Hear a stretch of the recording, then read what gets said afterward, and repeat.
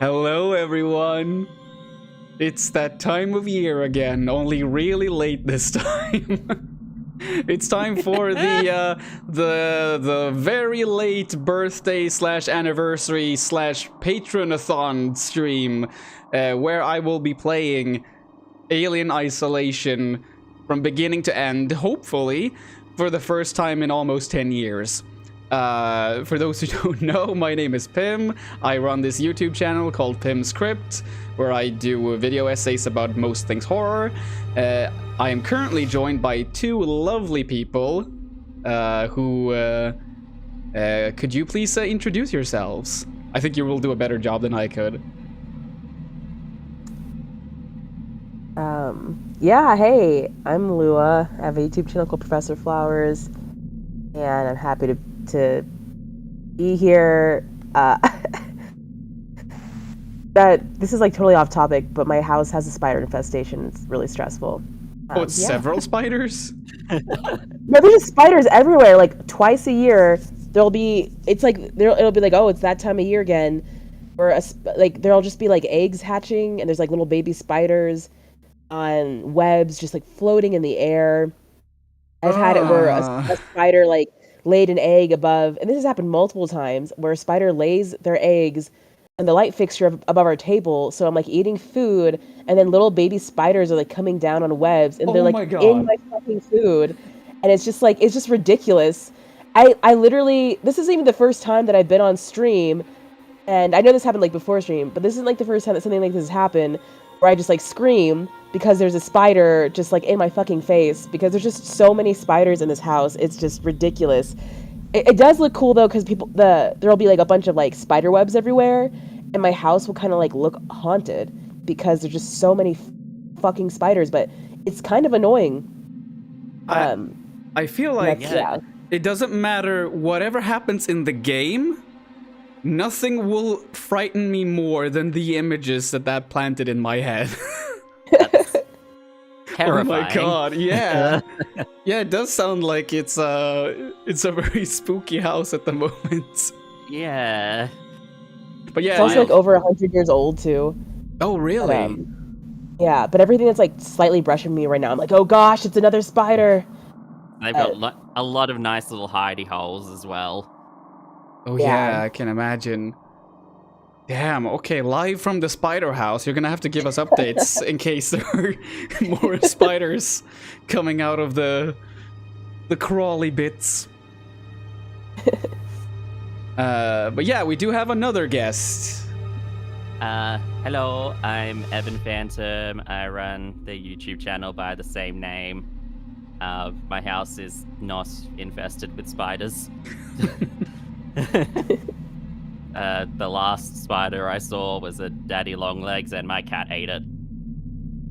Oh god, that's one of the perks, one of the many perks of having a cat. Yes. For sure. Actually, it was funny because she saw it kind of crawling on the wall, so she batted it off, and then she kind of watched it walk for a bit, and then she just sort of stomped on it and then ate it. I'm like, wow, okay. A real case of playing with your food, I guess. Yeah. Well, I guess I should just lay out the rules of this particular stream then. Because this won't be your regular anniversary stream, not quite. I will be playing this game, as I said, or at least try to play it from beginning to end. I say try this time because compared to the previous games I've played, which is Silent Hill and what was it before that? It was Resident Evil? Oh yeah, the Resident Evil remake. Yeah, that's right. Yeah. And those games you can beat around. Well, I guess you could beat them even quicker than that, but I beat them around, like, I think it was 9 and 12 hours respectively. This game is around 20 hours long. So, there is a slight chance that I won't be able to finish this game today. If that's the case, I will put the stream on pause and hopefully remember to turn off the microphone and camera and just go to sleep and then continue the stream the second I wake up. but also there is luckily supposed to be some tricks you can do to cut the length down to around 13 hours. So there is still hope. But the big difference here is mainly this. So the idea here is that when people start signing up for my Patreon, I will be performing various tasks, which are on the list that you can see here. So, for example, I'm currently at 64 patrons, which means that if I were to reach the goal of 65, I get to eat a cookie. Which I figured, that's a good starting point considering how things escalate, because the final goal, which is like, I'd be surprised if we reach this during the stream, but the final goal is that I will get a tattoo, and I'm not kidding. Whoa. It's like a real tattoo. My fellow content creator and friend Aranok has actually she has asked me if I want her to make the design. So yeah, it's very official. Like if we reach 150 patrons during the stream, I will do it. I will obviously won't do it during the stream, but I'm not that nuts. But yeah, so this list, you can find it in the description below if you want to check it out at any time during the stream. But I will occasionally go back to this list, especially if we need to check any of the goals. There are these little green checks that I have here. But yeah, I think that's it. I know. So I do believe it is time to jump into the fantastically cute and wonderful world of Alien Isolation. Wait, Tim. Yeah? What cookie are you gonna eat if you get to that goal? Oh, good question. I'll switch to this camera again. Okay, so it's this little vegan chocolate chip cookie right here. I will have it lay here on my desk, taunting me the entire time. So, you know, there's just one patron away to make that happen. I'd love to have the cookie. Please let me have the cookie. But yeah, let's go right on ahead and start playing the Aliens Isolations. Now, I am not gonna play this on any of the harder difficulty levels, so you'll have to excuse me for that. I won't play novice. No. What does it say? A thrilling experience, the greatest chance of survival. Nope. Or an increased chance of survival. Wait. Is it an increased level of survival from novice? That doesn't make much sense. Okay. I'll pick medium. Okay. All right. Yep.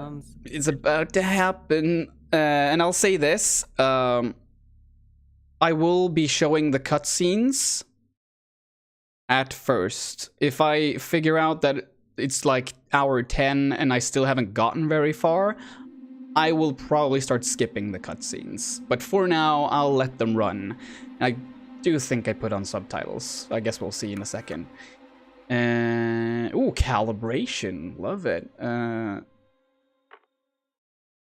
Let's see. I guess that.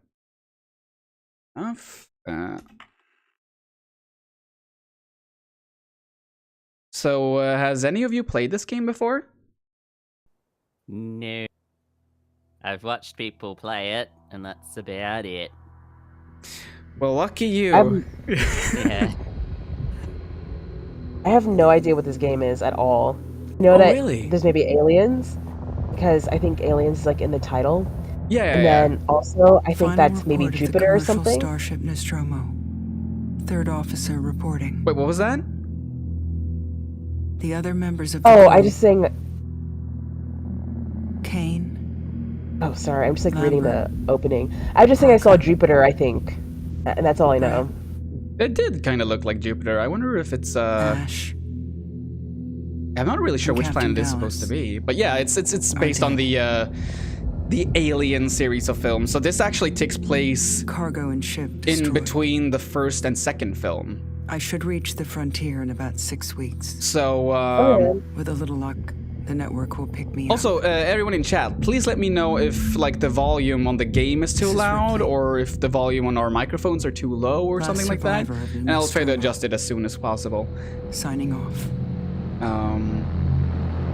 But yeah, so the entire plot here is that the protagonist from the first film, Ellen Ripley, obviously went into deep space in her little pod after the events of the first film, and now it's her daughter Amanda Ripley who is on a quest to find her missing mother, which leads her to some terrible situations. I work for the Let's company. say.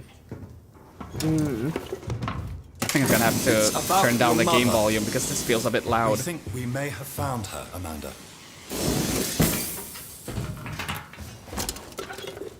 A commercial vessel, the Anisadora, has recovered what we believe to be the flight recorder unit of the Nostromo. Where? Zeta Reticula. What did it tell you? We don't know. The unit was taken to Sevastopol station. It's proprietorial material, so the company wants it to be collected as soon as possible. Sevastopol's a supply depot in the region. It's a permanent free port I know what it facility. is. Transit's arranged. There's a courier ship called the Torrens heading out that way in 2 days. We're going to travel out, We. me and another exec. And you, if you're willing.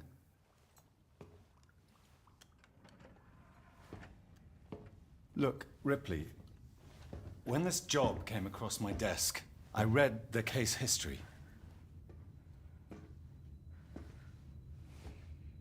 I know why you're working in the region where she went missing. You're still looking, aren't you?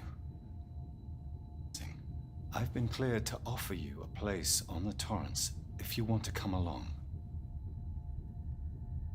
Maybe there'll be some closure for you.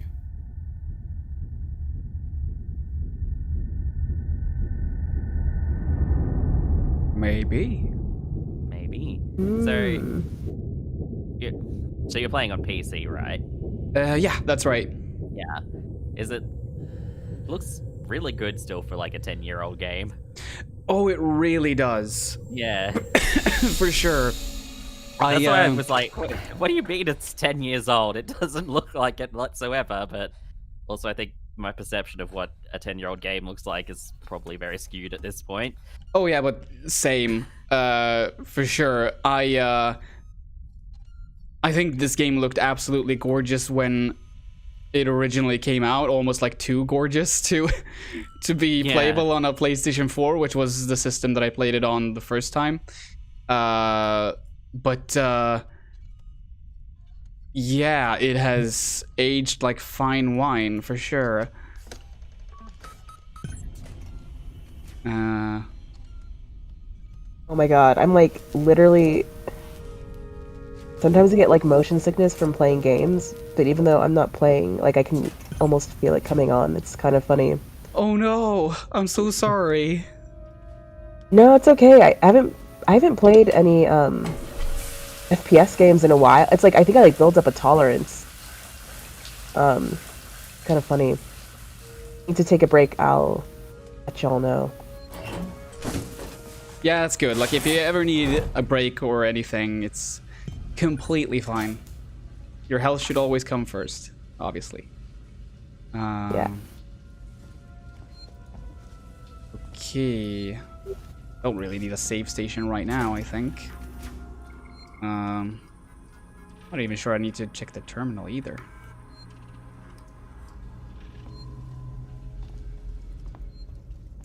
Oh yeah, I need to actually have my eyes on chat as well. Let's see. 2 seconds. I'm gonna put this a little closer. Barbecue Lou, bright and early today, lads. Good morning, everyone. Good morning to you too.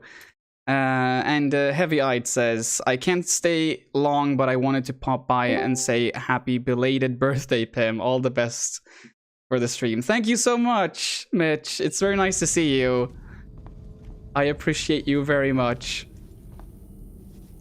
Hey, Pim. Happy birthday.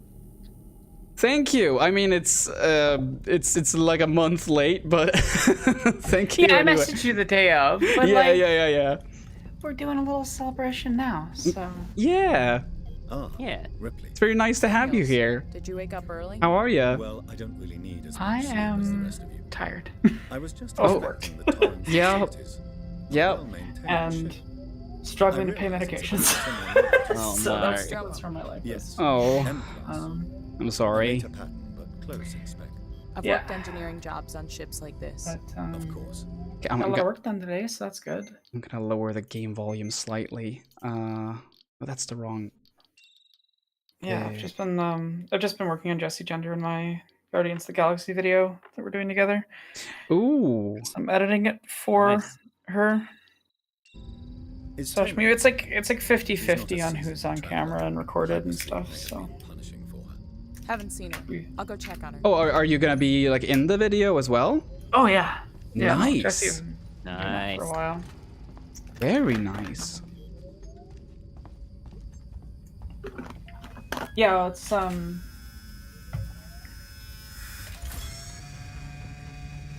just as I've written for her, it's just become more and more part of the thing, I guess.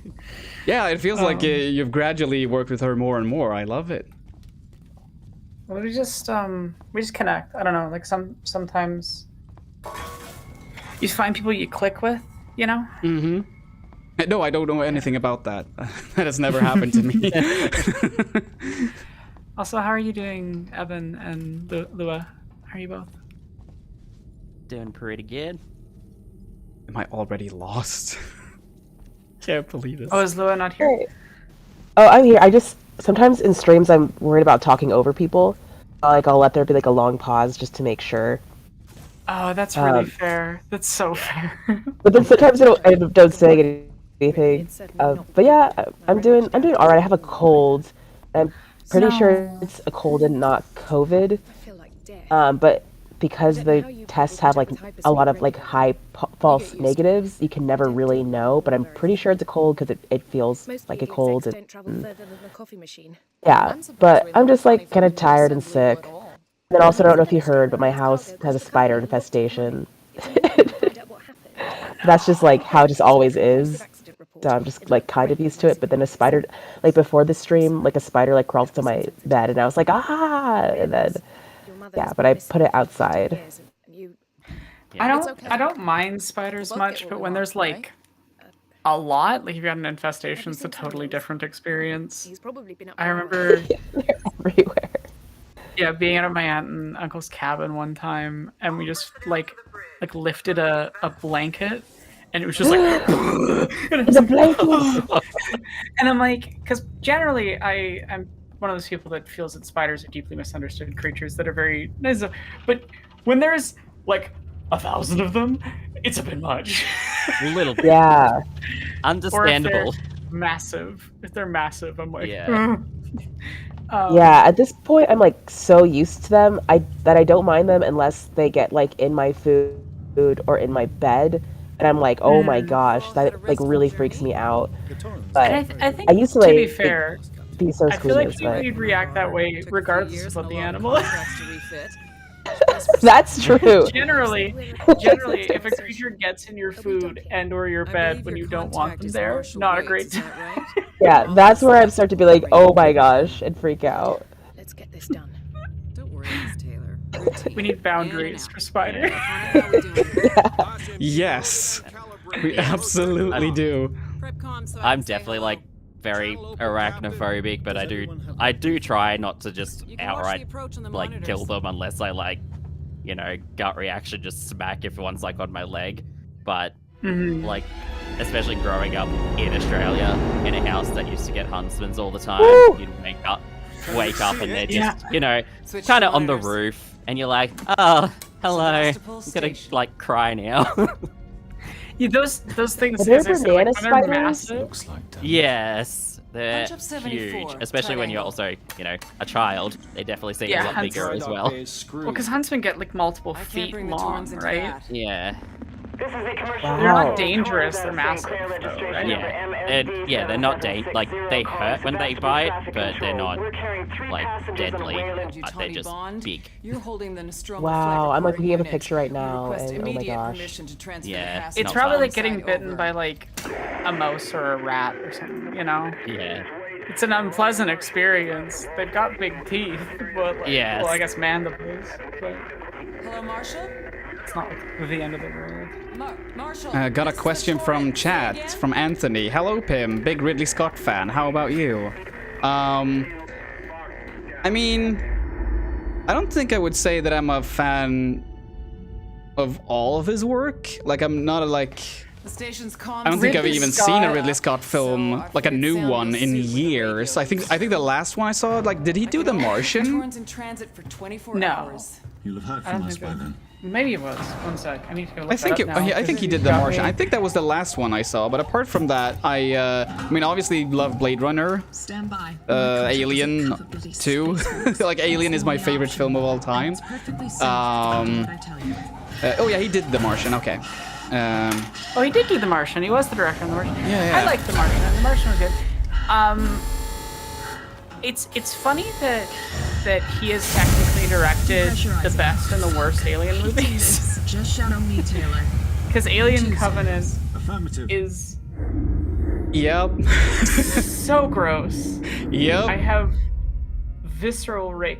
I have a lot of opinions about Alien as a franchise. I have a partially completed entire thing about like gender and capitalism in the Alien franchise. Mm-hmm. Like I've written notes about every single film. I have read the like earlier scripts of Alien 3 that are completely different films. Oh yeah, I remember Alien 3 having like. There goes the audio again. It's super loud. There's like 3 or 4 Alien movies. I know. Like one of them had like a wooden planet, like a planet remember made that out one. of like planks and wood or something like that. I don't know that one. So there's Alien 3 the comic, which isn't bad. I would call Alien 3 the comic. What if someone did a weird adaptation of Devilman Crybaby, but it's Alien? I don't know enough about Devilman Crybaby to know what that would look like, but it does sound strange. Everything goes to shit and the universe Yeah. ends, basically. Oh, well, that is a logical just- endpoint, I guess. It's a fascinating and weird piece. I don't know if it's good. It's really interesting. It's from the 80s, and it is from the 80s. And so there's that Alien 3. There's the Alien 3 that's more in line with Aliens aesthetically and things. There's Alien 3, the theatrical release. Yeah. Sorry, and there's the audiobook adaptation of the Alien 3 script that is basically they reverse it. So Ripley stays in stasis, and the main character is I have an issue with names. I know God, the same. name, Same. but it's the guy that survives Aliens. Yeah, with Ripley. I want to say Hicks. No, it's not Hicks. Is it? It's not Hicks, because Hicks is the one that's like. Isn't Hicks the one that? Fuck! Now you've got me confused. I'm sorry, but yeah, I'm so bad with no, names you're as fine. well. I'm just bad at names. Like I know the person's face. You know, I know the actor. Yeah. It is Hicks. It is Michael Bean. Yeah. Fine. I don't know how to pronounce The his last lovely name, but- Bean. Yeah. Good boy from Terminator. Yeah. The only soldier in a movie that I like. Yes. No, but so basically, Hicks and Newt both wake up, and Ripley is the one, and it's so interesting, like the progression of these storylines. So you got that version. You've got the audiobook for adaptation of that version that came out like semi-recently. It was like an Audible original series. I've heard it's good. I haven't listened to it. And then you have, oh, and sorry, that one's about the Cold War. Yeah, of course. Yeah. Why wouldn't it be? And it makes capitalism the villain still, which is interesting. But yeah, because it's basically the space the space Soviets get a xenomorph on their like space station. Oh my god. But like, yeah, no, there's like a wild shit. I can't remember all of the details. It's been a while since I read the like synopsis of it, and read through some of the script itself, because this was like a year and a half ago. Yeah, so there's that version. There's Alien 3, the theatrical release, which is bad, and Alien 3, the director's cut, which somehow takes the same film and makes it actually good. I think Alien 3 director cut is a good movie. It's not as great as the rest of the franchise's best work, but it's good. I'd argue that the director's cut is actually. I mean, I don't want to get hanged on stream, but no, go for it. I will. I enjoy Alien 3 more than Aliens. There, I said it. Oh, that's very valid, I think. No, like genuinely, like director's cut Alien 3, I think it's a very valid take. IMO. To be honest, I love Aliens, but I think that like it's okay in a lot of ways. Like, but it's a great movie, but like politically and messaging wise and story wise, it's missing some of the oomph that Alien has. Yeah. And that's unfortunate. But like it's a good action horror film, I think. But it's as an Alien film, I think Alien 3 hits harder for me. But that leads us to the other question that Anthony had in chat, which is also like a contentious thing.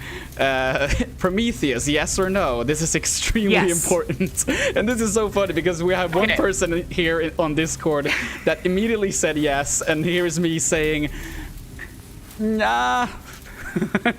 Okay, so is Prometheus messy? Absolutely. Yeah. It is messy. I don't deny that. I'm not going to pretend like Prometheus perfectly executes on what it's trying to do. But is Prometheus at least trying to actually say something with the central premises of the series about bodily autonomy, sexual assault, and like forced pregnancy, which is what Alien is about. Yeah. Sorry, chat. If you don't know this, Alien's an upsetting but interesting franchise to talk about. I mean, you said it. It's correct. It just is what it's about. Like, it's not really an opinion thing. It just kind of is. They've like a bunch of people recognized what it was long before any of the people that worked on it confirmed it. But like the majority of the crew, most of the actors were aware that the first film was about this stuff. I mean, H.R. Giger made a penis monster for a reason. Yeah. It is as phallic as they come. Yeah. Oh god, that was a pun. I didn't mean that to be a pun. My god. My god. Oh my god. Oh my god, that's cursed. That was cursed. I'm ending the stream right now. So yeah, Alien as a franchise should be talking about those things, and I think that Prometheus is also something that I find a lot of people purposefully ignore or don't like recognize its relevancy within the political context that it was released in, with evangelical right and attacks on Roe v. Wade. And I think that Prometheus as a film, if you watch it now, is far more relevant and interesting than if you watched it in 2007. Because a lot of the things that it's examining are still relevant now. And I also think that Prometheus is a much better film if you watch the short thing about the evil CEO that they released like just before it was cut content. I can't remember, something like that. Yeah, but it's, yeah. Like it genuinely, I do not understand why it's not in the film. It's the part where Guy Ritchie's character his whole is speech to humanity. Yeah, Like, yeah. It's so the film makes so much more sense if you watch that.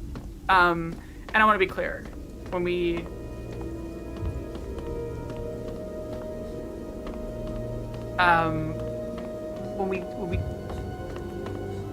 talk about work of art, I recognize in judging Prometheus that I judge it for not having that. But with that, it makes it more clear what the work is trying to go for. I don't think it always succeeds, but Prometheus is at least interesting and trying. Messy, but it's at least attempting something. Alien Covenant is one of the worst films about SA ever made. It's just one of the worst in a lot of ways, I'd say. It's just a bad movie. It's also just that I feel, in a way, I feel glad that it exists, because it's kind of like the people who liked Prometheus, they kind of got the experience of those who didn't like Prometheus with Covenant. Sort of. That makes sense, but like Prometheus is actually trying to say good things. Yeah, but like Covenant is actively not. It's almost like Ridley Scott was like, okay, I want to keep this Prometheus train going, but also I want to satisfy the alien fans. And Ridley Scott didn't write Covenant. Oh yeah, that's right. And didn't have that much creative control over it, frankly. Alien Covenant makes way more sense if you know who wrote it. Damon Lindelof.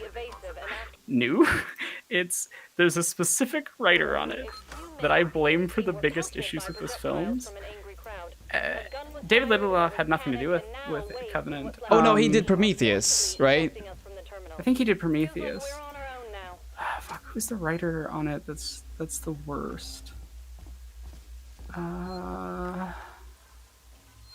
not him.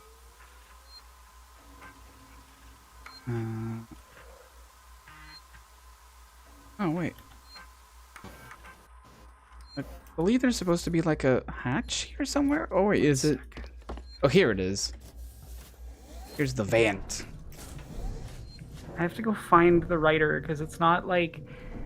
Okay, so when looking at the writing credits, and I'm trying to find the person I'm remembering is John Logan.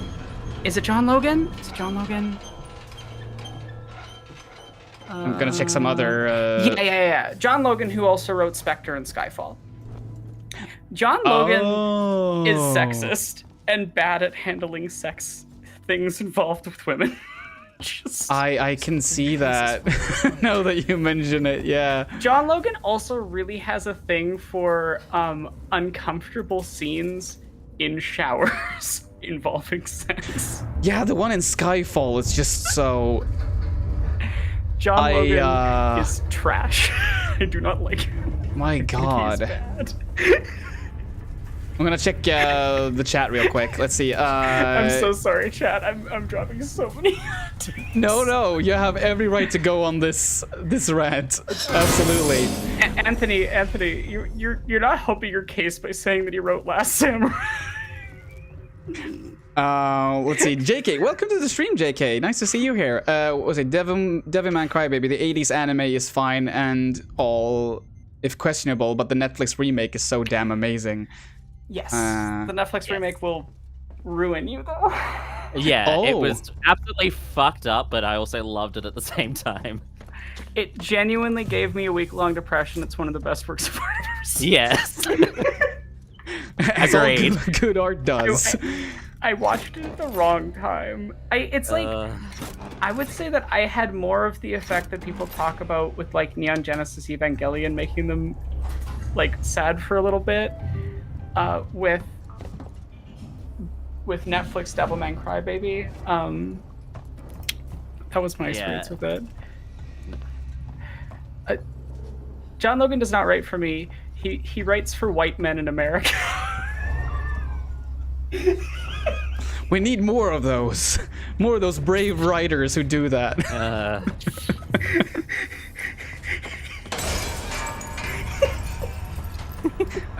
Luna Bell, welcome to the stream. Hope you're doing well as well. Yeah, those are some of my Alien hot takes. I have too many Alien hot takes. I mean, I'm not sure. It's is it a hot take to say that Covenant is one of the worst films? I'm not sure. No, but I do think it is a hot take to say that John Logan's a bad writer. It might be. It might be. Like, Skyfall is a political mess. It's very sexist. It's got weird homophobia, and that weird homophobia rears its head again in Covenant. And everything I've heard about Spectre was bad enough that I didn't watch it. I still haven't seen Spectre. Oh shit. I think the last Bond film I saw was Casino Royale. And honestly, Fair enough. I don't think I've ever actively chosen to watch a Bond film. It's just been like Dad would watch it, and I'd also just be in the room. I want to remember that Casino Royale was good. Is it good? I like that. I mean, yeah, for James Bond, it is good. It is good James Bond. A good Bond. It's an enjoyable movie with Bond politics. Oh yeah, that's It's like I love this. I love watching them, but you're always just in the back of your head. You're like, there's issues here. Yeah, it's hard to get rid of those. You know, it's an underrated aspects. Bond movie. And yes, it has issues with the editing. I'm not disagreeing, but Quantum of Solace is underrated. It's actually got some interesting stuff going on, and I didn't have a hugely like high view of it, but then I rewatched it recently with Lady Night the Brave, and I've come around on it and certain elements of it. All right, I've only seen it once in my life, so I really don't know what to say about it. It's aggressively plagued by Bourne era editing. Yeah, I just remember it being such an obvious like result of the writer's strike back then. Anthony, we are never going to agree on media, bud. If you think that David's ultra masculine universe conquest is what works, If you can't even tell me your name, we're gonna be here a hell of a while. taking a media franchise that has been very explicitly for its entire runtime about women outlasting pompous, egotistical men against the forces that, like against sexual violence.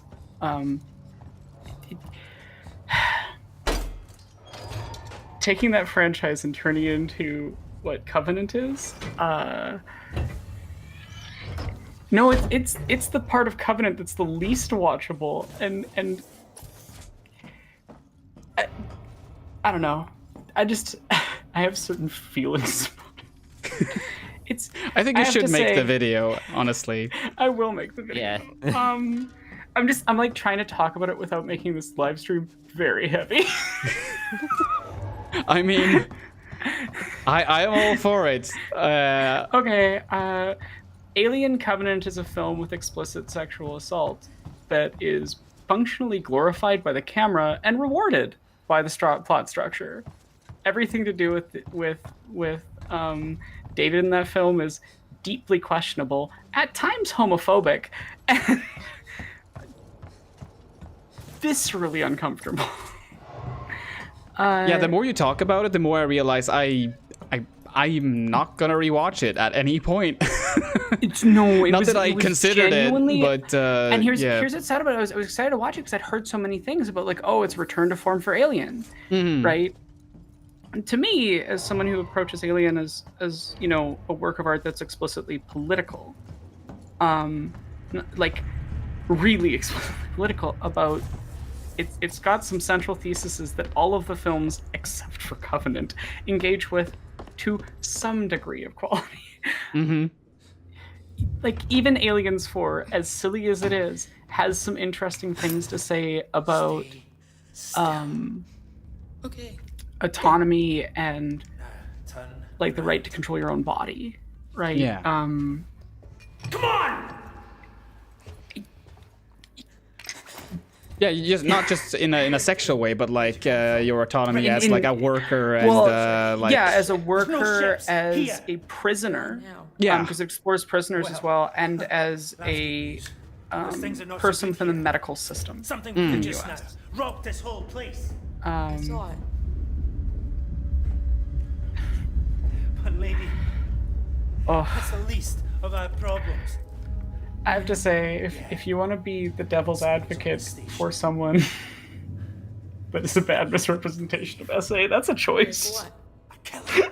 You get it? Okay.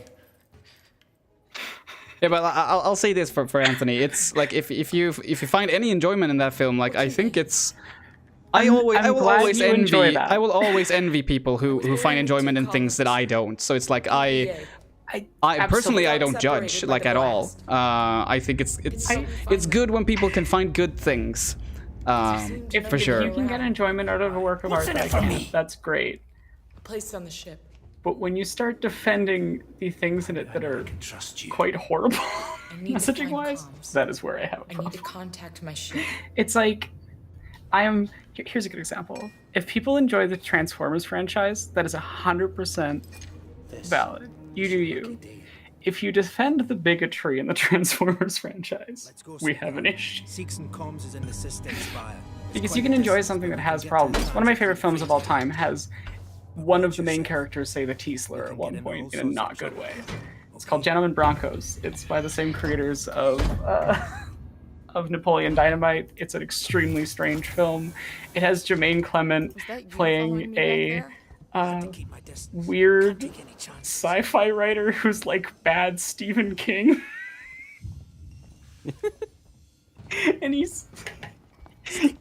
can't figure out what to write, so he steals this like kids sci-fi story and changes all of the details, but like poorly, like it's a bad plagiarism. Come on, Jana. It's the weirdest film.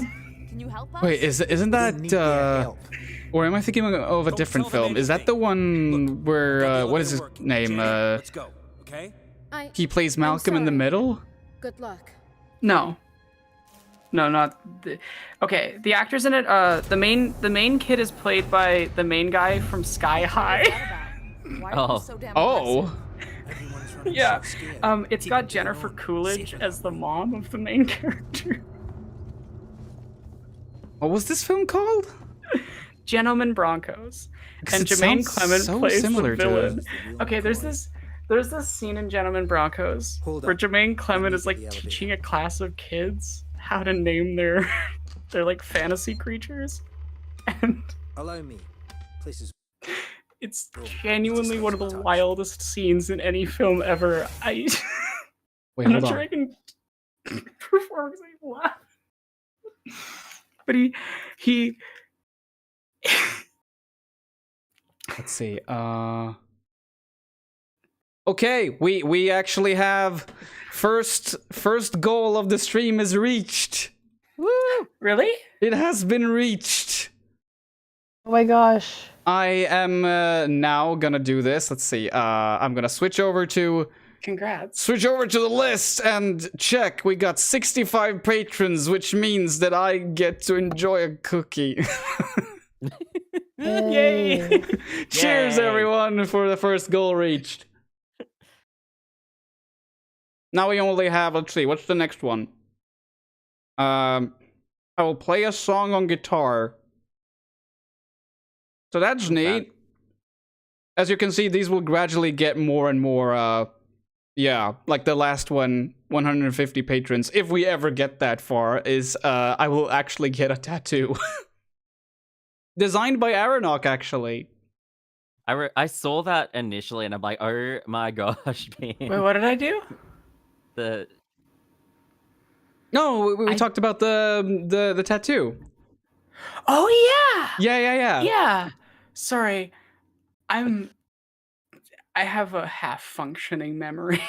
Oh, no worries at all. Like you're talking to someone with ADHD, so I'm like 99% sure I have ADHD because I do know I'm autistic, and I have most of the symptoms of ADHD, and my sister is diagnosed, so yeah, it's highly likely. But also yeah.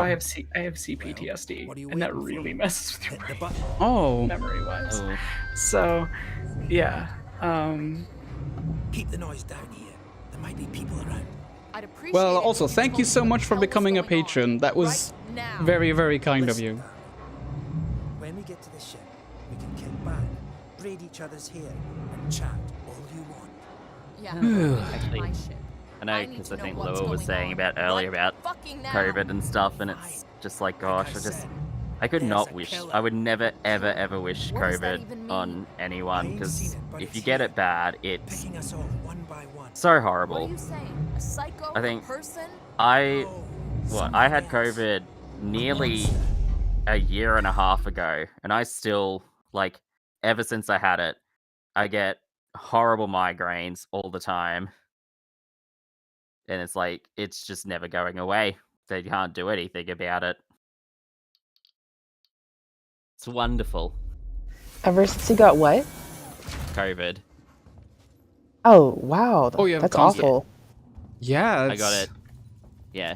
Because when I got it, I didn't really have proper symptoms.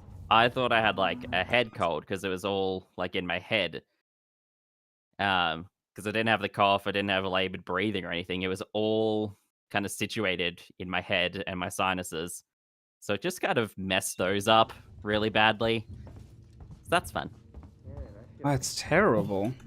Yeah. We need to move. This way. Get down. This is bullshit. Yeah, it can permanently cause There's no way off. various forms of like long-term Yeah. and They come for us. like major disabilities. Yeah. Shut up. You're I making me nervous. was lucky that I was at least like vaccinated up to like the first booster, so I think it didn't go. Trouble. Because I think if We'll I have to wasn't go around vaxxed, them. I would have been Follow in me. a much worse condition. Yeah, it helps a lot. Yeah. But that's like the sickest I've ever been in so long.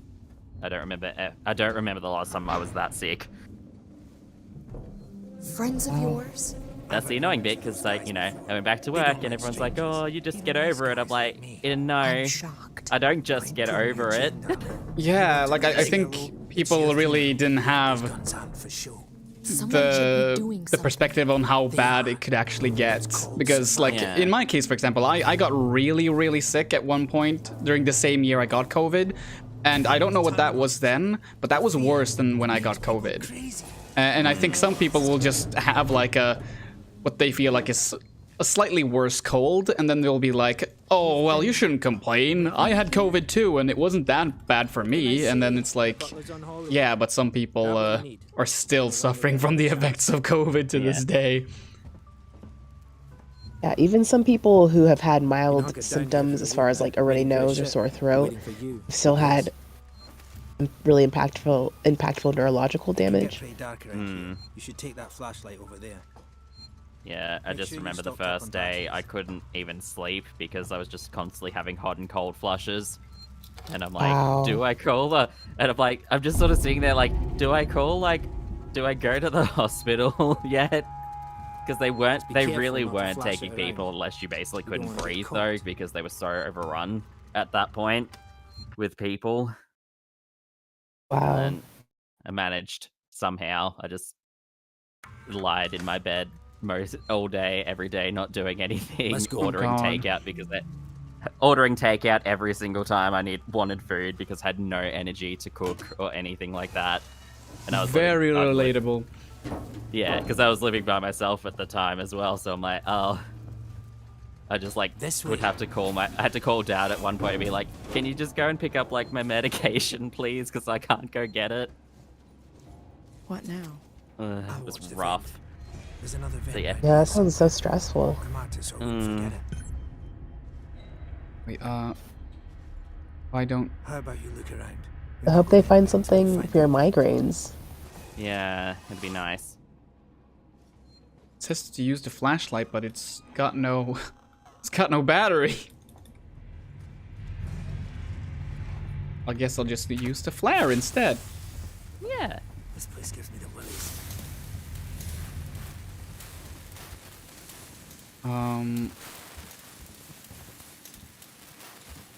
Okay, I'm not entirely sure. Okay, yeah, there we go. Flashlight batteries, neat. So yeah, again, I have not finished this game in almost 10 years, so there's gonna be a lot of things that I don't exactly remember where they are or what to do. So if I ever get stuck, that's why. Let's see. So don't ask me for help. I can't help you there. Yeah, I'll but like a worst case scenario, I'll like check out a guide or something, but so far I feel like things are going fine. It's locked? Okay, or is he gonna? I knew it was here somewhere. See? Got it covered. Well, I will good. say, you did say you were gonna go for 20 hours, but I mean, you could also. It's the world record time currently is 2 hours and 28 minutes. What? Whoa. That has to be with glitches, though, right? So that's the non-glitch one What? on Nightmare. What? On nightmare difficulty? So Nightmare difficulty, all missions with no glitches, from what I can see. What? Is, yeah, it's 2 hours 28. 100% is 3 hours and 2 minutes. What? There has to be some sort of And- movement tech or something. Yeah. Yeah. And so the any percent, so with glitches, is 22 minutes. Quiet. Wow. I love watching Tommy- speedruns. I love watching speedruns. Yeah. I used to speedrun Ghost Runner. I might pick back up at some point. Nice. Come on. Yeah, I wasn't amazing or anything. I was like top 200. I never like posted my times to the website because I was like, eh, Follow me. they're gonna. But they were all done on stream, so like I'm not lying. There's, you know. I think my best time was actually I'll pull up I'll pull up my best time and my best splits. Gotta be quiet here. Don't shine that But flashlight. I was decent at it. I think the only game. Yeah, 133 is my best splits combo. I think my best time was 146.52. Quietly. 1 hour 46 minutes 52 seconds. It's a fun one to speedrun though. Yeah, it But does it's- seem it's like so a very. technical. Yeah. It's so technical. Everyone stay. I don't know why I just clicked. I've never speedrun anything else. It's the only one that I've ever found interesting. Stick around while I Speedrun. check our stock. Actually, I was Hey, horrible Nixville. at that. I was so bad at game. How's it going? I know we're hungry, but Pretty good. this is It's so slow morning. Welcome to the stream. How are you? Pretty good. I think we'll go back. Very bad. I think something happened with the audio there. Oh, Yeah, I no. can understand what you're saying. Oops. I'll come back in. No, I can hear you now. Oh, okay. Yeah, it's just for a second there. It was like Very garbling it. It was very odd. Yeah, let me know if it happens again, and I will futz through my options. Of course.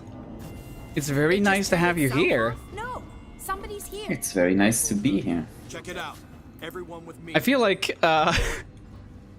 these streams are kind of like the opportunity that I get to talk to some people that I haven't talked to in quite a while, Nice one. Yeah.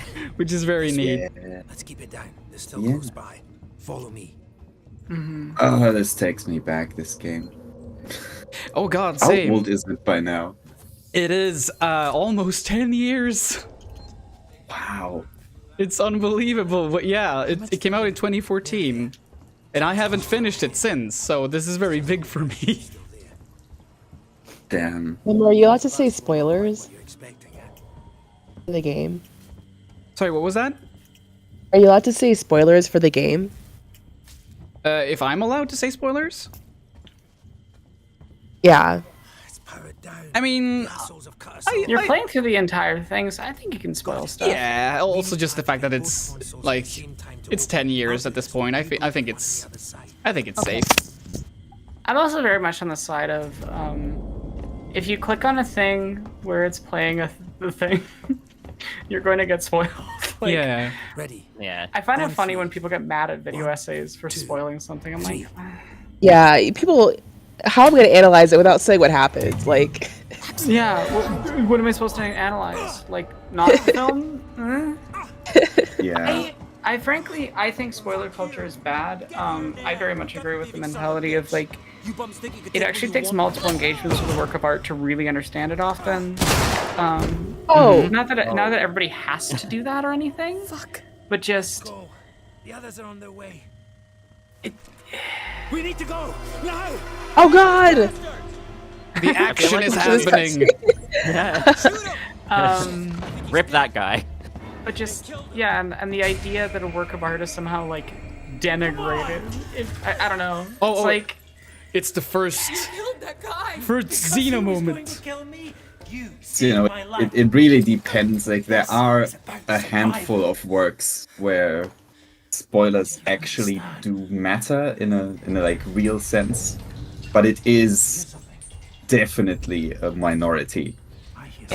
In my opinion, most of those works are if they have like twists or whatever.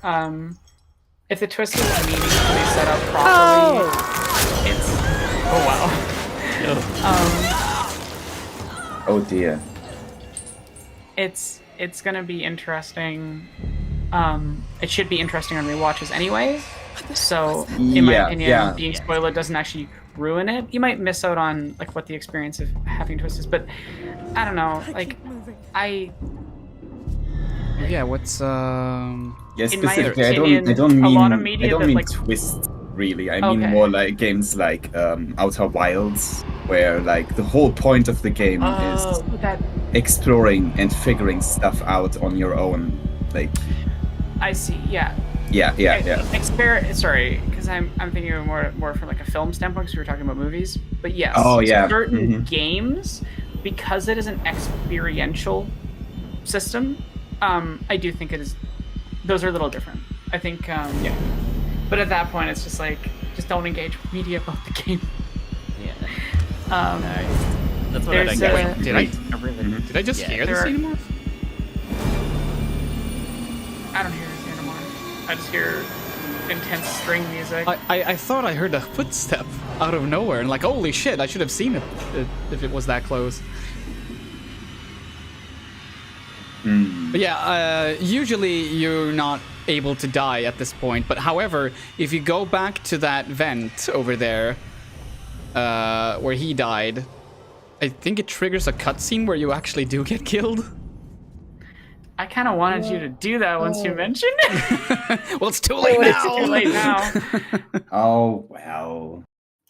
Wow, we're almost to the point that like the furthest point I ever made it in this game. Oh, really? Yeah, my storied history with this game is my boyfriend got it for me for my birthday, and I was super excited, and I loved like every second of it. And then I got to the first point where you actually have to like sneak around the Xenomorph, and I just couldn't handle it. At all. I died a whole bunch of times because I always got super panicked as soon as it showed up, and it didn't work out. I couldn't handle it. It was too scary. I am a scaredy cat. Actually, that sounds exactly like what I would do if I tried to play this. I have this frustrating thing where I like horror games, but I can barely play them because they trigger my anxiety. Yeah. I get that. I adore Dead Space. I'm actually really good at playing Dead Space. I don't know if I think I've maybe died twice. Like, it's usually to like instant death things, not. But Dead Space gives me panic attacks. But here's what's really silly is certain games that normally stress people out don't stress me out. So Pathologic, unironically, my fun step vacation. But Animal Crossing causes me anxiety to an extreme degree. I do not like Animal Crossing. I have to say, Animal Crossing also got me there. Yeah. Like at first, Animal Crossing was all nice and fun and chill, and then eventually I realized that it was just stressing me out. It's weird. Yeah, something about the limited stuff during the day, and something about like the Tom Nook thing. I don't know why, because it's not like the game praises for it, but I find Animal Crossing stressful. It is not a fun island vacation. Or I had the 3DS one. I can't remember which that one was, but yeah. New Leaf, I think. Yeah, something like that. Yeah, no, I've never understood why. Like, yeah, because I played Pathologic and I was just like, there's something deeply broken about me. My reaction to this game is, this is pleasant and enjoyable. Oh crap. Oh god. Why can't I stand up? Ah! Tim's just getting shot at. I still need to finish my Daniel playthrough, but I kind of broke the game's economy. I have an ungodly amount of money, ammo, food, and drugs, and I haven't been infected yet. Damn.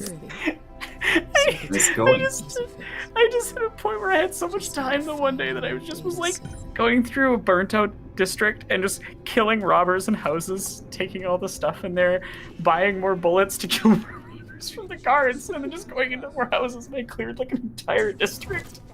And so by the end of that, I just had an ungodly amount of medication, trading goods, and bullets. Crap, okay, I don't even have the motion tracker now. If you figure out Pathologic. Oh, have a good night. Yeah, You're feeling better soon. Yeah, it was very nice having you here. Yeah. Oh wait, sorry. I was like watching the stream, so I was like, how do I hang up? It's like it says to leave the stream, but then anyways, I figured it out. Yeah, thanks everybody. I don't know. Hopefully, if you keep on playing, I can like tune in again if you do it in sections. Oh yeah, I'll be going for a while. Definitely. Oh no, wait.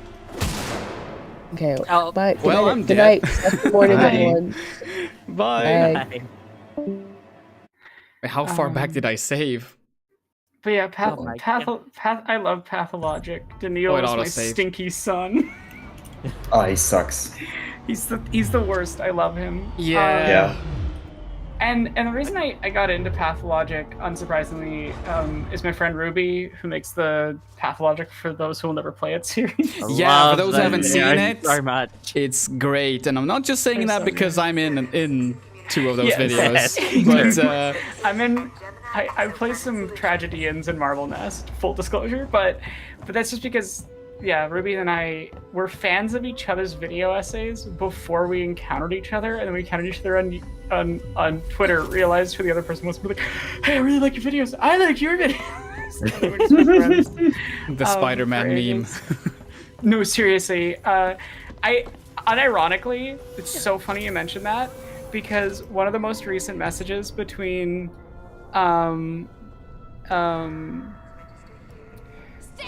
she sees you either way. Okay. Sorry.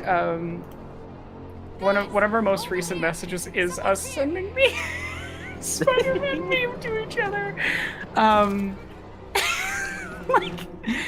Because Ruby and I are weirdly similar in certain ways. She was trying to hack the I think someone gifted me like the first Pathologic, and then someone else gifted me Pathologic 2. And I'm like, I really need to play them at some point, but also like, I think some people just want to watch me suffer at the same time from the bits I know about those games. I also tried recently, I very recently tried to play Fear and Hunger, and I could not do it. I was like, no, I am not in the headspace to play these right now. So Ruby and I were talking about this a little while ago about hot take, controversial. I think Fear and Hunger is just edgy for edgy's sake in an extremely juvenile way. A little bit, actually. And I want to be clear before people are like, oh, no, I watched so many essays by people about why it's the best game. And I was just like, I gotta be missing something. I don't know. Oh, you're kidding me.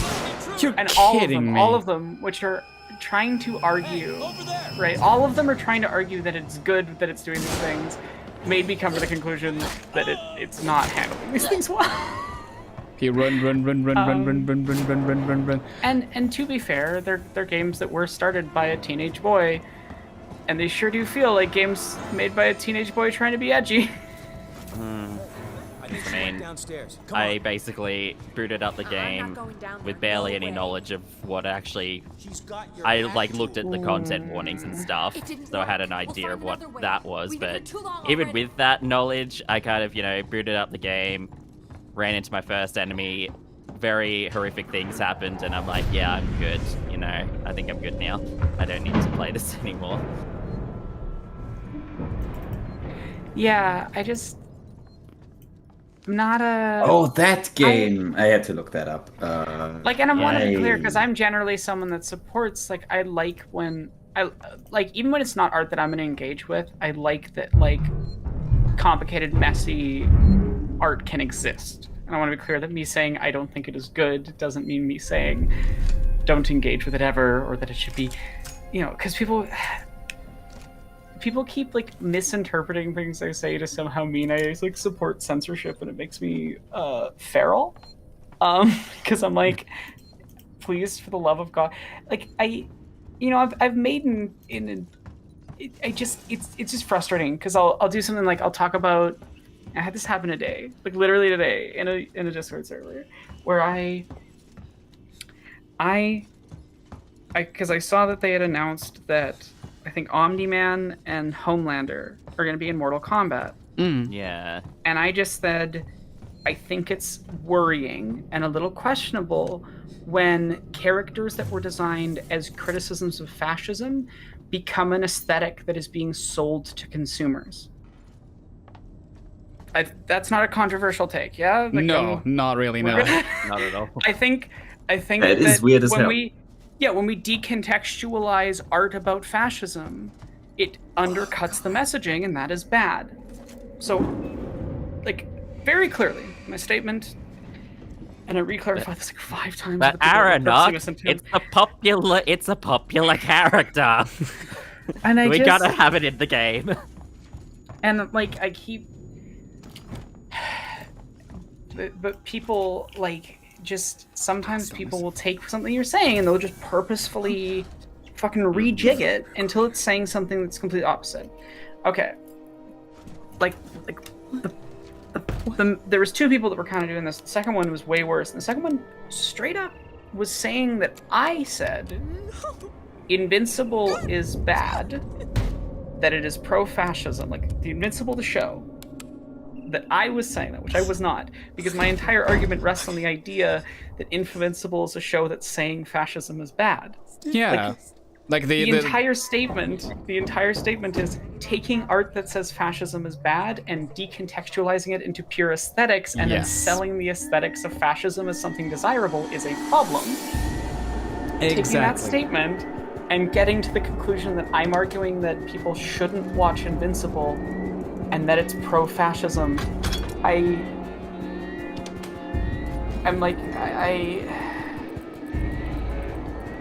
internal screaming. Yeah, I People totally get need it. to learn how to not get defensive about art they love immediately. And by people, I mean me. I'm talking about me. Well, I wasn't talking about you. Yeah, I know. But yeah, I just it really frustrates me because I really struggle with when people personally misinterpret me just because my own drama and stuff. It just really sets me off. Yeah. But it's also just so frustrating because it's this thing where any attempt to have a conversation about how media in violent video games, right, like how the messaging in it can be a problem, turns into, because people are so hardwired to freak out about the idea of people wanting to censor violent video games, that their immediate response is, oh, you must be arguing for censorship. And it doesn't matter what you say from that point on, because they've already constructed a version of you and decided they can, you know, reject anything else you're going to say. And it's really frustrating to me. Especially when it comes to like video game violence, I feel like people will be... They will view you as like Jack Thompson the second you do that. It doesn't matter what you have to say. It's like one of my earliest videos is a video about Doom and the value of violence in video games. Like I'm like, do you seriously think I am arguing that right now? Like if we're gonna have any sort of meaningful art discussion about video games, we need to be able to discuss what the use of violence in a work of art is doing within its messaging. And it's so frustrating that we can't have a conversation about that, you know? Like, it just... Because the issue isn't that there is violence. The issue is sometimes people use, like, art is political. Yeah. And violence is particularly political. Like, so it says something to me when a company takes Omni-Man, a character explicitly made to push the audience away because of his violence, and they put him in a context where the audience is not only meant to play as him, but to revel in doing violence as him. Like, that is questionable to me. And the context there isn't, oh, if you engage in doing violence in Mortal Kombat, you're bad. That's not what I'm saying. What I'm saying is a company placing a fascist from another work of art, decontextualizing the message of that work of art, right?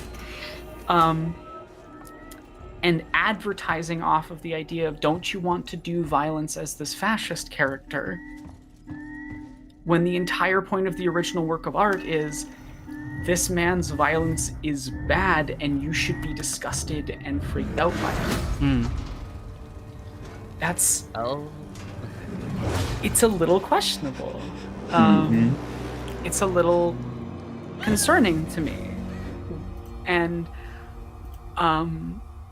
yeah, I just... How anyone could hear what I was saying and come to the conclusion that I was arguing that... I just... baffling. Baffling. Oh yeah, some people will be very defensive. Yeah, period. People, I guess. Yeah, that and people not understanding what the word propaganda means. Because propaganda is just any work of art that is persuading you. I make propaganda. Pim makes propaganda, technically. Like, me well, especially. to be fair, the term has been horrendously eroded by like various different. Liberals, various different, particularly liberals, just assigning you, where propaganda is when people argue for a bad thing, but when the state, you know, argues for the things that it does for the status quo, that's not propaganda. It's fine. It's fine. That's not propaganda. Yeah, it's propaganda is when a communism happens or a fascism, and those two are basically the same anyway. Yeah, no, like, that's genuinely what some people's understanding of propaganda is. Exactly. Yeah. And I'm not even joking. It's fucked up. No, you're not. Like, this exact. And so this person took me saying that, like as I mentioned the word propaganda in relation to Invincible, and they clearly decided I was saying that Invincible is pro-fascism after that, and I was like, oh my fucking god, propaganda's not a bad word. Yeah. It just means a work of art that is trying to persuade you to something. You should, like, I would say that not all works of art are propaganda, obviously. All work of art are inherently political, but not all works of art are necessarily propaganda. There's lots of work of art that are not. because they aren't trying to persuade you. They are made political due to the nature of just existing within a society, and as a result of that society and reflecting elements of that society. You know, a painting of a house is inherently political because it reflects the idea of what that house is, and that house is a result of a political structure that, you know, like, anyway, you all know this stuff. But yeah. But when it's a work of art like Invincible, a work that is so explicit with like, I am saying a message. Mm-hmm. You're gonna throw a tantrum if someone says it's propaganda. I don't know, it's like... At this point, probably good if those works of art would like just come straight out and say it. Like, hello, this is propaganda.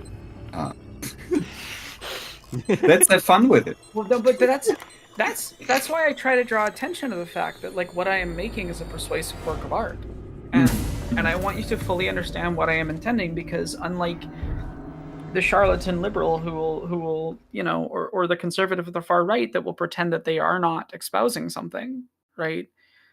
I'm going to tell you very bluntly, I am trying to persuade you to give a shit about other human beings. I just want to say, it's propaganda, baby. Welcome to the stream, Losty, and yeah, you've only missed one milestone, and that is that I ate a cookie earlier. There hasn't been any more exciting things than that so far. I feel like I'm talking too much. One man, You've got me one man got shot. Ripley, Another man got stabbed. The alien's here now. A few exciting things have happened. I mean, okay, yeah. That's fair. People have died. Yeah. And Pim's got a big iron on him. One man got shot. So is that the song you're gonna play on your guitar if we get the next one? Yes. I love Big Iron. I love Big Iron. I'm still trying to figure out which song to play. I really love that one. I think he did last year. Was that the one on Livestream? It was on Livestream. Yeah, on Livestream. Yeah. That was lovely. Thank you. I do have another cute little song I could play, which is also good because it's fairly short. That I'm not sure. I think I will play it and have it in the background for the next video, actually. So it's also sort of relevant. Nice. So that's sort of my plan right now. Yeah. It's I can say right away, for those who have seen the film "We're All Going to the World's Fair," you might recognize it. You might recognize the song. It's pretty good. It's a pretty good movie. It's one of the best of last year, I think.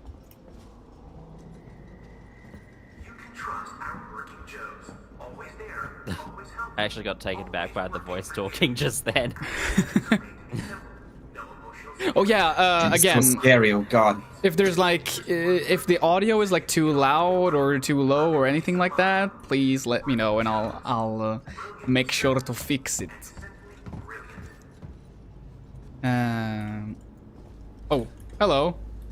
Actually, you know what I'm really excited for with my next video is that I get to talk about, you know, hey, they kind of did, you know, a bit of a racism here. And then I'm gonna imagine at least a few people are going to be like, how could they do a racism if it was made by an Asian country? I'm like, you'd be surprised. Oh boy, yeah. I love 2000-ish, like 2000, what was it, 13. It's Anarchy Reigns. The game's an absolute hot mess in the story department. I bet. Yeah. No, like it's an emergency. Don't you realize on a charity what's stream going a while on? back having a really interesting conversation with Legal Kimchi and Forget it. I'll find my own way in. I can't remember. But they were just, you know, sharing their experiences as you know, Asian people, discussing like the atrocities that Japan did to, and like racism within an Asian context, like in Asia and stuff. It was a very interesting conversation. I was mostly just sitting there listening, but oh my baby. But yeah, Some kind of tracker. people who come to that conclusion, I'm like, modified. it's very clear to me that they haven't talked to Asian people much. Yes. Like, in that, yeah, a lot of Asian creators have talked about these things. Is there a problem? Yeah. No. That's no spooky. problem. Is there a problem? Is there a problem? Just playing with my new toy. Nothing else to see here. Basically, this the whole is thing. this is the biggest problem with this game. Like what you just did, that should have snapped her wrist clean off. Because look at this goddamn thing. Yeah, it is. heavy. It is pretty heavy. I mean, it looks pretty heavy. It's completely unrealistic. There's no way that I. Yeah. Yes. No way that a woman's wrist could. Okay, no, I'm not even gonna finish that. Oh, I can definitely do a very cursed voice. 1 second. You know, a woman's wrist just can't hold on to that heavy of an object. It's not possible. Well, how did you get in here? I'm a psychologist that no one respects. Jordan Peterson, how the hell did you get in here? You know, I've heard you disrespecting me in your lefty space. Sorry, I can't keep the voice. I'm too tired to do the voice properly. That's perfectly fine. Bravo. You did a great job. Oh my god, yeah. The Chaos Dragon. These young boys are really going through it with masculinity. I love when he gets whiny like that. It's really funny. Yeah. There's just something so inherently funny with someone using the Jordan Peterson voice just to say Chaos Dragon. And nothing That's else. an actual thing from one of his books. I know. So when you do a lot of voices, you have to have activation phrases and things to get into the voice fast. You know, like gotta go fast. Now I'm talking like Sonic. Yeah. You know, like you have to have those types of hey Guardian, attack and dethrone God. Like you have to be able to just activate it, like on you know, like for me for Agent Smith, it's billions of people just living up their lives, completely oblivious. Yeah, like Yeah. Yeah. because it just lets you get into the. But the thing is, you don't like It's really good choose advice. them. You don't like they just kind of happen naturally, and so sometimes you get really dumb ones. And the one for Jordan Peterson for me is the Chaos Dragon of Femininity. It's destroying the West. And By God. yeah, other funny ones. Dear Mario, did somebody say the door to darkness? Oh my god. Yeah. You got What loads man of them. have I become? Oh my god. Wake me up inside. Wake me up. Let me in. I Save need to me. contact my ship. I did not know. Megatron. Autobots, roll out. I love doing voices. Do you have impressionists listed in your many accolades? There's 'Cause gotta be another way you in. probably I'm a should. voice actor.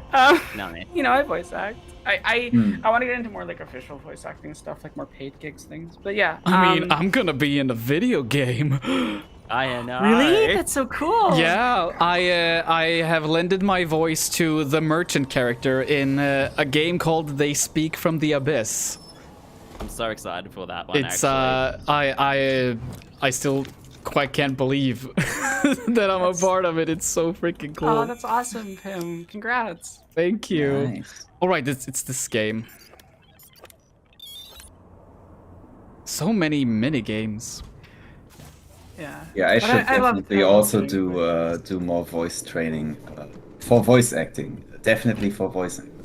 But that's the thing is that like definitely a lot of my voice acting stuff is just like an extant result of like voice training. Because I used to talk like this. Like this was my old regular speaking voice. Don't you recognize me? It actually takes Listen effort to to me. get there now, We've got like to to what I sounded like reestablish before. long-range communications. Nice. Because you get Oh, used nice, to it. really. Yeah. Yeah, like Get I back. still I'm warning you. like if I'm really trying to perform, I get it all the way up in here. I really perform it properly. I'm doing voiceover, that sort of thing. But my general speaking voice is much higher than it used to be, much more femme, somewhat passing. But like even when I was just like a little kid, I think it's because I didn't like hearing my voice, obviously. So my solution was to, you know, play around with other people's voices. And Yeah. I think the funniest thing I've ever done was my friend being like, "You couldn't do an impression of me," and I was like, "Okay, we're gonna film it, and I'll do an impression of you." And they said a sentence, and I said the exact same sentence identically to them. We played the video back, but like, I didn't tell them the order, and they guessed wrong, which was their voice. Oh my god. Oh, nice. And they were so mad. They were so mad. They're like, "I sound like that? How dare you?" I was like, what? Oh no, it was actually funny because I was in the closet at the time, and she's a woman, so. No, he saw me. Did he see me? He saw me, I think. Oh no, the No, boys have gone berserk. But like, generally, Get in the hole! I just, my recommendation, because like trying to do very strict, exact voice training stuff can be really tiring and difficult. And demotivating.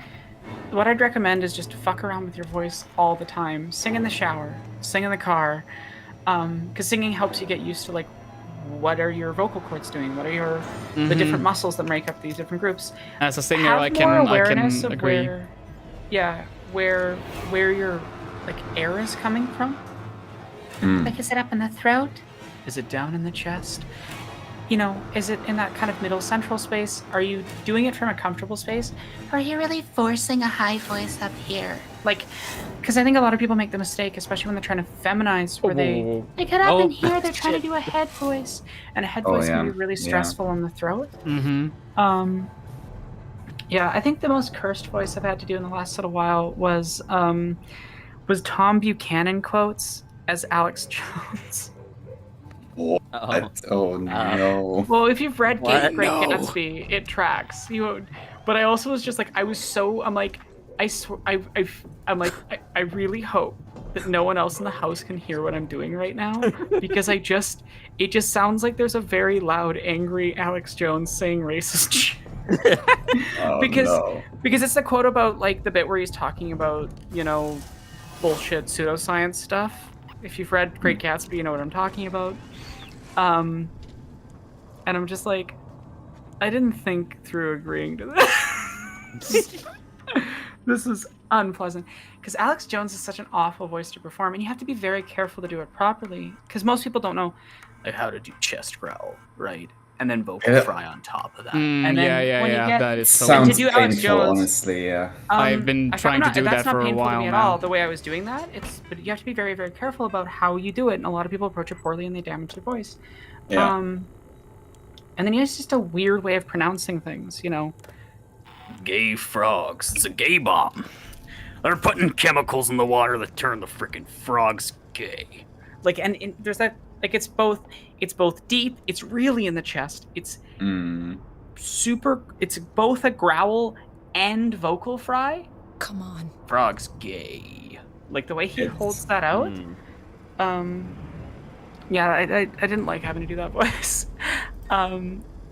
Again, cursed. I want to say welcome to the stream, Swedish Karibo. Very nice to see you here. Let's see what Lossie wrote. I'm really self-conscious about my voice. I think my voice is super high-pitched and annoying, so I used to lower the pitch, but in the wrong way. I have since learned that it sounds different to other people than it does for me. I hope everything makes sense. I just woke up. Oh, very valid, yeah. Yeah, I get that a lot too. I was really self-conscious too, especially young teenager, when it sort of, like, my voice broke and got a little deeper, but definitely wasn't, like, that deep still. And I used to get made fun of all the time, because kids were cruel. And now I'm like, I don't care anymore. Okay, let's see, Yeah, it's but it is a fun skill set to practice, and it's just a lot of playing with your voice. Another thing that's really good and valuable to learn how to do properly is, because it's one thing to do an impression of a character, it's another thing to be able to perform that character in any sort of meaningful ways. Yeah. One of my favorite examples of this is like you need to be able to do modifications. So let's say that I start at gotta go fast. I'm talking like Sonic. Okay, but what if Sonic was old well, he kind of talked like this. Like, he's still kind of fast, but he's a little slowed down. And if I bring him, gotta go fast. And he's talking like this, but he wants to pretend to be Shadow. Hey, guys, I'm totally Shadow. I'm so edgy. Oh yeah. That's real good advice. That sounds fun as hell. Like, yeah. So it becomes play, and that way you get to play around with what your voice can do and what your body can do, because it's like any instrument. It's like any muscle. The more you play around with it, the brighter the range you get, and that's why you can get to a point where you can do stuff like Dare Mario, and also do stuff like the Doomslayer. And like you can build that range out. It takes time and practice, but you can do it.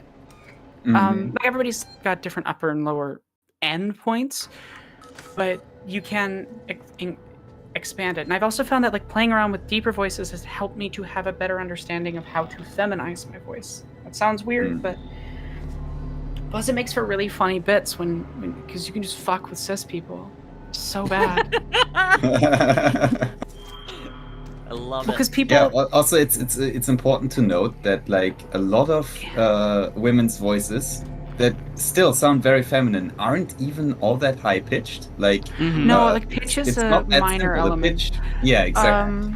It has a lot to do with complicated resonance. than that. It has a lot to do with resonance. It has a lot to do with placement of the voice. It has to do with a few other elements. Yeah.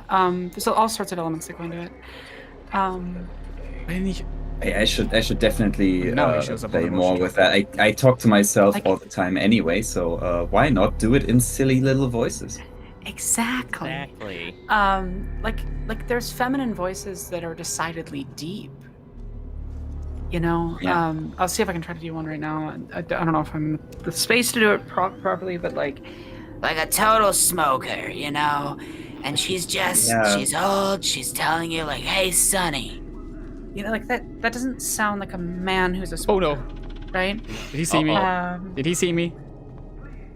And again, that's something of just knowing how to modify a voice. Like slowly walk away and hide inside this very small little. Oh, he saw me, right? He didn't? Back off, milk boy. Nobody wants you here. Oh no, he's changing his mind. He's changing his mind. Do they even have the milk in this one? I don't remember. Oh yeah, they have the milk blood. Nice. Milk blood. Milk blood sounds like a weird like slur in Elder Scrolls for a Nord. Stop there, milk blood. Yeah. No, because it'd have to be an Aldmiri that's saying it, you know? What do you think you're doing, milk blood? Oh yeah, there it is. There it is. Perfect. Oh my god. Is he really just gonna... God, Skyrim politically is such a mess of a game. What if we made both sides of the conflict different white supremacists? Yeah. I hate when people are like, clearly the Empire's the correct choice because the Nords are the evil ones, you know, and then it's like you get that they're also one, racist caricatures, but two, like the game racial starts with the Empire trying to chop your head off just for the lulz. Are you kidding? Like, and also like all of the Empire characters are insufferable assholes anyway. Time for gun action. Time for gun. And then on the other side, the Stormcloaks have a fucking segregated city. Like they're awful too. But I hate when I see people being like this side is good because the other side is bad. Yeah. Yeah. Hold on. When I There we go. see that It's like almost it's like maybe both of them are bad. And this is bad writing. Maybe it's just bad writing. Like, you know, at least, like, okay, this is super cliche, but obviously, like, Fallout New Vegas pulls this off much better. You are kind of torn between these two sides that are both terrible, but you can still, like, it's still very clear that one is the lesser evil. It's like one is full-on fascists, the others are just, you know, on their inevitable path towards fascism. Yeah, well, it's the thing of, you know, neoliberalism is fundamentally a system which necessitates fascism. Yeah. Like, sorry, I've written so much about this specific topic for an upcoming thing that I'm not even sure we're gonna release because it really depends what the fuck's going on with SAG-AFTRA. I've been having a fun week. Having a fun week, babes. Such a fun week. It's not been stressful at all. I'm so happy that it hasn't been stressful. I think, yeah, I mean, I think that Jesse and I are fine to release this Guardians video because we did have an advertising contract attached to it before SAG went on strike. But they've been saying that, like, yeah, any sort of promotion of struck work is even, you know, organic promotion. So obviously we have the disclaimer that we're putting before videos. If people have seen it, you are welcome to copy and use it. Feel free to. So we're hoping that's enough. I'm just making it very, very explicit that we're not doing promotion, that we're not trying to promote struck work or the companies that made it, and that the work in question was in production before the strike began. But it's kind of hard to shift a giant project. Like you can't suddenly make something else with a week to go. But it's kind of hard to shift a giant project. Like you can't. But I'm just stressed because I also have this Nimona video that we need to get done. And I'm like, yeah, so I don't know. I'm genuinely contemplating, like, Monday trying to write an entire separate video, like a decent length video that I can release in the first 2 weeks of October. Because I haven't filmed the Nimona video yet. I love the Nimona script. I want to do it. I might just have to shelve it until the SAG stuff is done. Because I'm worried. I don't want to make it so I can't perform, you know, in the future. Because it's relevant to stuff with identities and everything. Identity is the show that Jesse and I are making. Yeah, so, and obviously we're also trying to maintain a good relationship with unions and things. Yeah.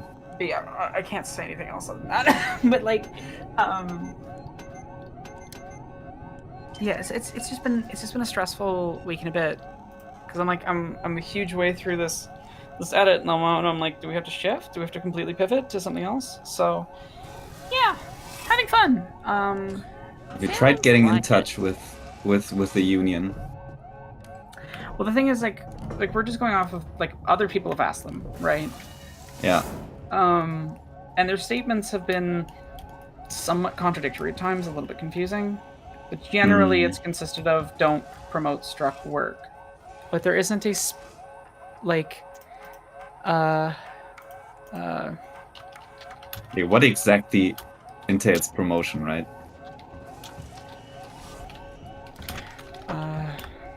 Difficult. One sec. Sorry, just responding. One Topic's doing some quotes for the Guardians video, so yeah. So what constitutes promoting struck work? Because, like, for example, someone asked and they're like, so SAG-AFTRA, this is a statement from one of their emails. Any non-member seeking future membership in SAG-AFTRA who performs covered work or services for a struck company during the strike will not be admitted into membership in SAG-AFTRA. That makes sense. With that in mind, non-union influencers posting content about struck work should refrain from posting on social media, even if those posts are unpaid and the influencer is posting from the viewpoint of a fan. Does that mean Twitter? Does that mean making a video? Unclear. Are you an influencer? I don't know what I count as, because I would argue that I'm an artist and a media analyst. You know, like, I do media analysis, and I do very professional, academic quality work, and I'm not exaggerating, because one of my video essays that's on my channel was one I actually made for an academic class, and I got an egregiously high mark for a writing class in university. I got like a 90-something. It's the Bechtel video. If you watch the Bechtel video, yeah, that is an actual academic work. So I'm like, the what video? I didn't. My video on catch Alison that. Bechdel's "Are You My Mother?" and Yes. Oh, this is not good. This is not good. This is not good at all. But yeah, continuing the email.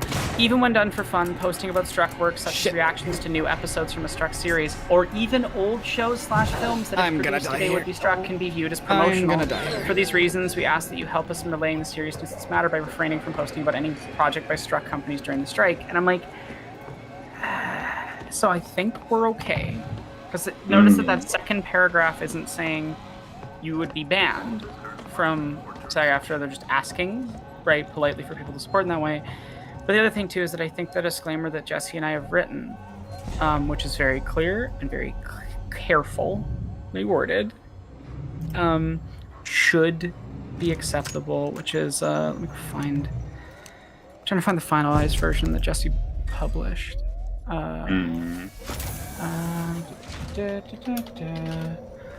on. Sorry about the keyboard noises. Oh, Pim, you survived that. I did. It did. Surprisingly, Yes. I did. So the finalized version that Jesse posted, which isn't necessarily the one that'll appear on the video essays, there's a slight variation, but is this review was filmed during the 2023 WGA and SAG-AFTRA strikes. With the labor of the writers and actors currently on strike, the works being covered here wouldn't exist. I fully support both the, again, these are modified for each individual project relative to what is being said in them. I fully support both the WGA and SAG-AFTRA in their fight for fair treatment and compensation against a system that continually denies them such. While a full boycott has not been called for, SAG-AFTRA has asked that everyone who does media about film and TV refrain from promoting Struck content during this time. From what we can tell, based on guidelines released, independent reviews do not constitute promotion of work, but critical assessment of a work of art. Any praise I give to these works should be seen purely as praise for the artists, writers, and actors who created it. If anything, the praise is emphasizing that the writers, actors, and other artists deserve more compensation because they are who make these works possible. Additionally, this video was not made using any studio-provided screeners or material. Do not support any studios during the strike. Which I would argue clearly constitutes a denial of promotion, right? An open statement to the opposite. So, I believe that we're fine. But, yeah, I can see how it's still... It's a little... and they keep changing the wording, because they'll say one thing to press, and then they'll say a different thing in an email, and I'm like, have a consistent FAQ, please. Yeah, please. Yeah. That would just be nice, because I want to support the strikes properly. Like that, very, very much. I am coming from the standpoint of wanting to promote the strikes. God, yeah. But crap. It's been interesting. Uh-oh. But yeah, if you happen to be finishing a video right now that you already started before that stuff started, and you want a disclaimer, you are more than welcome to copy and modify. What Jesse made. I know you got grabbed. Was that the Xenomorph? That was the Xenomorph. Where the fuck did that come from? From the vent Above right you. above me. Wow. That was the unluckiest death so far. Oh my god. It really was just like, hi. I also want to say, welcome to the stream, Megaron. Hope you're doing well. Wait, what? That closed the game. What? Oh. This is so weird. This happened yesterday as well. The game really said, fuck you. Yeah, like, we're not just gonna kill you, we're gonna end you. Well, the game was like, okay, this robot's gonna grab you, and then you're gonna get tossed into the Xenomorph, you're gonna die, and then the game will crash. Yeah. Yeah. What a lovely time. I guess it's like those fun old little horror games that will put a screamer on screen and then close. I decided to go find Ruby. I forgot I was in Fun Ruby and my discussion about fear and hunger, and yeah, I at one point in our conversation said the sentence, to be a bit evocative and gross, it's like someone watched a bunch of snuff films, Berserk and Serbian film, and just kind of threw them at a wall and then defecated and jacked off on them. That's hot. No! I am a poet. No, it's not. Well, yeah, the screen share isn't up yet. Just in Oh, right, yeah, that turns off as well. Good that you said that. Here we go. I'm gonna change that. And while I do this, I will also show you all the list of goals right here for those who just arrived. So we have reached the first one. I got a cookie. It's so silly. It's so silly. I know it is. But yeah, the next one is 70 patrons. It's still a way there. But people should get to 150 because then I get to design Pim a tattoo. Yes. I am still skeptical that we will ever reach that, but I will still champion and ask you all to at least try get us there. Because that would be really cool. I want that tattoo. Nice. But yeah, this is what it looks like. If you want to look at the list at any time, there is a link in the stream description. So you don't have to wait for me to show this every time if you don't wanna. But yeah, so next up, it's 70 patrons, and it's me playing the guitar. So that's cool. Yeah, okay, let's see. Shall we keep doing the alien isolations? Here we go. I suppose. I mean, we could do that. Could. Just gotta, you know. I just I know realized you want to it give is- the alien a hug, but you just gotta be a bit careful. It's 2 a.m. where I am, so I should go to bed. But Oh god, yeah. Sorry, I've been very much like late night out of it rambly. I mean, it's I've been very talking valid too though. much. It's very valid though. Very informative. Yeah, yes, great stuff. Above all, informative for sure. I pride myself in being, if nothing else, the fuck is the term? Can you tell I'm tired?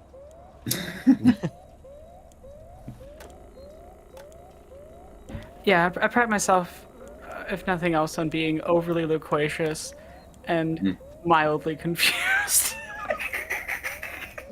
It's a vibe. It is very fun that you couldn't think of the word loquacious. Yes. That Yeah, is I mean- great. I mean, loquacious means very talkative, or garrulous, which is such a fun word. Garrulous. Oh my, she's so garrulous. I feel that like woman talks too much. No. Oh no. I'm talking about myself. I can make that joke. That's true.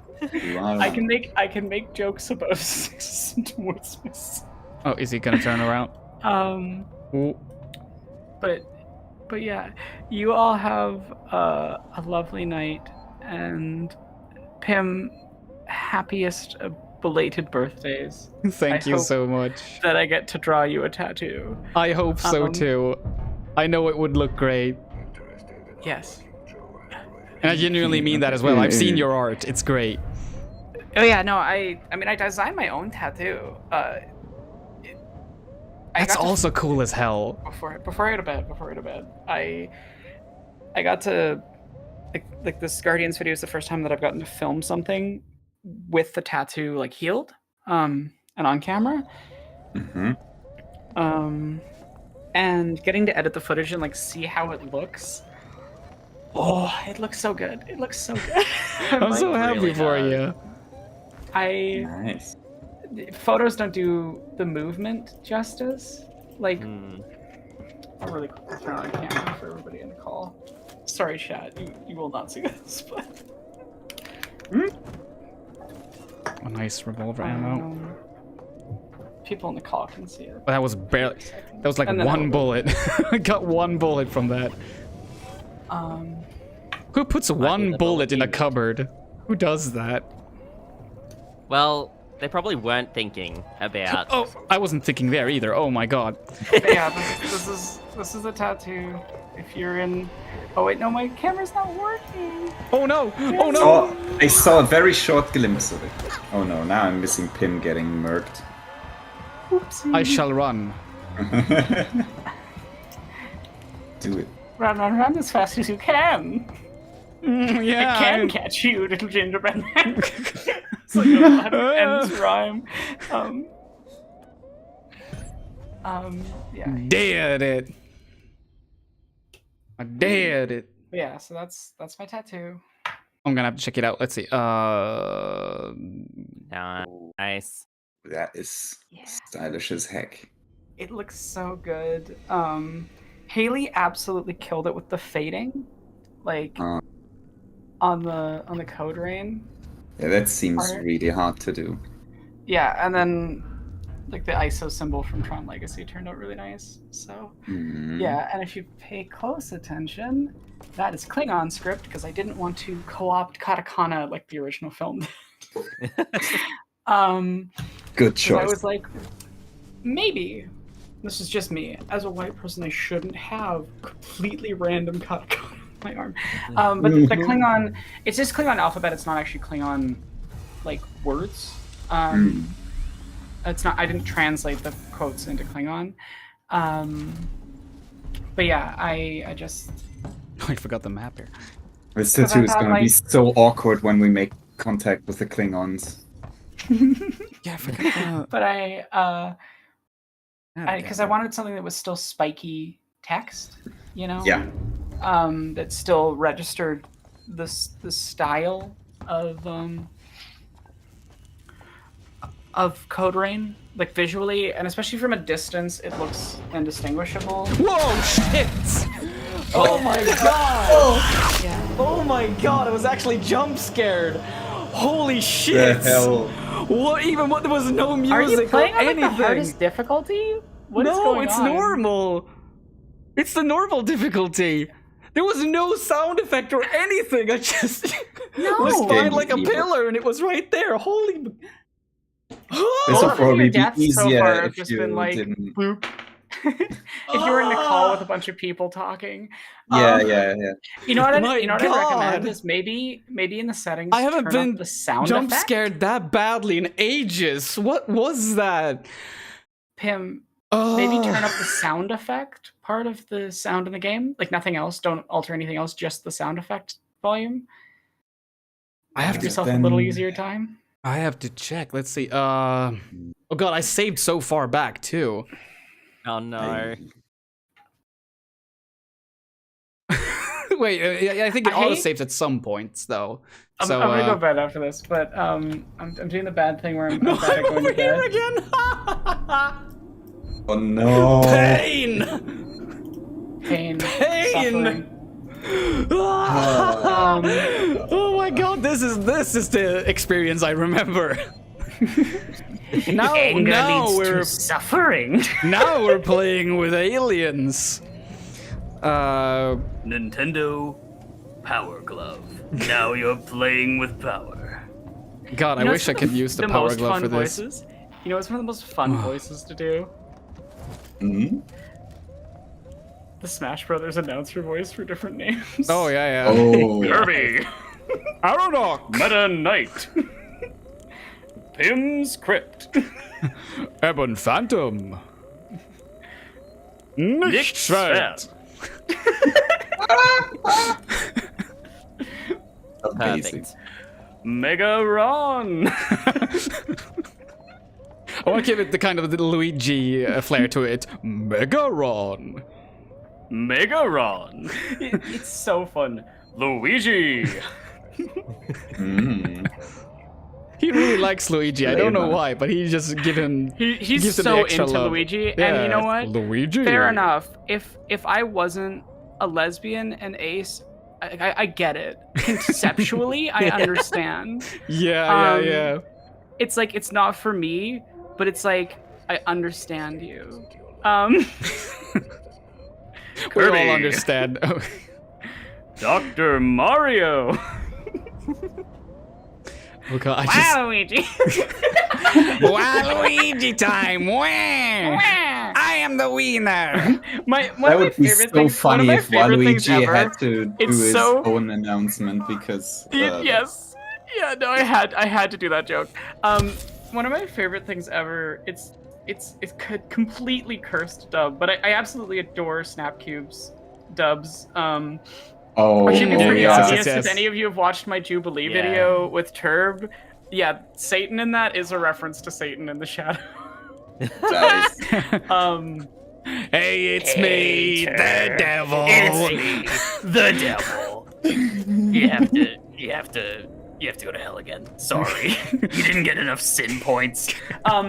Anyway, but one of my favorite bits is in the absolutely cursed April Fools dub, where every time Wario appears on screen, the voice actor doing Wario just repeatedly says, Wario! I'm gonna win! It just completely clips the mic every time. Yes. And it's oh no! What? Oh no! There's a compilation of Wario, and I don't know why, but it gets funnier. Like if you just watch the compilation of Wario in the whatever space like emissary dub, I can't remember what the fuck is the stupid name of that game mode. The I shouldn't use subspace stupid. That was wrong of me. Sorry. Something with emissary.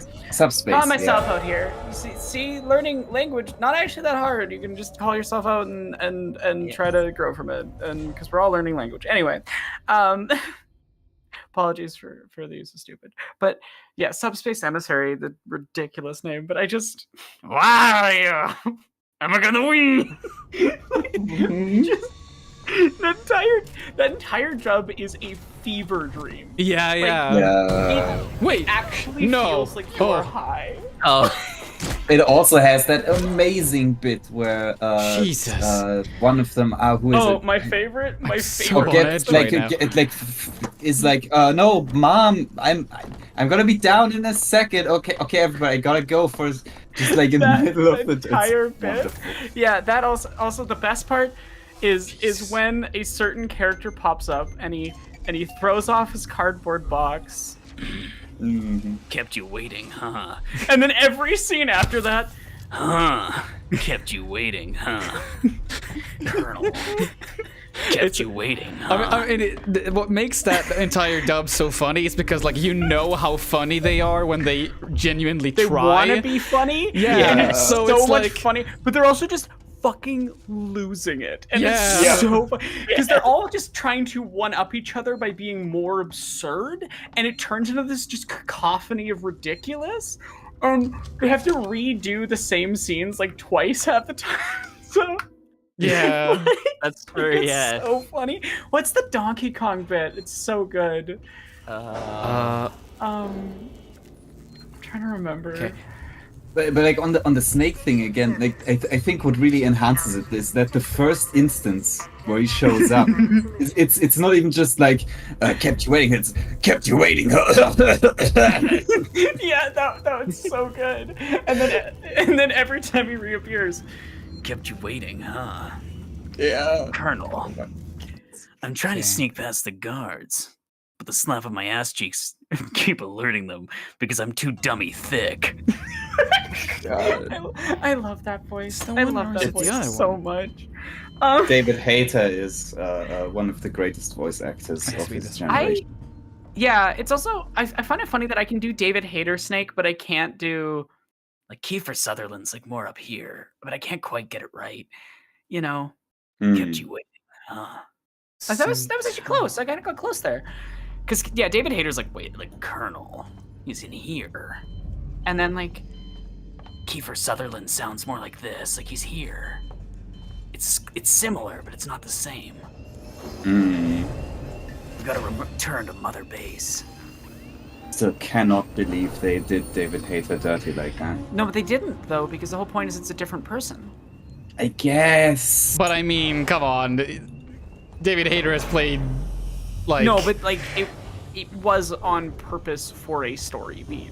But also that is not true because Big Boss is still in.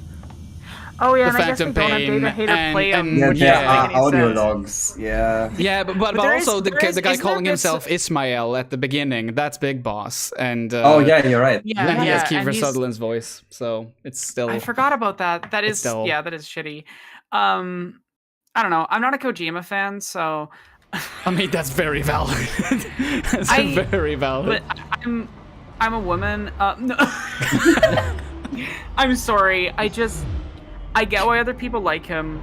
I really hope that he someday gets to make a film because it's clearly the medium he wants to work in. Yeah. And has been for ages. Yep. And that's fine. That's valid.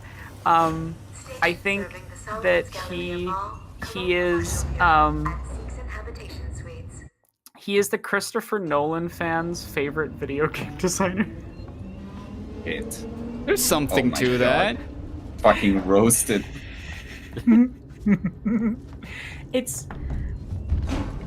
They're not as complex as people think they are, but they are also not more complex than other people think they are. Yeah. It's They a are frustrating. It's frustrating. They're never rated adequately, and I'm not saying like I don't dislike. I actually love a lot of Nolan films. I want to be clear. When I say Nolan fan, I'm not talking about someone that enjoys Nolan films. No, I mean a Nolan fan. You know what I mean?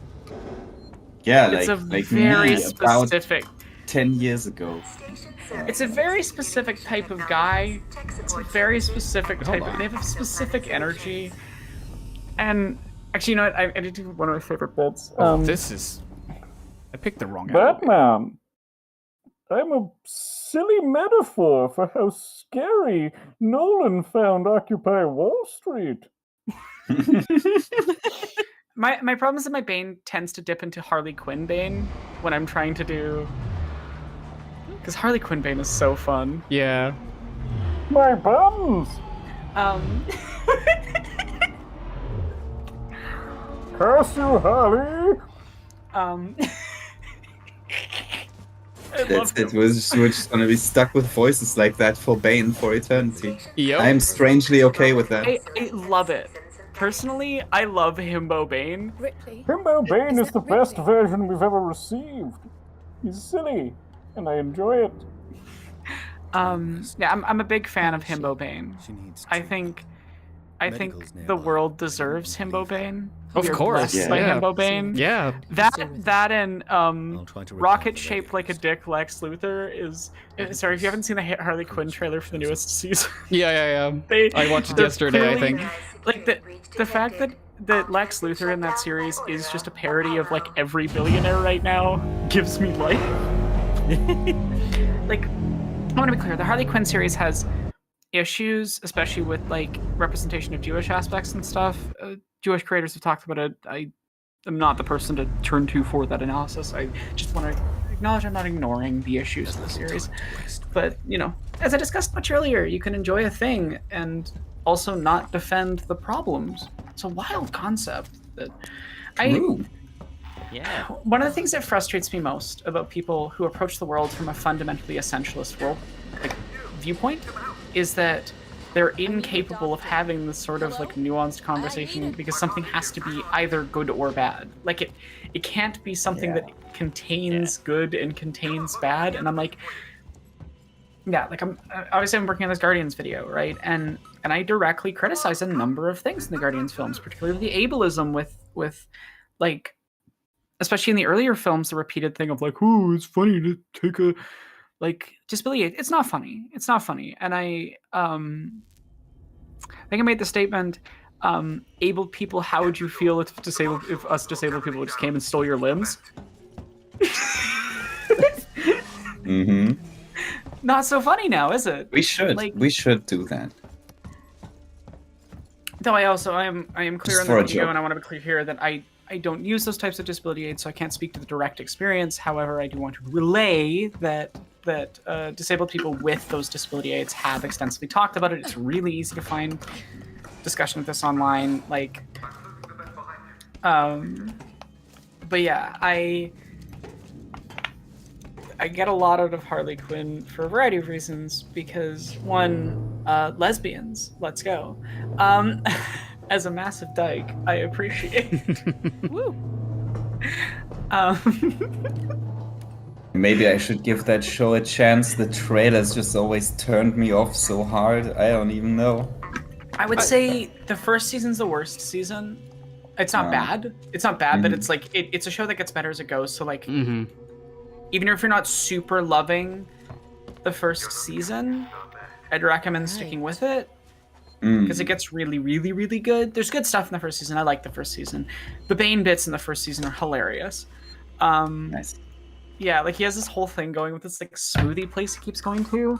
Oh yeah. And he gets pissed off at a certain point. And he's like, "Fuck you, smoothie guy!" And he blows up the. My friend needs help. Medical Like supplies. Bane has just had these like silly side adventures, and they're so good. And just How do we get when there? Carlo Esposito as Lex Luthor is such a good voice performance. Yeah, like the entire vocal cast is just very, very, very good. Again, issues with the anti-Semitism and stuff, but and I'm sure there's other stuff that I'm not aware. But there's things I really love about it. I'd really recommend that everybody go watch Laron Reedus' video on King Shark as queer representation. But yeah, Ron Funches plays King Shark, and he's like steals every scene he's in. I fucking adore King Shark in this series. Yeah, I'm trying to think like where people might know Ron Funches from, but he's just a great actor. I really like him in a few things I've seen him in. Yeah, and like Alan Tudyk is Clayface, and he is wild. Ooh. I mean, it's Alan Tudyk. Okay, It's Clayface in honestly- this. Clayface in this is someone who wants to be an actor, and he can turn into anybody, but he's like kind of bad at acting, and it's really funny. He has an entire arc where he like impersonates a real person. It's really funny. It becomes like a famous actor for like he impersonates the famous actor, and he's playing that real person, like real famous actor, in a film about the death of Martha and Thomas Wayne, and like Bruce Wayne, like Batman's like really upset that this movie's happening. It's so like the show is so funny. Fuck. It's Oh my wild. It's But also, my wild. god, I have done acting in my time, and playing a bad actor sounds easy. Fucking impossible. Oh, you know what's another one of my favorite things in Harley Quinn? Jim Rash, the head of the university and community, the dean. Yeah, he plays the Riddler. He plays a gay Riddler. So funny.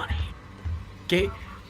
They have a rivalry with so gay Riddler dates like Clockface or something. I can't like another silly villain, right? And they have like a rivalry with Harley Quinn and Poison Ivy, and it's so funny. Yeah, like there's just so many good bits to this series. Don't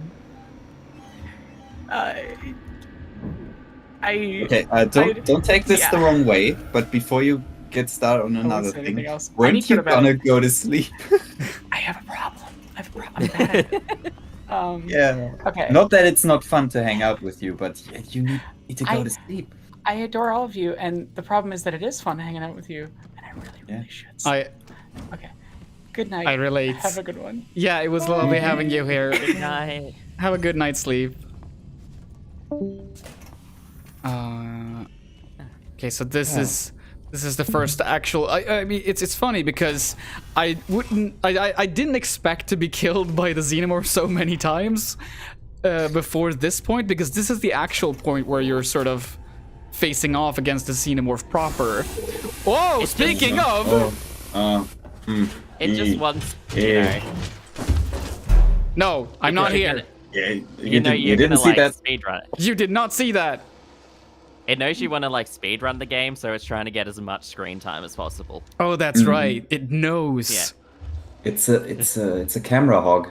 It is surprising though that it did not see me there. That's incredible.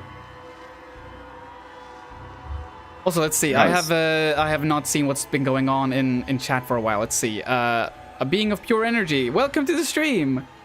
You're doing well. Unable to sleep at 3 a.m. my time. Resisting the urge to watch this live. Lol.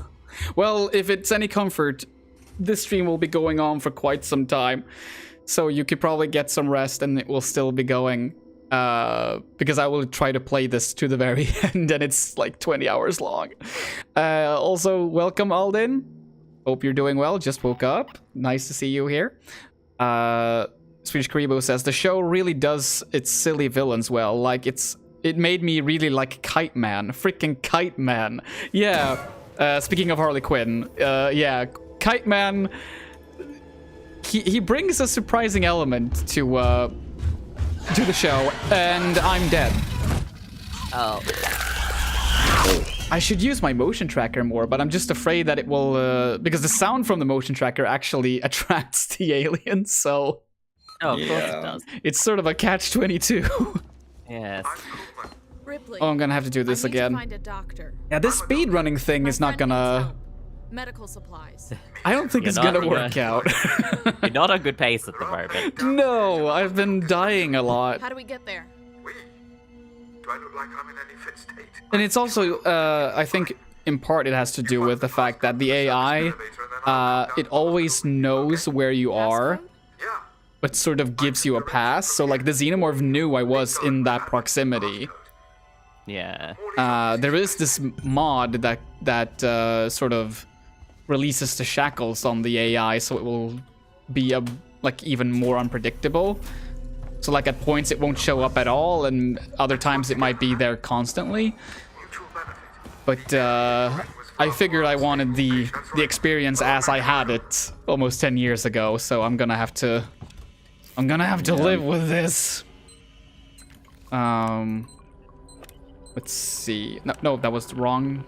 That was the wrong. I was thing. a bit distracted. Like, what's going on? Is Glasses lady? Did she get face hugged? Is that what happened? No, she didn't get face hugged, but she did get injured. So we're in the medical bay right now, and we the goal is to go get her some medical supplies to heal her wounds. And of course, I have to do it, not the robot man. I saw like lying on the ground holding her stomach, and I thought, oh, that looks bad. Yeah, that classic alien image. You know what's coming next. But yeah, this is... I don't think she got face hugged, actually. Oh, that's good. If I remember it correctly. I think That's it's just good regular for wounds. her. Yeah.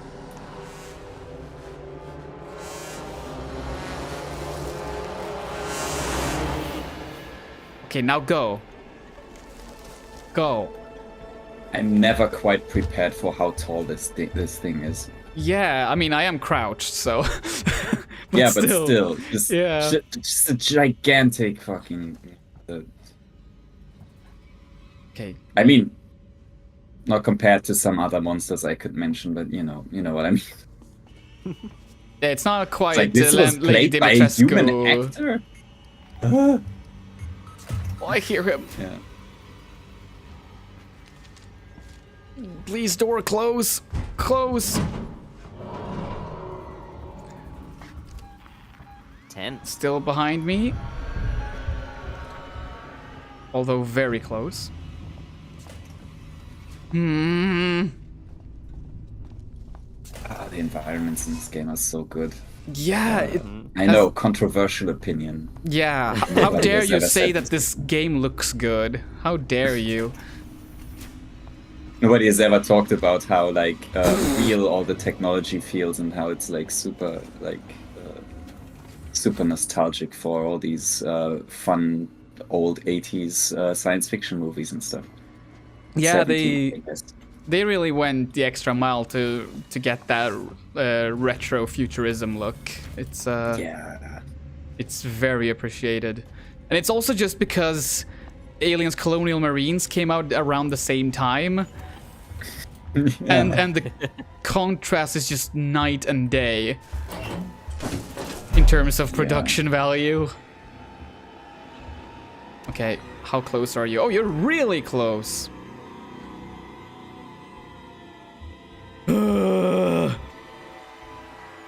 Okay,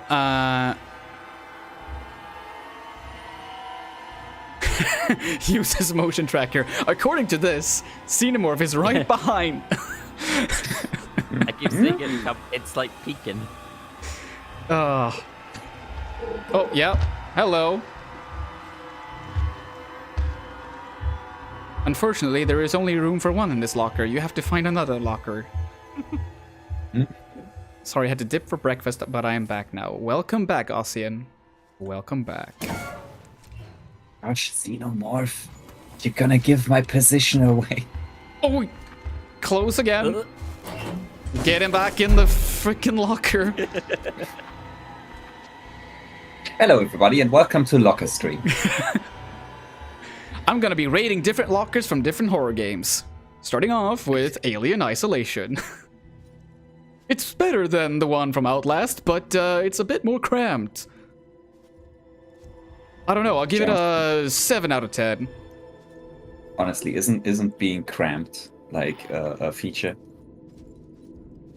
Isn't that kind of the point? Maybe. Maybe it's Maybelline. Anyway, Ripley is a nerd, and the Xenomorph should stuff her in the box. That's what this is all about, actually. No, are you serious? I can't walk this? Oh my god, I have to take the other way. I thought I could take the long way around.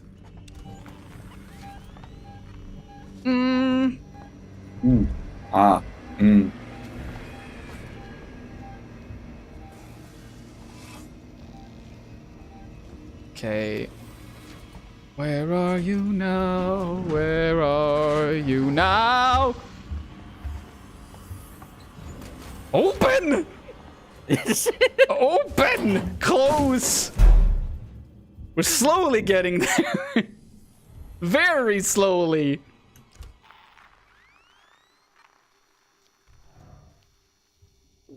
I think I hear it in the vents. Oh, wait. Getting closer. Oh my God, are you saying it's venting? That's pretty sus. Anyway, I'm here. I'm gonna be here all week. Gosh. Well, with that kind of material, now you have to. Oh my god. Okay, Ossian writes, I really wanted to become a patron for a while. I'm glad I finally took the step. Your videos are excellent, Pim. I watched them since a while back now, and I like them a bunch. Thank you so much. That really warms my heart. That is so lovely.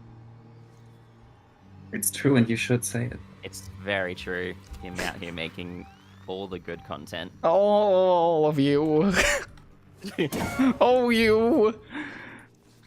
But that is one of the reasons why I'm having this Patronathon. I should honestly say that, like, having a full-time job and doing these videos, like, it's getting increasingly difficult. I'm not gonna lie. And since YouTube also is just getting worse at promoting my stuff and getting people to see it, it's becoming more and more of a challenge to make videos. So the big sort of solution I find is that try to get more people to sign up for the Patreon, because if I can reach a level where I can do this like part-time or hell, maybe even full-time, I don't really have to care about how many views I'm getting from YouTube or stuff like that. I could just know with certainty that I will be provided for by the patrons, and I can oh my gosh, you know what, I'm gonna hold that thought and just find like a table to hide under.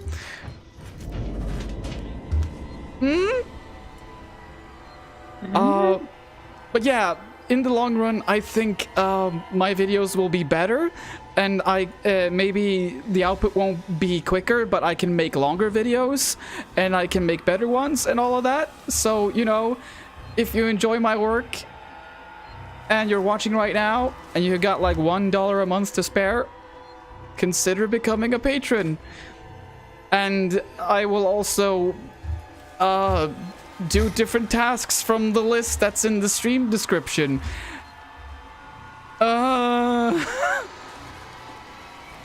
My There's life. some fun things in there. Oh dear. Such a long tail.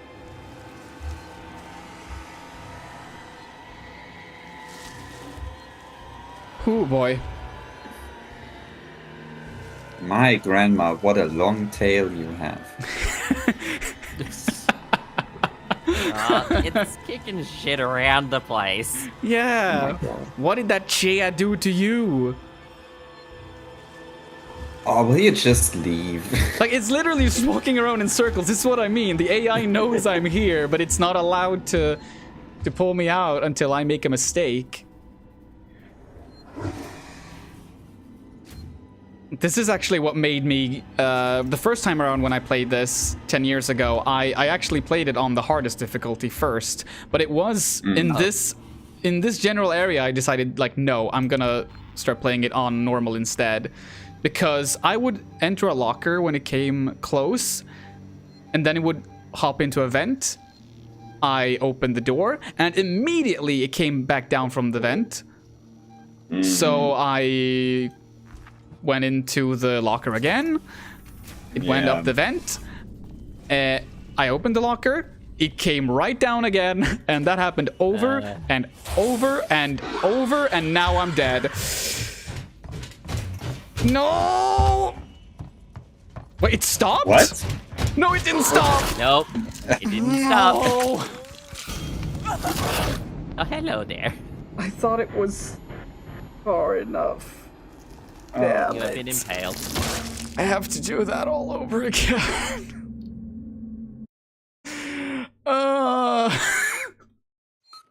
This is pain. Oh my god, we got another patron. Ron Mega Ron. Thank you so much for becoming a patron again. That's so very kind of you. Thank you so much. Okay, I'm gonna have to change that then. Let's see. Where is it? There it is. We got 66 now. 4 left to the next goal. If I survive that long. Okay. Ripley. And that took so long, too. Oh my My gosh. friend needs help. Medical supplies. Me too. There are no supplies on this level. But there are I mean, I never get sick of listening to this How guy do we get talk. there? I mean, I wonder if I can just... No, I can't skip it. Because he'll activate the door so I can push this button. service elevator and then I'll come down to the hospital with you, okay? Passcode? Yeah. I can direct you from here. Morley or Lingard would have had the new passcode. Morley's office is your best bet. Yeah, I already know the passcode too, but unfortunately I can't do like a speedrun trick and just go to the door immediately. Because the game knows I haven't checked out the code yet. The area you're in was far more unstable. I'm gonna double check just in case. No, wrong way. Just tell me where to go, Coleman. Yeah, I know the passcode, but the game says I don't have it, so Oh. can't skip it. Along that corridor. Don't get me wrong, I Come love this on. game, but this Just game... let us cheat. Yeah, like, it's not the game's fault that I'm trying to do like a one sitting playthrough. You're there. That's Morley's office. But currently I'm feeling like the game is very mean to me and I don't deserve it.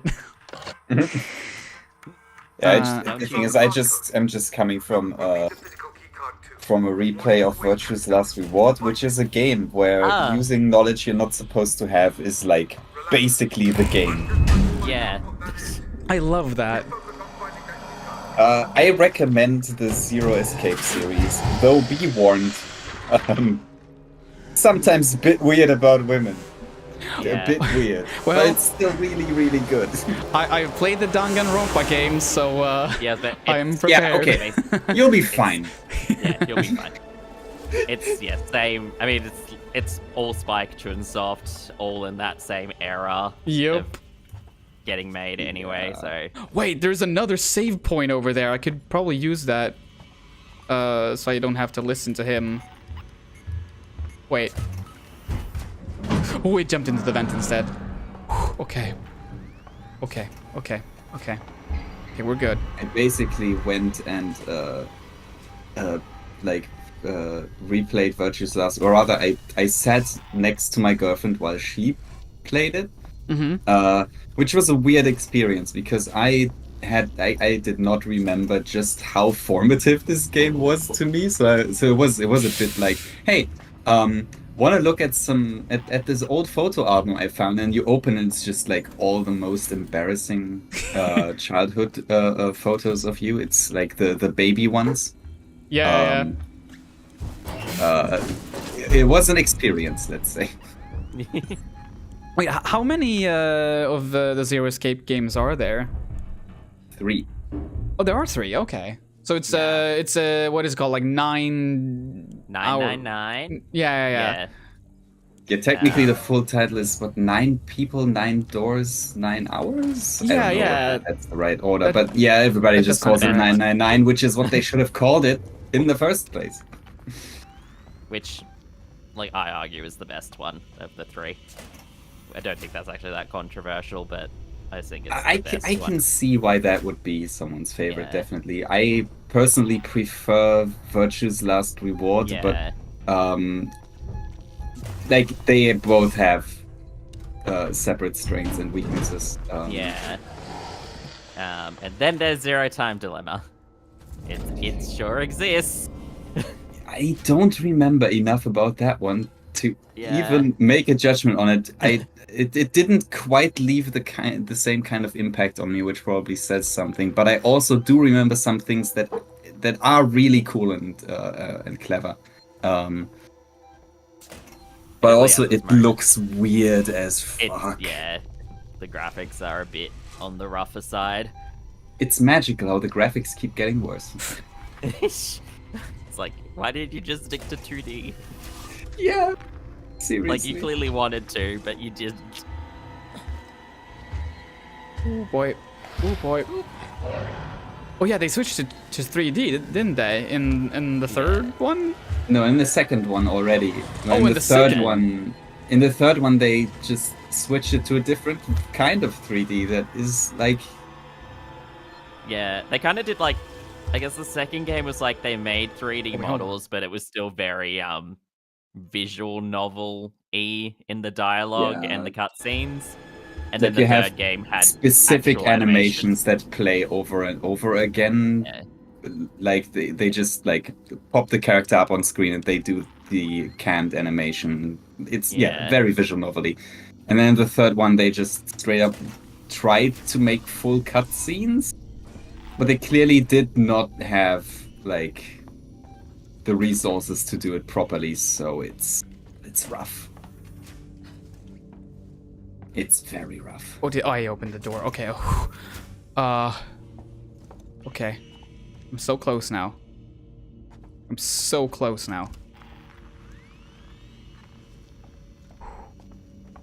Yeah, for some reason, they're at least, like, for those titles, for Zero Escape and Danganronpa, their forays into 3D were a mixed bag. I did it! Anyway. Damn you, Coleman! You knew that thing was here! Woo! I did it! 1702! Ah! Okay, now let's get down to the dispensary. See, now you needed another cookie to celebrate. Celebrate your accomplishment. I mean, I could use one. Sure. I'll grab one soon. Also, I'm gonna check out what's happening in the YouTube chat. Let's see. I keep saying it on Twitter, but your vids really are incredible, Pim. It's been great seeing your content evolve through the years, and I'm honored to have been featured in a few of them. Thank you so much. It really warms my heart. And I also have to say, for those who don't know, Swedish Karibo is actually the voice of Jigsaw, or George Saw, as I call him, in my Saw video. Yeah. So thank you so much for that. And let's see, Losty says, I have been following you since the Rachel Foster video that Ragnar pointed me to, and it's been too cool to see how your channel grow. Oh, thank you so much. It was really cool of Ragnar to lend his voice to that video as well. I'm eternally grateful for that. Slightly different small topic. I backed a book that's about this game some time ago. Excited to get it. It's supposed to be like a companion piece of the game. It's being written by Andy Kelly. Yeah, you know what? I backed that book too. I'm very much looking forward to seeing how that turns out. Is it like a novel or? There. No, it's more of like a, and we can leave. I guess sort of a, not critique, but like a, what's the correct word for it? Like an analysis or essay type deal, from what I've understood. Interesting. Yummy! I'm gonna get the fuck out of here now. Bye. You're dead now, but I'm not. Wow. Easy come, easy go, huh? Also in chat, oops, I accidentally clicked the become patron button. Oh, well, I guess I'll have to give you money now. Oh, okay, well, that's neat. Wait, access granted. Why isn't the elevator? Oh, here we go. Thought something was wrong there. Thank you so much. That's so very kind of you. Okay, I'm gonna have to, let's see. Gonna have to update then. So we are now currently at 67. My God, things are happening. Yeah. That's neat. So we're only 3 patrons away from the next goal. Hell yeah. Keep them coming, everybody. Yeah. Tell your friends, tell your fam. Tell everyone so I can afford to buy a boat. No, seriously though, I think I don't know where I saw this. I think someone seriously had that like at the end of their YouTube video, like, oh, no, it was like, yeah, support me on Patreon or to like subscribe to my channel so I can buy a boat for my dad. It's like, wow, okay. I mean, honest, I guess. Yeah, I mean, kudos for that, perhaps, but this wasn't exactly like a small YouTuber. This is a YouTuber who probably could already afford a boat for their dad if they wanted to. That felt a bit weird to me. Did I actually activate it? I did. I shall be right back. Absolutely. Okay, so I think that no, that door doesn't seem to be open. Where is that also in utility? Let's see. Not activate cooling system. Was there anything else that I missed? Shared audio. No. Okay. Okay. I guess the door should be open then. No, it's the other one, of course. Here we go. Here is the. No. What the?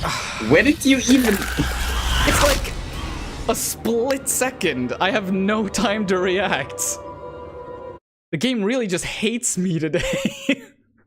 Because I test played this part just because I wanted to see which settings to use during the actual stream. And this part just went fine. The medbay as well, but now I'm just getting eviscerated. The game is like, should I use your motion tracker more? Yeah. But then again, it's the catch-22 thing, where if I use it, it's gonna hear me, so I don't know what the game wants from me. Don't use it at that moment, you fool. That's not the right one. Okay, I'm obviously. God. I think I'm just gonna have it up all the time, and then the second it gets real close, that's when I'm gonna put it down. Let's see how that goes. Okay, I'm gonna pick this up. It's probably gonna come down immediately now, right? No, nope. It's gonna do it the second I walk out here, and I can't hide. Close, close. Oh wait, oh yeah, here we go.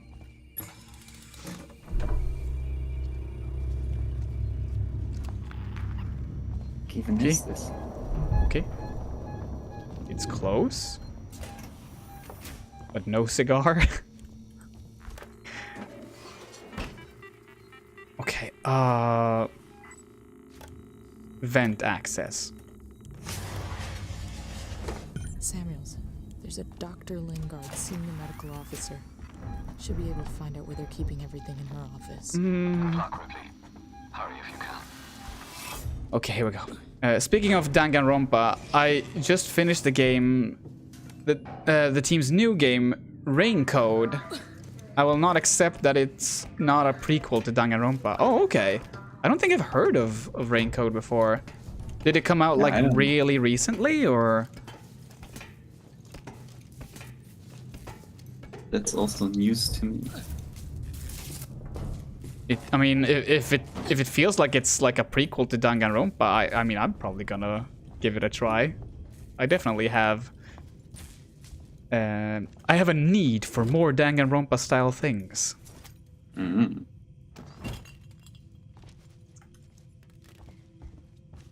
It's kind of the same thing. I haven't played Danganronpa 3 since I think 2017. Oh, yeah. So I feel like it could be time to maybe get back into it.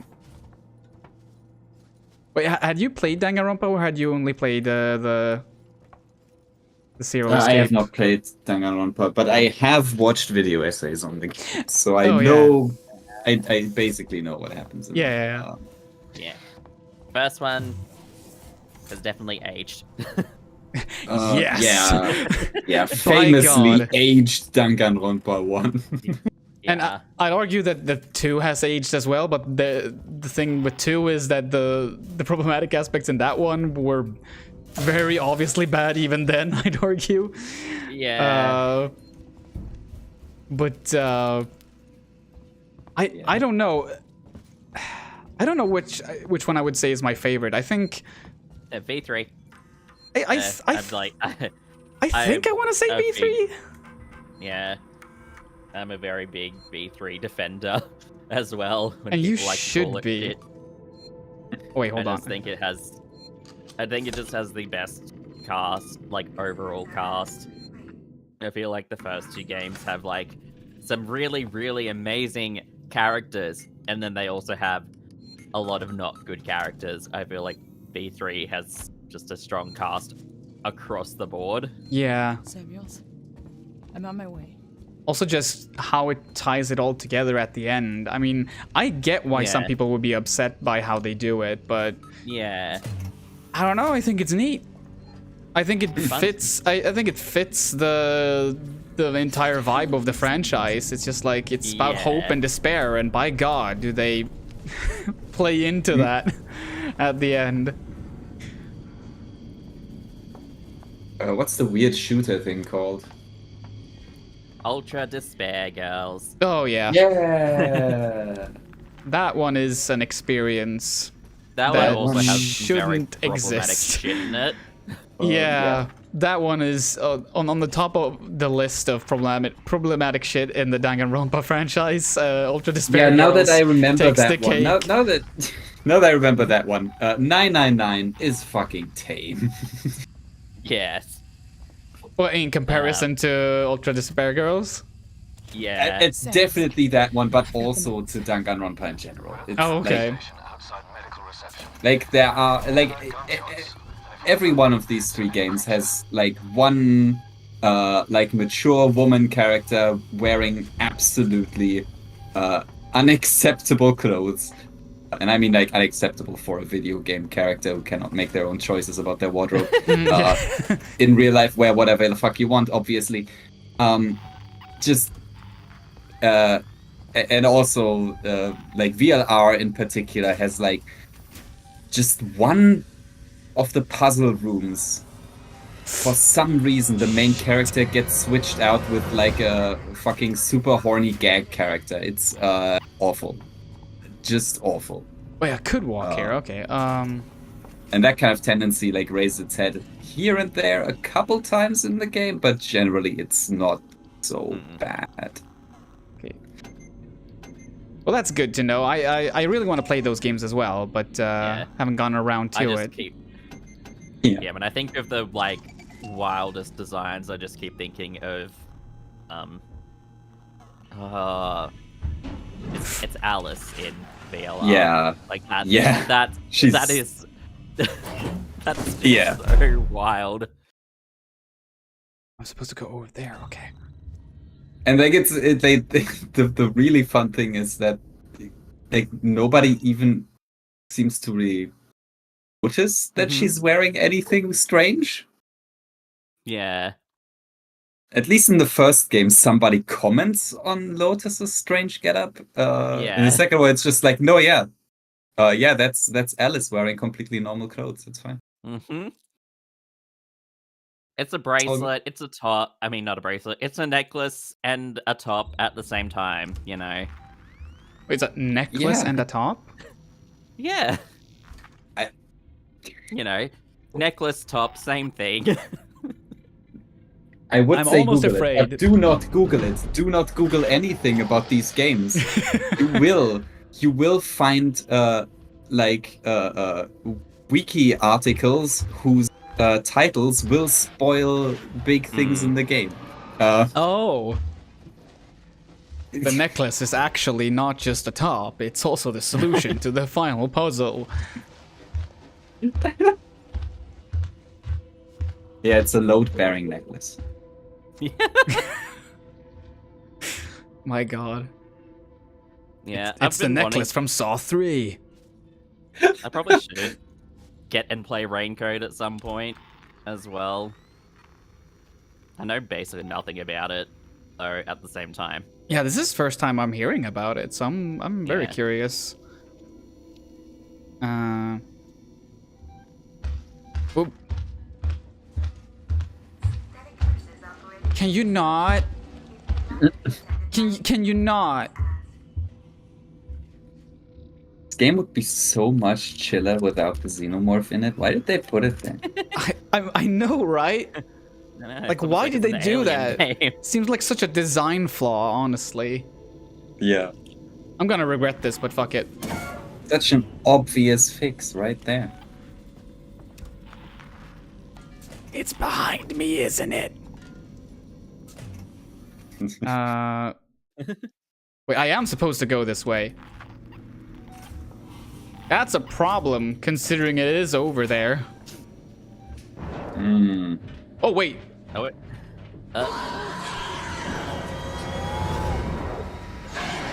It's killing the others. Oh. There are other people here? Yeah. Wow. What a way to find out. It's over. Woo. Wait. I'm just gonna slowly go over here. Stroll on over here. Yeah, nothing to see here. I always think it's funny with Ultra Despair Girls how it has, like, simultaneously some of the worst aspects of the series, but also, like, is the game that single-handedly redeems probably one of the weakest characters as well. It's so weird. Yeah. Wait. Whoa!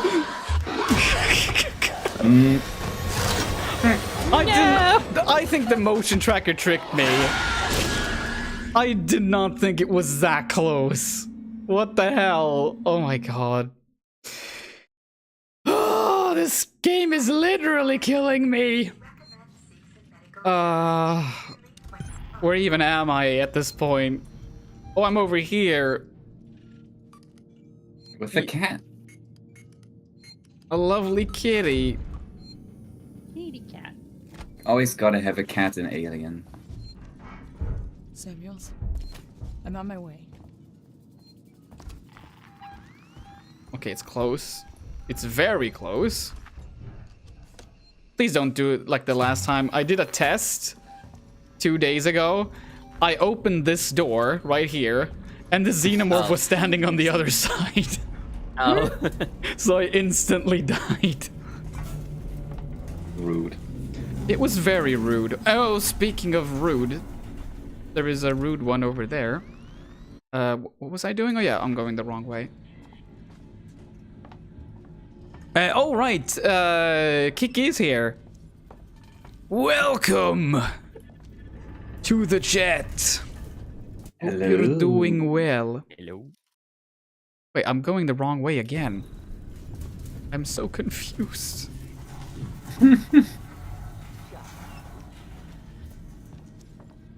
Here is a map. I updated the map.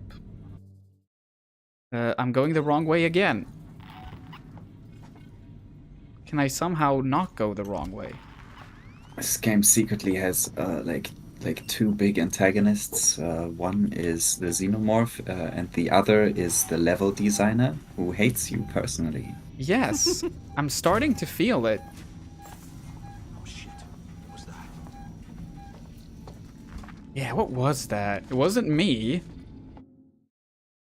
Again, I'm going the wrong way. I guess I could. Ways you could go down a corridor. I mean, I guess I could be more like check the map more frequently, but I also don't want to just have this be the gameplay where I'm just like, oh, wait, I have to check the map again. Okay, it has to be that door, right? Yeah, that's not very immersive. Look, don't ask me. I am notoriously bad at reading maps and finding my way. Oh, same. That's... It might be an ADHD thing. I don't know. I get lost so easily playing games. Wait, but then we'll also be that asshole to complain about waypoints. It's like, the thing I definitely should be using, I'm still going to complain about it if they keep shoving it in my face. Yeah. I'm now wondering, like... Because the map is telling me to go a completely different way. I don't know why. The thing with waypoints is you can like fix a lot of the waypoint issues by allowing players to make their own waypoints. I wonder if I can make waypoints. Let's see. No, but I have a legend. Nice. Cool. I'm currently very confused, I have to admit. Yeah. Like, I've sort of forgotten what I've done and where I'm supposed to go. Oh, crap. God, I hate this place. Well, you and me both. That's where I heard something. You trying to push my buttons? I'm so stupid after all. You're trying to push my buttons?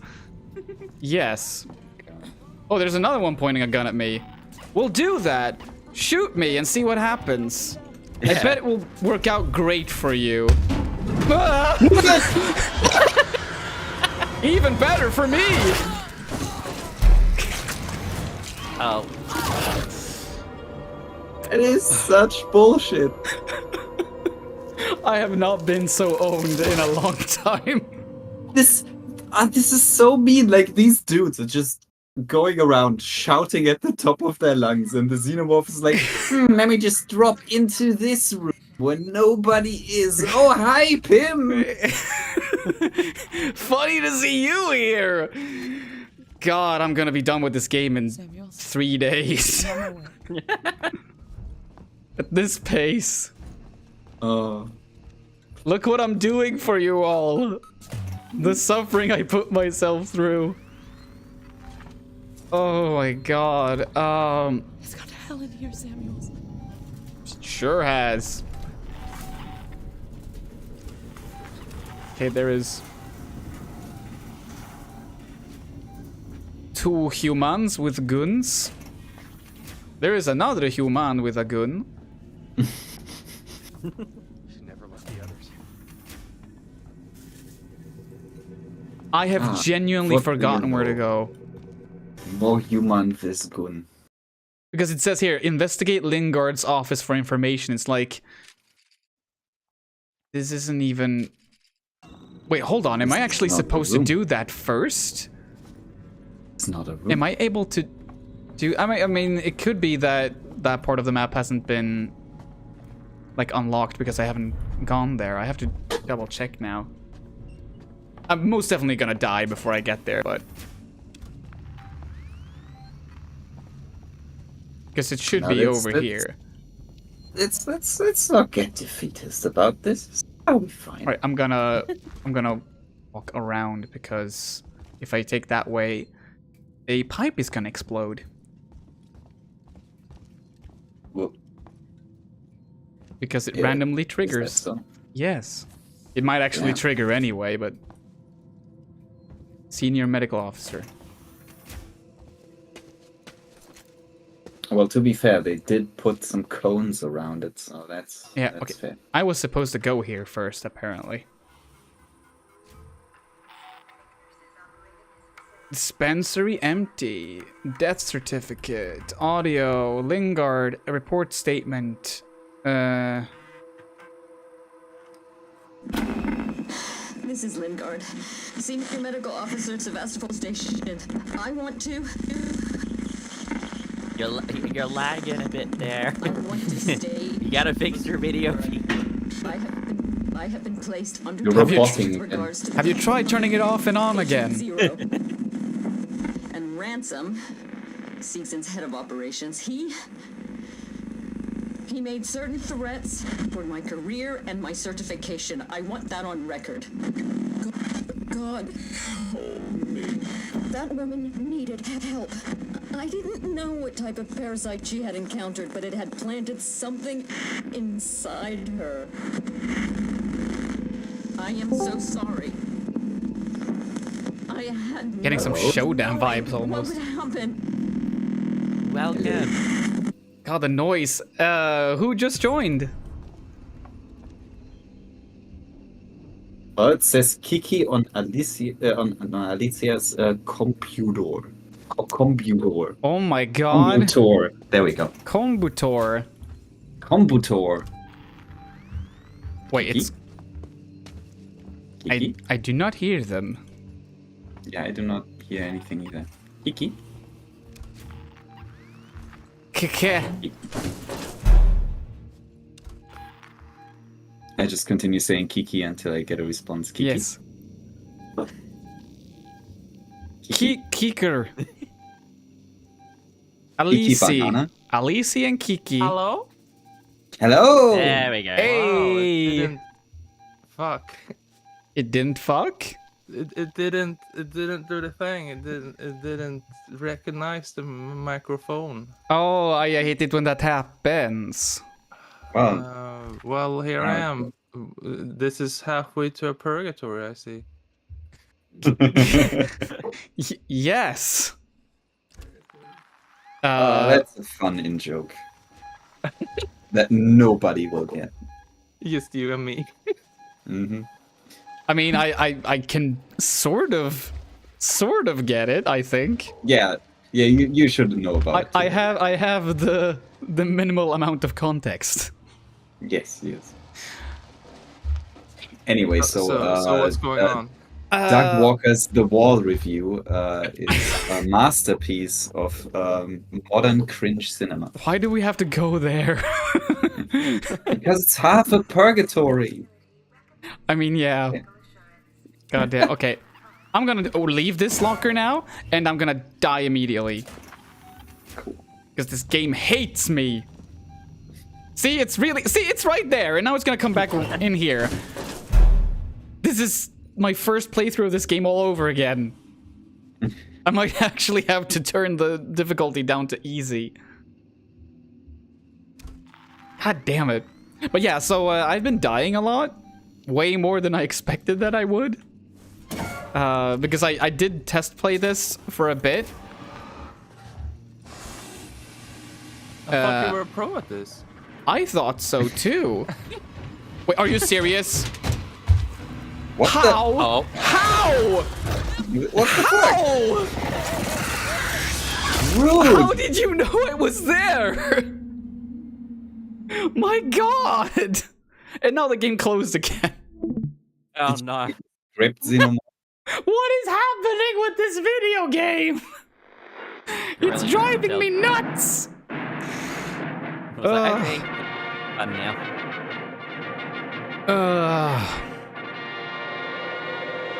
My life. Yeah. My life. Consider turning down the difficulty. It's fine. It's fine. I'm gonna give it one more shot, and if it keeps doing this, I will, because this is getting ridiculous. I mean, sure, I might be sloppy in a few places. I could definitely admit that, but also just I do not remember the xenomorph being like this annoying, even on the medium difficulty. Driving me nuts. Whew. Yeah. Anyway, how are all you doing? How are you doing, Kiki? Well, I just kind of woke up. So I guess I'm doing nothing. Nice. Neat. Nice. Neat. Samuels, I'm on my way. Hey, you're kind of like Kiki from Transparency. Yeah, I know. I wonder. Yeah. I wonder what she's doing right now. I Oh, usually yeah. get that. Well, she's probably working on like some cool video. Speaking of, you maybe you should introduce yourself. I forgot. Yeah, maybe. well, yeah, we had a whole thing where like the mic didn't. It's me, Kiki from Transparency. What? It's you? Yeah, it's me. Well, My usually I'm not the one that talks in videos, but I did in the last one.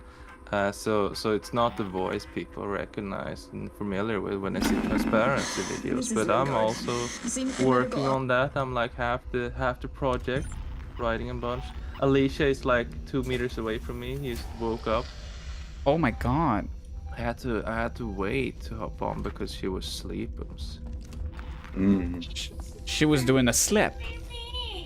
It's very kind of you. We also live in like a one-room apartment, so I can't even go like to the other room or something. You wanna join? We do have some slots. Oh yeah, for sure. All right. The Discord share isn't up yet. Yeah.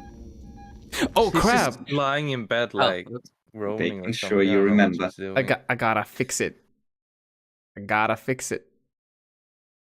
I do also agree with Losty that games should be fun. That If it means yes, lowering the difficulty, then you should do that. it is absolutely true. You're valid. absolutely right about that. But how can you say you completed a video game if you didn't have a shit time? I don't understand. Look, if I want to go back onto my Elden Ring bullshit, I completely fucking ruined that game for myself because I was so adamant about beating Melania that I then steamrolled the entire rest of the game after that.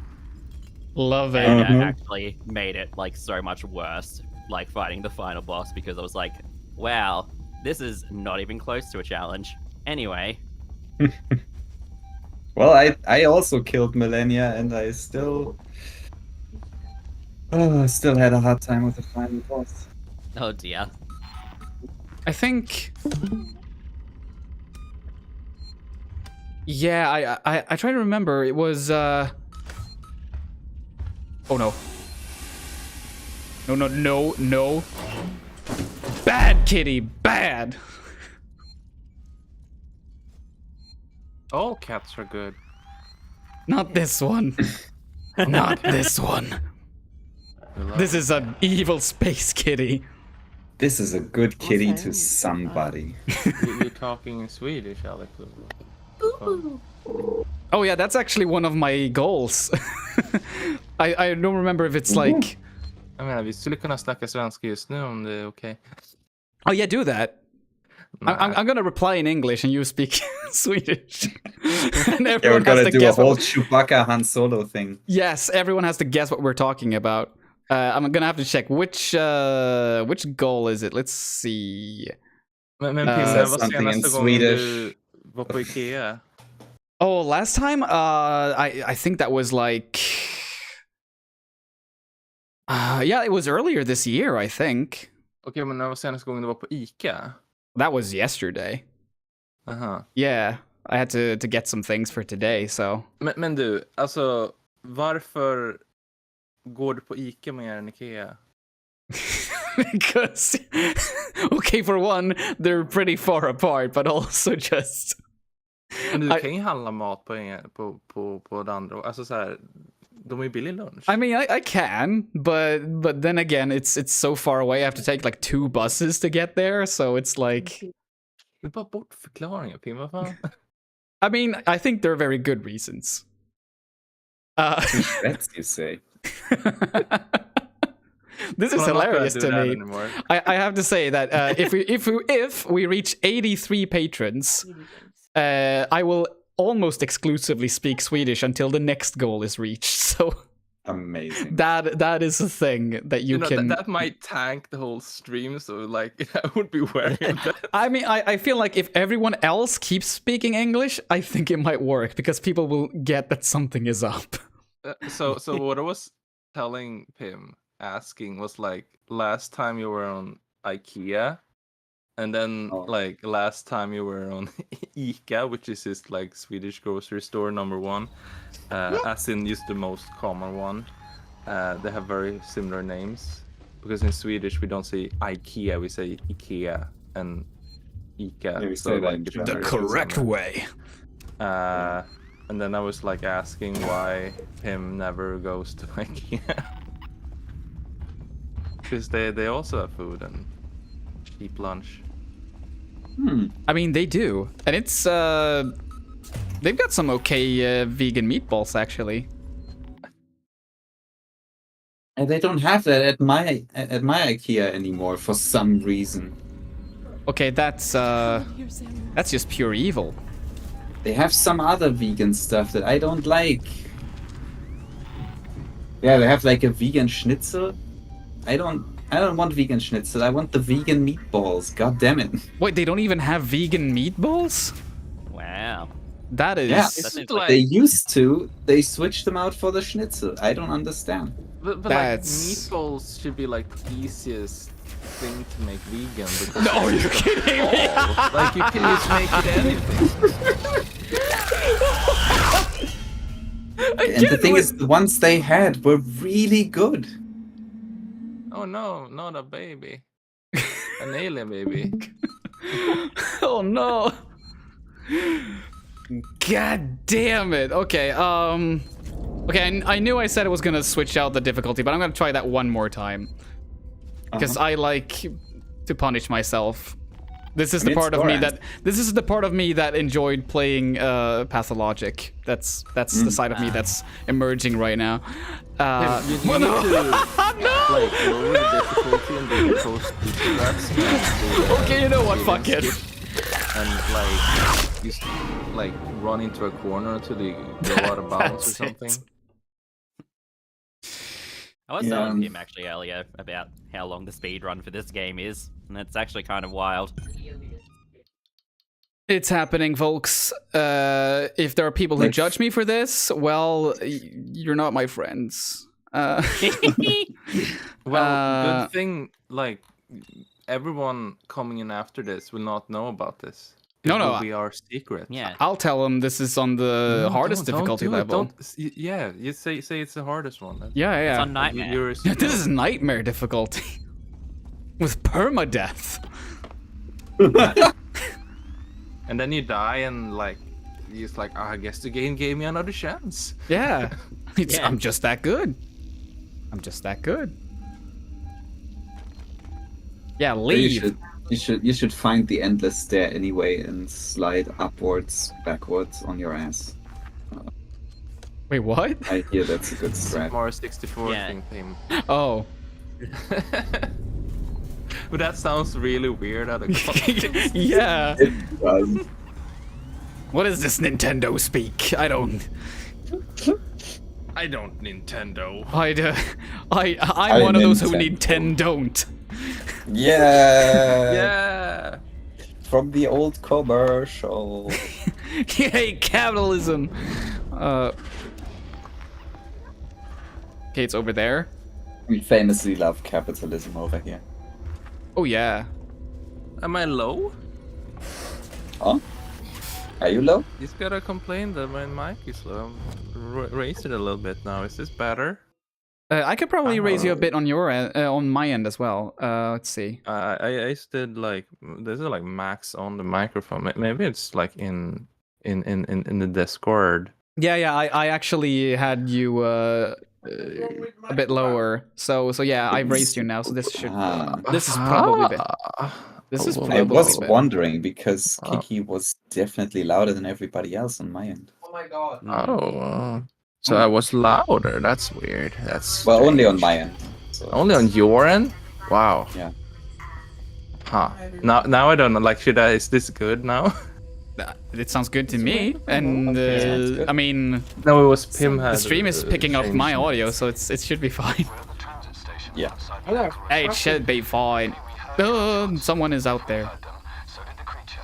I do also like Robin's comment of "It's not dying, it's unlocking non-standard endings." Yeah, of course. Yeah. Also, welcome to the stream, Robin. Hope you're doing well. Ooh, look. I mean, like, the whole dying non-standard endings. Like, we did a video about alternate endings in games. Yeah, it was really good year, too. Where I like said that like, I mean, like you losing in a game is also an ending. So like, it's the first game with a win-lose state would have been the first with alternate endings. I agree with the take. Some games make this very explicit. I mean, this Xenomorph is literally just patrolling. Like, I don't know if you've ever heard of this game before. It's called Virtue's Last Reward. This Xenomorph is a cop. I have. Yeah, we talked about that earlier, which is why I said it like that. I'm genuinely considering going back to use the save station again to save that progress. But I'm also afraid that's gonna screw things up. No, I can do it. I can do it. Except that music kind of gave me the idea that maybe I'm being stalked right now. You know what I like about this video game? Hi everyone, Alicia. by the way. Yeah, hello. I like that this game basically doesn't have any visuals because it's so dark. And then when you see something, you're just looking at the fucking meter thing to see where the alien is. So everything is blurry, like most of the screen. So it's like, yeah, you know, it's like they could have made this into a Five Nights at Freddy's thing.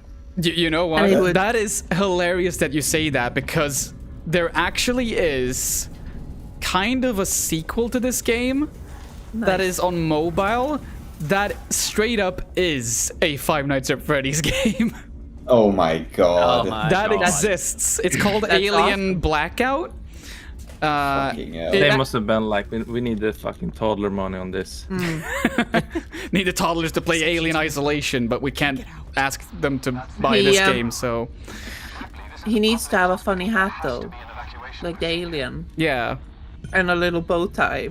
And then he needs to have like a... Like, it needs to be a lot more funny. Well, it should needs be to like give him jokes and stuff. It should be the one from Spaceballs at the ending. You know, someone calls you. Like, someone just calls you on the fucking... Oh my god! Oh my god! Who does? Do you like, see this? I call... Uh-huh. It's me! Oh, yeah. It's... Oh my god! It's freaking me! Oh, hey! And that's sunglasses. Oh. Hi there, Darkfry. Hello, it's you, Darkfry. It's Darkfry. Who just came in? Okay, I guess it could be Sean as well, but that's basically my GIF. It's the GIF. Yeah, it's the GIF. Oh yeah. I'm being represented. Oh. This is the real representation I'm looking for in video games. Can y'all hear me all right? No. Absolutely.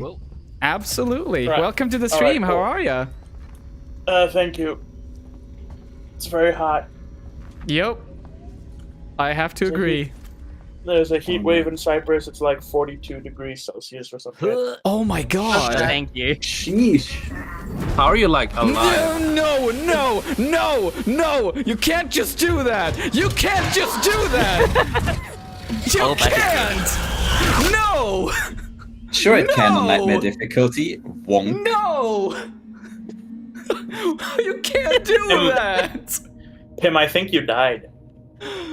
I should have a death meter or something for this. That becomes there. Yeah, honestly. Oh my god. You know, Pim, I have a hunch you might have like died. I'm gonna be here forever. Forever. You're heckin' dead, dog. I love it. Okay, he's distracted. He's distracted.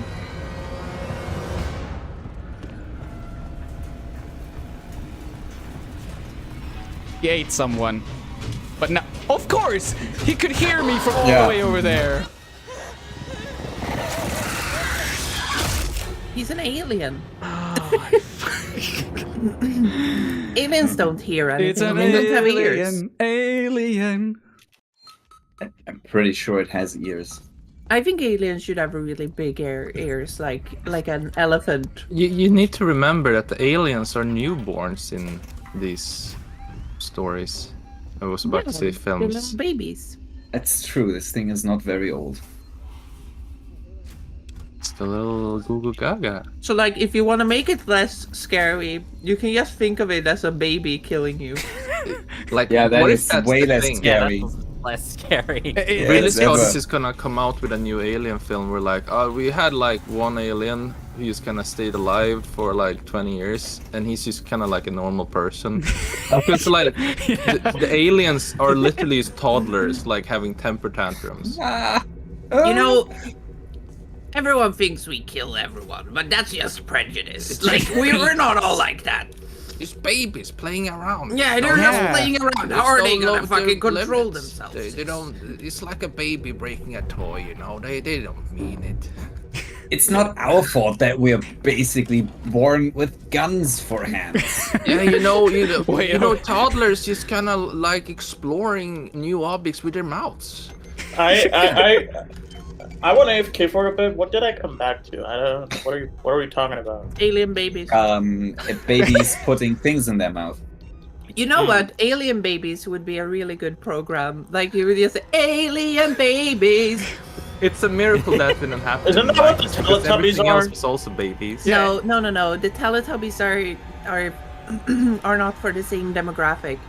You gotta think a little bit older, but not too. Are the Teletubbies canonical aliens? No, they're not aliens. They're fucking Teletubbies. Yeah, the Teletubbies. What is the canon lore of Teletubbies? You know, they're from the television planet. Wait, is there like a Teletubby fan wiki? Let's leave say like No. Oh god. Oh dear. I just thought they were British. Yeah, it's a fandom Teletubbies wiki. Of course there is. Oh, is it adult, written in past tense? Please tell me it's written in past tense. No. Let's just say Tinky Winky. Well, it should be because it is. Teletubbies is from a time when the sun was a baby, so it was billions of years ago. I think it should be. They are prehistoric beings.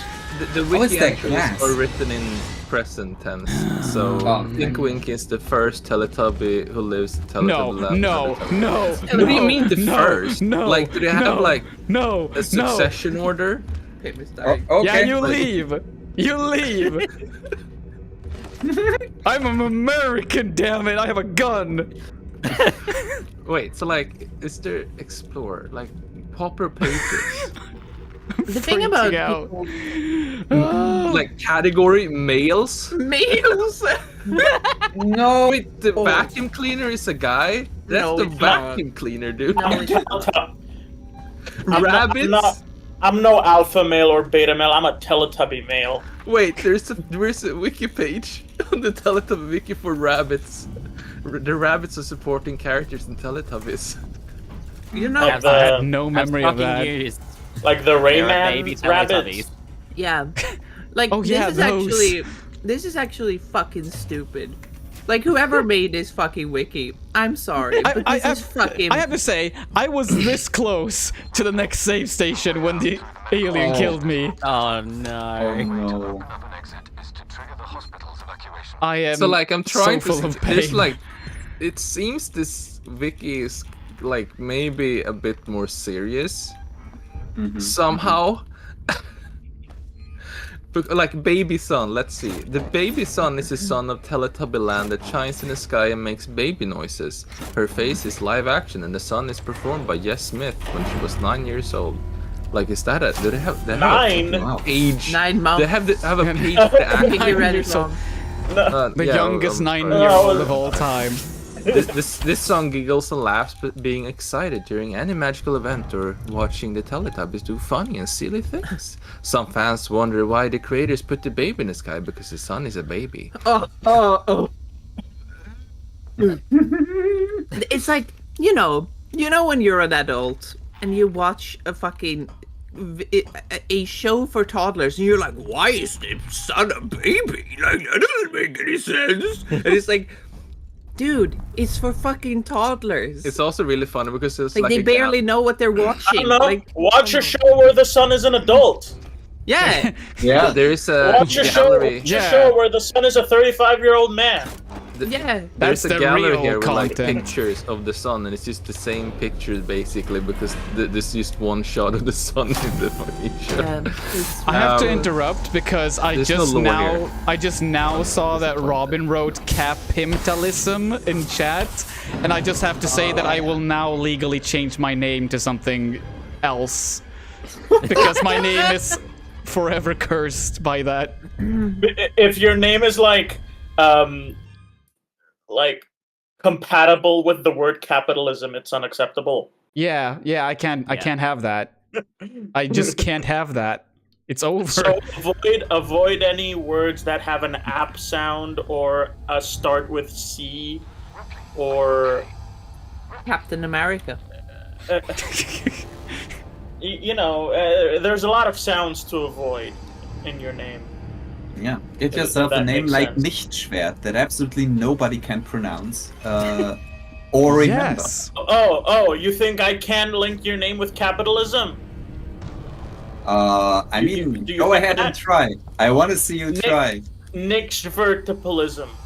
That's awful and sucks. And no. Just like capitalism. See, I did. No. Oh my god. Fucking dead. I keep forgetting that you can actually see if you and the game closed again. You can actually see if you look up at the vents, you can sort of see drool coming down at times, and that sort of reveals whether you're gonna die if you walk under a specific vent. I keep forgetting to do that, so I'll blame myself for that. But yeah, it's incredible how many times I've been killed during this stream already. I've been playing for, what is it, like 3.5 hours? I am not even close to getting to the halfway point. Oh no. Dear Lord. Tim, if you change your name, yeah, then I won't be able to call you Pimbus Crimbus. I mean, that is true, and I will miss that. Or Pimble Crimble. Pimbles. Pimbleton. Pimulus. Yeah, Pimbleton. Like full name. What did I call you once? I called you Pimon and Pumbaa. I don't remember that. Pimon and Pimba or something. That's fantastic. It's a guy. Pimulus, yeah. Like the cloud. Yeah. Cumulus. Also, look here. Cumulus. It's a Resident Evil reference. Wow. Wow. Oh, right. Yeah, you need to start the screen share again. Biohazard. God damn it. You know, Pim, like sometimes when you're at the hospital, you see like the biohazard sign, and you're like, Is this a Resident Evil reference? Is this hospital sponsored by Capcom? You know, We watched. Some shit is about to go down in this hospital. Hello, I'm your doctor, Albert Wesker. Show. The fucking Resident Evil show, though, the fucking live action thing. Did you all watch that? No. Why not? What live action thing? Show? And you pirate Dark Bro. So there was a, I think last year there was a live action Resident Evil show on Netflix. Yeah. Where everyone was angry about Albert Wesker being black. Yeah. Wait, really? They made Albert Wesker black? Yes. But all the characters. Yes, but do you know what's best about this? I know, but he's really good though. The guy who plays Wait. What's best about it is that it's canon with the games. Yes. And they don't even like mention it's not actually don't matter. No wait. So look, the point is that it's not actually canon with the games, but it like plays as if it is. So in the beginning of it, it's like this doesn't make any sense. But then at some point of the show, it's like no, actually, all that stuff that happened in the games, that has happened. And it's like you're like, what do you mean? And it's like the best part really is when there starts to come Albert Wesker clones. And one of them is like he's like it happened again. He's called Bert. Yeah, he's called Bert. Yeah. So he's like he's and just like is there another one named Ernie? No. Probably they're all like Al and Albie and Albert. Yeah, and but like the best part of that show is really when the fucking Albert Wesker clones come together, and it's like amazing stuff. And then the guy he tells the main characters, the kids, that the original Albert Wesker, he was kind of an asshole. He died in a volcano. It's like. Yeah, do they all fuse into a giant Albert Wesker? No. I think that Albert Wesker is pretty good. What is the point? Amazing. No, because it's actually like it's teetering on being really good. It's really funny though, because the show just kind of goes up the deep end. You're like, what the fuck is going on? Yeah. I think the main issue with that whole show is that you're sitting there and it's so deliberate as well. It's like they are mainly just playing with people's expectations that how will this connect to the actual games. Like that's like in any other show of this kind, the central mystery would be like an actual narratively related mystery. Here the mystery is, how is this in any way related to the video games? And then you get the answer, and it's Evil, and then you get the answer, and the answer is, well, you're just gonna have to see more in season 2, which is cancelled. You know what's really funny? It's like that by the end of it, we were kind of actually invested in it. Seriously? And then we were like, and then you have the reveal at the end, and they're like, Wesker fucking dies, and he's like, okay, you need to go see Ada Wong, and it's like, okay, and then they're going with the cool the funny Wesker. Yeah, the funny Wesker, and you're like, oh, that's gonna be so good, and then it's like, no, of course not, because there's not gonna be a season 2. It's never gonna happen. And you're like, was no. Not.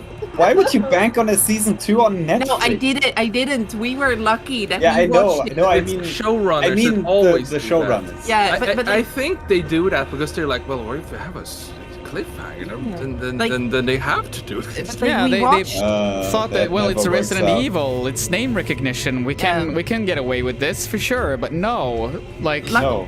Luckily, we didn't watch it when it was new and there was still a hope. No. This is like Netflix, who is notorious for canceling shows prematurely and never finishing things. Oh, come on. Adapting One Piece. Yeah. That's they dropped a new trailer today, and it's like it looks pretty good. It looks pretty fun, but like, They won't even get to the first arc. There will be no season 2 on that one. If I think the only hope for that is that Japan. Because One Piece is extremely popular in Japan, so like that might just carry it. Yeah, that market is just gonna fucking carry it. And I don't know how widespread Netflix is in Japan. Yeah, I do don't know Japanese about that. people watch Western shows? Yeah, They like do. I mean, at least like a lot of those like the live action anime stuff is more common in Japan anyway. Yeah. So like, I think they're just a bit more, you know, that's a cool thing to see. They're like, yeah, yes. See what the Yanks are doing with One Piece. Yeah, I mean, it is funny, Yes. just like the sheer concept of taking something so cartoonishly, outlandishly over the top and just being like, let's do this in live action. The project This is unfair. is truly impossible. Like, I love that they even tried it. And I love that it's like on point. They're not scared of having Luffy stretch and do like weird body horror stuff. It's amazing. I love it. Nice. You have a guy with a Buggy as with well, a who is like detaches his body parts. Don't just lie there on the floor. What the fuck? Well, that was canonical, actually canonical, so I didn't die this time. That's good. Wow. You have light now. Finally. And it's not even that bright. Escape.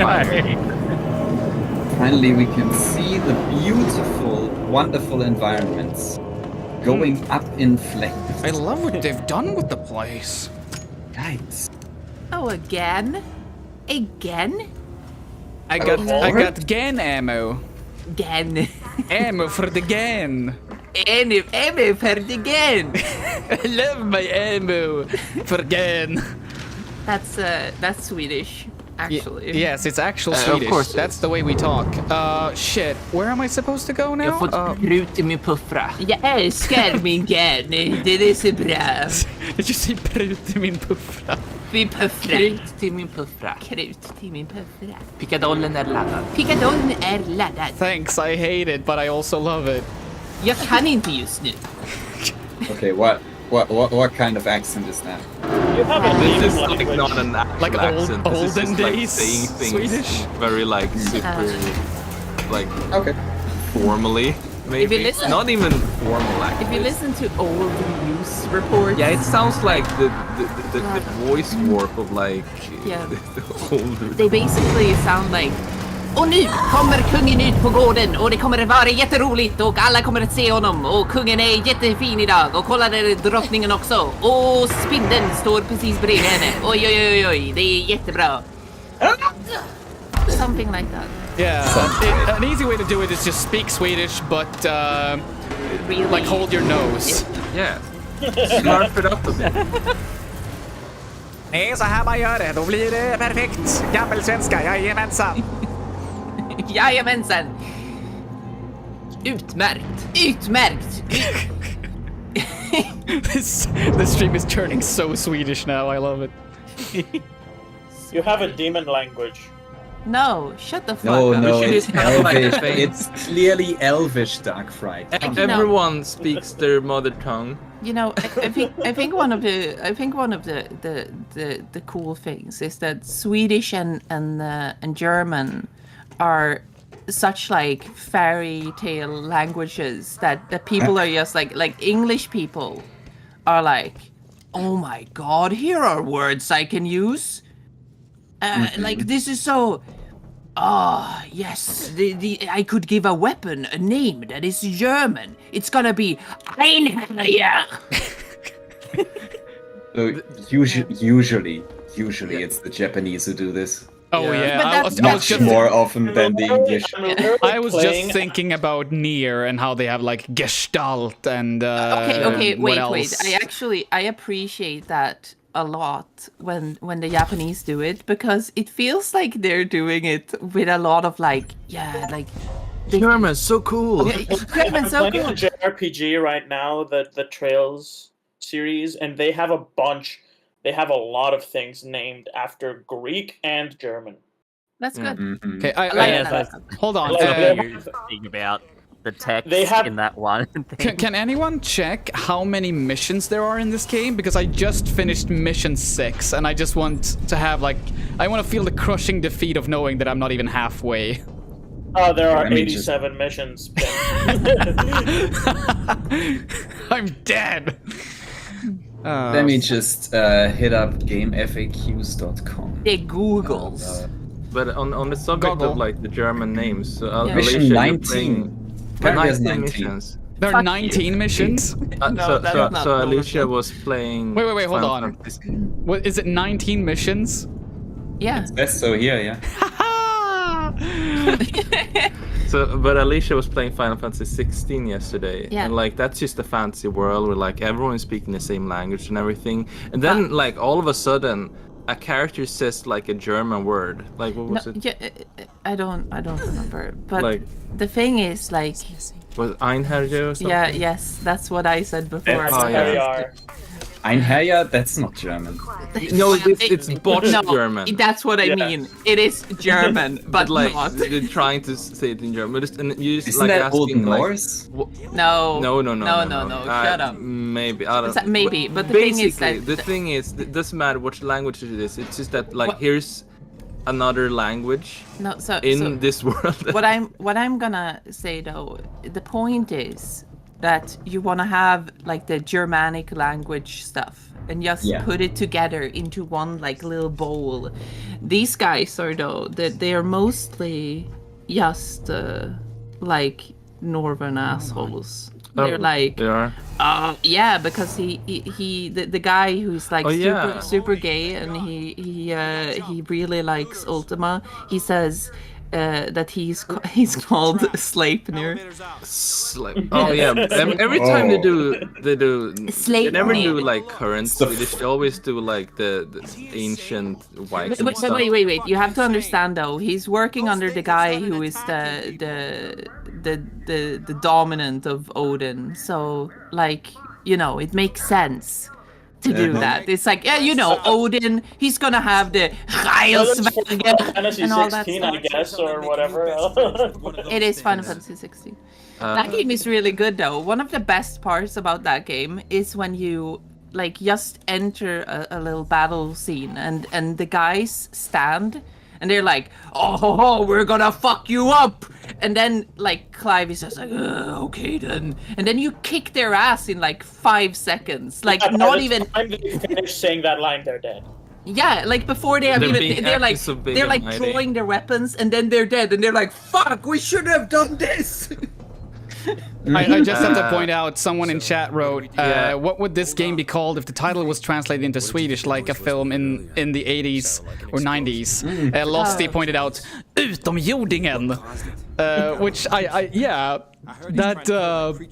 think you can probably look up that Facebook group. I think Gasen I botten. I think, if I'm not mistaken, the first Alien was called Alien Fripassageraren. Oh, yeah, maybe. That actually sounds like it would be. Yeah. Explain that, Kiki. Wait, is there a word for Fripassagerare? Stowaway. Yeah, stowaway. Yeah.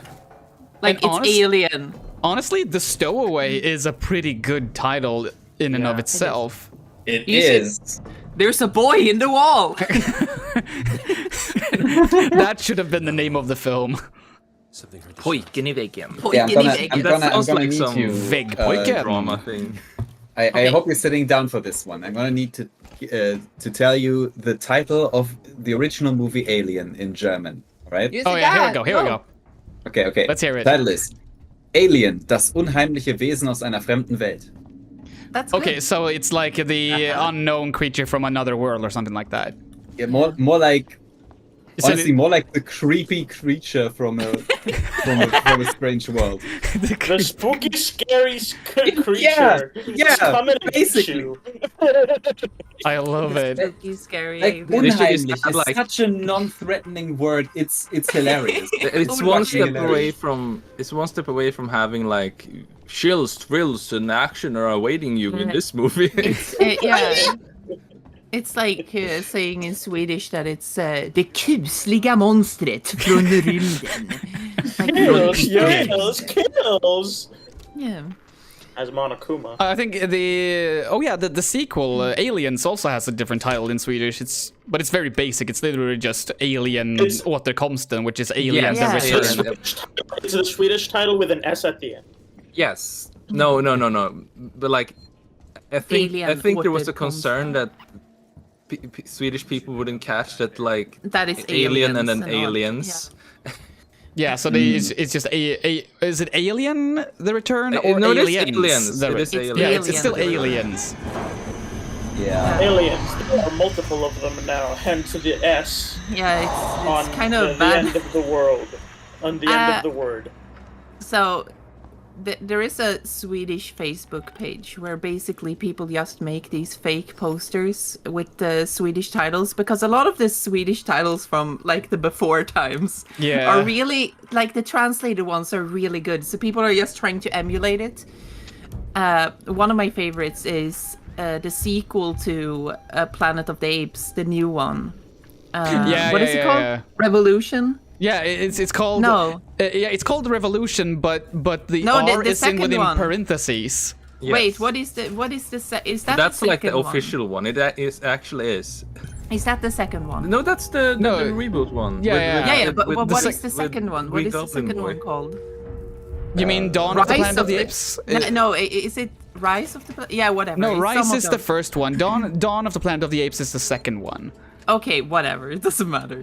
Anyway, my favorite one, and no one is gonna get this if you don't. We'll explain it afterwards. But my favorite one is primater med semi-automater. Primates with semi-automatics. Yeah, but it rhymes. That's the point. Wait, what? Yeah. It's not real. But like a lot of Swedish titles from before, like they rhyme and they're very strange and all that stuff. It's a Facebook group that makes parodies of them. Like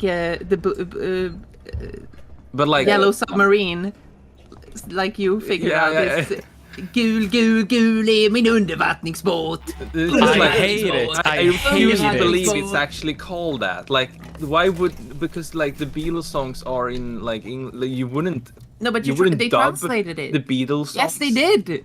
Yeah, they did. Why? Like, what the fuck? Yeah, it's really good. Someone translated Beatles to Swedish. Over the Beatles. Someone did. Yeah.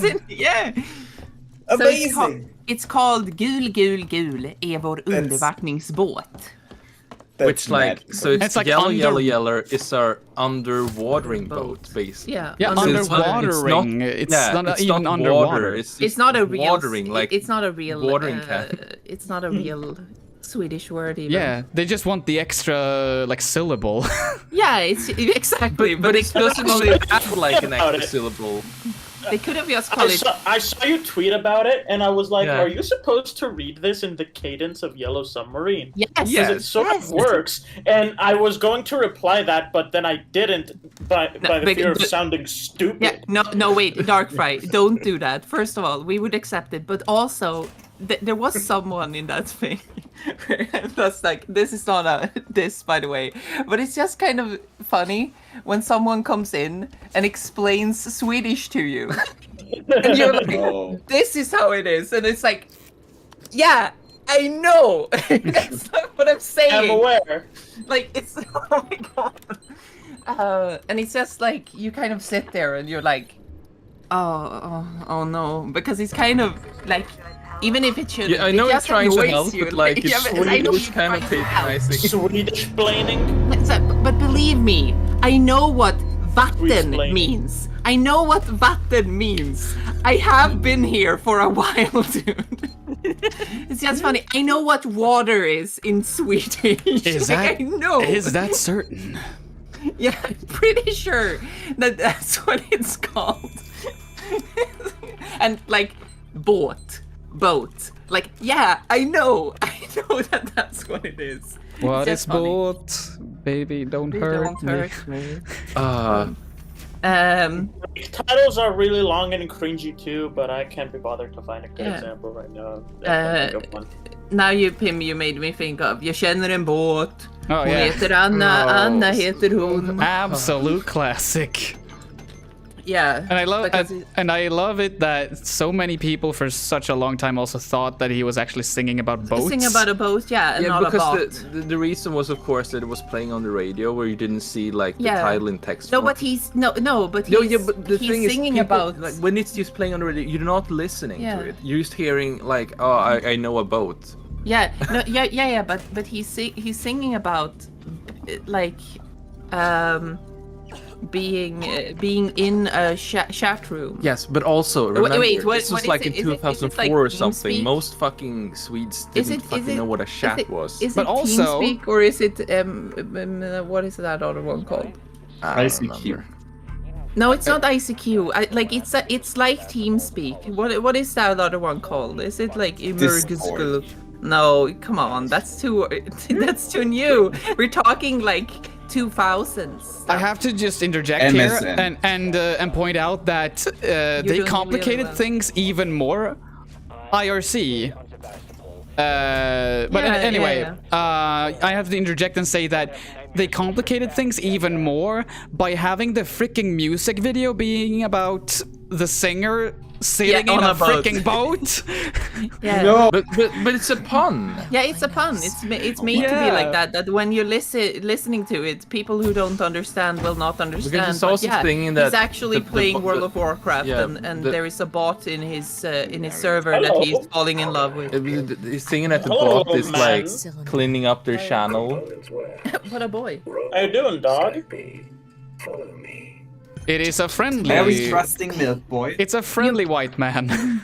Did you say a MILF boy? A milk boy. Oh, because I think MILF boy is really funny. That is funny, but no, they are milk boys because they're full of milk. Let's get that You know- trend started. You know, MILF boy. maybe they should have made robots that don't look at and sound as scary. But that's Like, the whole. I mean, that's that- the whole thing. That's the whole thing. the- This is yeah, the horror. this is Seegson. They're basically the android to Wayland Yutani's Apple. Yeah. Or something like that. So But it's like- they try to make androids, but they can't make them look human enough. So this is the closest they got.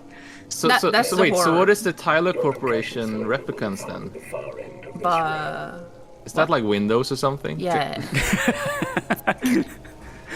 I mean, if we're Yeah, I don't know, go. is it Go into the... Yeah! He's fucking dead! he is You killed him. such a dead man. Damn. You monster. It's time for No, puzzles. clearly Yay. Tyrell is bad dragon. That dude got pranked. Yes. He gotta certainly find was. Dragon dildo. Wait, what? I want to Yeah. move it down. Wow, Move it down. puzzles. In a horror game, who would have thought? I hate it. Oh, Jessica! Baby blue. Why can't I press? kitty cat. I want to press the button. Wait, hold on. Jag vill trycka på knappen, snälla. This isn't working. Wait, I can just walk this way. Walk this way. Walk this way. This seems like a safe environment. Wait, so where is the thingy? I like this. I'm looking for a thingy. But yeah. Like Seegson's whole thing is that they are cheap. Oh, wait, damn it. Yeah. Cool. Cheap Which is obey. saying something next to Wayland Yutani. Yes. I mean, at least then you know it's a robot. Not like in Right? the alien situation where like none of the crew knew about the robot being a robot. Like it's also so funny because like that means that like Ash just goes in cryostasis because just to trick others. Yeah. I mean, like originally, I thought that, like, you know, just because he's a robot doesn't mean he doesn't break down, and maybe cryosleep is still useful. But then they made fucking Prometheus and had a fucking robot just fucking dicking around on the ship for 60 years or however long that is. Yeah. What a cool guy. And he looked like that guy who is like he is Magneto. Yeah, he's Magneto in the other one. Cerebro. Magneto. Is Mr. Police from The Snowman. Cerebro. I've never seen that. Magneto. Cerebro. I have seen the Dan Olsen video on The Snowman. Magneto Incognito. Haha. Oh, there's a name. Right, Harry Hole, that's his name. Harry Hole? Yeah, his name is Harry Hole. Yeah. Oh. Which is not the original Norwegian Every name. hole's a goal. Harry Hole. I mean, the Snowman is based on a Norwegian crime thingy. Oh, okay. The movie is even set so his in name, Norway. his actual name is like Harry Höle or something like that. Harry Hole. Harry Höle. Yeah, it makes slightly more sense than Harry Hole. Harry Höle. The movie is even set in Norway, and they still call him Harry Hole. You know, I love when that. you do that. When you like Americanize. Yeah, when they Americanize words, they're like, no, that fucking that öet or oet or ät, they're going away. Fuck that shit. It's gonna be an O not on now. my watch.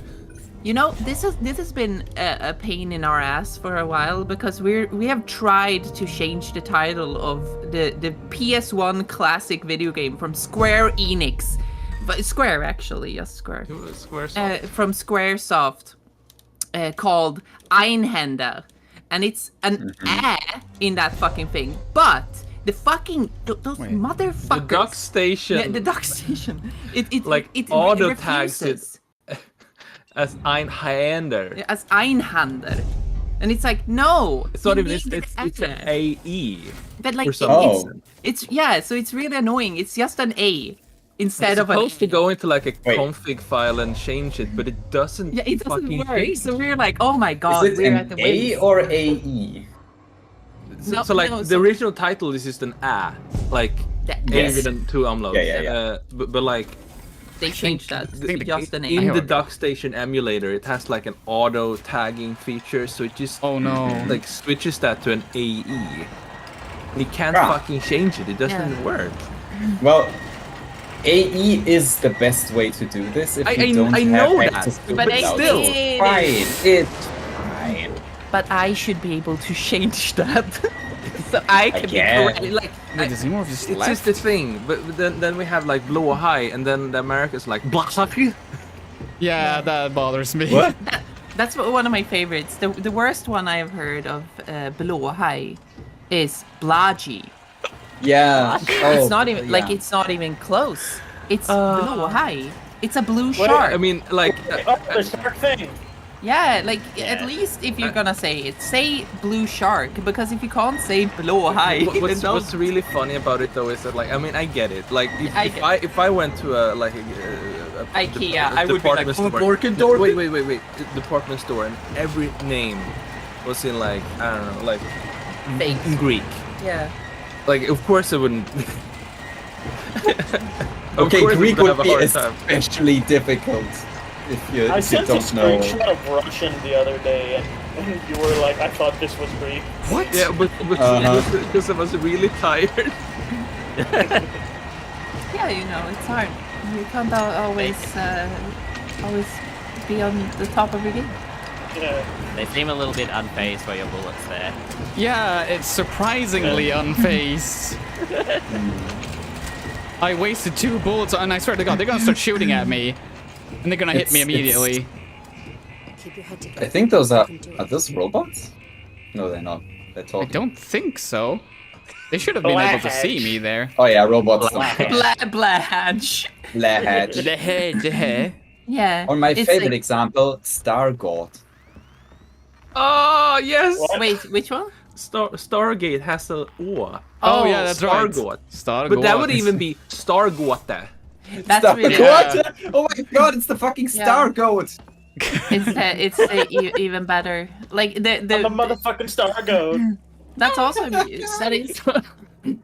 that is also really funny when people put there is like also umlauts in their there is fucking face and it doesn't make sense. There is the metal band hard rock whatever Trojan where they're like, let's add umlauts. So the title in Swedish is Tröjan, which is just the shirt. Keep your head together. The shirt, yeah. You can do it. Or like more like the jumper. Stay over there. Like I think it's even worse because the shirt implies that it's some kind of like the shirt implies that it like it's a button up kind of thing, but like Tröjan is more like the jumper, which is even worse. Like that's just like basic, or like the t-shirt. Like that's what the levels we are on. It's not even a nice shirt. The Jumper is a metal band led by Mario. Yeah. There was also a game recently called Dolmen. Yeah, Dolmen. Oh yeah, that's right. Which is basically which is just the dick. It's a name for. Yeah. Have you seen so the Gal Gadot Cleopatra movie? Yeah, that poster. Yeah. So they spelled out Cleopatra, and they did it with Greek characters. Oh no! Oh my god! They spelled Cleopatra in English, but with Greek characters. So it's like love it when they do that. So it's like yeah. It's like how they make when they make any media set in the Soviet Union, and they just fucking use Cyrillic letters to do what's R, right? That's how that works. Oh my god! It happens. They used Sigma for E. Yeah. Yeah.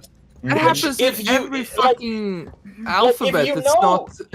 Like even if you do math or whatever, you know that's the sigma. Yeah. You know that. Yeah. They know. They don't care.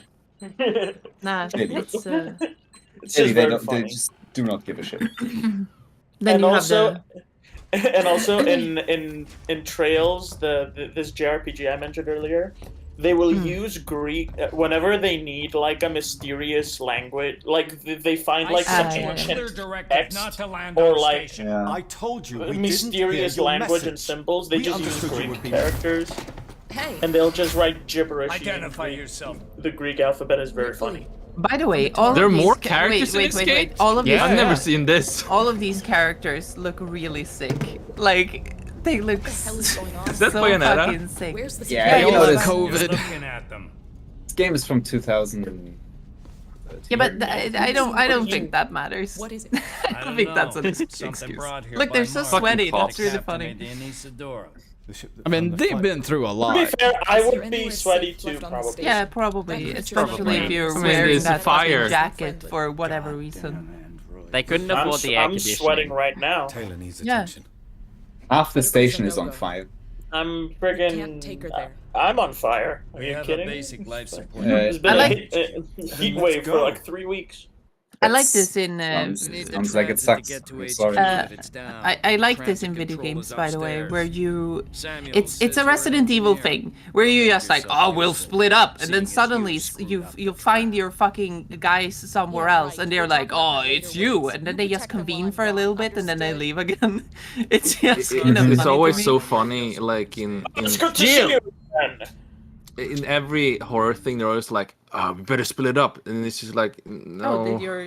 Oh, didn't you don't charge your? Yeah. You didn't charge? Didn't I? You fucking. One more around that way. Restoring. No, but it's really funny. Fucking how you leave Barry in the first Resident Evil after you kill that fucking spider, basically, and he's just sitting there and he won't go with you. He's just like. Fuck, this kind of fucking sucks. And you're just like, am I supposed to do something? Nah, and then you're just leaving. No, he just needs a minute. He just needs a minute, but maybe we could stay with him for a bit. No.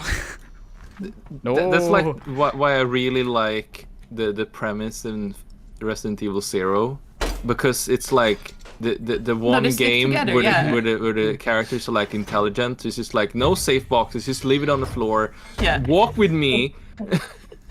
Come along now. I really like the system of just leaving things on the floor, because Just give me an idea. It is way less convenient, but I guess it's realistic. Yeah, but Like, it's like it is it's kind of less sad convenient. because I recently played like all the games in order up to 0. I'm taking a break now before 4. But like you don't start with 0, by the way. That's no. I played the first one on Resident Evil on PlayStation 1. But like playing them all in like release order, and then you get to 0, and it's just like, oh, finally I can just fucking put this shit down when I because I need to. Put it down. I was thinking it too.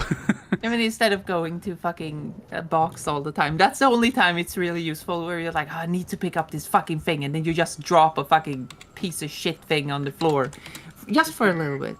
I also love like how like a little keychain or something will take up an as entire much space. Space as a gun. It's like I've said this before, but like if they made a new Resident Evil in, like with the old game mechanics of the first 3 games, they should just have that you have a keychain. Yeah, a keychain, and you like the inspect item thing is like flip through the keys. Yeah. Big one. Yeah, fun. Also, bring back That sounds the great. mechanic where you can pick up the items and turn them around. You know what? Because that disappeared after the first one. Bring back PlayStation 1 graphics. Yeah, bring back PlayStation 1 graphics. They are bringing back PlayStation 1. Yeah, but I mean for real. Like I mean like, for real. I Bring need- back the PlayStation. I need the David Lynch actors as well. Yeah. That too. This People didn't get conversation gave me- This conversation gave me an idea. I want to make like a horror game, right? Where it's this group of friends going to like a haunted mansion, a spooky place, whatever. Yeah, a spooky place. But and you play as one of them, and they immediately split up, so you come never see on. the others. But all the others except the one you're playing as, they're all in on it. So it's like a haunted house where they're trying to scare you. Isn't this just Until Dawn for like the first parts of it? Yeah, and when they convene, they have these normal conversations, whatever, and then they're like, "Oh, you go over there. I'm gonna like go do this other thing. See ya." And then they like go and put on the scary costume. I don't know how long ago you wrote it, but have fun watching Barbenheimer, Swedish Karivo. Taylor can't. I can catch the next Let me know what you thought. You know, I am seeing from what I'm seeing, Barbie is the superior movie. I can believe that. Yeah, like it seemed like that from the get-go because yeah. Of course, it depends on what kind of movies you like, what kind of person you are. But like, from what I saw, it was just like, fucking World War II drama. Oh god. We're not gonna watch any of them anyway. But like, that's fine. Not even the Barb? No, I'm not gonna go to the fucking movies. Like, go all the way into town and then pay to see that movie? No way, never. I'm not gonna pay for like it. $12 to see a movie? Oh, it's more than $12. Wait, I'm if you're two lowballing people. it. Like, yeah, you're lowballing it. Yeah, Like, Also, we're two it's- people, so we need to pay for 2 tickets. Yeah, Even and it's for one person, I've lowballed it hard. Yeah. It's Was there like €8 What? tickets? Yeah, it's not even Yeah. close here, dude. We're Yeah. double that price, motherfucker. Yeah. We So- also pay like 16, really. Yeah. So it's pretty cheap here. I don't know why. Yeah, but you're in Cyprus. Yeah, we're all poor. It's true. That's the Yeah, that's just the thing. Like that's the place where all of these fucking rich assholes in our country go when it's like, oh, we can get really cheap food. Yep. Yeah. Yep. Although Everything's a salary of like 22K a year is like actually pretty good here. It's like you go like it's kind of like Italy, but not exactly. So and like you can still go to the beach probably, and it's I'm gonna really go to warm. the beach later today. Yeah, and I mean it's pretty warm too. So it's like but we don't want to go to Italy though because it's a bit more expensive. So let's go. That's the thought process. But my thought here is that like since Cyprus is an island, pretty small island, like if you're having a cinema there, it's just like you can do any price you want. Like where else are you gonna go? Yeah, you have a monopoly probably. Like there are probably There like are, there's like there are like 3 cinemas I know of. Holy shit. Yeah, but it's like not that much of a monopoly because there are alternatives to going to the cinema at all. Yeah, of course. Like the fucking Amazon Prime. Yes. By the way, I'm gonna guess. I haven't been to like a movie theater in another country. Yeah. I'm gonna guess that the cinemas in Cyprus are pretty bad. I thought you were gonna say like, oh, we sit on sandbags. No. That sounds pretty neat though. I don't know, but like I'm just guessing. I haven't been to one in like the screen my sister recently went to America. She went to America. Yeah. America. Yeah, and she watched the Mario movie there with her son.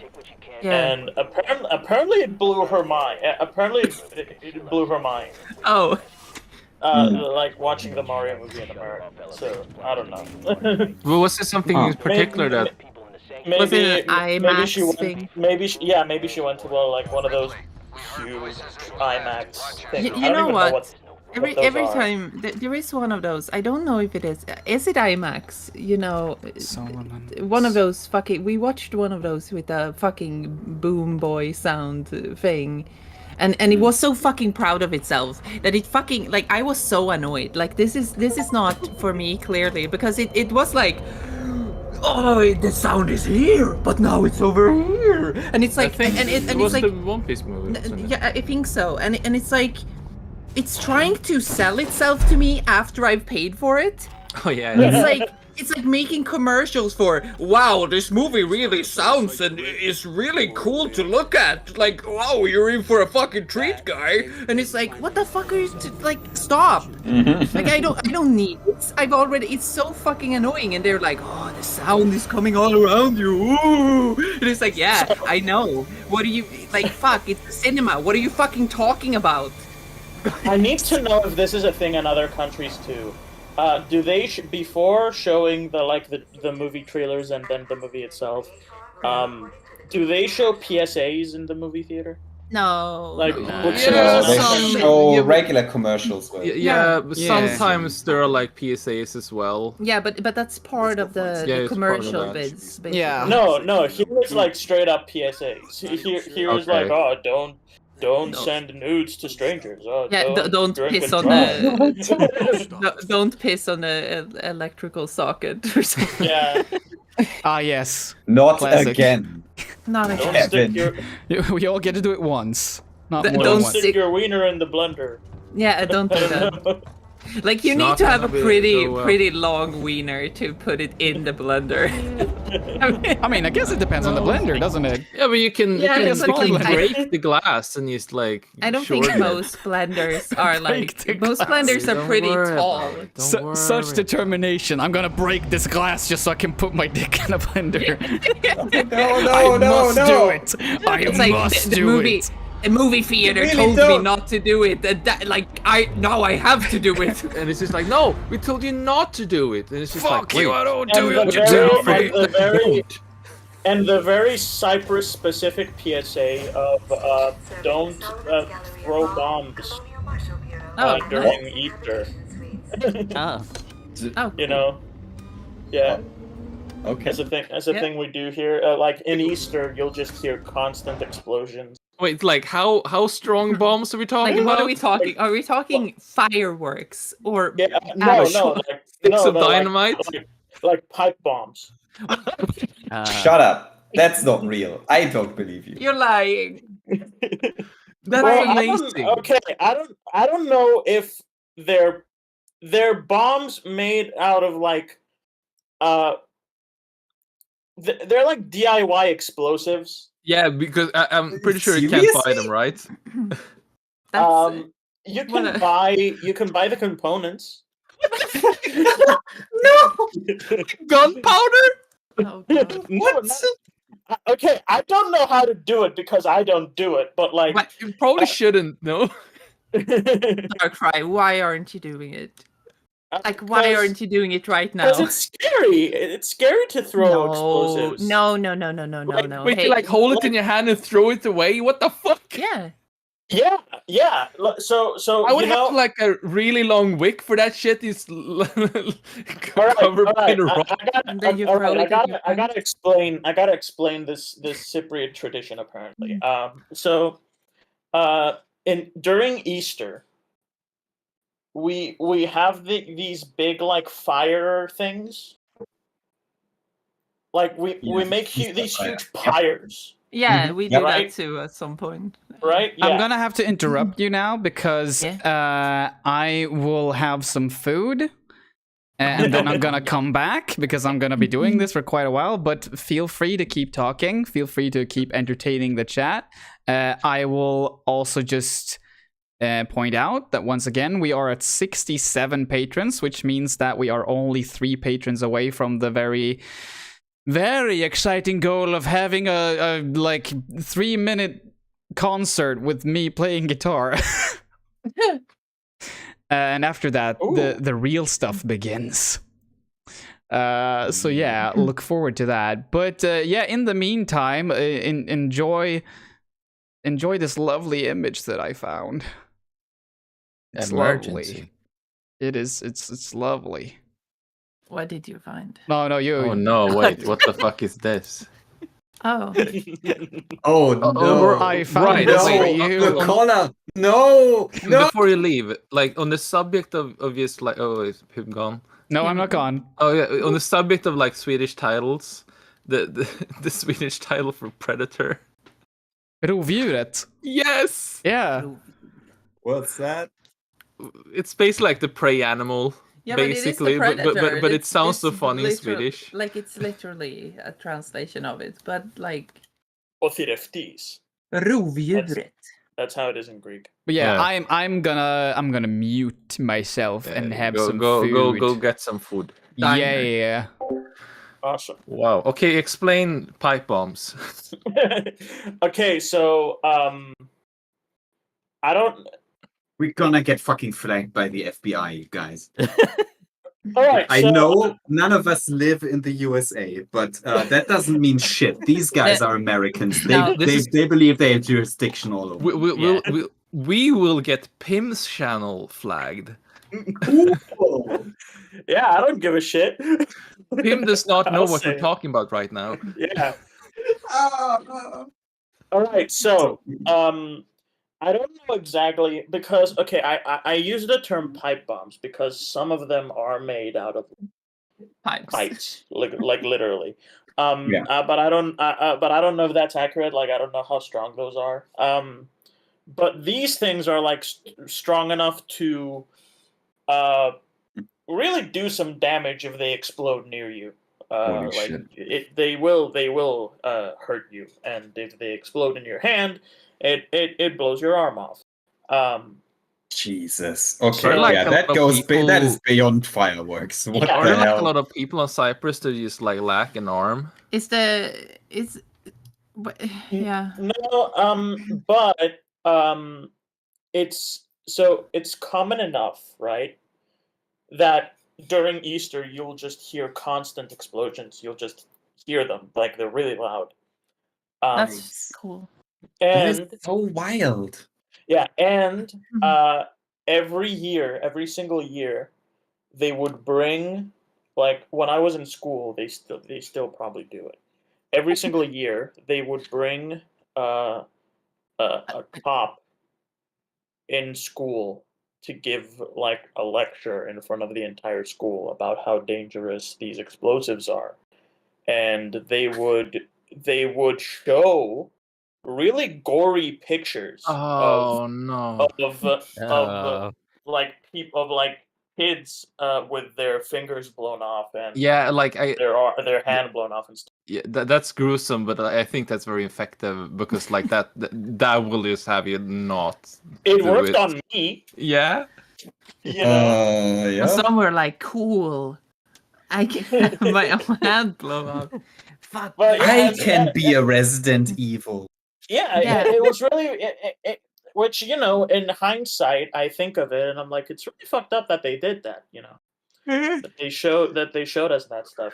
Like, like I hated those presentations. Yeah, and it would happen every year. Oh It would god, happen yeah. every year during like March. Now look at this fucking shit. Look at this fucking gore. And they did the same. They did the same for car safety. I don't know if that's a thing. There Well, too. I think that's kind of like a thing for Yeah, driving that's driver's probably a thing licenses. everywhere. But like Yeah. you know, Cyprus doesn't have public transport really. Mm. So Great. you need a car here.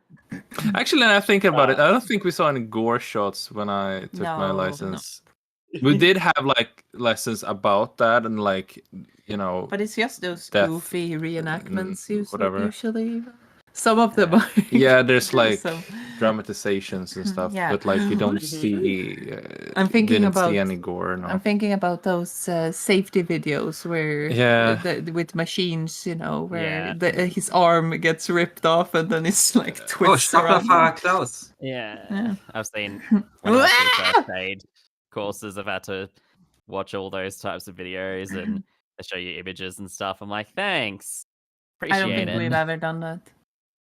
I can't even complain about like using gore to scare people away from stuff because that's how I became a vegetarian. So like I can't say it's not effective.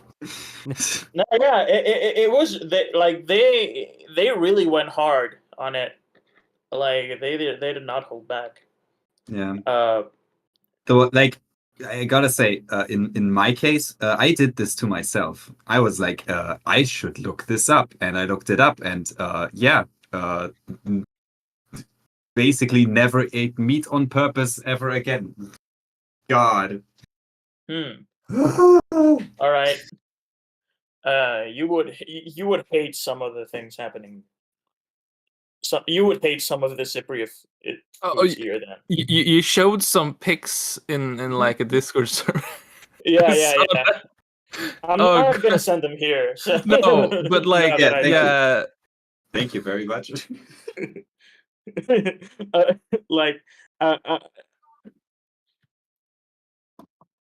I gotta go. Gotta go real quick. What the fuck?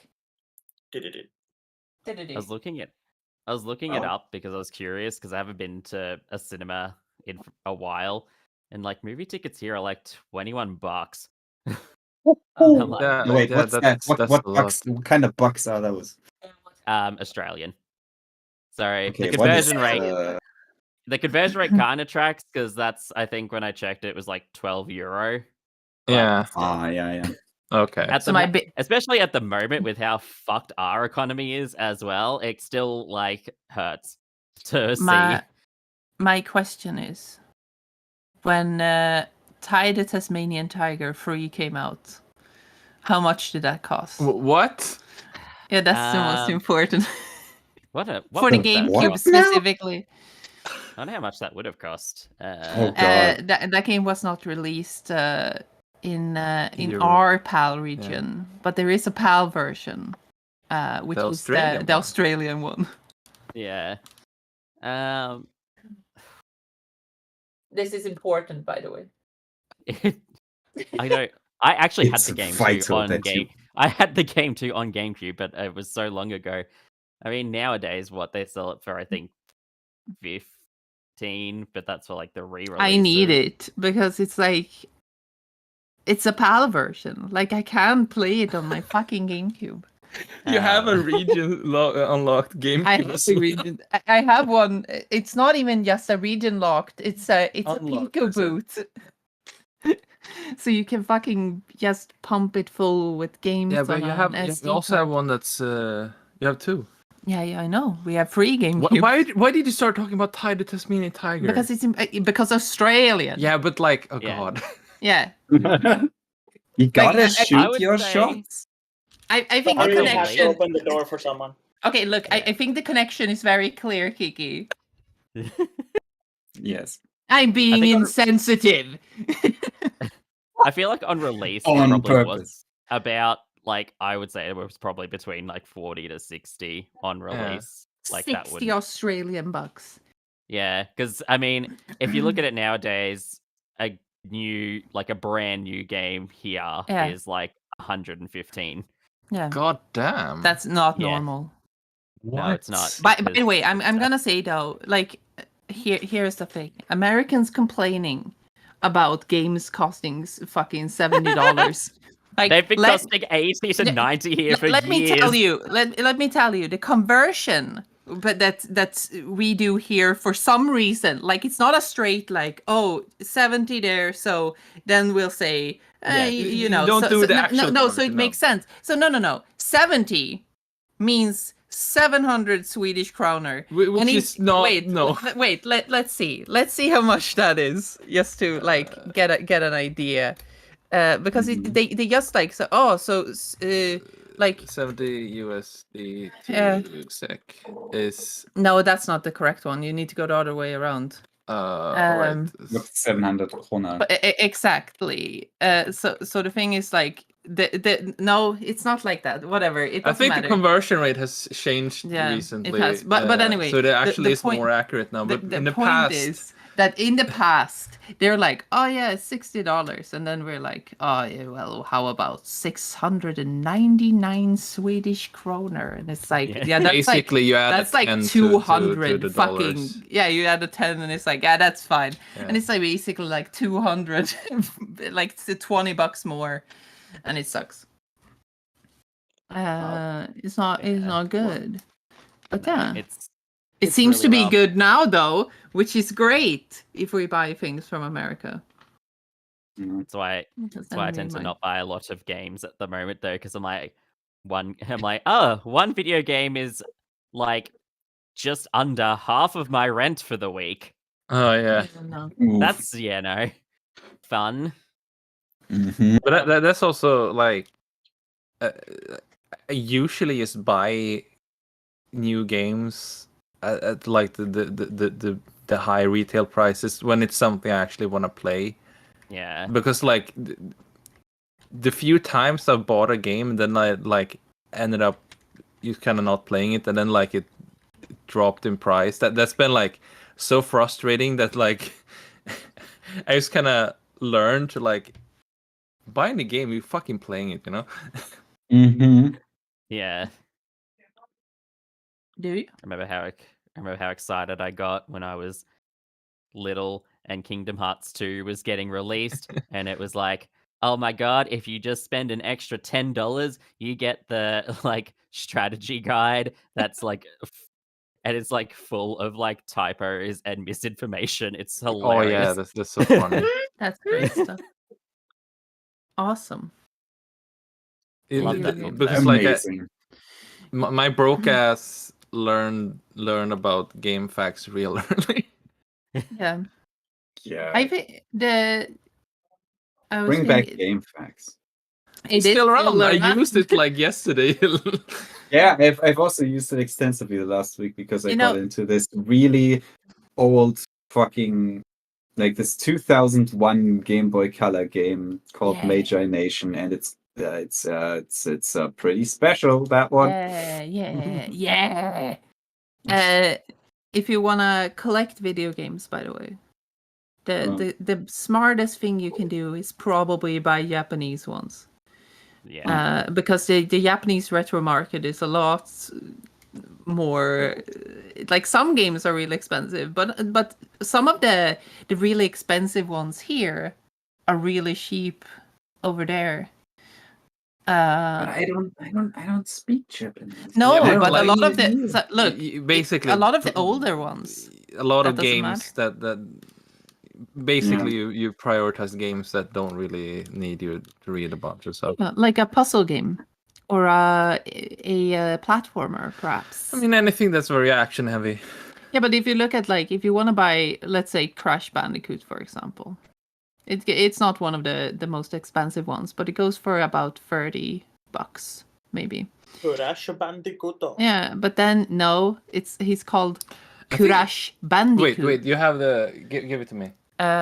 You have it right there. No, shut up. Anyway, but if you get the Japanese version, it's like $10.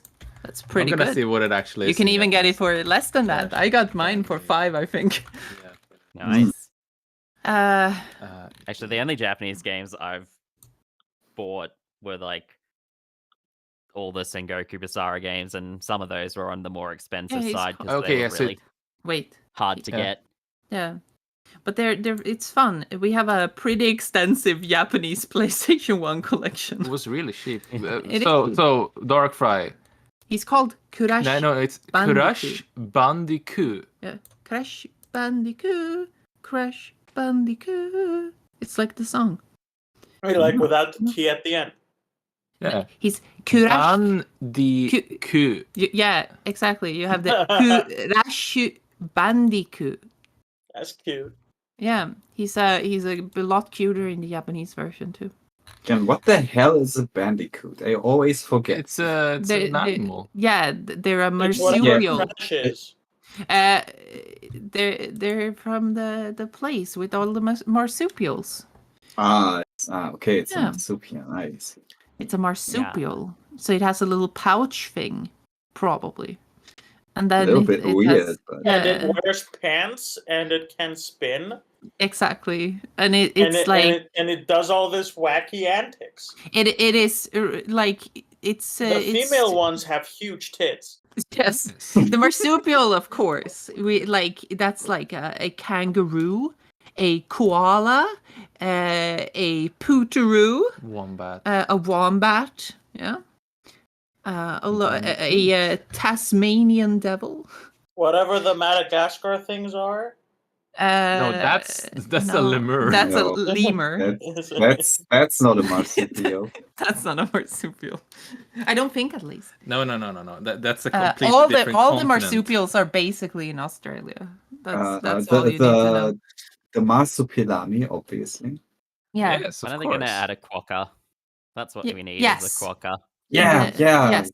Those aren't around anymore. And the Tasmanian tiger, of course. We talked about Thai, so everything ties together. Do you see what it ties together? What about the Tasmanian devil? Was the Tasmanian tiger already extinct when they made that game? When did the Tasmanian tiger get extinct? No, wait, that was early 20th century, right? The Tasmanian tiger. Yeah, it's a the Tasmanian tiger. That was probably long before video games. They're dead. They're dead. Last known of species died in 1936. Oh yeah, that's a little bit before video games. But they're really cool because they're fucking striped on the back and look like fucking weird. Why would you kill such a little child? Because they're bad people. You know, you know how there's like the efforts now of trying to bring back these extinct creatures, and I'm like, wow, that's really good. And then they made a meatball out of woolly mammoth. I'm like, what? Maybe we just leave them, let them lie. Yeah, we don't deserve them. It's like, that was why you wanted to bring them back. You wanted to eat them. I haven't heard about that. Didn't you hear about the meatball? No. The mammoth meatball. I just read the title and I was like, I refuse to read this. They perform surgery on a grape. Yeah. Okay. It's on that level. It's like, Ridge Racer. I'm so sick of humans. Yeah. But that's humans with their fucking capitalism. They're gonna bring back the dodo just to make it extinct again. Yeah. Like just for the purpose just of like out of spite. Like rich billionaires are like, oh, why didn't I extinct? I want to shoot dodo this extinct. animal. I wanna do it. Yeah, they wanna shoot that animal. Fucking dodo, was that even tasty? It better have been tasty. It probably tasted really good. Probably like chicken, like yeah. big like a boy, juicy, like fat chicken Okay, or something. juicy. Would anybody describe chicken as tasting really good? Is that a thing people do? Yes.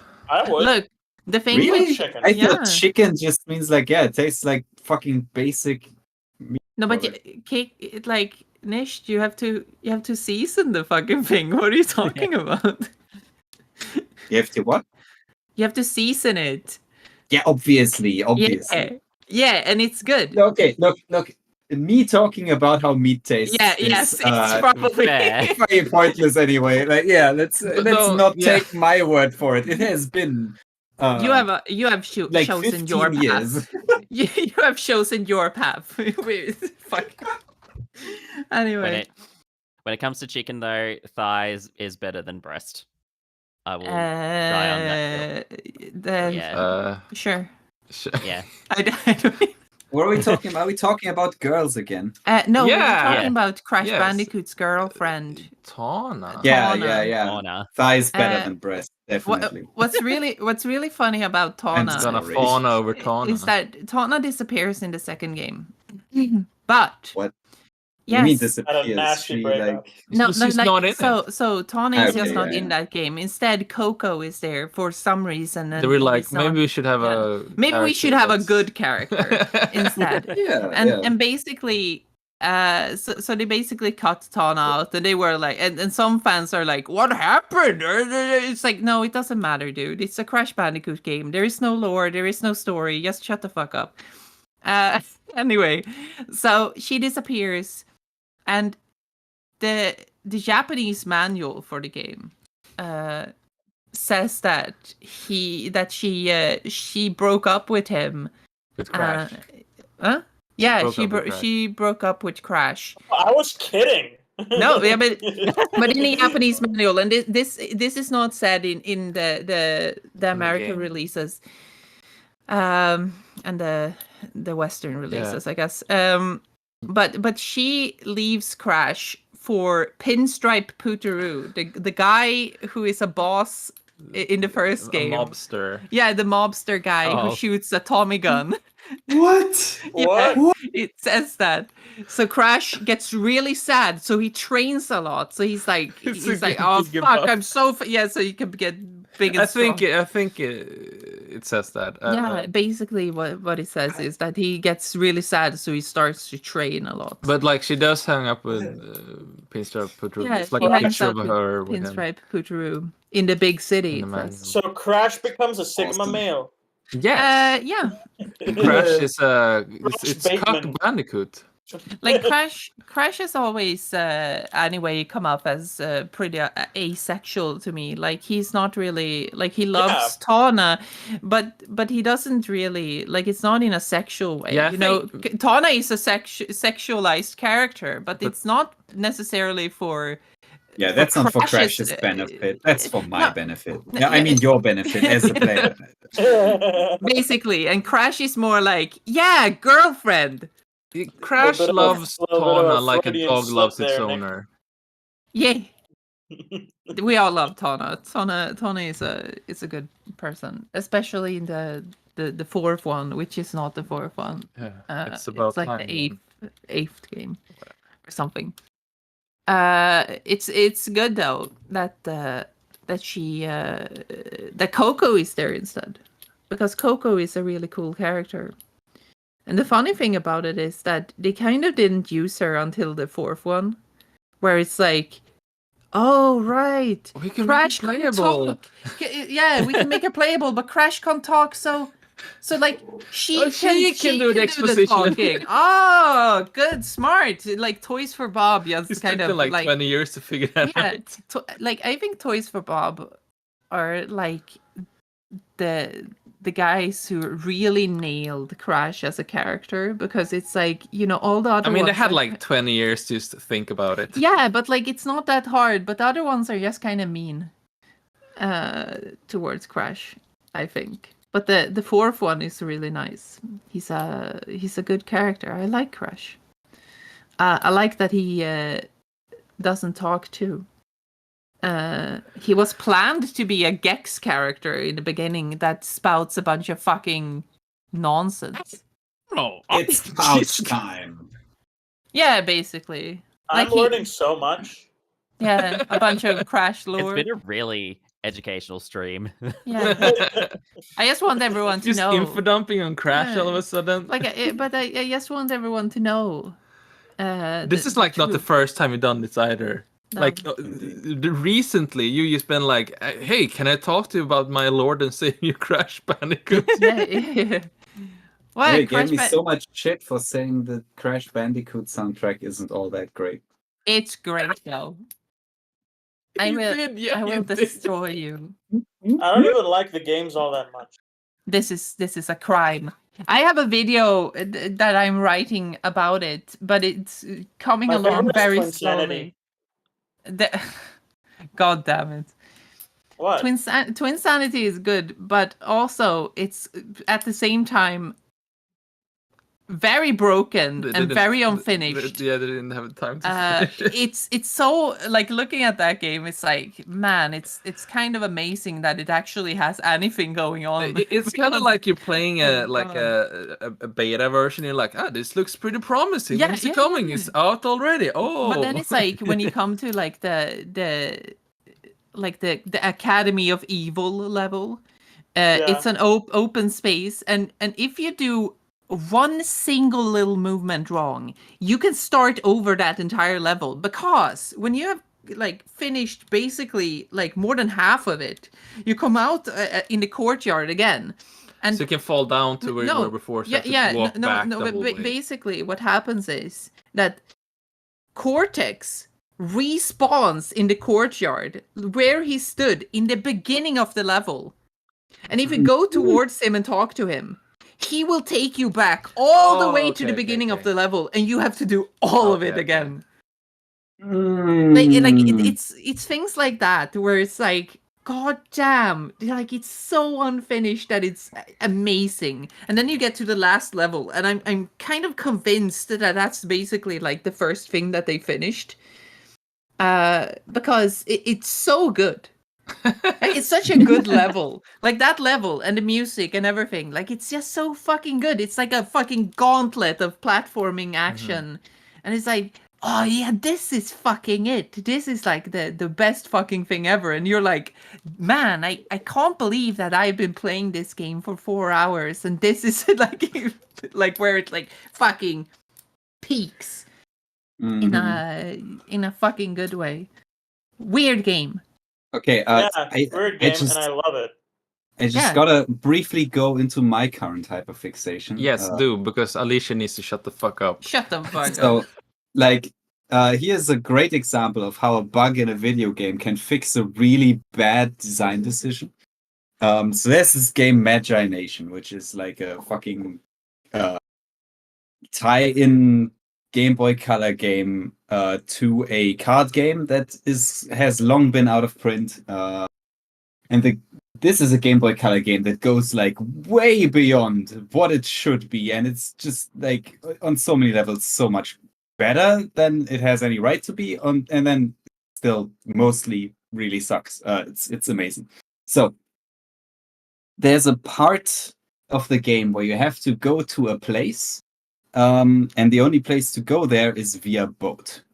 And if you get to the boat, the guy on the boat tells you, yeah, the trip is 300 money, which is a lot of money. Just for context, you can carry 999. That's the maximum you can carry. Not that easy to come by. And once you like actually take the trip and you get to the other side, the guy's then like, okay, if you want me to wait here for you, that's gonna be another 300 money. If you don't pay that, you're just kind of stranded there and have to take other means to get back, and then you like just can't get around as easily. So you'd better have 600 money ponied up. Except if you tell the guy to wait there, you also need to take the ferry back. Then that's another 300 bucks. Oh no! So, you better have 900 money on That's you. bullshit. But here's how a bug fixes that. Because they kind of fucked up the shop tables so that there is there are a couple of items like power gem, defend gem, strength gem, which are like items that you can use in battle to temporarily make your creatures stronger. And those cost $5 to buy, and you can sell them for 18. Oh. Wow. So that solves that problem. You can just go to a shop and max out your money, and then it's just fine. Nice. You know what? That's not a bug. That's a feature. Yeah. You know what? Yeah, it becomes a feature. Yeah, if that ain't just the best like analogy of capitalism I've ever heard. Yeah, it's just like in real life. Yeah. It's just like in real life. You need absurd amounts of money, but hey, it's really easy if you got infinite of it. Indeed. Yeah. That is exactly like it is. Very good. Not a problem if your parents own an emerald mine. What? Wow. Just a random example I just came up with. Yeah. Yeah. Just nothing to do with anything. Yeah. Currently happening. Yeah. Exactly. Bang. Dark, do you have a current hyperfixation that you would like to share with the class? I've already mentioned it a lot. It's okay, so two things. The Trails games, which are huge, and I've been playing them since the beginning of the year. It's like a series of 10 super huge JRPGs. Uh-huh.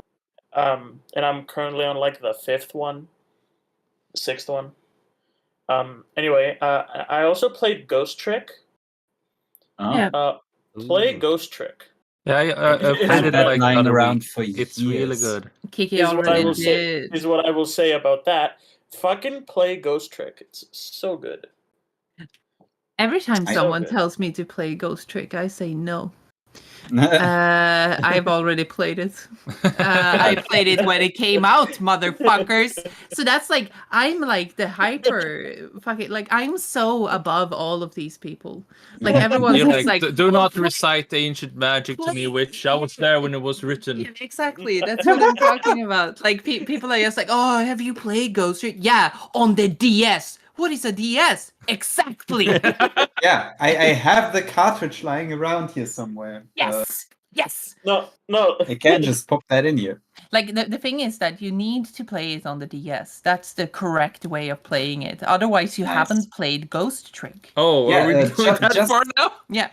Just like Magi Nation, which is a Game Boy Color game, but you haven't really played it until you play it on the 3DS. Exactly. This is like a thing I've been saying for a while. Like, you might have played Ghost Trick, you haven't played. You haven't played the first Ace Attorney games unless you played them on Game Boy Advance in Japanese. Yeah. Yeah. I would say though the DS ones are probably the acceptable. No, the DS ones are like the cream of the crop. You know, the perfect I had editions of played it. the first one and half of the second one on DS. I have since completed the second one on the Switch. Yeah. And my god, the graphics. Oh no, oh dear, oh god, oh fuck. But also, I do like the big screen on the Switch. Reading large amounts of text. They fixed it with big fucking quotation marks. They fixed the graphics. Like if I could change it back to the original sprites, just as an option. Do a toggle. Come on, please. Like I'm assuming that it would take more time than they were willing to actually actually upscale those pixel graphics. No, wait, because it's pixels. You're just like you're doing. Like it's pixels. What the fuck? I know. You have the fucking sprites already. Nearest neighbor. I could resize those fucking sprites in one day. Now you have to understand that people who look at the fucking the remasters of these games will be like, oh, this looks so good. So what I was gonna say, I think there's like I a love it. thing where like there are middle managers in the game industry who are like, oh, pixels are old. The kids don't want old. But it is true though. The kids don't want old. Yes, if but the wait, kids wait, see wait, anything wait, that's wait. old, they die. But the thing is that like, the kids don't care about retro games. Yeah. Yes. So it's a moot cause. It's like, wow, they should really remake this so I can play it. I mean, like Nobody says says point, this. whatever. everyone That's says a moot this. Like, cause. everyone says this. Like No. there are Come so on. many people who No, are like, please. Yeah, I would like to play Super Mario 64, but they should remake it so it's playable. That's basically everyone. Like, My honestly, it's God. all of them. All the people. It's like, yeah, you know, these old games are pretty cool, but they also suck ass. So I just want them to be remade so they can fix them. I refuse to play it unless there's ray tracing. It's part of the No, experience. you know, we look, love it. Look, Can you We love imagine it when Paper they Mario suck with ray ass. tracing? No, fuck that. Oh my god, I wanna die. You seen that clip of Sonic Adventure 2 where like the pavement is reflective? Yes. So it looks like it's like wet. And you know what the problem is? They have like emulated it wrong. That's why it's happening. Like it's not meant to look like that. Yeah. And people are like, wow, it looks so good. And it's like I think the problem is partly that like we grew up with, most of us here. Darkfry is like 12 years old, so it's but like most of us here grew up with like fucking the PlayStation, the Nintendo 64, like early 3D bullshit. So we're like, we know this stuff and we've seen the evolution of it, like even into the PS2 and the PS3 and all that stuff. But there are people now who grew up with the Switch, and they're like, they have experienced video games from the perspective of having all the edges smoothed out. It's like the smoothest thing ever. You can't cut yourself on any corner. There are no corners. Them kids, Yeah. right? It's like, what? Like, what is this? No. So basically, it's like, if you have just played modern video games, I think the language of playing like early 3D ones is kind of getting lost. Yeah. Especially when we start remaking a lot of these old video games, and kind of replace them. People say that we don't replace them, but we do. That's just what happens. Because if there is a better, quote unquote, better version, like why would you play the old one? Especially if it's not available. You know that the emulation is illegal, don't you? Yeah. Yes, very much. Yeah, so that I think that's a bit of a problem, because like PlayStation and like Sony, they don't really re-release their games a lot. They're just like, nah, man, in the dumpster it goes. Yeah. When they do, we end up with like Dark Cloud on the PSN store that basically doesn't work. Yeah, like Wait, doesn't it work? It's like so like they fucked up the graphics basically. Oh, like yeah, there's it's not- so many graphical it's not good. glitches. Yeah, it's really bad. Their PlayStation emulation is pretty shoppy. Oh, Yeah. It's like I recently actually like looked back again at Soul Reaver, and I also looked at some other games that came out around that time, and like I never realized just how fucking good that game looks until then, because like I mean, like you play Soul Reaver and it looks non-offensive. Let's say it looks non-offensive, but in context, it's like so amazing. It's a Holy very shit. it's a cool. We talked about it recently, Yeah. but like That's what prompted me to look at it again. yeah, because like it's a late PlayStation game and it shows like really hard. Yeah. It's like made by the fucking like what are they called? Crystal Dynamics. Crystal Dynamics, It's like if you look at the first Tomb Raider game, 96, and then you go to Soul Reaver in what is it, 99? I think so. Like the amount of fucking knowledge of that machine that happened during that time is just amazing to see. It's like the late PlayStation games, because that game feels almost like a PlayStation 2 game already. And you're like it's so far beyond. It has like amazing. Was it on Dreamcast? It was on Dreamcast as well. Makes sense. It's Pim back. Yeah. I'm a Dreamcast. Yeah. You know, I was kind of thinking like, what if Pim like burned down in a house fire or something in the kitchen? Pim should play. And we will never know. I put 2 vegan pizzas in the microwave and I burned the whole place down. Nice. Oh no. Yeah. And that's why we say no to veganism. Yeah, exactly. You just had to mention that. Yeah. Typical. I'm one of those people. Pim could have should, just said pizza. Yeah, I could, but I didn't. What's the difference? I mean, it is quite a difference, actually. Pim should play Soul Reaver. I should. Yeah, probably. I should also mention that we are currently at 68 patrons. Thank you so much. So we are now only 2 patrons away from the next goal. No. Le heck yeah. That's good stuff. I think so. Oh, it's been a while. I could retweet the thing one more time. Yeah, so for those who just recently arrived and don't know what the heck is going on over here, the whole thing here, okay, I'm gonna try to keep this short, but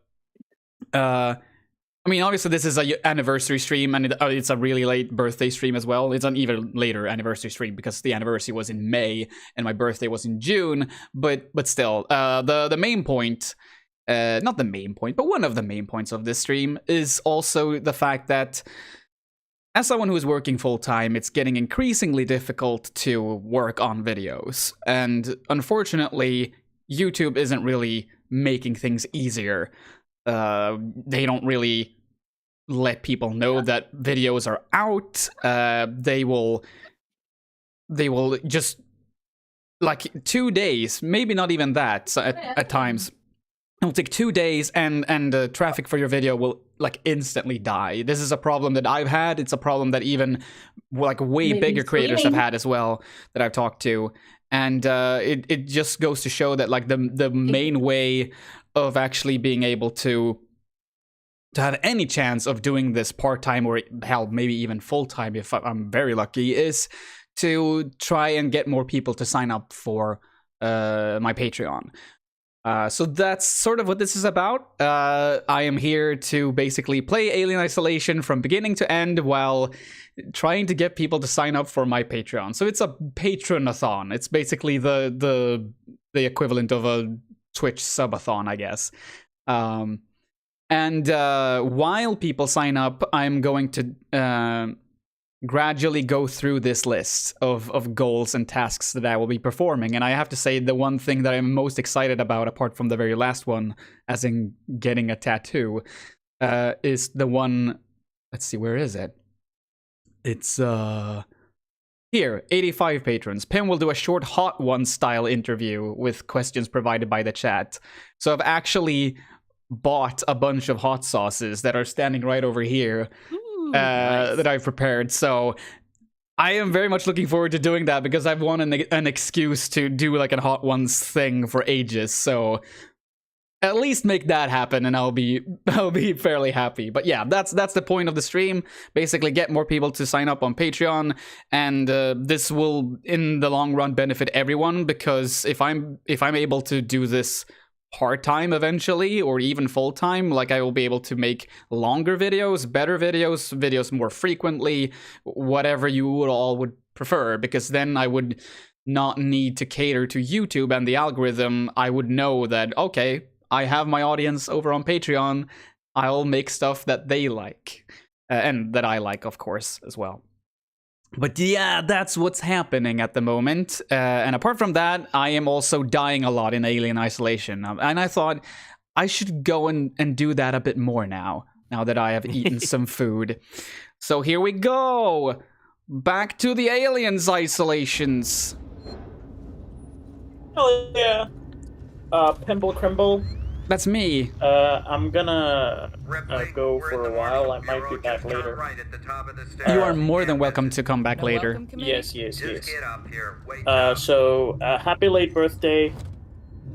Happy. Oh, sorry. I need to correct myself. Hombus late Hornbus. Of course. You wanna know happy birthday in Swedish? What? Grattis på födelsedagen. Wait. Now you say it. Grattis på födelsedagen. Oh, that was actually really good. That was really good. Yeah, I can imitate sounds when I hear them. Oh my god. Good job.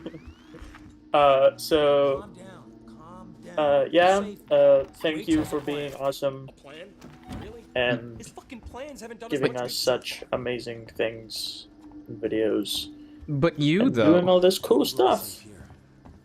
In case Darkfight does not return, I want you all to go ahead and do the subscribe thing and do the Patreon thing on Darkfight stuff as well. I think that is very fair. If I can plug something. Oh, absolutely. Feel free. I do this podcast called Video Gems.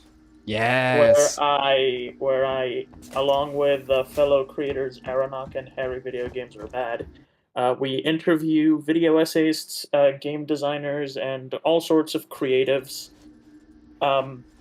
Very cool stuff. Pim will be on it at some point. Pim was on it in the past, but they will be on it again. I'm just imagining one of those post-Marvel movie things where Pim will return. Yeah. I'm not even sure if I told him this, but was that you? Did you get the transit running? They will nice be work. on it, whether they want to or not. Oh yeah, we have discussed that. I'm well prepared. So yeah, if you want to like see the process and both how the work is done and the thought process behind video essays and games and all sorts of creative projects and all sorts of other topics, then go check out Video Gems. Do it. It's very well worth your time. Yeah. You managed to get transit up and running, so so thank you. I may or may not be back later. Prepping our next Love you all. Look, boy. I've got Marla. Bye. I love ya. Bye. Your flight recorder. That guy said transit. Who said what? Somebody in the video game said transit. The Anisadora. Transit. He put it in a They want to trans the alien. Son of a bitch won't I mean, that is a very reasonable strategy. By the way, give it some estrogen. Come up with the capitalist name for transparency. Oh? Transaction parency. The fuck? Yeah, why not? Yeah. Marlo? Who wants to know? Oh, wait, are we already doing the flashback mission? Your empty box already? You guys are keen, I'll give you that. I'm here for personal reasons. My mother was on the Nostromo when it went missing 15 years ago. You serious? Shit. Wow. Shit. Language. Shit. We never found her ship, Ripley. Just the recorder. But you sure as hell found something else. What Oh, happened so down it is there? this flashback I mission. need a way out of here, Ripley. Maybe we can make a deal. Just start talking. I want to know everything. I thought that was way later for some reason. Flashback. It's time for the fan service mission. So wait, what's this? Oh, It's a you'll good see. ship. You get me? Wait, hold on. I don't have the chat in front of me. Here we go. What is even a chat? Soul Reaver is good. Is this like a recreation of the Alien movie? No, it's a recreation of Avengers. Yeah. It's Avengers. It's that little known fact that the Avengers and the Alien movies are actually part of the same universe. It's true. It's true. The fifth dimensional sage says happy horrific birthday, Pim. Thank you so much. It's again, it's late birthday, but it's almost actually wait, what?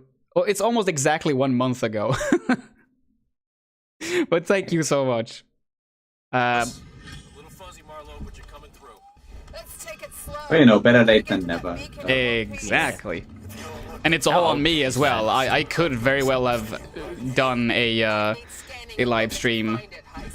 But unfortunately, since I was living with 2 other people then temporarily, and their internet wasn't perhaps the greatest, and I don't think they would have been completely okay with me streaming for an entire day, maybe even overnight. So, there you are. I figured it would have been better to do it later. That makes sense. Follow the signal. Can I just interject here? Like, I love that the keys, like the keyboard names, was in Swedish there. Yeah. So it's like press blank steg. I love Which is that like too. no one in Swedish says that about space. No. Steg. Literally no one ever, I think.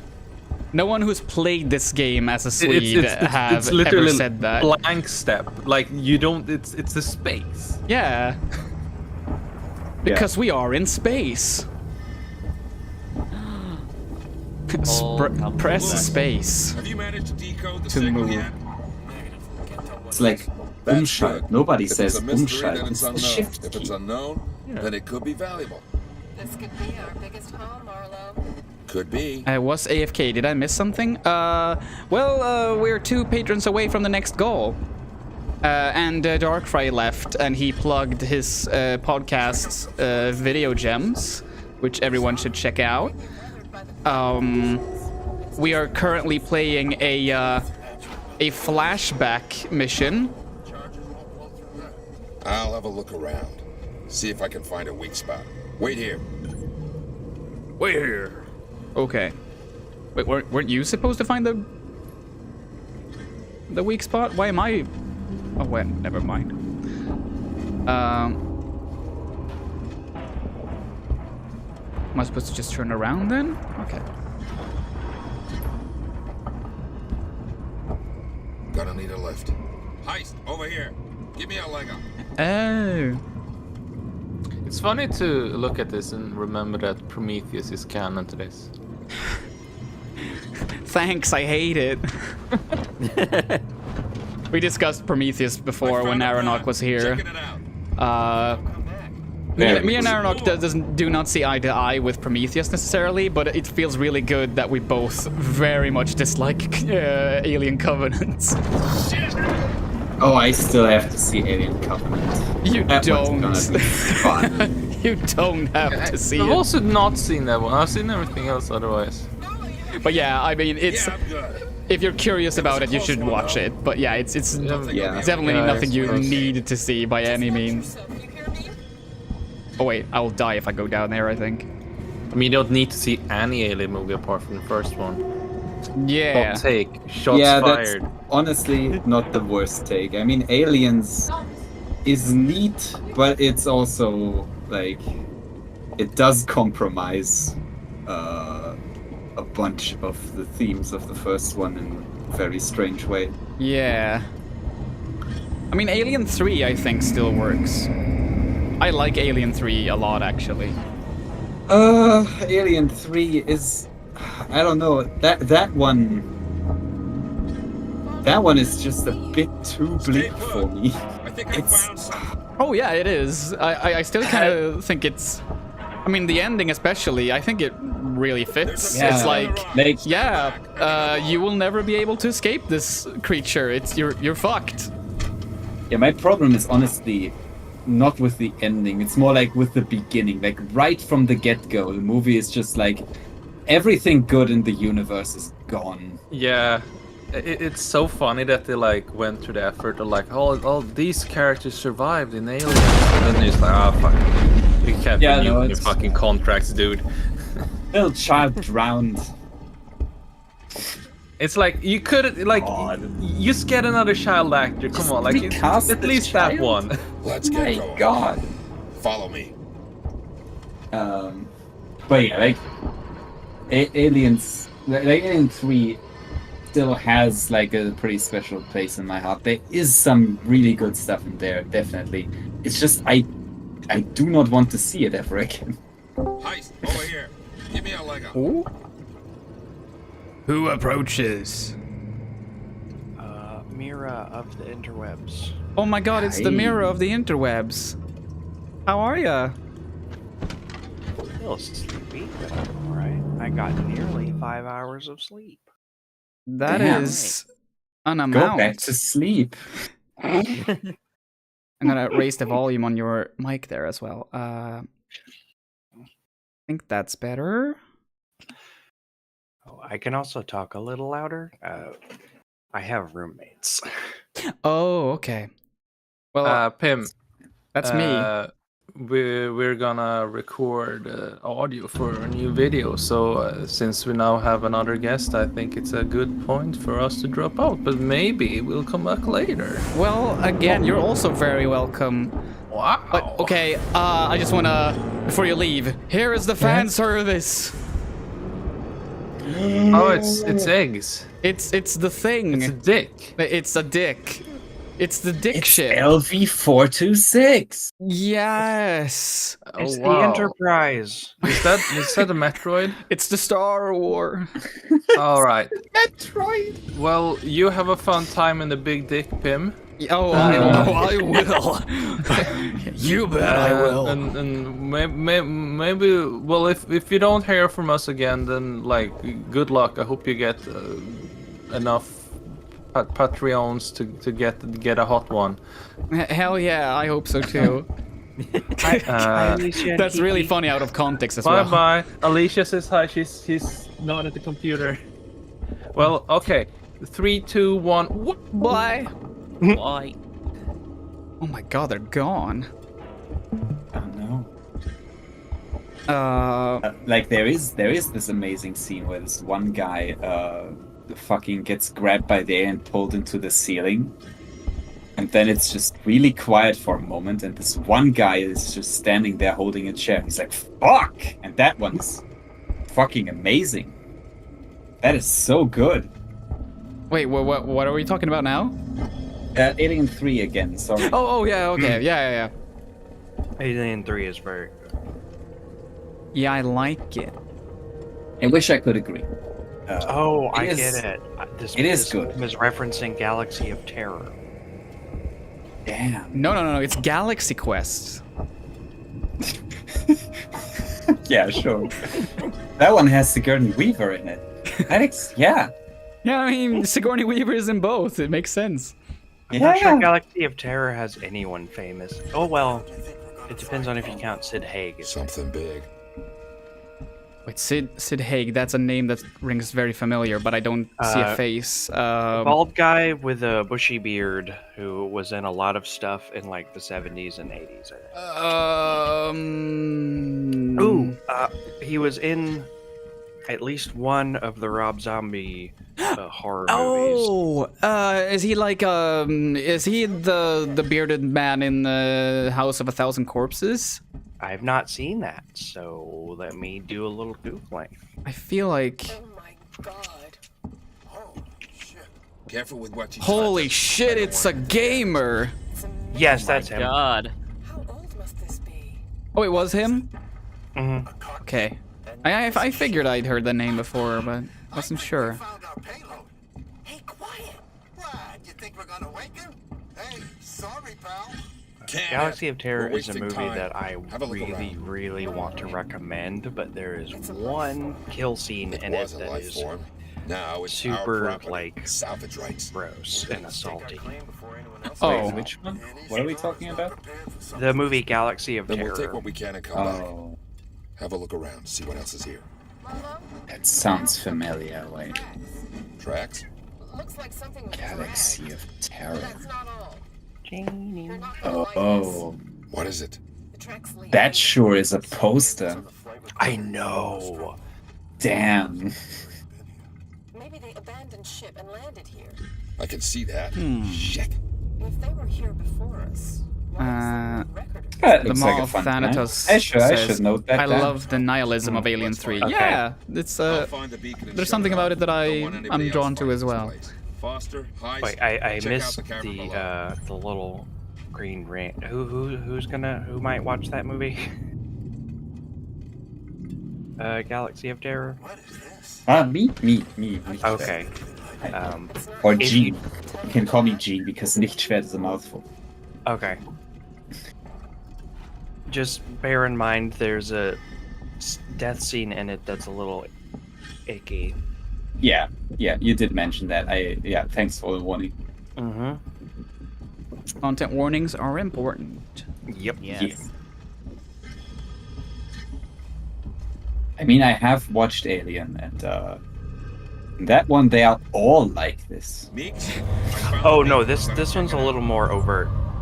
Oh, even more overt. Gotcha. But you mean to tell me that the Nostromo crew did not turn off the distress beacon? I don't know what you're talking about. What? No, it's the thing everything's gonna be fine. Yes, That's Maw it. of Thanatos. Or maybe someone turned it back. Oh no, that doesn't make any sense. I was having a great time with the movie, and then the maggot scene happened, and I was like, Oh. Mm. Yeah, that's a good enough like description to paint a picture. Yeah. Already. You say maggots, I only see, well, nasty stuff. Yeah. I think it was the. It's not even what you're imagining. No, I I can bet. promise you I that. bet it's even worse. Yeah, probably. I think I remember it was. I think it was in your recent video, and I was meant to ask you about it like ages ago because I think you had PTSD radio books in your background. Yes. I've read. No, I haven't read all of it. I've only got the first one. I've still got to try and get my hands on the other two. But what are your thoughts? Okay, so my thoughts. I've read. Well, there are more than 3 volumes, but the copies I have sort of collected all of them, so I'm gonna call them 1, 2, and 3 either way. But I think the first one showed promise. There were a couple of instances where I felt like, okay, you're sort of reusing the same type of scare a lot. It's like a lot of the stories ended with a spooky face. Yeah. And it's like, okay, yeah, that's getting a bit old, but you know, the mystery is still intriguing, and I want to see where this goes. But already in Volume 2, we're kind of starting to see that, it doesn't have anything else. It's just this. It even like when you reach Volume 3, it's almost like you're reading a parody of of the original one, where it's like you're not gonna stop with these spooks. Like it's ridiculous. They're not scary in the slightest at this point. I know, because I read the first one in one night. Like I just kind of blitzed through it. And I was like the ideas, but I also feel like part of it honestly feels like, okay, I get you're trying to do Junji Ito. Yeah. You're kind of missing the point of what actually makes that, like, his stuff work, though. Yeah. At the same time. Like, it's more than just, like, a spooky face. Yes. That pops up. Like this, so it just, I was like, I Junji don't Ito know. does like cosmic horror. Yeah. Junji Ito does a lot of different things. That too. Sometimes Junji Ito just does the most ridiculous nonsense bullshit imaginable, and I love it. Oh yeah. I know. But one thing I will say about PTSD radio is everything. Where's that your ship? If we can break the like close to the end of Volume 3, that was the moment where I was like, this is what his story should have been like all along. And that's the part where he recounts a bunch of personal events. Yeah. Where he talks about basically why he wanted to stop writing, because he started experiencing things that were too, for him, he felt like were too similar to things that were happening to him in real life. Things that made him end up in the hospital, for one. Not gonna get into details because there's some graphic stuff, but yeah, that made me like feel like sure, he exaggerates a bit for It's an animal. for you know, for the effect. I hope you're right. And sometimes it gets a bit, you know, you can sense that he's exaggerating, but it's still like he shows that he has something. It's just not the strength that he plays to throughout the rest of the manga, which is unfortunate. So it's a shame. There is some beautiful imagery in those books, and there are some storylines that are interesting. But yeah, overall, I have to say I'm kind of disappointed with PTSD Radio. It's good to know that I'm not alone in that as well, because that's what I was also like. I want to ask, because I'm like, I feel like I don't know if I'm just not, if I'm like judging this too harshly or not. Yeah.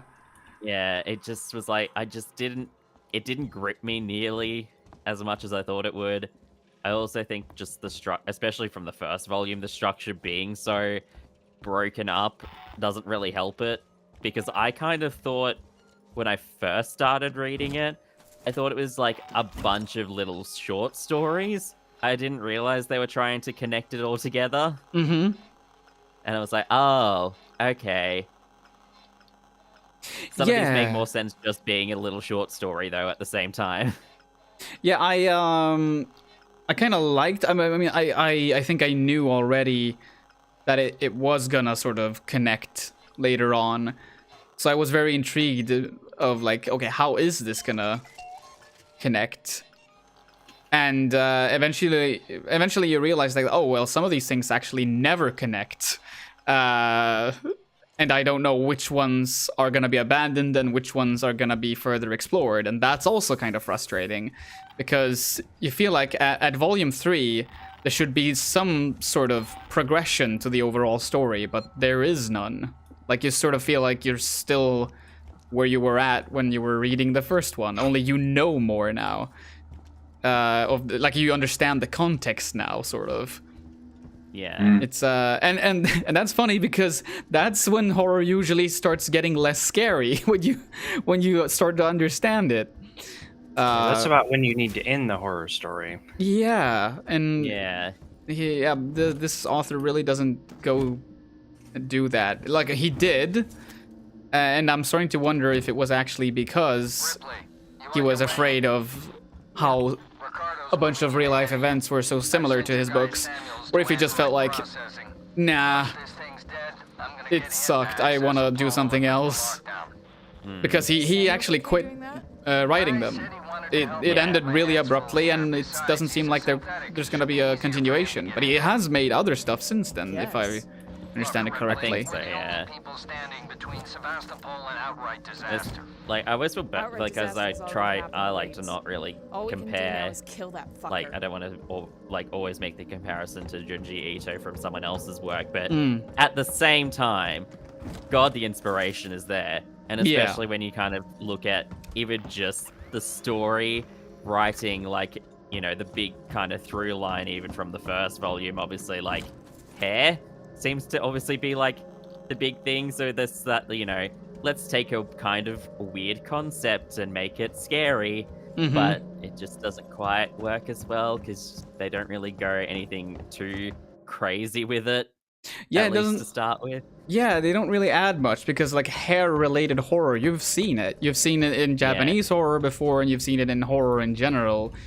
And there's some interesting things there where it's like, oh, a god being forgotten, and the effects that has, and yeah, there are things.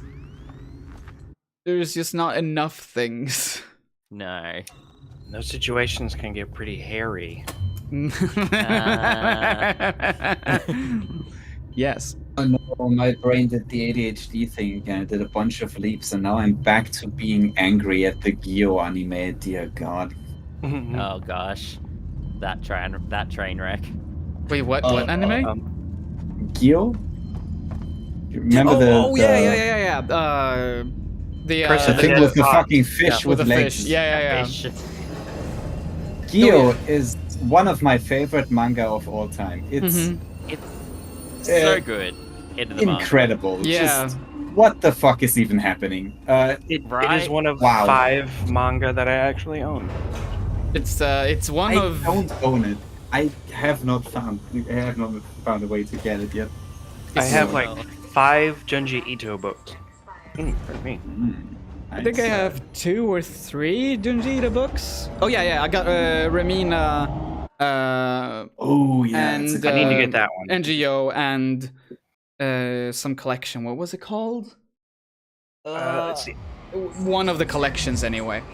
I've got Uzumaki, Gyo, Fragments of Horror, Censor, which I haven't read yet, and No Longer Human. Oh yeah, Censor. I want to read that one as well. Well, I've got 12 because I've got. Oh damn! A lot Nice. of them. Yeah, so I've got. Yeah, Those are expensive, so I have to save up for them. I'm in the Dex Fire. But yeah. I haven't got But yeah, another anyone. one. To anyone who's watching this, if you're interested in Junji Ito, not watch the Gyo anime, read the manga. Dear God, please. I just know that there's like a anime. Oh, sorry. Anything Junji Ito anime, just kind of avoid that in general. Yep. It's just never as good. Yeah, I've watched they're like 2 like collection type animes. Like one was on Netflix and the other one was I'm not entirely sure if it was just. I haven't even seen those. What happened to that Uzumaki anime anyway? It's I at this point I have no idea. I have no idea what's happening with that one. Can we just, like, for a second, like, off topic, praise Retro Future Tech? I love it so much. Yeah. Using a punch card to save at the phone, that's just catnip.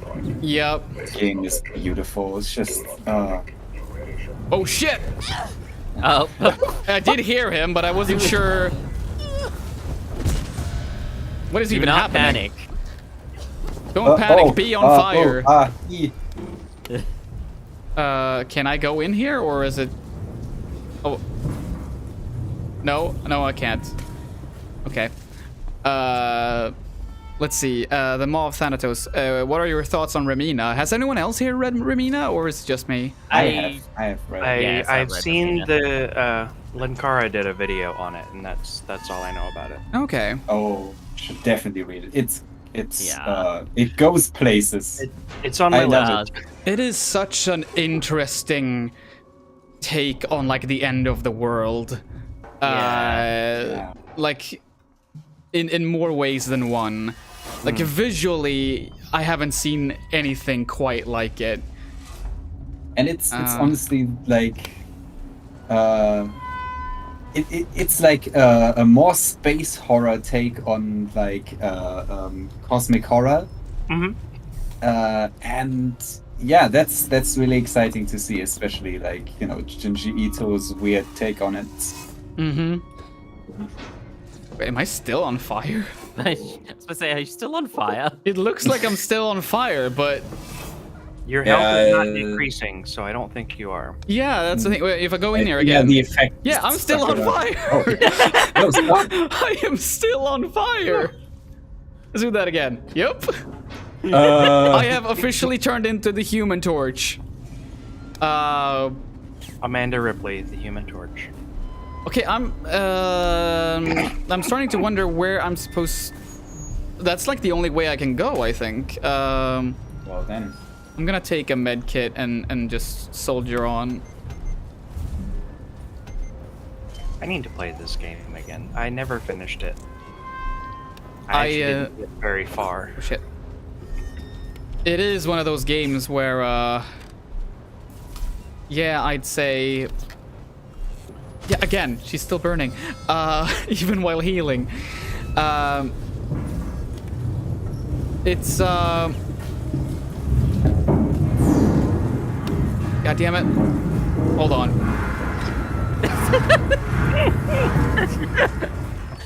Okay, yeah, there we go. Stop, drop, and roll. You get there, Amanda? She's just getting a little. I love that the embers are coming from me. Yeah. It's amazing. What were we talking about? I was talking about something. This game. Yeah. Like it's like 20 hours long, and like even when I played it back in the day, I just felt like, and that's the reason why I'm playing it now from beginning to the end for the first time in a decade. It's just that when you're done with it, it feels like you've eaten like the biggest buffet, and you're just stuffed. And I can kind of understand if you would feel stuffed even before getting to the ending. No, I just horror games with a stalker element are a little touch and go with me, I guess. Because it depends on like how it's done. Like I don't like that there's not a lot of ways to fend off the alien like when you're starting out. So if you get spotted, it's a game over. Yeah, and that has happened to me a bunch of times now. I'm either very rusty, or the game has been overly cruel, more cruel than usual. I also want to say, the sprinklers are on. I am still on fire. Yeah, I think it's just a graphical glitch. Oh yeah, for sure. Your health isn't decreasing. I hope this sticks around until the end of the game. I would just want to be Human Torch Ripley. That would be pretty fun. It would be really funny if, like, in a cutscene. Yeah. Wait, It probably what's wrong won't. with this station? What's wrong with the station? Maybe it's the game's way of telling you that you're doing great. Yeah, it's like when you're doing really well in Overwatch. I'm on fire! Or in, what was that NBA game? You're on fire! An NBA Jam? Maybe. Oh shit, am I back here? Wait, where am I supposed to go I don't think now? you've left the little corridor. Oh wait, no, I've been here. Oh, okay. Before though. Oh no. Even when I use the motion tracker. You think it can see you over here, crouching in the darkness while on fire? That's what it is. It's hard mode. Yeah. Okay, come on. You're just a light up beacon. Oh, I can't go in there. Oh no. Oh no. Oh no. Oh no. I hear the footsteps. You're getting stalked by Angry Joe. What? Angry Joe? Aren't the robots called Working Joes? Oh yeah. Yeah. Wait, I don't think this is hiding me at all. I think it's here. Wait, hold on. I have the fucking flamethrower now. You're toast if you get close to me. Now. Yeah, that too. I literally am the flamethrower. I am the flame. No, don't you dare come near me. Hey, you big bastard, look at what I'm gonna do to myself. What do you think I'll do to you? That fire seems to just be, crouching and skulking around. I'm just gonna ignore it. I haven't seen fire react like this before, but I guess I like I'll that just it's keep walking. it is actually also giving off light. Yeah. Around I don't need a surroundings. flashlight ever again. I can just... I'll just be on fire. You're playing Doom 3 now. Or the Doom 3 remaster where you can have both flashlight and gun. Hell yeah. Or actually, that's the lesser version.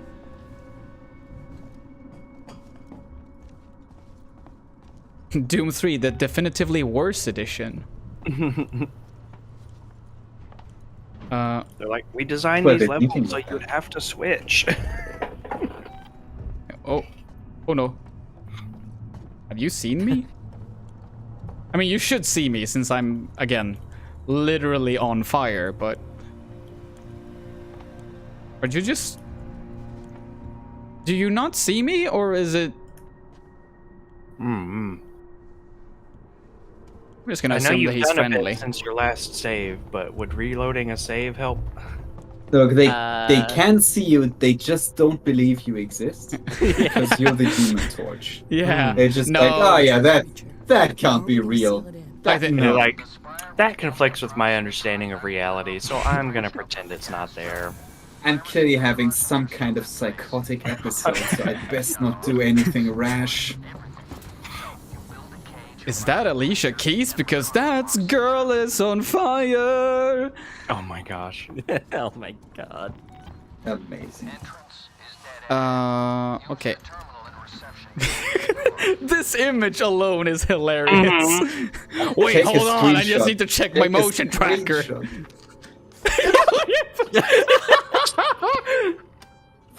Oh my god! That's just perfect. That's so good. That is Oh my perfect. god. I'm sorry, you need to take a screenshot of that so we have meme fodder. That's like so important. Okay, I'm gonna save again. Hold on. But please wait. Why do I have to wait? Oh, it's because I saved so so close to. Okay, I have to wait for a bit maybe. I did print screen holding the motion tracker though. Yeah, that's good. And also I could just go back in the stream and go print screen later, worst case scenario. Oh yeah, it's true. But okay, I'm supposed to go this way. I think. No? Go... Wait, did this say go to the sewer or through the server? What's the difference? Server. Okay. If it said sewer, I would have just deleted the game. I had How no does the memory of there sewer work being on a sewer. Space station. In space, you still can't get away from sewer levels. The greatest horror of them all. Space, no one can hear you scream in frustration about sewer levels. I mean, there has to be some kind of plumbing at a space station, right? So, I mean, that would be the equivalent Very of a sewer level, I guess. But alright.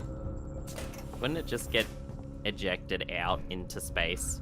So technically space is your entire sewer level. I mean, Space, you probably want to the final clean sewer as level. much of it as possible up so you have reusable water, probably. Okay, here we go. I'm gonna do the image now. Because, you know, water is... Like, water is plentiful in space, but still usually very far away. Because everything is far away from everything in space. Sucks out there. You think the moon isn't that far away? The moon is so fucking far away. It's ridiculous. It can't be that far away. I can look at it. Yeah, but you see, it is huge, and in the sky, it is tiny. Yeah, but is it looking back at you? Uh-oh. Reference. Black Mirror reference. Wait, is it? Is No, it? I have no idea. I've never seen Black Mirror. Wouldn't it be fucked up if the moon looked back at you? Black Mirror. Black Mirror.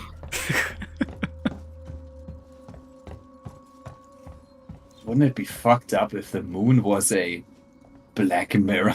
Black Mirror. Just pitch a bunch of Black Mirror episode ideas and end them with Black Mirror. Mm-hmm.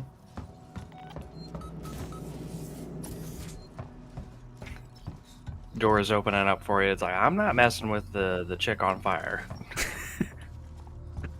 Not even gonna put on the sprinklers. Oh, wait. What are you doing here? This is gonna be a bad dream, she said. Yep. I'm just very confused now because it says that I'm supposed to go in through that door, but it's locked. I am Honestly, missing something. I've already been in like here. An Amanda Ripley book or movie of some variety. Mm-hmm.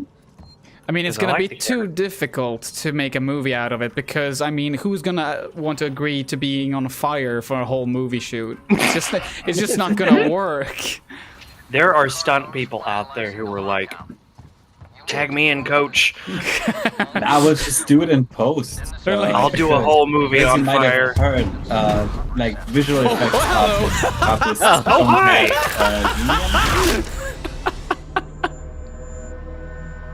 Oh God, I love you. Yeah, we'll just make it like. Are oh my you still God, on are you fire? Still on fire. I am. This is what we need to know. I'm still. I'm Oh gonna my be on God. fire until the end of the game. It's happening, folks. It's happening. Oh, I love it. It's a 5% playthrough. It's. This needs to be added to the speed run categories. I don't want to ask people to make art of me because it's free labor, but I kind of would want to maybe pay someone to do like a version of like "This is fine" meme, but it's Amanda Ripley and or me. Oh shit! Well, I'm just gonna let it happen this time because I don't want to. Wait. Oh yeah, I figured. I felt it was unnecessary to waste the flamethrower. And it wasn't that much to pick up over there, so screw it. Would it be a waste of the flamethrower if that's its intended purpose is to scare off the alien? Well, I kind of want to use it for a more, because there I just made a easy mistake that, I mean, I just got back here, so I want to use the flamethrower for more, dire situations. Yeah. Dire situation being, I don't want to redo the last 20 minutes. Yeah, that's more the thing I'm talking about. Oh, it's Robot Boy. I am the computer man. I can do everything you can. But he chooses to just stand there in silence, doing nothing. Doing absolutely nothing. It's a new tactic. I swear to God, he's gonna turn around the second I pass him. I'm gonna prepare the stun baton. Just in case. Is that Joe or you? No, it's a human. He's just gonna stand there, okay. Well, you do your thing, and I'll do mine. That's not a milk boy, that's a blood boy.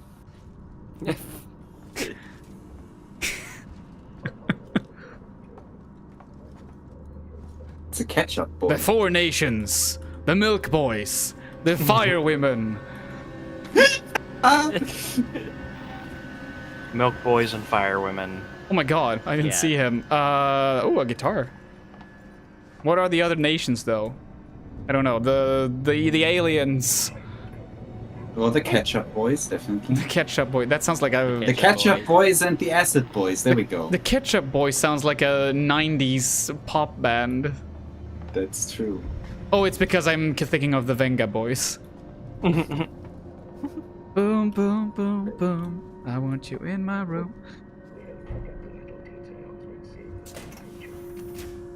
The Willy Heads? The what? Willy Heads, yeah! That's the aliens, right? Yep. H.R. Giger's little Willy Heads. Or maybe sausage heads. Little Willy Head has to be like a little children's book about the alien. Yeah. Cool. Children's book about Beware of the Willy Head. Great. God, that's like if Stephen King wrote the book on the Xenomorph. Oh my gosh. Beware of the pimple snapper. The dangerous alien that lives in your sock drawer. I can only defeat him by using a pop finger, which is his word for gun.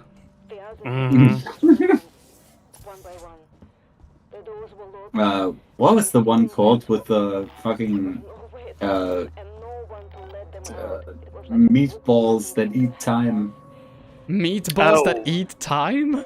That was the Langoliers, I think. Yeah, Langoliers. No, I think that's called drugs. Yes, Stephen King has been pretty open about his drugs. Wrote a whole book about it, at least one. At least one. I think drugs is like the co-author of most of his books. Yeah, exactly. I think that's what the book is about, right? Yeah. Fucking all of them.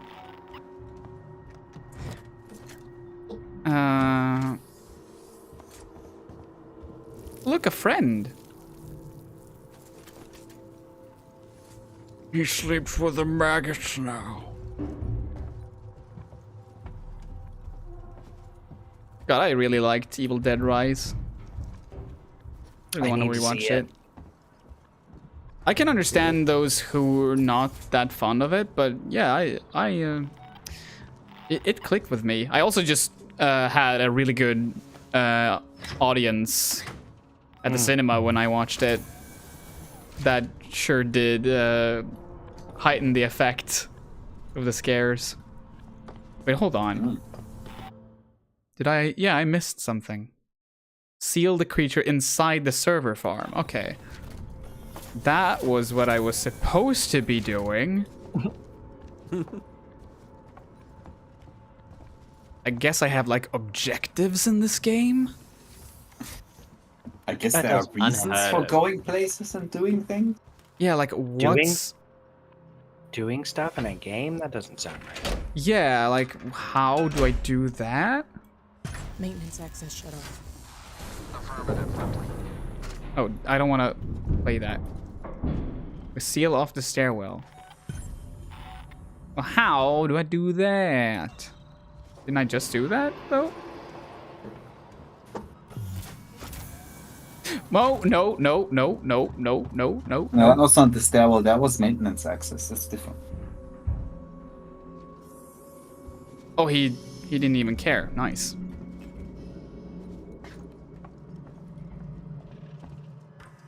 Just gonna check if there's any.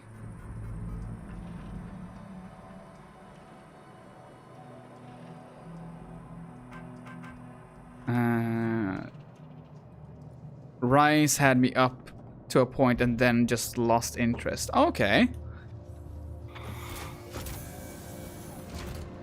That's unfortunate. I guess I could maybe see at least one point where it would make someone lose their interests. But I wouldn't want to spoil anything, obviously, but... Okay, can you just fucking go? Milkman?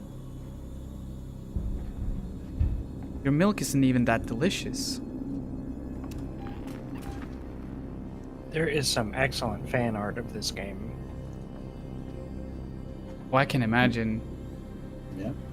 Did you find something now, or? Oh yeah. I was just scrolling through the on Steam. There'll often be like fan art if you just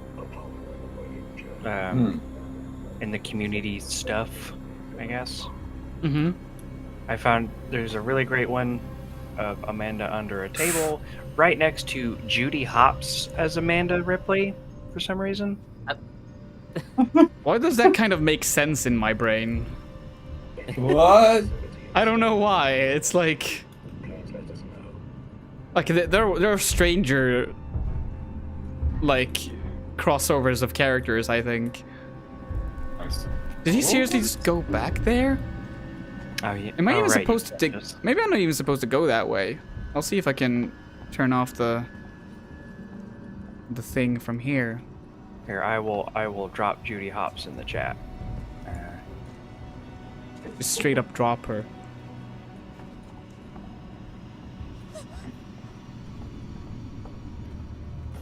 Drop her off a roof. My God.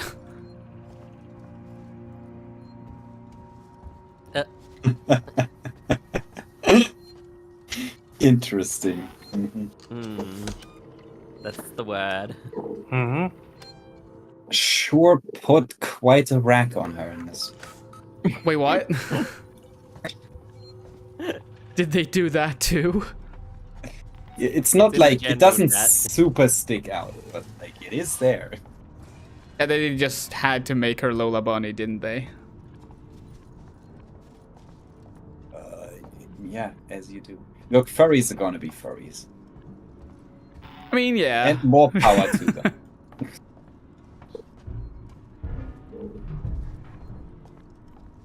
Okay, To them, I say, as if my persona isn't literally a bird. It is?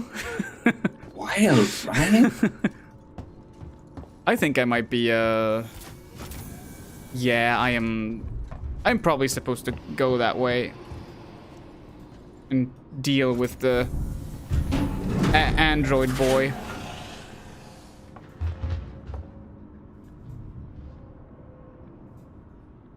The flaming thrower. Even the flamethrower is on fire. That's definitely safe. This isn't fire anymore. Yeah. This is fucking napalm. My god. Oh, the humanity. No, the alienity. Oh, okay. The xenomorphity. Was he behind me? I think so. Yes, he was behind me. Well, either way, I saved, so that's good. Are we still on fire? We are still on fire. Important check. We are still on fire. The most fire check. The most important of checks. Are you on fire? Yes. Good. Working together for a safer, better connected Sevastopol. Oh, okay, you're not hostile. Okay, well that's... Or maybe you are. I don't know. Maybe you're afraid of me because I'm on fire. It is hard to tell. They just flip on a dime. They sure do. And here's a... Bad jerks like that. We hate them. Here's a remote in the middle of the air. That's cool, I guess. Here's a chair that looks like an app. It's atmosphere.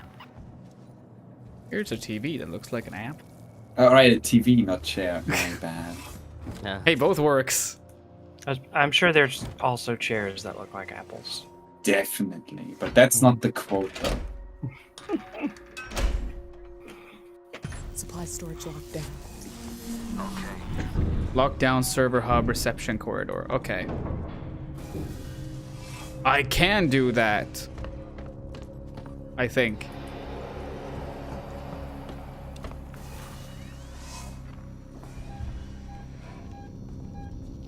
Did they lock the door here as well? Yup. Yeah, he's close.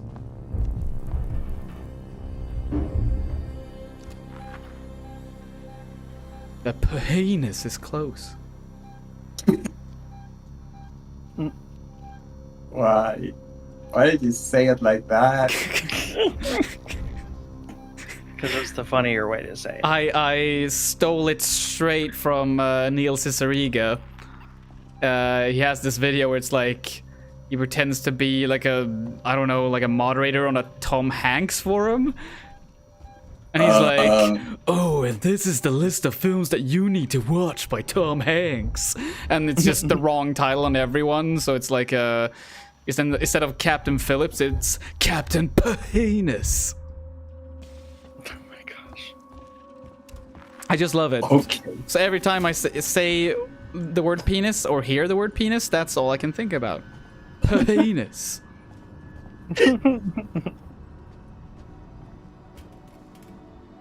I haven't seen that one. I gotta look that up at some point. It's good. Try to remember any other title. Castaway comes to mind, but I'm trying to figure out which one you make penis. Wait, can you patch me through to Ripley? Captain Phillips. Reconnected you. Ripley, No. I'm trying to figure out in the title Castaway which word you swap out. Oh, okay. So you've got Cast Pahenus or Pahenus Away. I mean, I feel one is the sequel to the other. Cast Pahenus.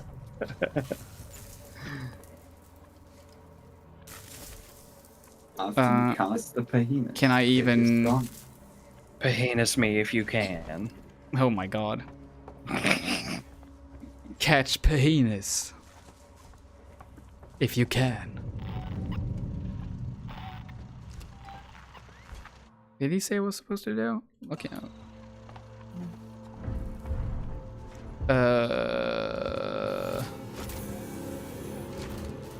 Good day, sir. Wow. Hello. Hello. Are you feeling nice and milky today? Don't say it like that. Don't say it like that. My god. Need to do like an erotic fanfic about the worker Joes. I mean, I need to draw just a get- worker Joe wearing a mega milk shirt. Or a milkmaid outfit. Yes. 7789. Let's see. 7789. Okay. I'm not gonna listen to it though because I have other things I need to attend to. Also, I have ADHD.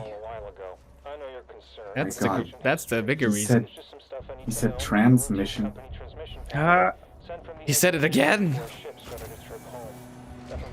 Wait, I thought it was the trans agenda, not the transmission. No, the transmission is specifically the one where they transit, and by it, they mean the xenomorph. Oh.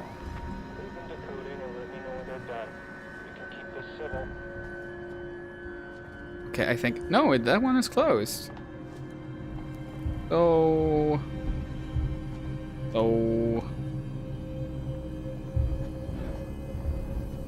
So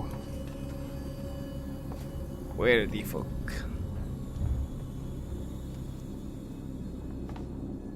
Worst part is I can hear the xenomorph making footsteps and stuff, but I don't see it anywhere. That's always a good sign.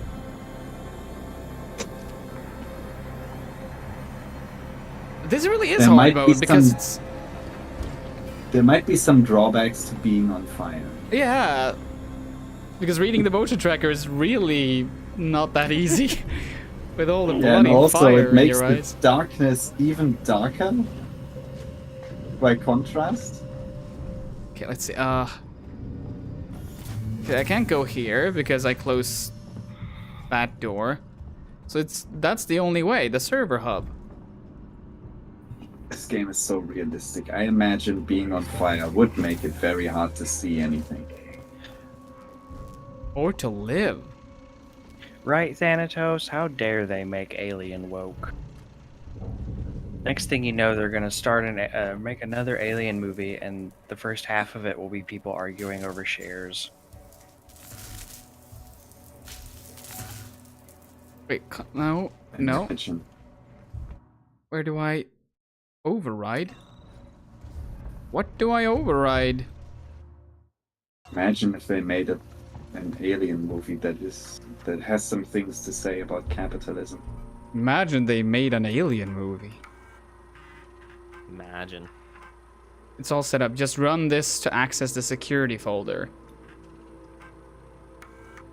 Oh, okay, okay. Okay. I just didn't read.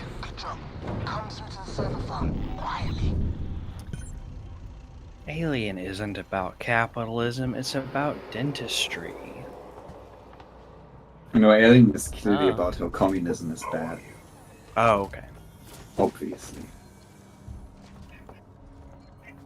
No, that's Squid Game.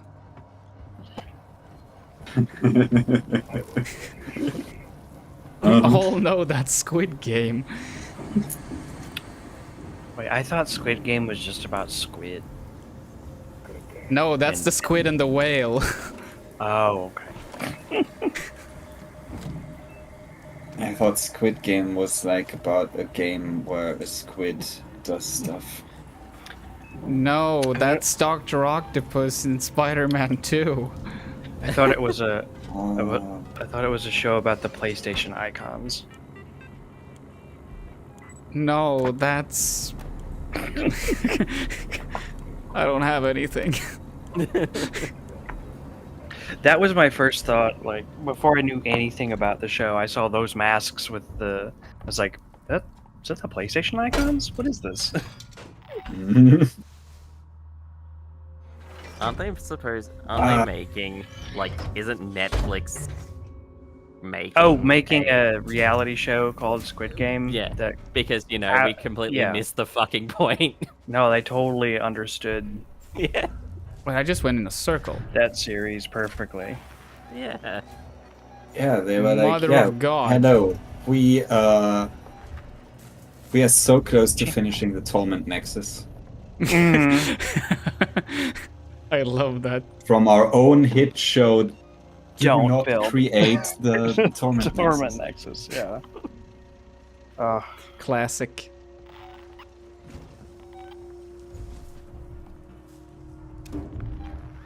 Landmark. Leave. Leave.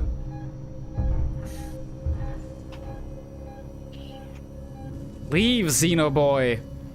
Jamie. Okay, screw it. It's just you. I'm terrible. How are you? It's beautiful. Love these guys. Set up an emergency shutdown at the terminal inside the server farm. You need to trigger it from there, then get out.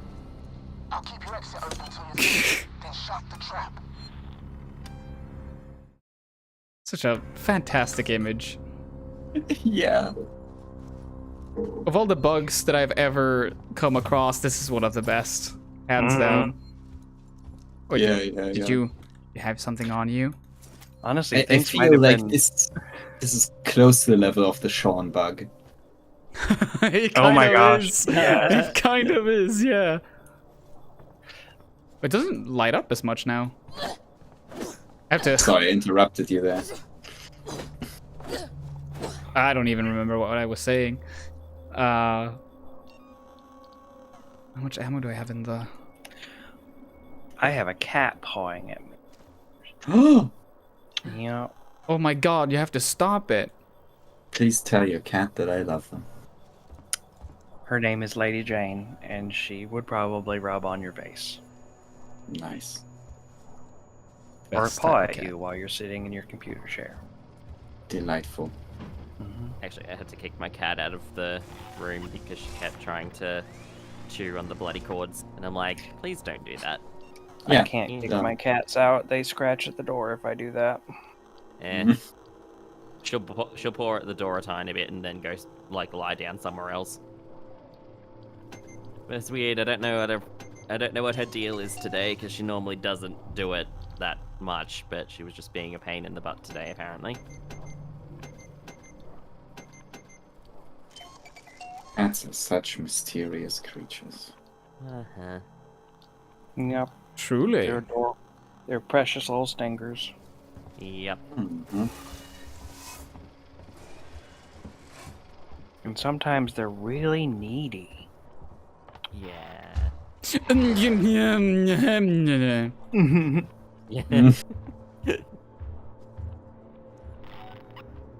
Oh yeah, the xenomorph just ignores the the working Joes. Oh god, they're so shitty. Even the xenomorph doesn't want to kill him. Yeah. No meat. I don't think it cares about meat. Have we ever seen it eat? That's actually very true. What do you think the little mouth does? Yummy, yummy. Like, I assume it must eat something, otherwise how could it grow so fast? But after it's grown, does it eat anything? Soy. Just a whole bunch of soy. That's how it critiques socialism. Hands full of estrogen pills. Yes. Now listen here, human scum. I take Brain Force Plus. That's why my head is so large.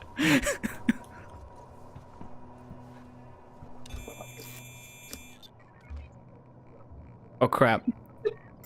Oh. You got this. Yes!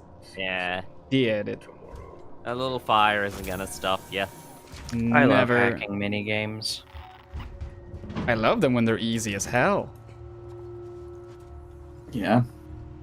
I appreciate that.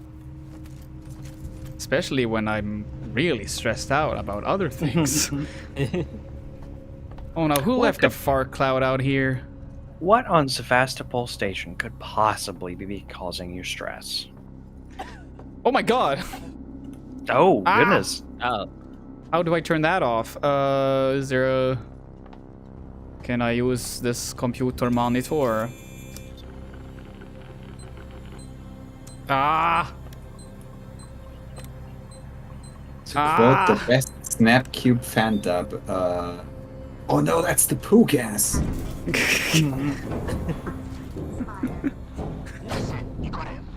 The poo gas. Open, Ricardo.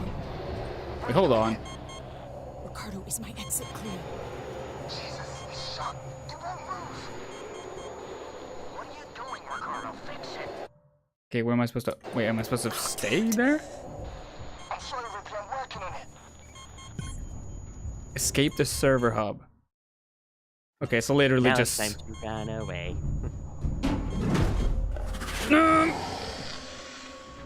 I don't dare to check where you're coming from. Do you have the flamethrower handy? I sure do. Which makes it even harder to see. Okay, there you are. Ricardo, you got news for me. I need more time. Have more time. Get the fuck out of here. Oof.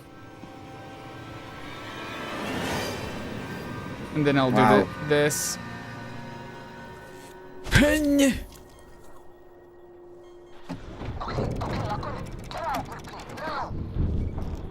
Where?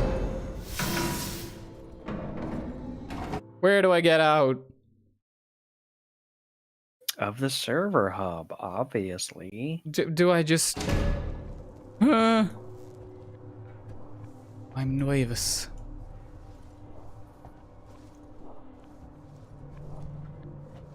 Wait, I came... Didn't I come from that direction? No. Wait, yeah, I've already...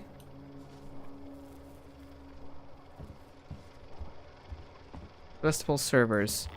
Didn't I come from that direction? Yeah, I did. So...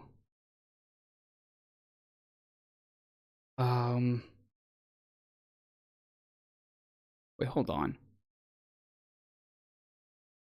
Am I supposed to go back the way I came here? I didn't see a door or anything.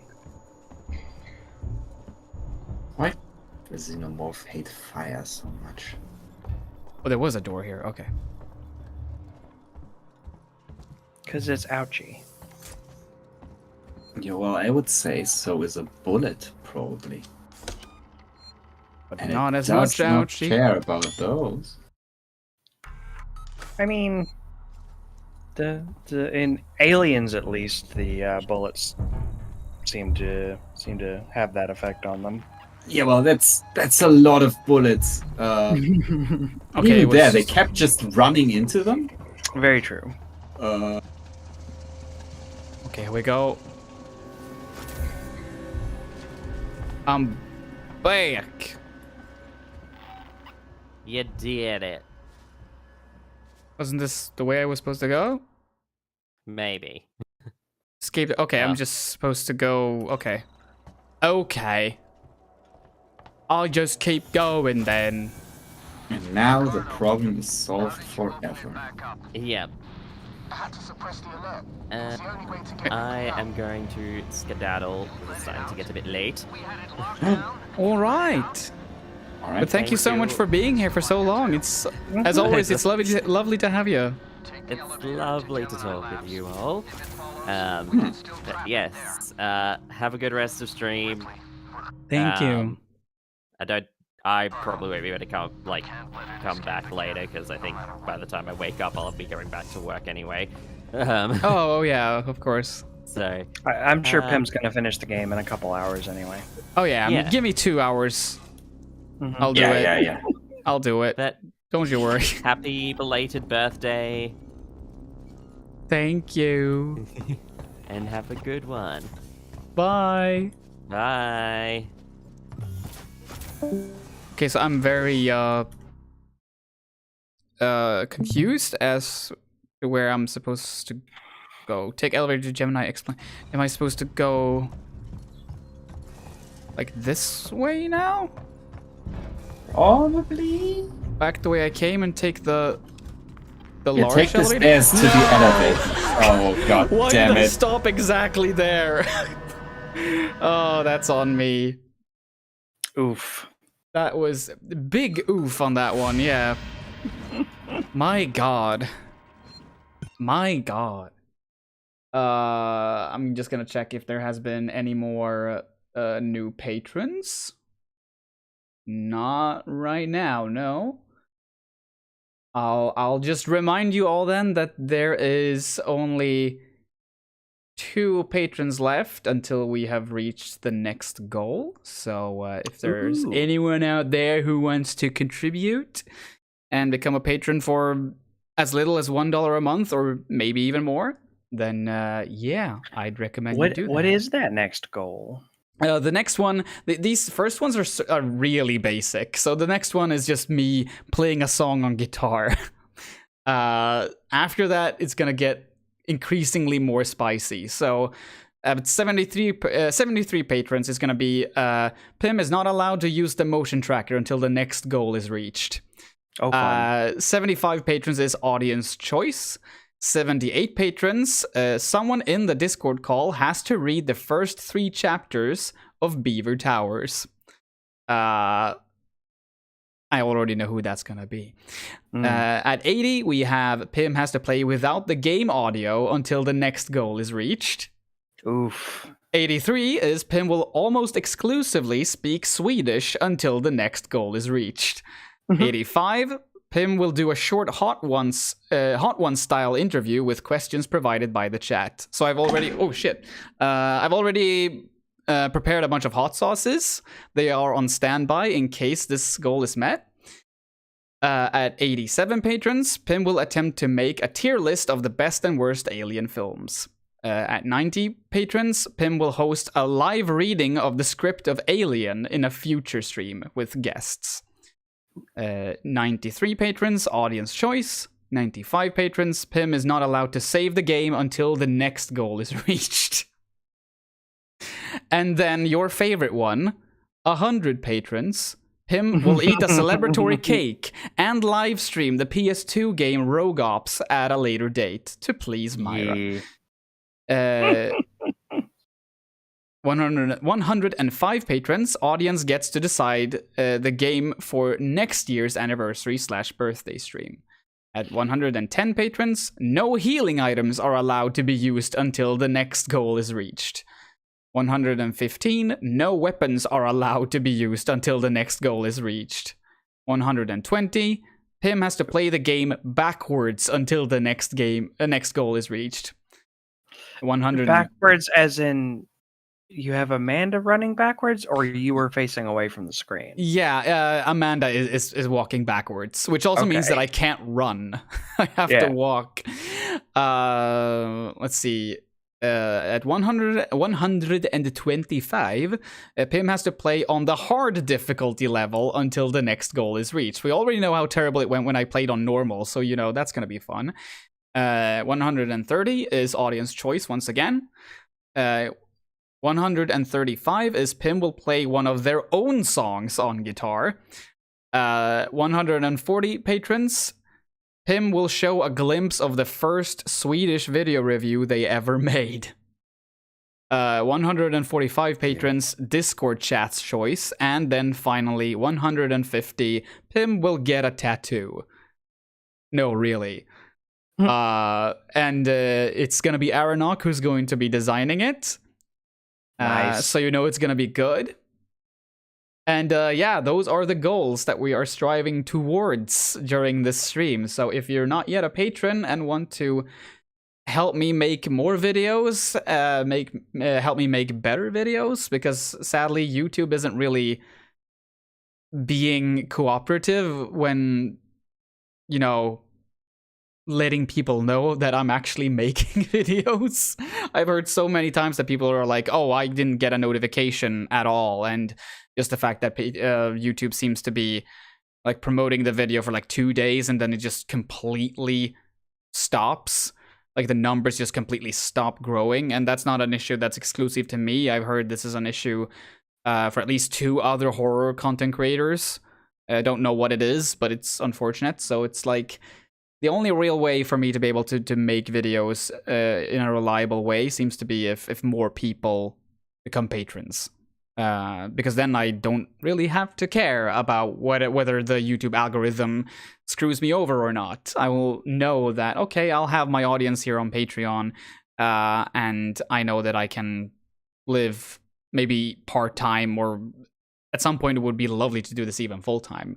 Because if I could do that, more videos will come out every year. Longer videos would be a possibility. And yeah, so that's why we're here in large part. But anyway, let's keep going. Still on fire, of course. Of course. Wait, what's that sound? Oh, it's the flamethrower. It's making strange sounds on my back.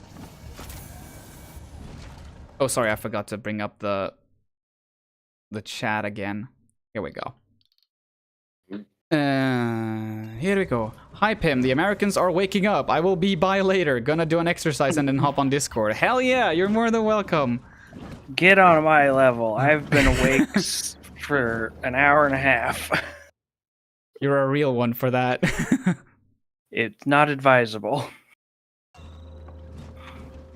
I mean, I'm awake for like 5 hours. 5.5 hours.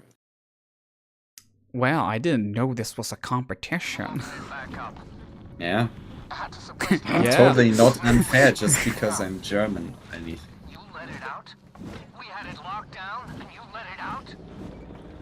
Oh, okay. I was supposed to take this way.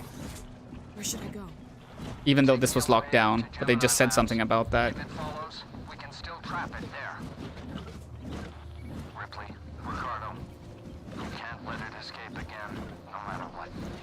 Wait. Is this the way? No, this is the way I came. Can I go this way? Yeah. And then go out that way. Okay, this was a bit closer. This was a bit closer.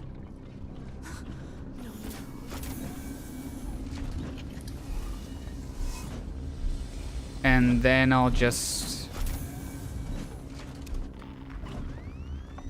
check the map again. This game's dark. I could raise the hold on. I could actually do that for all your sake. Let's see, video. Raise the brightness? Yeah. Yeah. Adjust the game. No, then you'll become the Hulk. Your name isn't even Bruce. Ridiculous. I'll change it. Amanda Banner. Get a name change just so you can raise the gamma in the video game. Yes. Wait, take the elevator to. Oh wait, so that elevator? But why is the arrow like? Hold on. I'm sure they were here. No Oh, way. boy. That's me. The green thing is the okay. I'm getting increasingly confused. Wait, hold on. You run past it. What? Where is the elevator then? Is the elevator in the fucking vent? It's in the fucking. I mean, it sure seems like it because. Why? Well, there's a ladder. The game is screwing with me at this point. Maybe the elevator's on a different level? Maybe the elevator was the friends we made along the way. Good morning. I slept for 12 hours. Hey! Oh, hi. Nice. Welcome. How does that feel? I feel crispy. In a good way or? I see. I'm trying to imagine how crispy feeling could be in a good way. Toasty, I can see as being Toasty. I Yes. think I was thinking of crisp. That's different. Oh, okay. That's true. Wait, I'm just gonna.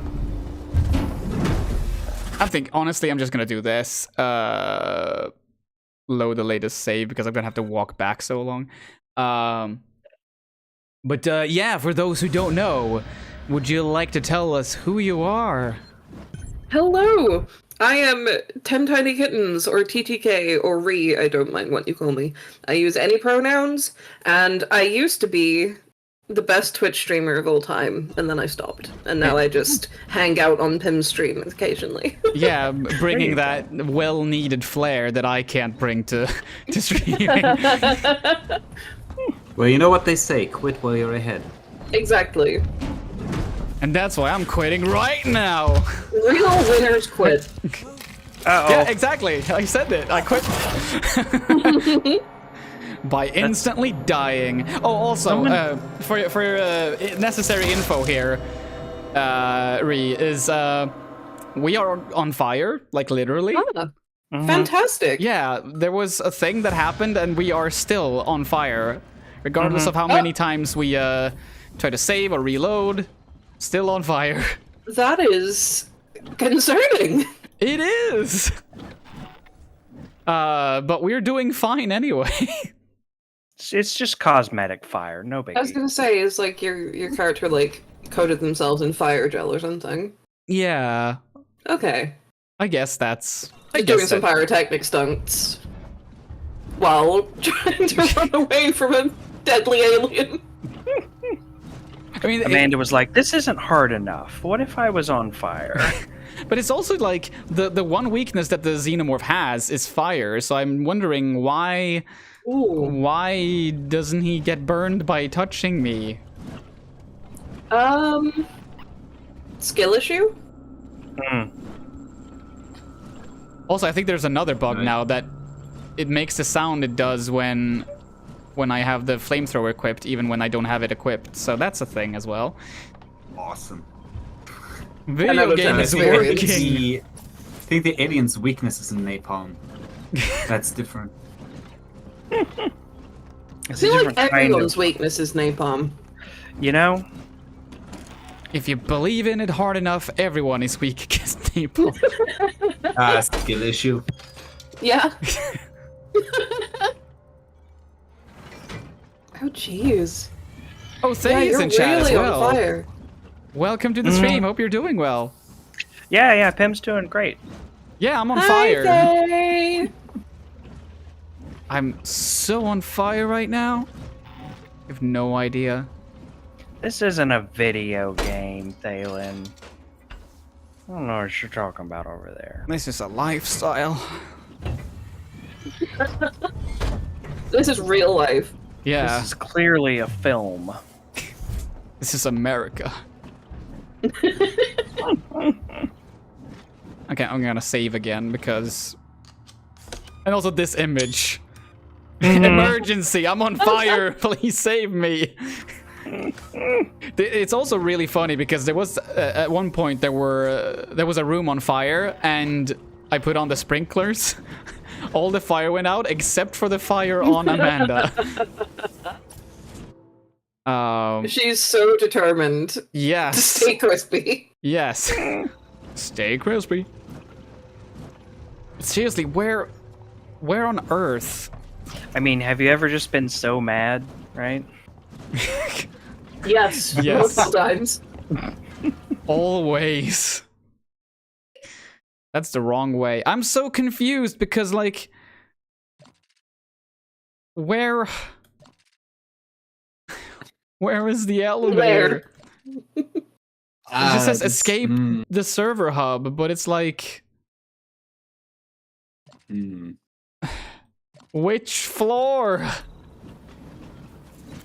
Yeah, this is giving me like control map vibes. As in, wow, what a useless map. Yeah. Oh god, yeah, that map is terrible.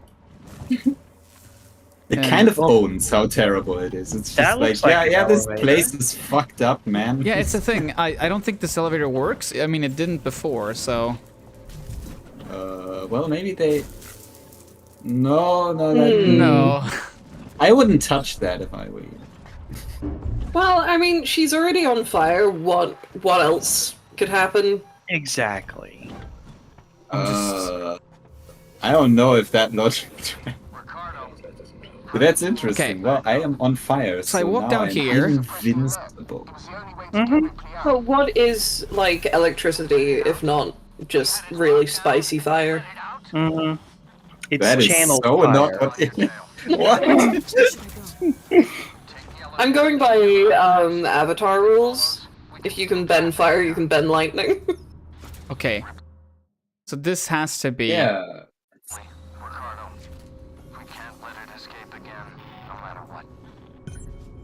Take Lightning elevator. is fire if it were a little bit more like water. That looks like... makes perfect sense. So we know... And I understand exactly what you just said. We know it's not here. So it has to be... Is this one floor up or one floor down? Unclear. Yes. Wait, I might know.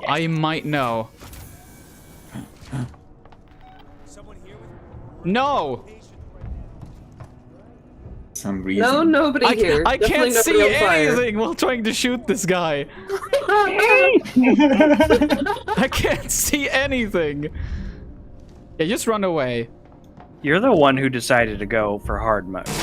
Jesus. I can't see shit. Well, no matter. He used his gun, so now that he's problem dead. solved itself. Yeah. I like that one of the goals is that I am not allowed to use any of my weapons, but, well... I don't think I will be using them very much anyway. I wrote that before I got the fire glitch. The Xenomorph was like, I got you, fam. For once, they helped me out. Friends. Still gonna sorta, kill ya. maybe. Oh, no. I take elevator. Yeah. Look, I'm just taking he the just gave up. elevator. It's fine. I'm not here to take your snacks. Oh, hey, you found the elevator. I was just on my way out, man. It's okay. Bro, I'm just standing here. Being on fire. No! I'm not on fire anymore! No! No! The end of an era. It really is. You better get on fire again, post haste. Where can I get some fire? Wait. I've got the solution. My god, that really is the end of an era, though. I was hoping it was gonna stick around till the end. That's unfortunate. That's unfortunate, but we got the video evidence anyway. Yes. Of you being on fire, yes. Yeah, for the world to see. Oh, being of pure energy is back. Nice that you got some extra sleep there. You can do it. And also Brooklyn. Welcome. Thank you so much. Hello. Wait, is she gonna? Oh, Borkin is here. Are you gonna be a problem? She's having a Wait, Are we gonna have a accused problem? of stealing snacks? Me? No. Okay. I will go in the direction of door. Find the control terminal they left for the synthetic caretaker. It's in a storeroom up ahead. And for God's sake, do it quietly. So Amanda sees a woman who's clearly having a bad day and points a gun at her. I mean, some of these people are really trigger happy, so I just have to make sure that they are okay with my presence. They need to know what you're about. Yeah. Fair enough. I don't know. That still doesn't track for me. I feel like the rational thing to do would be to put her in some kind of like trap death dungeon, so she will learn to appreciate life. Oh my gosh. I mean, her name is Amanda, exactly like Jigsaw's apprentice. So. Oh shit! You're right. Amanda, hug and kiss. Oh my. Hello, alien. I want to play a game. So I learned not too long ago. Up until now, you've been eating people recklessly. But today, you will become the prey. I learned not too long ago that the Jigsaw's apprentice is, I think, I can never remember. It's like Sonny Smith or something to that effect. Anyway, she was in a bunch of she was in a bunch of 80s movies. Mm-hmm. Like she was the lead in the Blob remake. Mm-hmm. And co-lead in Who's Harry Crumb, which was one of my favorites as a kid. Oh, wow, that's a deep cut. Oh my god. Oh my god. John Candy I is haven't a thought hapless about private that eye. one. Yep. That movie has some weird racist shit in it now that I think back. Yeah. As most of those films we grew up with have, unfortunately. Oh, I should still rewatch that one.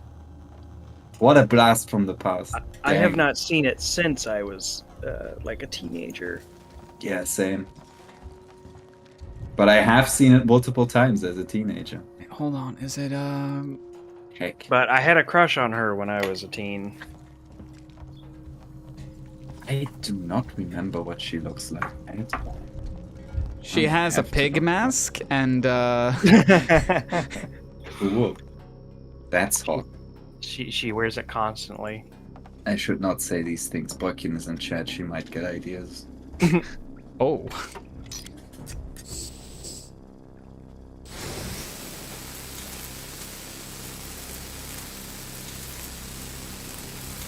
Now we're playing with fire again. Oh, yeah. Fire. Yeah. 2. Yeah. Now reach your hand Fire into 2. the really hot ring of melted metal. Fire 2, Flaming Boogaloo.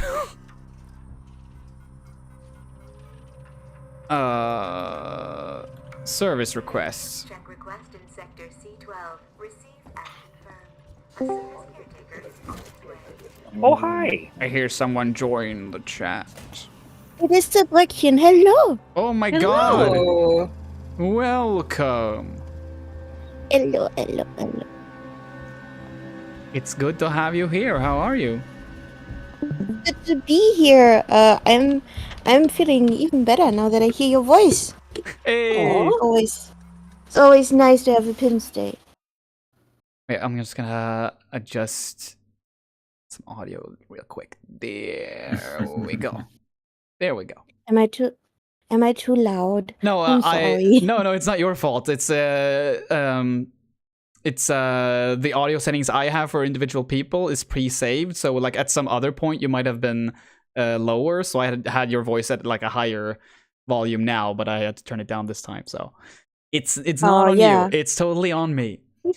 I'm just gonna check if there has been any updates on patrons. Oh my god! Oh my, I recognize that name. It's me. Thank you so much. Oh my You're god. welcome. Which also means, oh my god, you have the biggest honor. You are patron number 69! Fucking yeah! Nice! We Absolutely did it! amazing. We did it! Woohoo! Funny thing is, though, I had a period I'm where so pleased. I had a period where a whole lot of people dropped off being patrons. So I've already been at 69 patrons before, but the fact that you are the 69th this time. I'm so, the 69iest. Yeah, you are the 69iest of them all. This is so neat. This also means we're one patron away from the next goal, and we are 4 patrons away from the goal after that. So things are happening. Hell yeah. Things I are cannot indeed. believe you didn't plan a goal for 69. That is a little bit of an oversight, actually. You know what? That's actually valid. I'm gonna add a goal for 69, and I'm gonna say that the Discord chat, you get to decide what's gonna be the goal for 69. You have to speak in a seductive tone until the next Patreon subscribes. I was gonna say, tell us all of your dirtiest jokes. Oh my god. Yeah, or horrible pickup lines. I barely have any dirty jokes, that's the thing. Do I have any pickup lines? Well, Zane, you picked the perfect time to join. Hey, how's it going? Welcome, Zane. Hi. Nice to have you here. Thank you for having me. Before we decide on what I should do now that I've reached 69 patrons, could you introduce yourself to everyone who doesn't know who you are? Yeah, I'm Zane Whitener, and I run the YouTube channel Embrace of Shadows. And you just released a new video, didn't you? Yeah, yesterday. I was it was a weird video for me because I'm on a trip currently, which is, if I sound far away, I forgot my headphones, so like I'm doing this through my phone speaker. Oh no worries. It sounds good. But so I had to go on this trip, and I was doing a video on Carrie, and it was like almost done, but I realized I didn't have enough time in that week to make that Carrie video.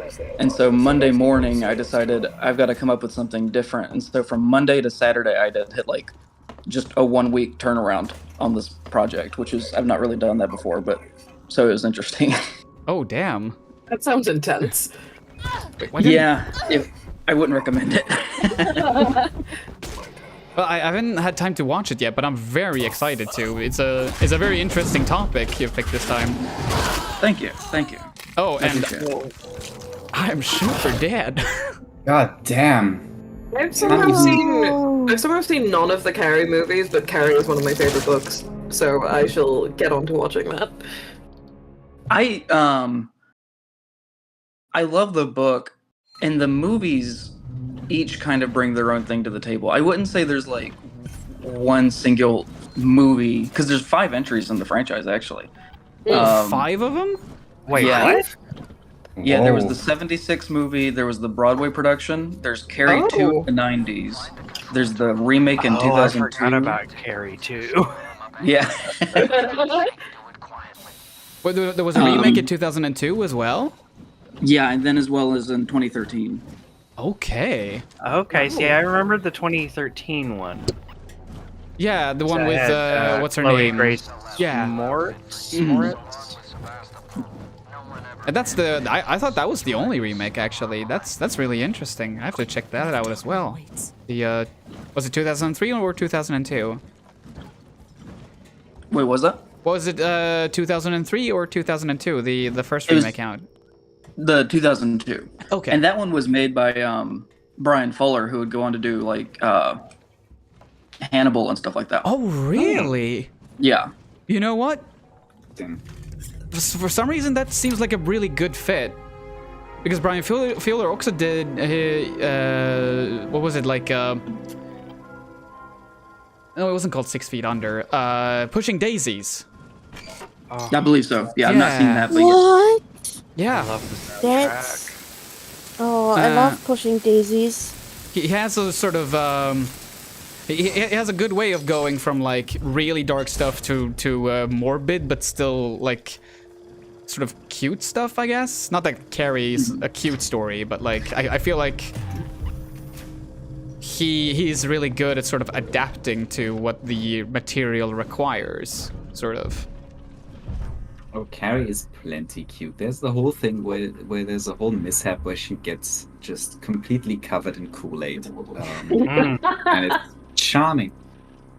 Oh, yeah.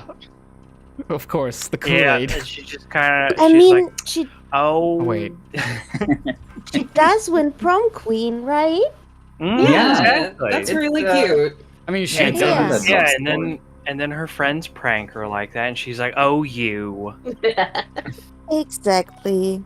That's how it ends. I'm gonna have to save that. Yeah, and Number it does. code. The movie ends with a freeze frame on her doing the "OU" pose, covered in Kool-Aid. Exactly. And then it's all like, this is what happened to the characters after this, and it's all like, this person is dead. This person is also dead. Yeah, they all mysteriously died. This person was snapped in half by Carrie. 12 seconds later. Oh, the 80s. It's what she deserves.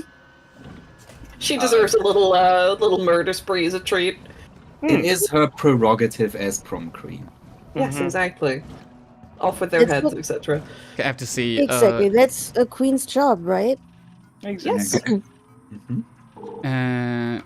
What's up, baby? Reinstate distribution system? Sure. I'm not entirely sure what I'm doing at the moment, but That's okay, I'm never sure what I'm doing. Hi, cutie. Oh no. Hello. I hear Xenomorph right behind me.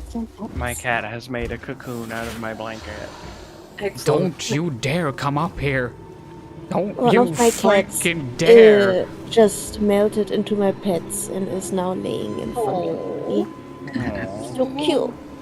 I've upgraded since I last participated in a PIM stream.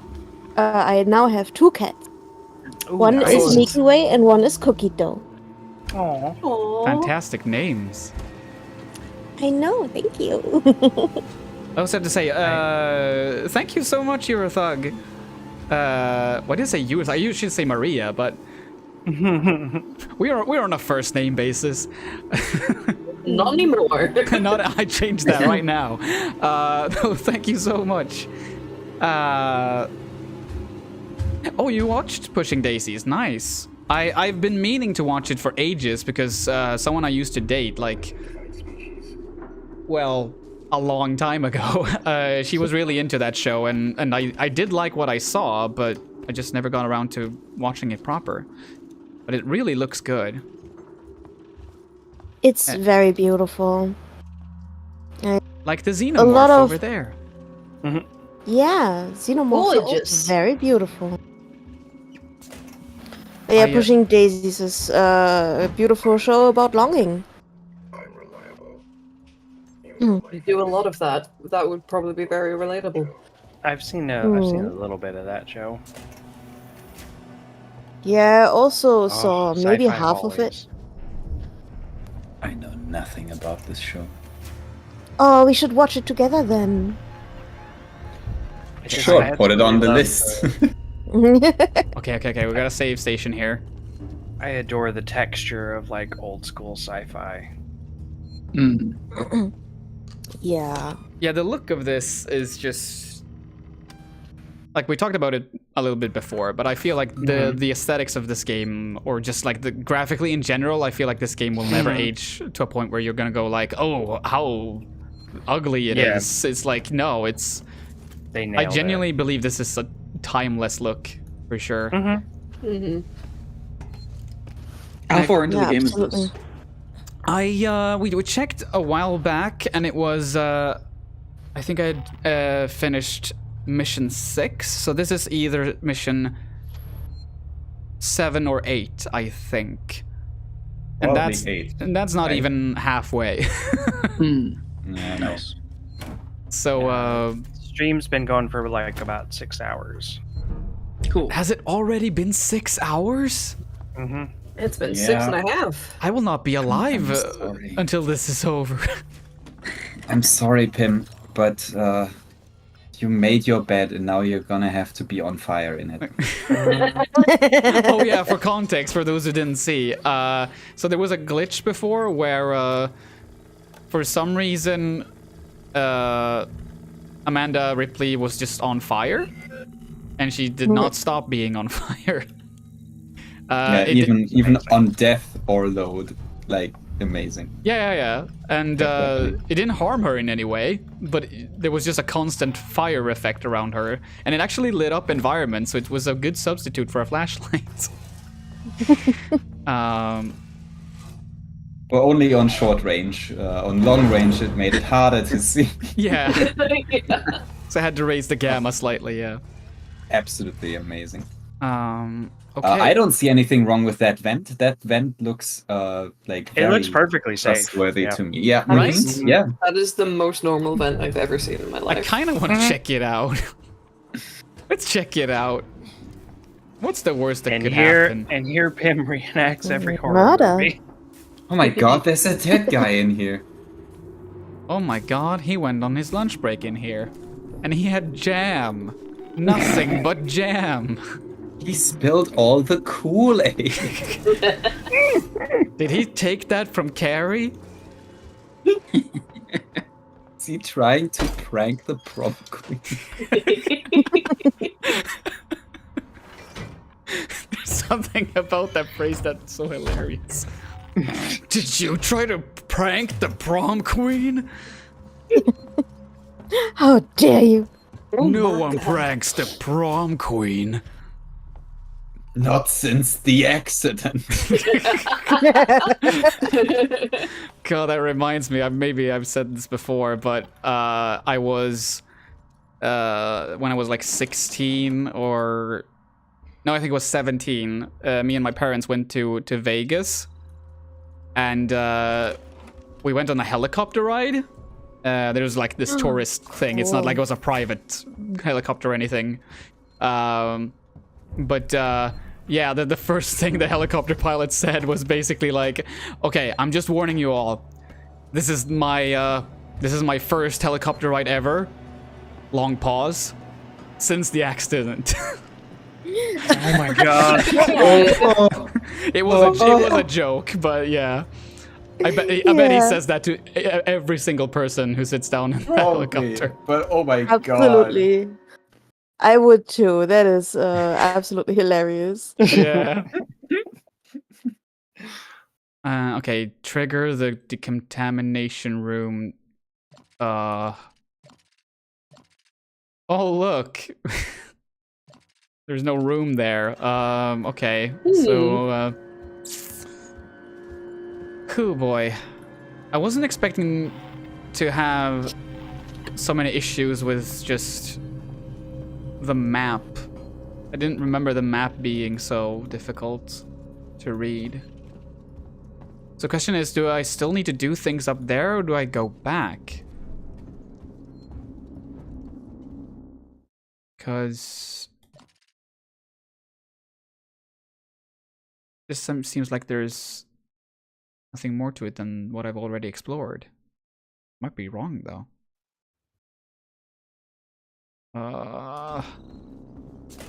This is gonna make me waste so much time. Wait, That's okay. We've got plenty time, right, Pim? Exactly. Yeah. Oh yeah. You can still tough it out for a few more hours. Or Wait. days. It'll be fine. Or weeks. Fortunately, it's a notoriously short game. Oh yeah, just 20 hours. Oh, wait. Yeah, you can handle 20 hours. Plus, like, give or take a few. I just had an idea what we can do for the 69 patrons. Oh yeah, that was the thing we were talking about. Yeah. Tim has to install a mod that replaces the Xenomorph with Thomas the Tank Engine. Hell yeah.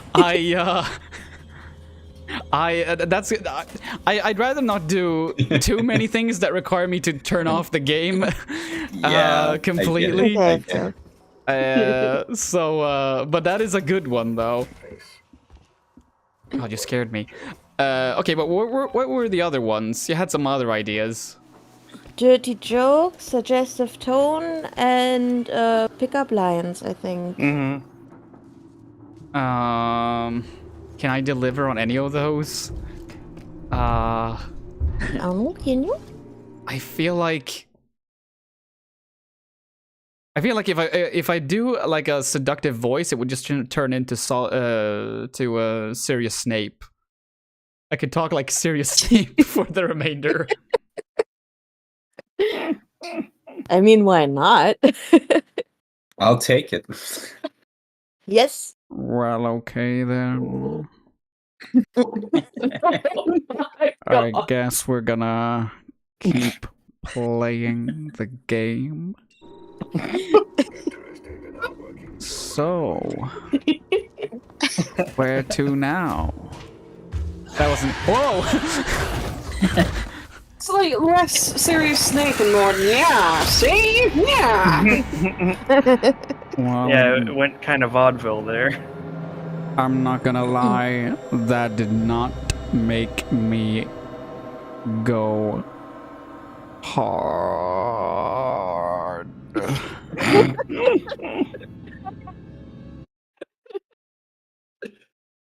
That was awful. I should just turn off the stream right now. Absolutely cursed. No, you're not. You're not getting out of this that easy. Consider that, like, from now on, it can only go up. Hell That is yeah, true. I can. Yeah. Once you reach the lowest point. No, Is, there's always lower points to find. Oh, I'll find it. Just you Don't- wait. Pim has a diamond pickaxe equipped. Here's my favorite Severus Snape quote. Wait, hold on. I now have a machine gun. Ho, ho, ho, ho. Dang. Damn, the alien really doesn't like Snape. Oh. I think the alien's just misunderstood. I think he's just giving you a kiss goodnight, putting you down for a nap. I will say Yeah, this. It's a cultural thing. Yeah. Please, someone give an extra $1 on Patreon so I don't have to do this shit anymore. That's quitting talk. Yes. Oh no, we did establish real winners quit, yeah. That's true. That is true. Maybe we shot ourselves in the foot with that one. Oh, I'm gonna. I don't know, I'm having a great time. I'm about to trigger this baby. So. I'm gonna break you. Yeah. Oh, Jesus.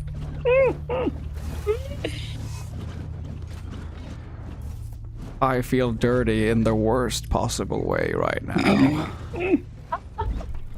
Like I need a shower. Well, if it helps, Maybe we're anyone having a wants to great join. time. Yeah, like we are having the time of our life. It's great. Does anybody have any Kool-Aid? From the shower. Oh yes, I would love me a Kool-Aid shower. The existence of Kool-Aid implies the existence of Warm-Aid. Hmm.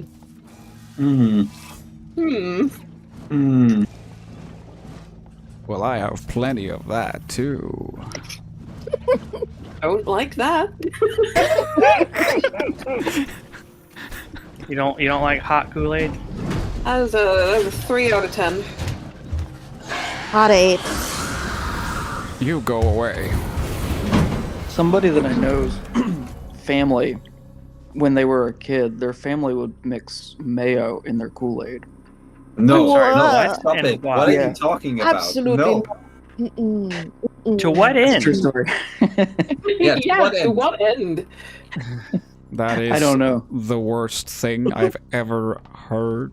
Would it just be like mayo chunks floating in the Kool-Aid? I imagine so, but I don't Because know. I can't imagine that would blend. Yeah. No, it's made of Of course fucking not. oil and stuff. Yeah. Yeah, mayo Wait, is no, like, don't drink that Kool-Aid. Stir it up a little bit first. like Don't mayo drink is like that 10 Kool-Aid. different fats. That's a It's been loaded poisoned with statement at all. mayonnaise. Oh, I understood that reference. Man, someday I want to do this prank where I fill a jar of mayo with vanilla pudding and then just start eating it in front of people Yes. and that wait was for the classic. absolutely shock. Yeah. My favorite was when I read. Unfortunately, if I did that in front of people, nobody would bat a fucking eyelid because I have weird food tastes. Dang. I once read how someone wanted to do that prank and a friend helped them, and then at night the friend switched the vanilla pudding back for mayo. Oh my gosh. The rare double prank. That is so good. It's a nesting doll of pranks. Oh yeah. The old switcheroo. A being of pure energy rights, POV Snape, but he's begging to be reported for sexual harassment. Please, Yes. I beg you. No, Lock see, me away. I just don't cannot want to contain work this. here anymore, please. With that voice, you have to emphasize the ass and harassment. How dare you?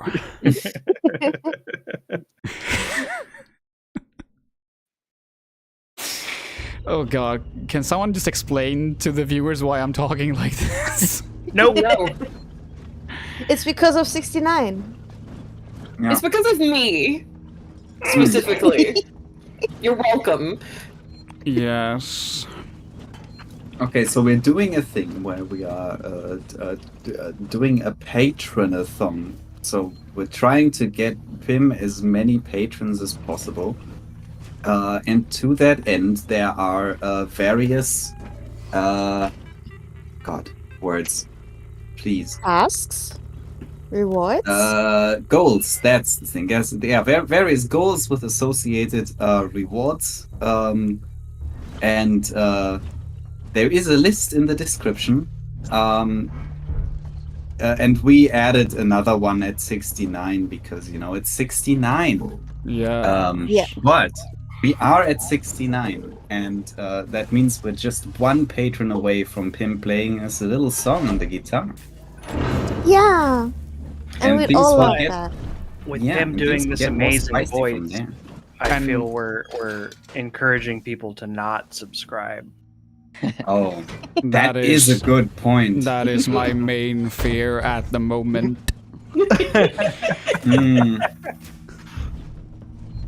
But the song, everybody. Also, if we would get to 150 patrons, I will get a tattoo. So that's neat. Of Snape. Of Dear God, no.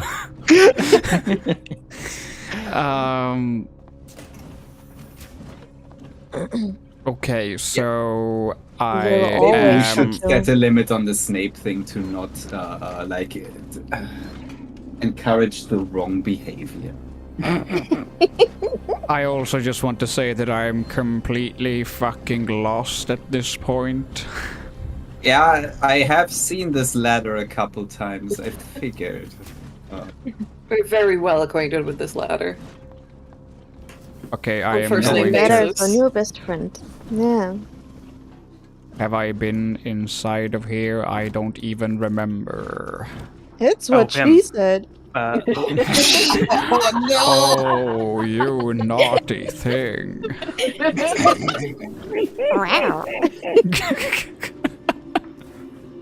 Pim, let me know when it clicks for you why I pick games that are like less than 10 hours for these kind of streams. Oh, you don't need to tell me. But please tell me where to go. You've gotten way farther in this game than I ever have. Let me go back to game FAQs. Where are we? I'm gonna turn off the surveillance camera now. I don't like to be seen when I do my dirty work. So which mission are we actually on now? The one where I do my dirty work. I don't know. Wait, why can't I would look up an FAQ. Okay, what's the current objective? I can't turn this off. Why can't I turn it off? I can't even leave the menu. Skill issue? No, but issue? What is happening? I can't leave. Get good. You don't have a good enough gamer chair? Well, that is true. Okay, I'm gonna die because I'm stuck to this thing. Video games? Video game machine broke. I was stuck to it. Have a nice day. Can someone explain to the body, to the xenomorph, two things? That's not quite how body piercing works, and body piercing needs to have some sort of back and forth transaction. Yeah, it needs to be consensual. You also need to disinfect your tools for that first. Yes. That's also what she said. Like, after seeing that, can somebody tell the xenomorph to call me? No reason. All Let's not right. dwell I on it. guess, So I guess I gotta get a spear. I need to find the breakers to bring Gemini facility online. Okay, breakers. To turn it on. Oh, Gemini you bet. Okay, here it says repair the elevator, so that's probably last mission. That's right for last mission. Go to the SciMed transit station. I know where the first breaker is, but I don't know where the other ones are. Oh my god, Cookie is currently on the balcony like, what? And Tyrannex, Miki is I next to think the xenomorph has mastered the prick part. He mastered Find the what? breakers to bring Gemini facility online. Tyrannex says the xenomorph needs to take a 101 and SSC rack and prick. I think it's got the prick part down. Oh, you bet. He's got a pretty huge prick. What the heck? This is awful. Wait, so you can find the power breakers. He answers that there's one in the analysis labs and another in the decontamination room. Search all the lockers in this room, then pull the lever on the door to open it. Go through the door, turn left, go through the door that just opened. At the end of the short corridor, turn right and climb into the vent. Search the suitcase to your right, then turn around and crawl as far to the south as you can get, then exit the vent. I am not confused in the slightest. No, it's fine. It's all good. Security camera. Sneak past and disable it at the rewire panel. On what level is the decontamination room? Contamination room. Okay, what you need to do is go that way really fast. If something gets in your way, turn. Punch it. I will give them my boot. They can lick it if they like. Sneak past and disable it. Like, have you disabled the security camera anywhere?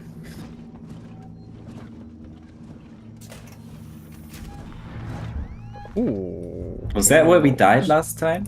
You tried to rewire the camera? Yes. It Yeah. didn't work. I got stuck. It was rigged with super glue. Yeah, go through the door next to the rewire panel into a dark room and get some more components from the suitcase, blah blah. Turn right and go west into the decontamination room. And pull the breaker. You could say I got stuck in the camera. You do? It's like that time I got stuck in the washing machine. What you're doing, step student? My God.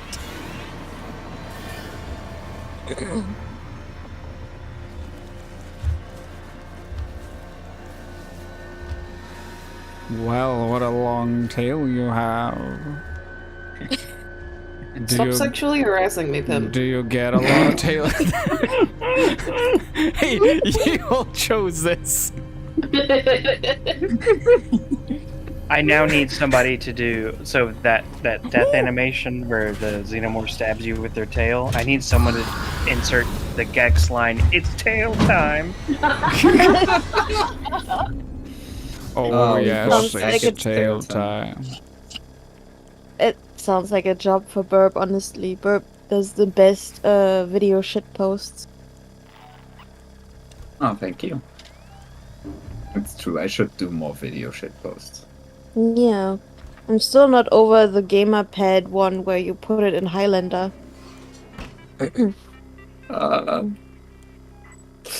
That is one that exists. That one can find if they know where to look. I found a dark room. Yes, and then to the right there should be a door, and then that should lead you west. And this should be it. It is leading me somewhere. There should be a breaker in here. There is a hole in the wall. Is there no breaker here? This looks like a shower room, but here it is. Yeah, breaker. Ba-boom. Nice. Excellent. Good job. Thank you. You're very welcome. I know you are, but what am I? I don't even know what that means. Oh, I can't enter here, apparently. It means something. Yeah. Maybe I can enter here. Or maybe not. Nope. How odd. I guess I'll take the long way around.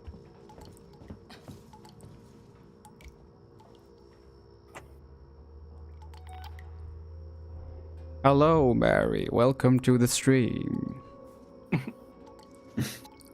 Don't ask about the voice. Yeah. Please don't Don't ask worry. about the voice. Decisions were made. And none of those decisions were Excellent mine. We have Pim's best interests at heart. Always. It's just, you know, you should definitely, if you can spare anything, become a Patreon, so that Pim can go back to being normal. Release Pim from their suffering. Nope, this is Pim's normal now. We are only one patron away from Pim singing us a little song. On the guitar. You know, I don't think the text of this particular one said Pim stops the voice at the next patron level. Imagine Pim singing a song in this voice. Oh. That will most definitely not happen. I'm putting my foot down. That's well, Mary is asking who is with me. Would you all like to tell me who you are for the audience? Alright. Let's go in order in the Discord chat? Yeah. That's you, boy. Ken. Well, Oh, she's dead? I guess the cats ate her. Meow, meow, meow, meow, meow, meow, meow, meow. Alright, well then, next one over. Okay. Hi, I'm Mira. I used to stream. I made some videos, but it's been a hot minute since I've done that. I'm currently a PIM collaborator. Indeed. Am I audible again? Yes. Yes, you are audible now. Okay. I'll do a My better mic intro was after you do shitty, yours. Oh, good, sweet. Thank you. I'm Bröckchen. I'm an illustrator from Berlin, and recently also started 3D printing. And yeah, I just adore Pim a lot. That's all you need to know. Thank you, and likewise. No. Okay. I'm Mira. I'm a writer, editor, and video captioner. And I have many other creative ambitions, and far too many, you might say. And I've done script editing on a good few of Pim's videos. Oh, and I'm a they, them. Sorry. Oh yeah, good point. Yeah, I'm Nichtschwert, or G if that's a bit too difficult, which I don't blame anyone for, because fuck German. I also go by they, them, and I guess I'm a software engineer who, used to do YouTube videos. And definitely will eventually make another one someday. That's me. Yeah, it just happened to make one that was really stressful to make, and it was really well received. And you know what that does to a motherfucker. Oh yes. Hello, I am Ree, or 10 Tiny Kittens, or TTK. I'm a sentient cloud of cats in a trench coat. I used to be the best Twitch streamer on all of Twitch.tv, but then I stopped because real winners quit.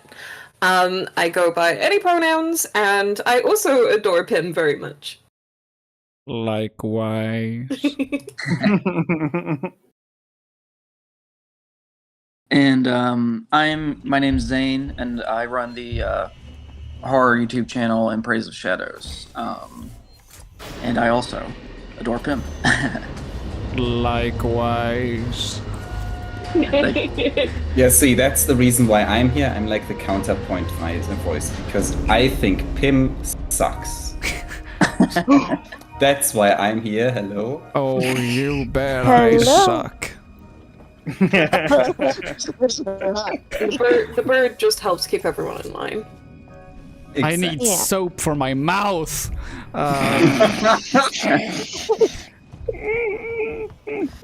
Because of the sucking? Sorry, something happened to my voice there.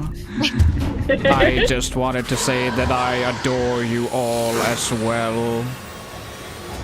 Aww. Except for me, right? Now get fucked, alien.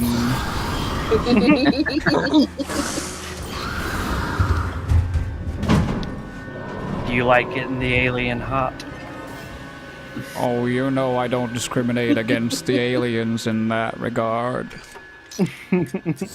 They're all nice and phallic, so. I mean, And they some have of them two are. whole mouths. They do come in handy. I think I'm gonna die now. Maybe. Have you considered not? Yeah, maybe just don't die. Man. I feel like that's Apparently actually not. part of the game. That was too much to ask. You should try not dying next time. Yeah, I think that's a good strategy in this game. Just not dying. You know? Oh, it crashed again. Don't forget to restart the Discord chat. Thank you for telling me early. That is very helpful. Do try to be helpful. I think I'm gonna be doing this for so long that I will forget my regular voice. Unless someone, please God, becomes a patron. and save me from this eternal torture. But then it wouldn't be eternal torture anymore, Pim. Exactly. Like, words mean Goodness. Yeah. I don't like it when words mean things. Controversial statement. That is my hot take. Hyping hot take. Mm. Mm-hmm. You could say it's a spicy take. No, that's a different Patreon goal. That's true. Pim got all these hot sauces. Yes. Actually, I kind of want to show them off. Yeah, that would be great. Yeah, go for it. What's the goal for that? For the hot ones again? Let's We see, could check the list. Yeah, there's a list in the description. It is also Pim over will- here. I will occasionally pull it out. It is 85 patrons. Oh my god. I was so into reading the patron goals that that took a second to land. So at 85 patrons, I will do a Hot Ones style interview with questions provided by the chat. And while I'm answering these questions, I will be eating nuggets with increasingly hot sauces. How hot? Ooh. One of them is around 100,000 Scoville. Dear Lord. Ooh. If the game doesn't kill me or this voice, the hot sauces will. So by God. Please, somebody. Somebody please. Free us from this hell. And my sexy suffering.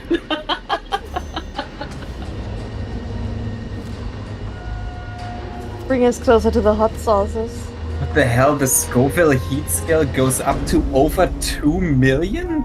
Oh, It yeah. sure does. It is also a worth regular- mentioning that they Scoville get up there is on the- actually a bullshit measurement because it's also very subjective. Yeah. The Hot Ones show, they'll regularly get into the.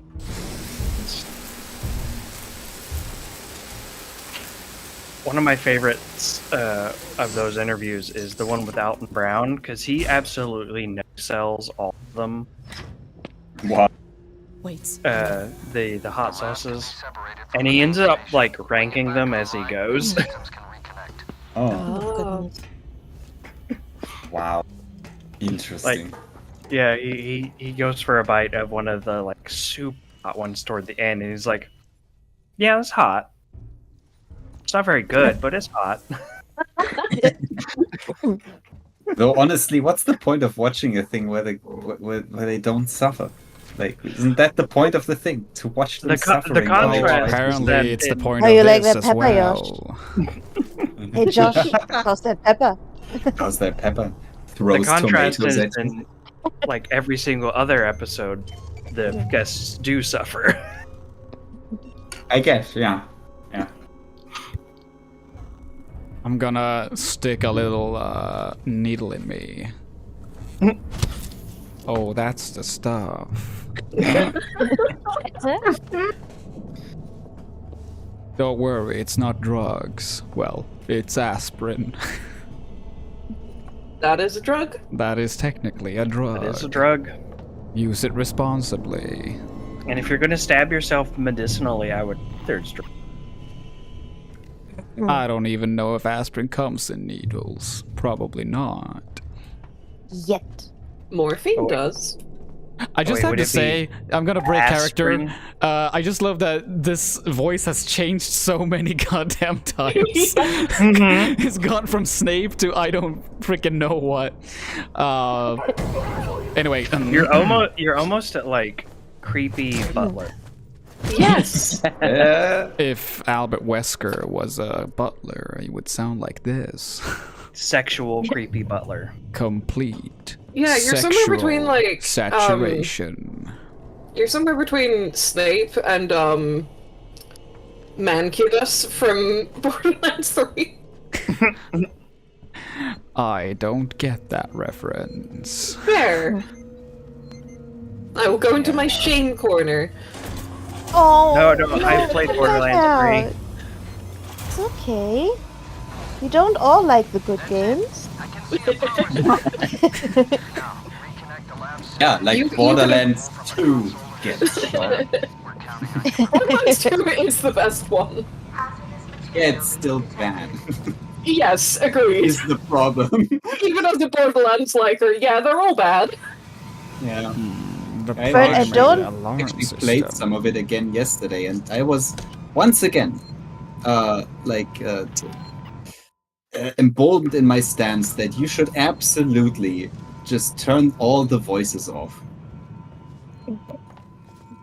It's just turn the voices down to 0. Yes. Yeah, no, that does help. Turn my voice down to 0. God, I remember You're that not one. in charge of that, Pim. You're right. Damn it. I remember the clip, me Bird, where just like 10 people were just talking at you at the same time. Just, oh no, oh no. I think it was like four voices doing some kind of joke at the same time. Oh my god. Shit, I have to escape the lab. My cat Cookie likes I digging, failed but to she's escape not the good at it. lab. Yeah. You got a little nibble. It's like Handsome Jack is mildly, it's like actually mildly funny, but it's not worth it. Yeah, I hate him. Like, and not even the love to hate him bad guy like that's supposed to elicit. I just cannot stand Jack. Yeah, That's he's a understandable. bad person. Well, see, I'd be okay with that if he was a compelling character, but he's. I don't get the Handsome Jack love.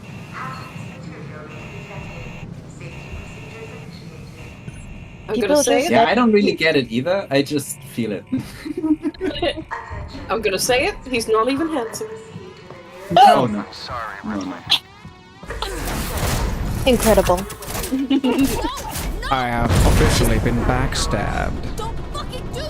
Oh dang! Uh-oh. It's just there's this incredible quest where he sends you to go check on his grandma. That one's great. Oh, I remember that one.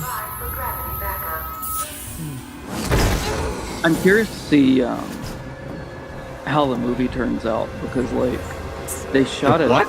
Oh, I forgot that was happening. Oh, I also forgot that was happening. It's Kate Blanchett. They shot it forever ago, and they keep doing reshoots, and people are asking to like take their names off of it and stuff like that. Like it's been in, like, my god! Oh yeah, it's gonna be Craig a Masson hot mess. had his name on that? I think. That's a great sign. And I mean, that guy had its name on Scary Movie 4, so you know his standards aren't exactly high. Yeah. Mm-hmm. Or he learned from Scary Movie 4, so. He was like, not making this mistake again. If it weren't for Scary Movie 4, we wouldn't have gotten The Last of Us. Sure. Can you not see the cinematic parallels? I actually found out the other day that The Last of Us was inspired by Ico, which surprised me but makes so much sense, honestly. Kinda does, yeah. But Wait, yeah, what was inspired by Eco? The Last of Us. Oh, yeah, okay, yeah. But yeah, yeah, it is kind of eco, but worse. My God, I'm sorry. I just realized it is one of those half-dose meds days, so I'm gonna be so fucking contrarian today. I apologize. Yeah, that's alright. Usually the meds suppress the sass, so on weekends it all comes out, and Burp just becomes a spicy sassy burp. So there isn't even a release date on the Borderlands film, is there? No, 2024 apparently. Oh my god. Although that keeps getting pushed. And I'm pretty sure it either shot in late 2020 or early 2021. Like, it was a good while ago at this point. Oh yeah.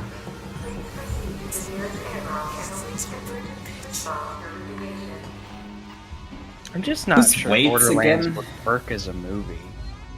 I don't see how. Wait, I it would can't translate. save? That's very unfortunate. Yeah, no, like... I don't want to have to watch the goddamn cutscene again. There we go. Yes. The thing with Squad, Borderlands we're is doing the writing is awful, and it sucks. And it's... Well, it's like, as much as I love the Borderlands games, it does my least favorite comedy trope where they're, or not trope, but like approach where it's loud equals funny. Yeah. They don't have a joke, they just have people that are loud and doing silly voices, and that's supposed to be comedy. Yeah, and everybody is crazy. Okay, I don't I'm know why very I love into those games everybody so is much. crazy. I don't know. It's like it doesn't work if it is literally everybody. Yeah. That's true. You need an Arthur Dent to your fort prefects and shit. Yeah. But Okay. you Well, need- there just is like with Roland. anything, you need contrast. Yeah. Like there is Roland, but he just is. He just puts you to sleep every time he opens his mouth. It's like they have no idea how to write a compelling character. With the sole exception of, I would argue, Handsome Jack, who is mildly compelling because he's like... Nope. Look, he has a diamond pony, okay? And he names it after you. I am happy That's to so inform sweet. y'all that we just finished mission 10. Nice! Yeah, he named the pony Butt Stallion because that's hysterical. But just unironically, yes.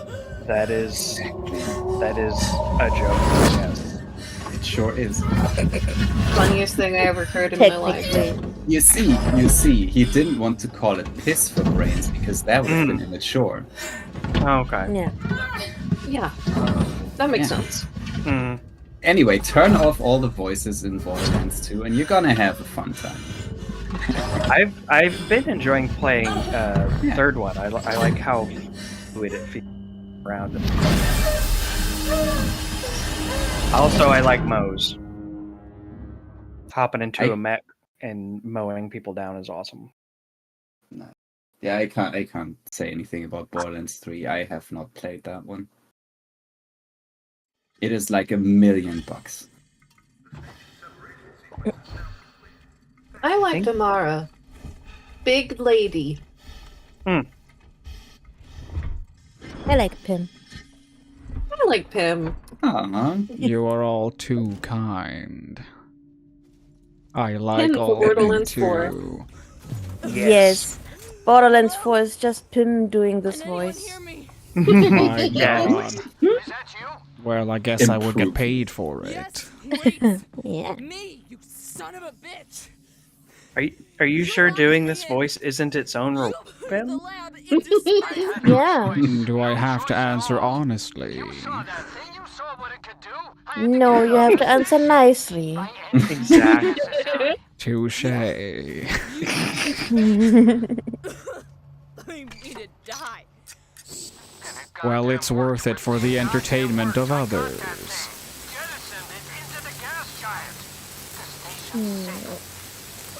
There's that. As long as I don't have to do it for the rest of the stream.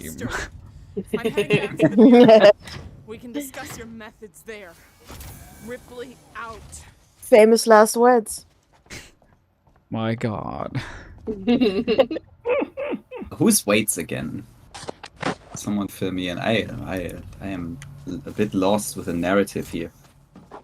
Huh? Wait. Oh, the. See. Oh, you mean the singer, Tom Waits? Definitely. I am just gonna look it up. It's fine. It's fine. Waits is the guy who just kind of sits around and waits for you. Ah, of course. Yes. Oh my god. Marshal Waits was a member of the Office of the Colonial Marshals on Sevastopol Station. God, I hate these wikis that are written in past tense. It's so stupid. It's aggravating. It's aggravating. I got the shooty gun. Shooty gun. It shoots harder than anything else. Even Okay, so than yeah, short me. version. Oh, sorry. A short version, Waits is a cop, and you shouldn't have trusted him. Valid. You know that gun you just picked up. Once you fired it, it will be a shotgun. By God. Oh. Wait, what? Oh my God! No! No! No! No! Oh God! Oh. I mean, we all knew there was gonna be puns at some point. I'm surprised it took this long. Oh. That's it. I'm going more for the. Wait, what the? Pitch black in here. Instead of the usual barrage. Nice. Cut out a bit there. Maybe your microphone isn't sensitive enough right now. I was saying, with my puns, I'm going for a surgical strike than the usual barrage that I do. Yeah. Yeah, that's probably a wise decision. Oh my God. Oh yeah. Alien Isolation said, "Fuck the police." As it should. Hell yeah. AMAB. No, wait, no. No. Hold on a second.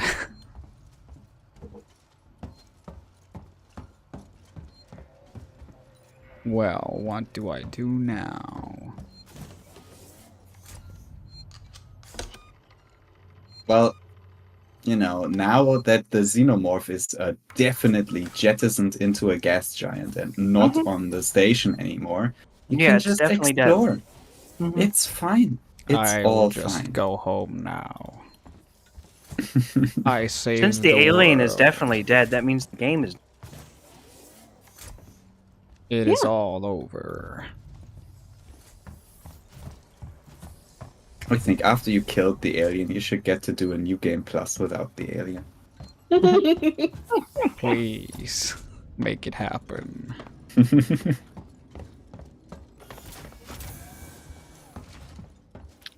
Okay. Just a lovely jaunt around the festival. Yeah, and sometimes you shoot a couple people or bash a bunch of bots, and yeah, it's a good time.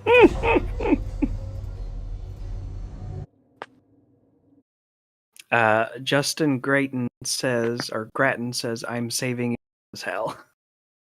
Oh my God! Thank you, Justin. Thank you so much. Oh, okay. Okay. You're a real one. It was fun, but it just went for too long. That's the issue. But with that though, let's see, where is the thing? Here it is. We are now at 70 patrons. It's the end of an era. It's the end of an era. Justin, thank you so much for becoming a patron. You are my savior in more ways than one. Okay, here is the question then, because this goal, okay, you can barely see it now, but the goal this time is that I will play a song on guitar. a very basic one. These first two are really basic. It's after this that things are really gonna escalate, I think.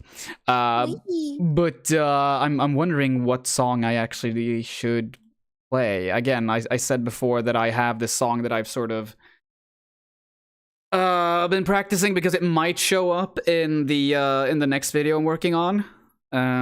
Especially because for those who don't know, the video is going to be about how the internet changed found footage horror.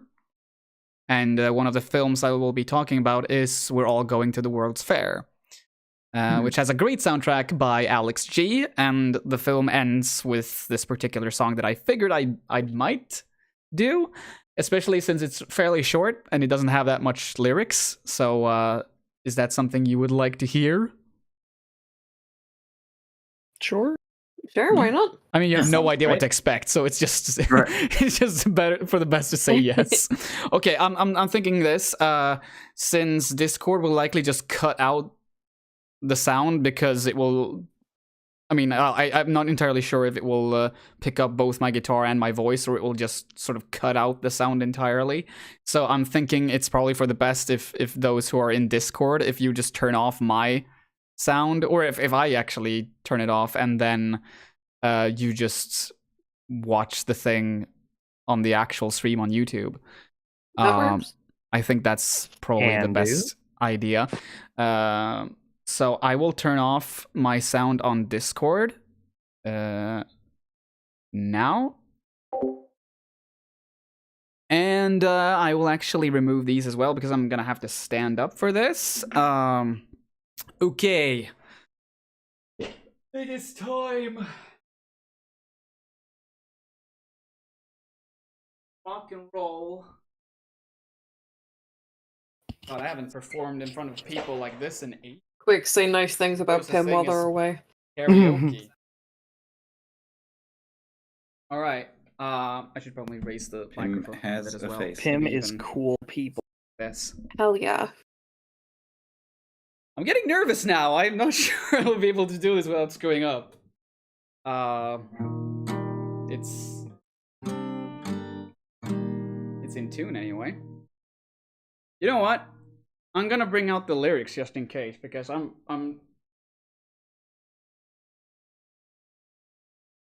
that much.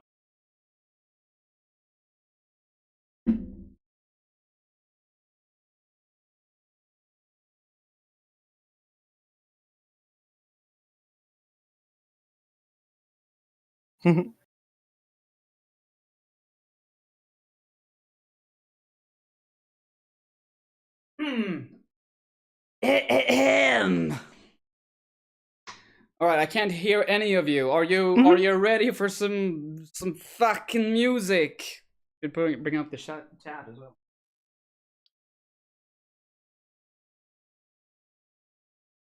Pim might have more confidence if they did the same voice. Okay.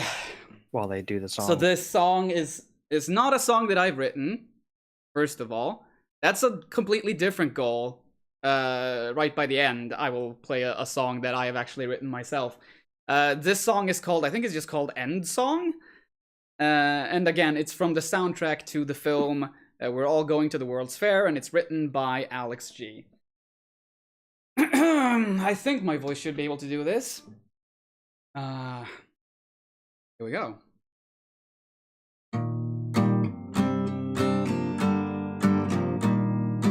Oh, if you're gonna do fucking music, you've got to do it.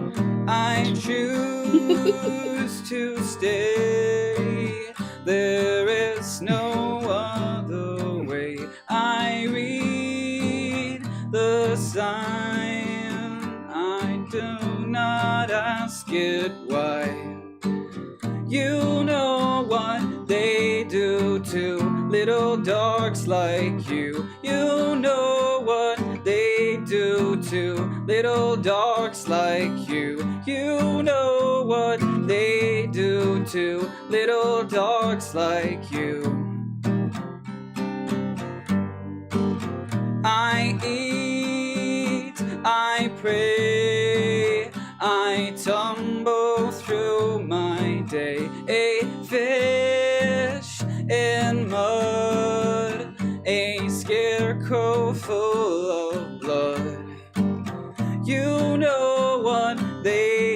do to little dogs like you? You know what they do to little dogs like you. You know what they do to little dogs like you.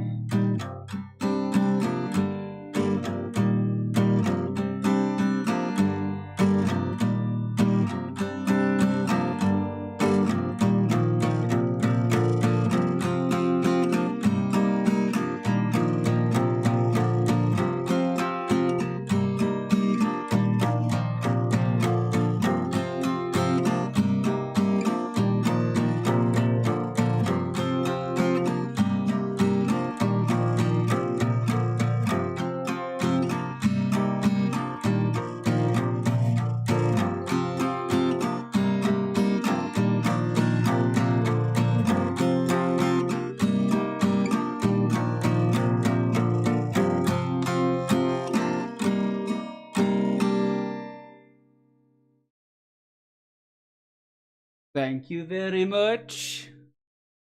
That's it. That's the song. My voice kind of cracked there a couple of times. I realized I've been screaming a lot. That kind of fucks up the voice. So it was not my best vocal performance, but I hope you enjoyed it. And if you didn't, well, you're not gonna have to hear me sing again for a while, so everybody wins. Ugh. Singing is just screaming with style. That is absolutely true. Few truer words have been said. Okay, I'll be able to hear the Discord chat. And they can't hear soon. our answers. I can hear you now. Hello. Oh.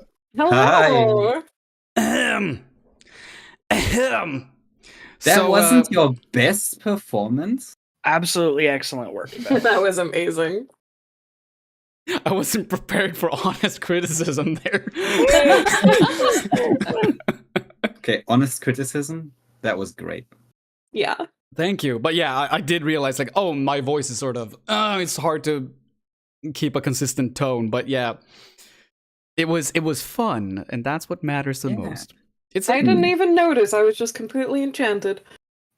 Oh, Yeah, it was actually really good. Thank you so but yeah, much. Definitely do some voice exercises before you sing. But that's also the issue, because I've been screaming and stuff in the stream, and I can already sense that, like, or I can feel that, like, my voice is gonna be like this for the rest of the day. Too much Snape. That's right. I'll blame it on Snape. Yeah. It's Snape's fault. Okay, but no need to do any more Snape. Okay. At least for a while. Somebody else wants to hop in, so I am gonna take my leave for a while. All right. You're more than welcome to come back later. I will try to. Okay. Goodbye, everybody. Goodbye. Bye. I might also pop out for a bit because I need to like get groceries and stuff. Sounds like a plan. Good, yeah. Yeah. And maybe sleep a little more. I mean, you've earned I'm that. going to stay.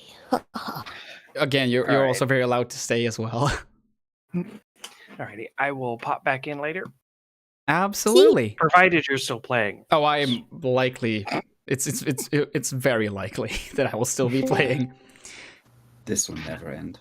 Alright. It's the hot cider. Hello. Would you like to introduce yourself?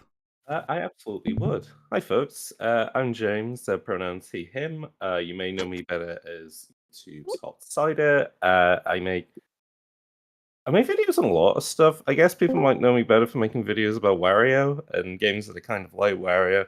They probably know me better for making thumbnails for other big YouTube creators, though. But I also do like smaller projects, like a podcast called Bullet Time, which Pim has appeared on. Very kindly so. We went through Clive Barker's Jericho. That was a lot of fun, I have to say. It's one of the most fun things I've... Wait, hold on. Was that this year? Or was it last year? That was... I think that was towards the end of last year, I believe. Yeah, right? Yeah, gosh. Well, I was about to say, like, it was either one of the best things I did that year or this year. was my point. It was a lot of fun to do that. Yeah. Oh. And also, how you yeah, get- I just want to stress that as well. You do make great videos. It's not just the thumbnails. You do make great videos as well. Oh, thank you so much. I started watching your Resident Evil 4 video. I wasn't able to watch the full thing, but I'm like I think 10 minutes into it or so. Oh, nice. I am. It's my first feature-length video. Well, actually, I don't think that's true because I think I made a feature-length video about Tetris, but that was about a bunch of different games. This is like the first feature-length thing I've ever done about one game, which has been an exciting little challenge. I think people are reacting to it well, which is nice. That you deserve, for sure. I also just want to immediately give you some recognition because I just, like, for research purposes, went back and watched a bit of last year's stream, and it was actually thanks to you that we all started talking about Beaver Towers.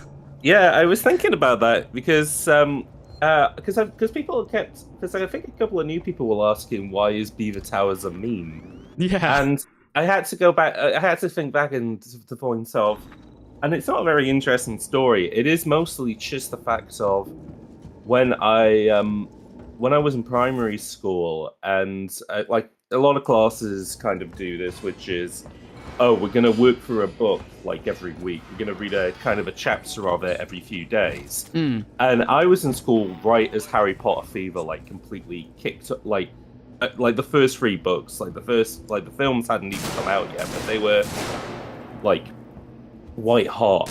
But for some reason, perhaps my teacher could maybe see into the future and realize like how much discourse would be around Joanne, and thought, or maybe they just thought, actually, this is too popular, I'm going to go in a different direction. They said, no, we're not doing the Potters. Instead, we're going to do this other fantasy series called Beaver Towers, which I've never heard anyone ever talk of since. I barely remember them, but it was mostly like, it is just kind of as it sounds. The fantasy books, sort of in the style of Narnia, maybe a little bit more simple, but the main, I guess, the unique selling point is that there's multiple talking beavers in the book that do help out the human protagonist at many points. One of them, who is called Baby B, who is the little beaver who wears overalls. It's so lovely. That's real good. It's pretty good. I got an important question though. Have you met the alien yet? Has Alan the alien turned up? The Alan. Boy. Oh yeah. Oh boy. Has ever. I just threw Alan out the airlock actually. So he's wait, so have you is not how you beat the game? It's definitely dead. Definitely absolutely dead and not coming back, and the rest of the game is just breezy. Yeah, I'm gonna say this. I'm on mission 11. Oh wow. There are 19. So there are some things to go, but I have no idea what I'm supposed to do here though. Wait, someone else came in. I just realized. Oh yeah, that's right. Oh yes. It is another person that I recognize. More than halfway done. Would you like to introduce yourself to that group? You sure did. I'm gonna raise the volume. I'm glad I'm recognized. Let's leave it at that and explain nothing. Yes. Welcome, person I recognize. I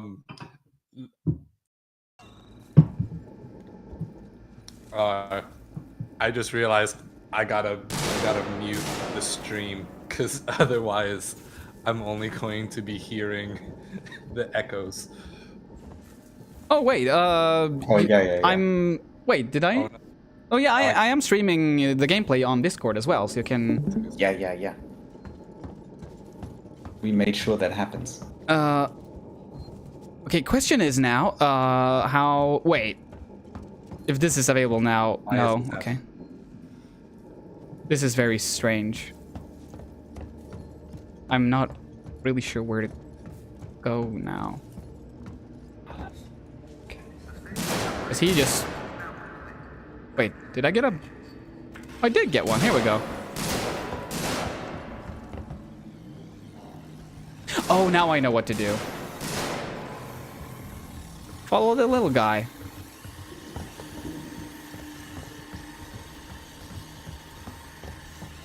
But yeah, in case we reach that goal, Playhead North will later on be reading the first 3 chapters of Beaver Towers on stream.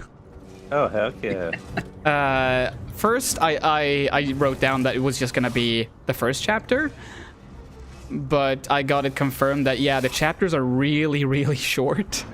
It is a book like aimed at a slightly younger audience than something like Harry Potter was, but yeah.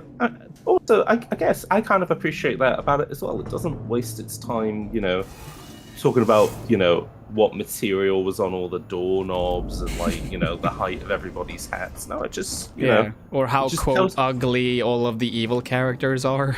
That's true. Yeah, it doesn't take excruciating detail describing how much you should hate the people that Harry Potter currently.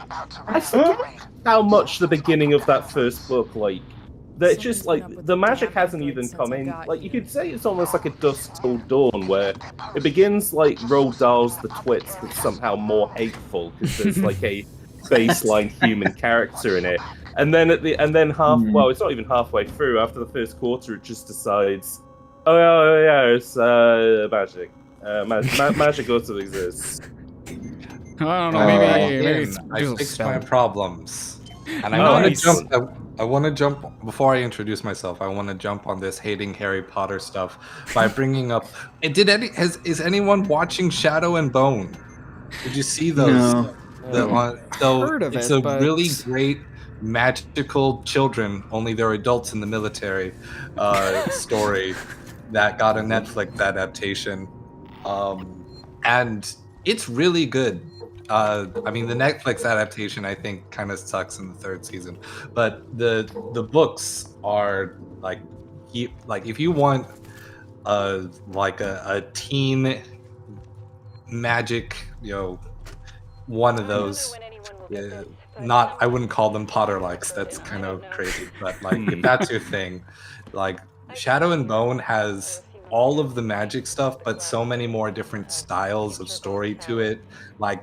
Really well written espionage, well written political drama, well written really traditional fantasy stuff, go out and collect the 3 elements and whoop, there's a twist. Things like that. It's a really great series, and not only that, it's quality writing, which you really can't say for a lot of the Harry Potter books when you're an adult. Yeah. I wonder, Shadow and Bone, is that what's also called the Mortal Instruments or something like that? I think so. So the books don't have a consistent naming convention. Yeah. But there was a film called The Mortal Instruments, I think, and then they decided, we're doing a show instead, and that was called... Right. So what happened to the show is that... So I'm pretty sure that there are these 2 books that are in the same series called Grishaverse, which is just terrible. But Shadow and Bone and 6 of Crows. And what the show has done is that they've essentially combined the 2, so that you know what's going on. From everyone's perspective and in order.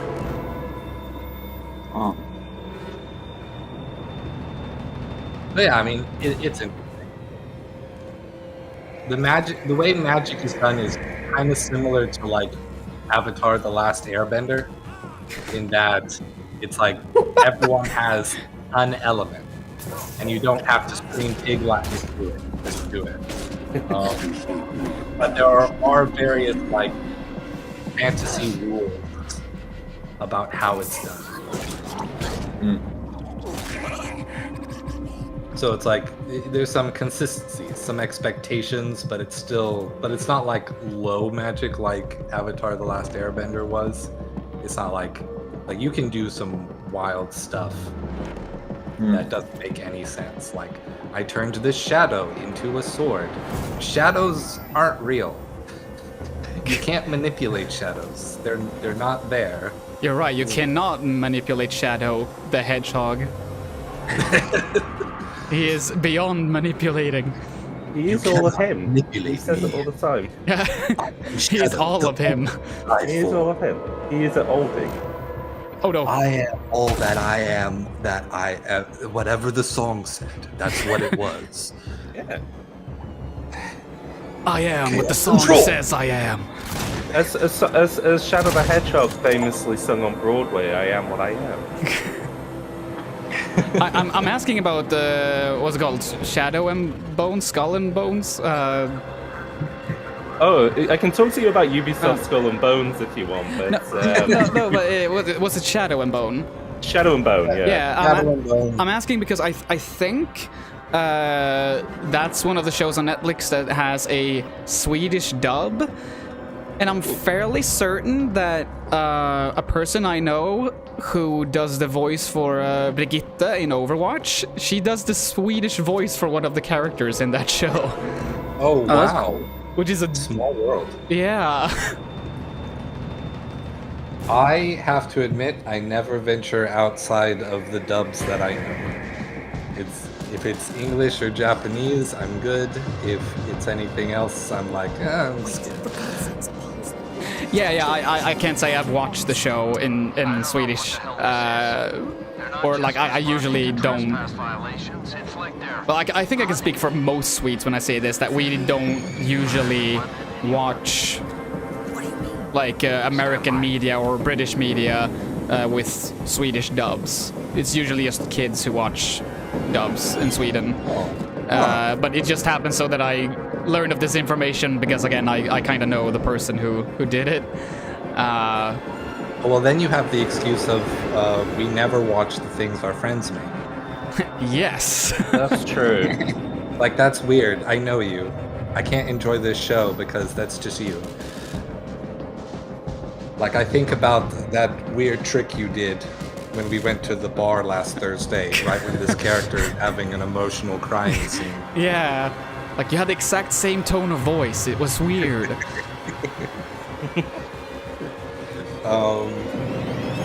I suppose I can introduce myself now that my computer isn't exploding. Hello, Pimstream. I am, my name's Alex. I go by Soccer Tetris on the internet. I make videos about video games and how they intersect with philosophy, but I guess my selling point is that I do it better than Wisecrack. I make it actually about being someone who does philosophy rather than someone who just quotes Nietzsche and Freud. Oh, that sounds interesting. There's more to it than that? Yeah, surprisingly. There's Oh my like God. 3 other philosophers. I had no idea. Plato, Adam Smith, and wait, hold on. I'm not that person. I mean, Ayn Rand is definitely a philosopher. She is, unfortunately. She is unfortunate, period. I'm not going to gatekeep that she's a philosopher, but she's a philosopher that hates philosophers because what she was really doing was establishing a cult. But Let's be real. She hated most people. She's like YouTube games journalists who for some reason hate game journalists because they're also trying to set up cults. Oh, weird. Oh, yeah, they should stop hating themselves and doing cults. Yes. General life advice: don't hate yourself. Don't start a cult. 2 very well. One of those things is pretty easy to do. Hating yourself, yeah, because I mean, I don't want to out myself or anything, but let's just say I'm like 30-40% through, getting the paperwork done on, the hot side of coal. Well, I will come with a better name for it. I haven't been getting my rank yet, but I do drink copious amounts of hot cider daily, and I still haven't gotten like my first year badge. So we need to work on the logistics. I need to make the badges. That's the problem. You're on the list, but I need to make. I need to get like a metal press or something. Okay, I have officially gotten lost again. So it says that I'm supposed to be going over here. But Pim, when you're lost, just put your hand on the left wall and keep going. Yeah. So that's the trick. Have a look at the sky. See if you can see the North Star, and then just keep following it. You know what? I'm gonna give that a shot because you never know. Oh my God, there is there a it star. 3 of them, in fact. Nice. Oh my God, I didn't know the There's North more Star of had them. sisters. That's amazing. Whoa. Wait. Oh, and I guess the things that I'm doing right now, which are exciting. On my channel, I am releasing 100 video essays that I made over the course of last year that were just coming up on being a third of the way through until the end of this year. And that's actually me trying to break away from a lot of the limits and expectations, both that I put on myself and that I got with my audience, because my 9-hour Warframe video got big and hit the algorithm. Ooh, 9-hour Warframe video, dear God. Yeah, well, there's approximately 4 hours, which are just the gameplay and the story playing itself. Because the premise of the video was it's the whole story. Because no one I knew could talk about Warframe, no one could understand why I like it or why it's important to me. And so I'm like, rather than just explain it, the only way I can fully explain it is if just all of it is there. So it became a commentary style video where I begin with like an hour of essay as like the basis of these are the philosophical inspirations that we're going to take going forward. And then I just go through the game as a player would experience it, with how long it would take the player to go through it if they were able to just do the main story like one after another, like a single player game. And then comment on the changes of the philosophy and the new ideas that get brought in every step of the way. I just have to interject. One of my patrons, Losty, they're writing in chat, "Oh, I know you. Oh, I love your Warframe video." Thanks, Losty. I appreciate that. Yeah, they're very much into Warframe. That sounds great. A way to experience the story of Warframe in a way where I don't have to play Warframe. Yeah, I mean, playing it's the best part for me, but the grind is the worst part. Yeah, like I get it. I used to play a lot of Warframe, and eventually I just got super burned out on it. Yeah, that's true. What They're is he- doing And now I'm cool so out. things now that Oh no aren't like no. only end game, that give you a few other options than just do Warframe Go. But I mean, it's still the same game. It's not different. Yeah. But I've mostly kept up with it. I also have a playlist that covers all of the story up until like before the Duveri Paradox, which is the most recent big update. And I'm probably not going to do that stuff for a while because I'm doing other things. The other two things I'm doing is I'm finalizing my own original tabletop RPG. Ooh. Oh, damn. I've recently changed the name. It was being called Run Run Woo Shaw, but then I realized no one understands my Shaw Brothers pun. And so now it's called Breath and Body Wuxia. And it's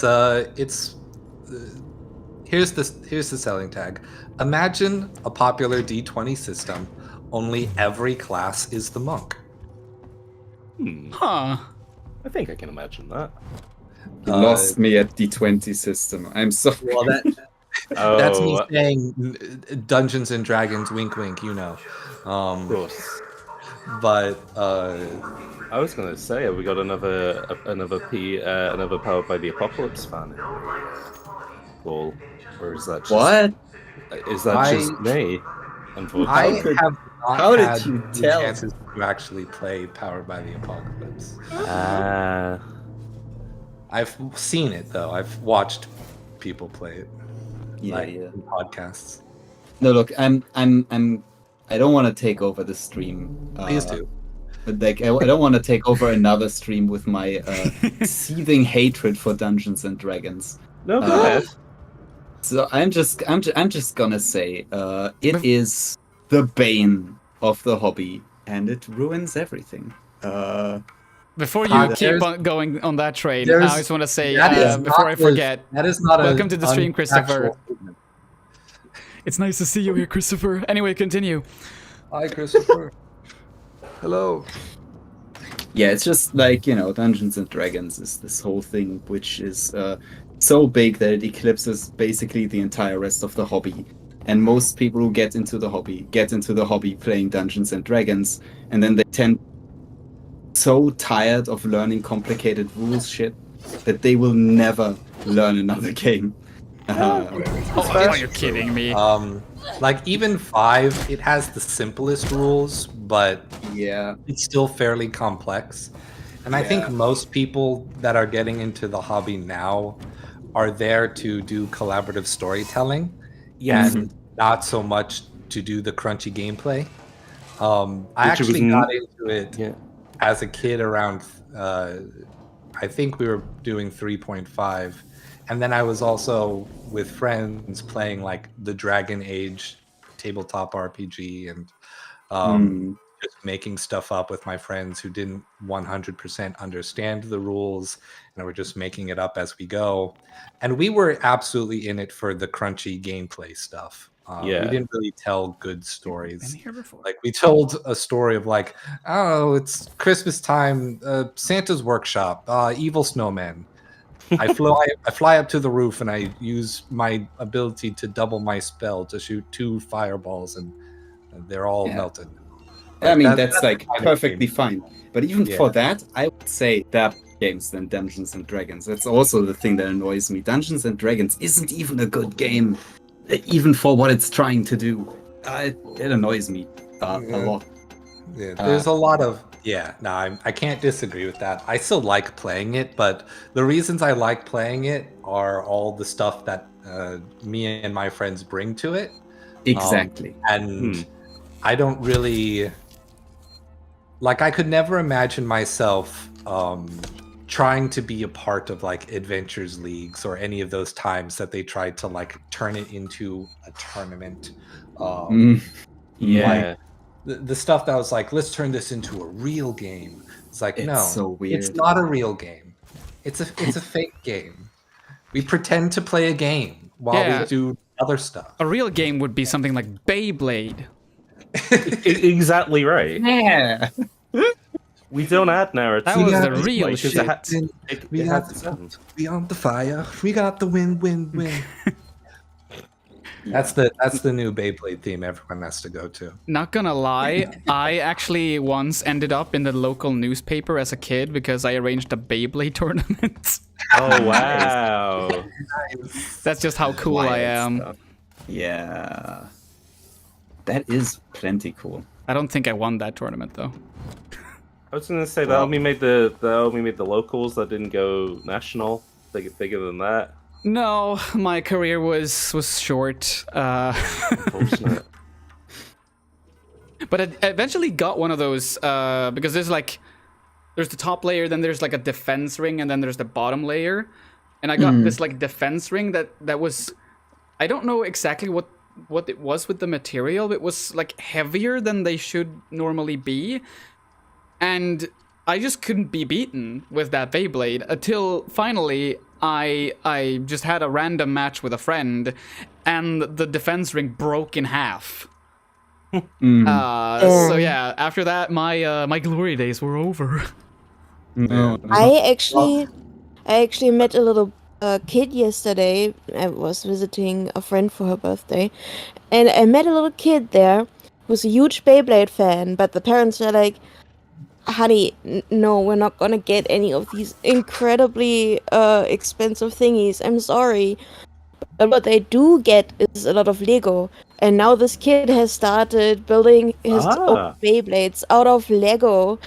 That's And amazing. whatever else he can find. And they work. They work like a charm. It's really cool. Oh, they work Speaking of popular franchises that ruined the hobby, battle tops were a thing in Japan before Beyblade. Oh, yeah. Because those were the ones where you didn't, because the kind of the unique, the sort of the patented element of Beyblade was the ripcord, whereas with the battle tops, you just pressed a button and that was what added the kind of the spin force to them, right? Oh, you're thinking of that. I know what toy you're thinking of. Yeah. I'm talking. Those toys were copying what it was actually and is actually battle tops as a hobby. Like organized tournaments in Japan, adults taking it seriously, engineering their own tops within like certain like weight, balance, size requirements, and like meeting up for like actual tournaments. Wow. Like there's some videos you can get like if you can get into the deep YouTube, I'm sure they're reposted there. But Deep like YouTube. actual adults talking about like their secret serving techniques and how they use it to gain an advantage and all these things like that. Like it was a real sport before Beyblade turned it into I can do Yu-Gi-Oh! 2 watch. So interesting, and it's funny because I mean, and this feels like a common thing of like, kind of late '90s, early 2000s when like all the big fads were kind of picked. Like it was Tamagotchi, it was Pokemon cards, it was that, and nearly all of them were banned at my primary school, basically because they always led to children getting in fights. Beyblade was maybe the most egregious though because. And I don't know whether this is something that is done in actual tournament settings. I imagine it must be with the adult like players of Beyblade. But replacing certain parts with metal parts because I guess maybe weight, but it also makes them more robust. And kids were getting into Beyblade modding where you did that, but the problem is that because it was made out of metal, and because children have small hands that they have to get into the bowl. Yeah, like people were just cutting up their fingers playing Beyblades, and as a result, it was just kind of, it was that, and also all the kind of the classic child aspects of hurting each other and bullying each other. Where my school basically put a blanket ban on, no Beyblades, get them out of here. Yeah, no toys from home. No toys from home. That's the trick. Not bring nothing from home. We had the same thing with Yu-Gi-Oh cards, which was a shame because Yu-Gi-Oh was how I started connecting to other kids, and then they were just banned. Oh, that's a shame. Yeah.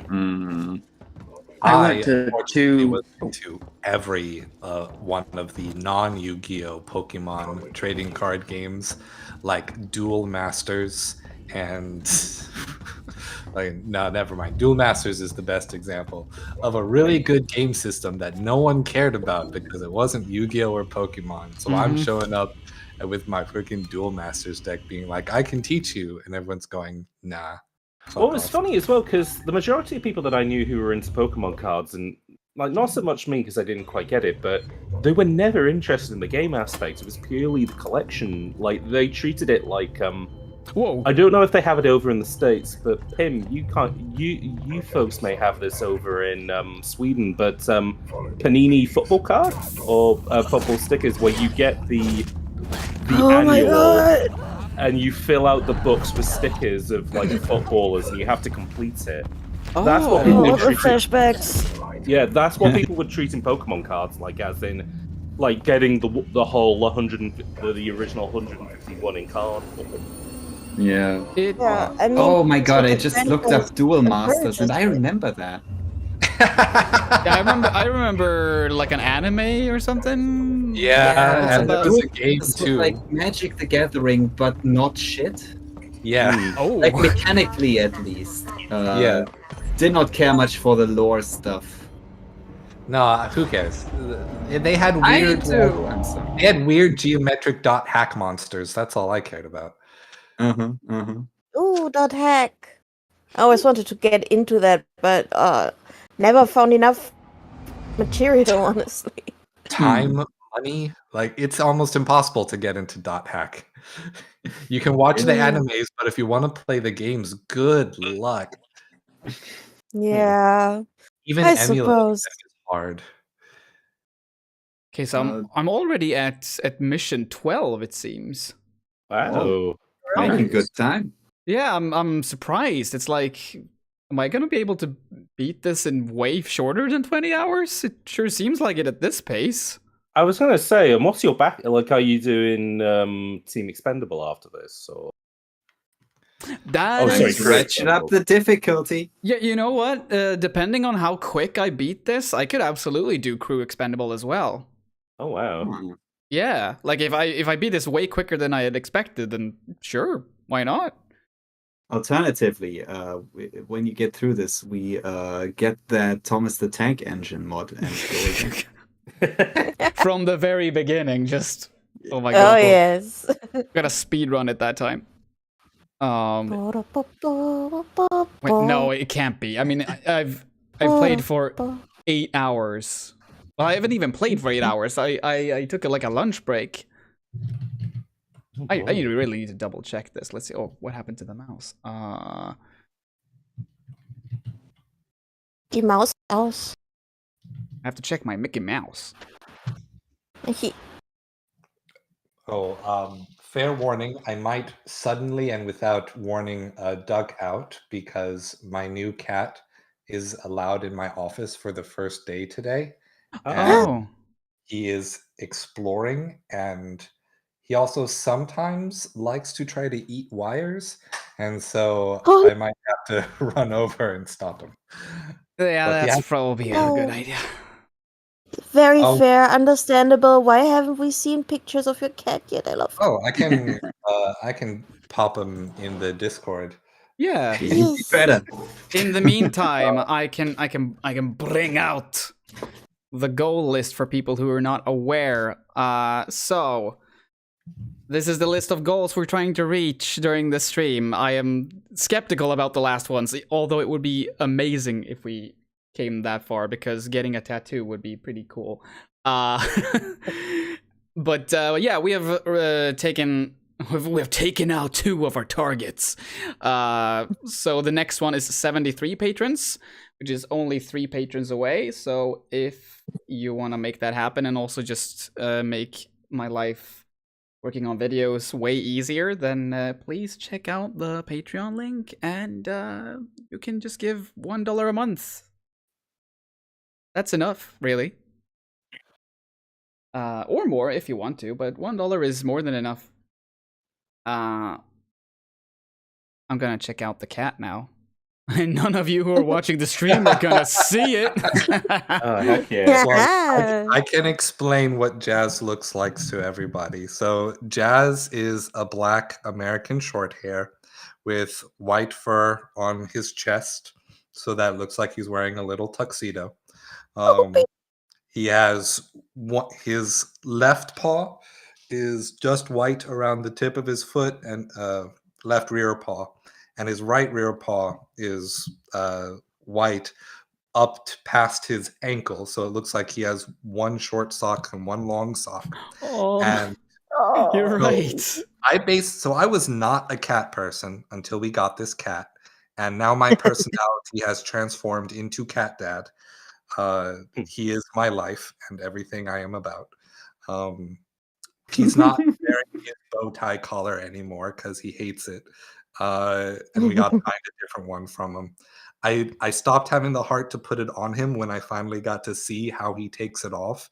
And basically, he just sometimes when he noticed the bow, he would just kick at it and like try to lick it, and basically would get it over his mouth and just gag himself until his hind foot could randomly hit the clasp and undo it. And he consistently was able to do that, but like we got to find a different color. I mean, it's impressive, but also, yeah. Cookie just did the same thing, yeah. The same thing with her collar. So the thing is, because I was such not a cat person, I didn't know what cat bodies are supposed to look like. And so like there was a lot of like things where I was like, that's weird. I gotta ask someone about this. And I went to my wife, who does know about animals.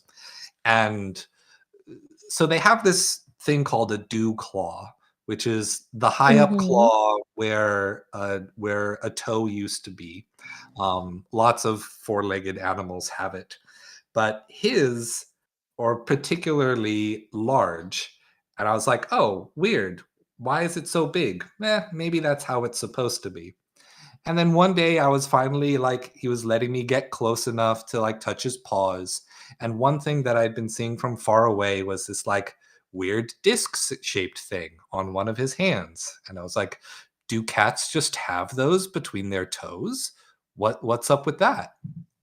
And no, they don't. Turns out that Jazz is polydactyl.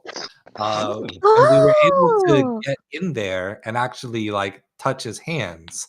He has where his dew claw would be on both sides. He has 2 extra toes, and one of them happens to be underdeveloped. It's really short, but the nail still grows. And essentially, he's only a year old, and whoever his previous owners are must just not have noticed. And even the Peggy Adams shelter we adopted him from also didn't notice.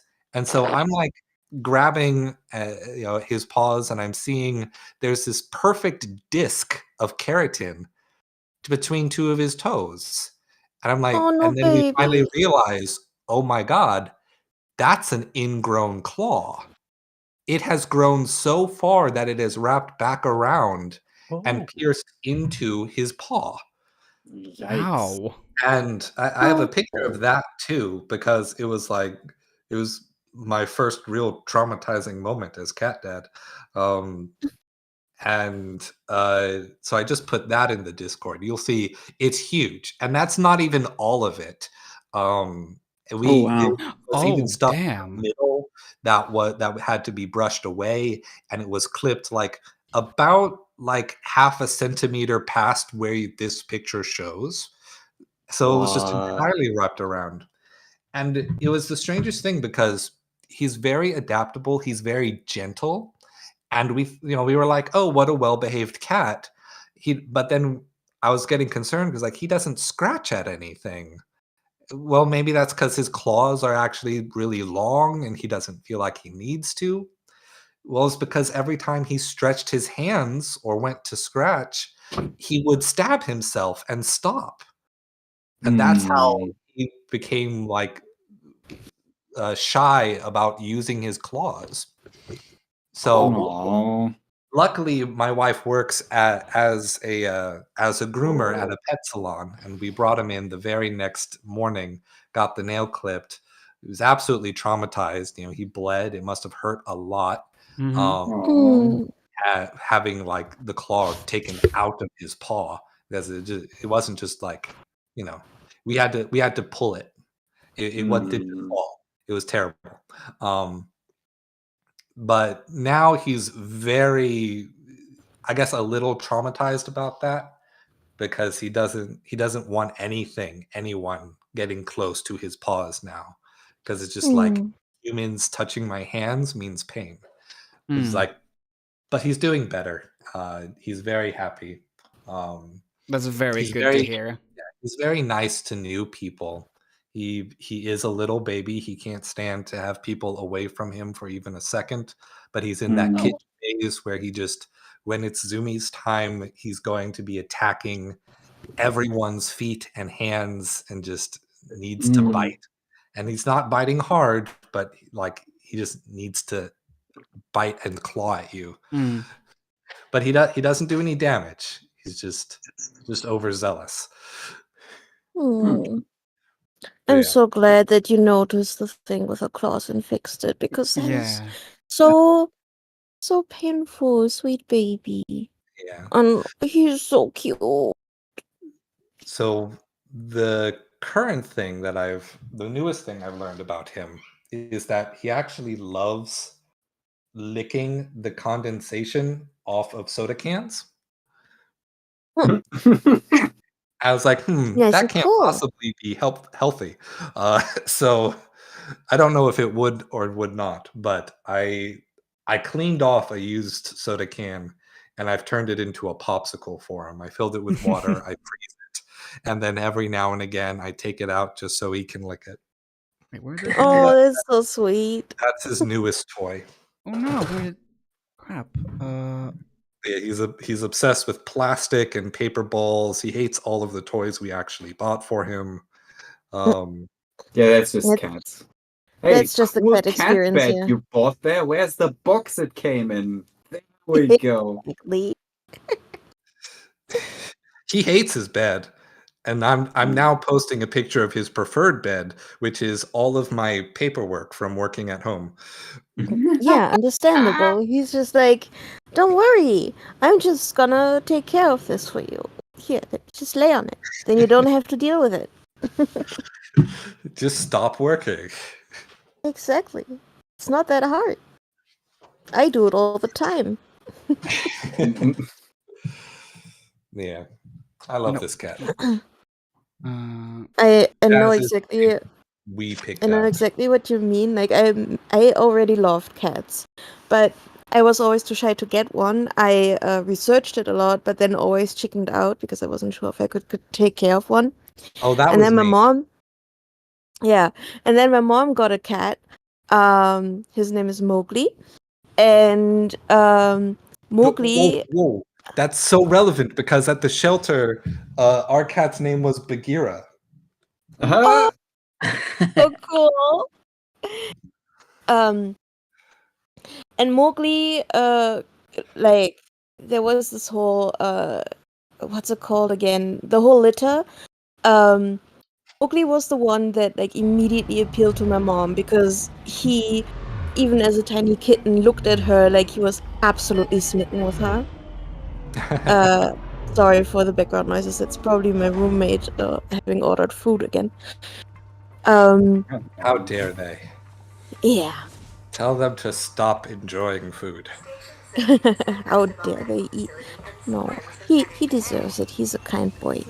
And in the litter was this adorable little kitten that like had a white muzzle and white socks and was otherwise a tabby. And like when you looked at photos of the litter, you usually saw all the kitties sitting normally, and then this one just sprawled out across. And I, and Jess said, "Oh, if I could choose, I would take the one with the white socks." And my mom was like, "Well, then I'll take Mowgli, and you take the one with the white socks." And I was like, "What?"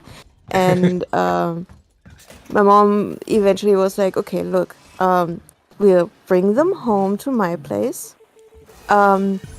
Either like you see that, yeah, you really want her, then you keep her.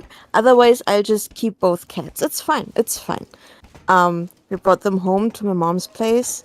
The kitties scampered out of their little carrier, ate something, and the one with the socks immediately after crawled into my lap and fell asleep there. And I was like, oh my god.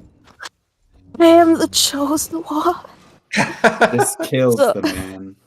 I am Yes. waiting for that day so hard. I've been working at home for the past month because I work for a school. It's out of session, and I've been waiting for that time that Jazz actually sits on my lap, and he doesn't want to.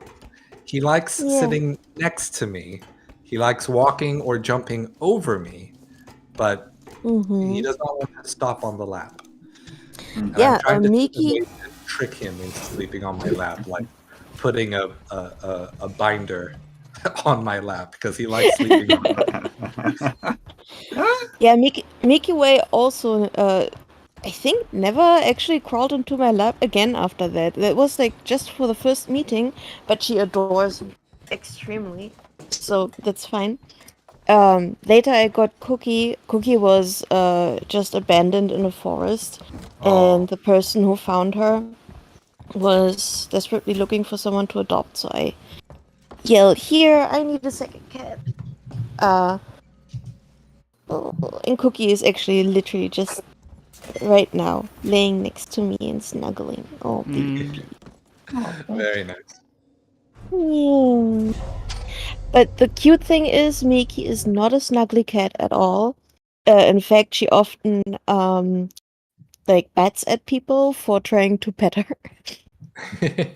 But Yeah, when I can attest to that. yeah, Oh, look, a reference. poor Nichtschwert has been beaten up a lot by What the Miki. fuck happened to this guy? He was killed by a reference. It's a, Om nom nom it's nom a nom. reference to the first film. I think it's Ash who attempts to. Oh yeah. To The show commentary about Oh. consumerism and Right. tabloid media. Yes. Literal commentary. consumerism. Death by social commentary. Banksy was in the room for that one. Uh, So why don't you do this? Oh yeah, but so like, yeah, that's something I've learned about cats recently is just that apparently they have just very sensitive nerves. Yeah. And they don't like, the vast majority of cats don't like being pet. They like being brushed at certain times when it's the grooming time of the day. But being pet is like way too much stimulation for a lot of cats. And At so least if you do the whole body, like often it's fine around the head a little, but yeah, the whole body is usually not their fave. if you like, so I found that with Jazz, if I just use my fingertips and like do shorter pets, then he's usually more okay with that. Yeah. And that also helps get a little bit of the hair he's shedding off so that it doesn't end up between the couch cushions. Yeah, that's a losing battle for me, honestly. Yeah, I you just just have to give up. I already lost. One of my blankets already has like 5 large holes in it because I left it out one night, couple nights, and he was biting into it as hard as he could. He was killing that blanket so good. Showing that blanket who's boss. Yeah. And then I decided to take it away from him and wash it when I noticed that he just left so much spit on it. Just so much spit. That means he's happy. Like how much spit? Like how does one measure spit? Gallons. By volume or by surface area? Both. Specifically imperial gallons. Let's get metric spit numbers here. It's what's the Scovilles of spit?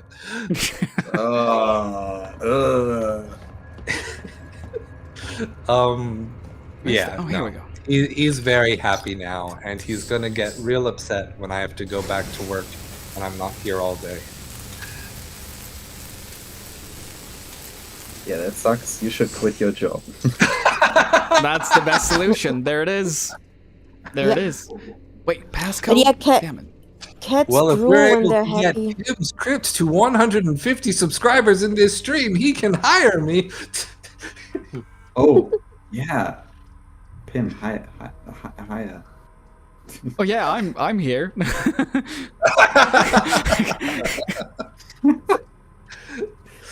That will be the extra stretch goal past 150. If we get to 300, then Pim will hire me to you know be what? a cat dad. You know what? If I had the money for it, I would. I would. Oh, you would. Oh yeah, I would. What was it, 8382 or 8283? You would, you slippery toad. I need to stop clicking over to the YouTube stream because I realize how much of a delay I'm on, and it's weird. It's quite a bit. What is everyone doing other than talking to Pim and keeping him awake? Are they awake? Sorry. I mean, it's also just not that late for me. Like it's Yeah, it's quite early in the day.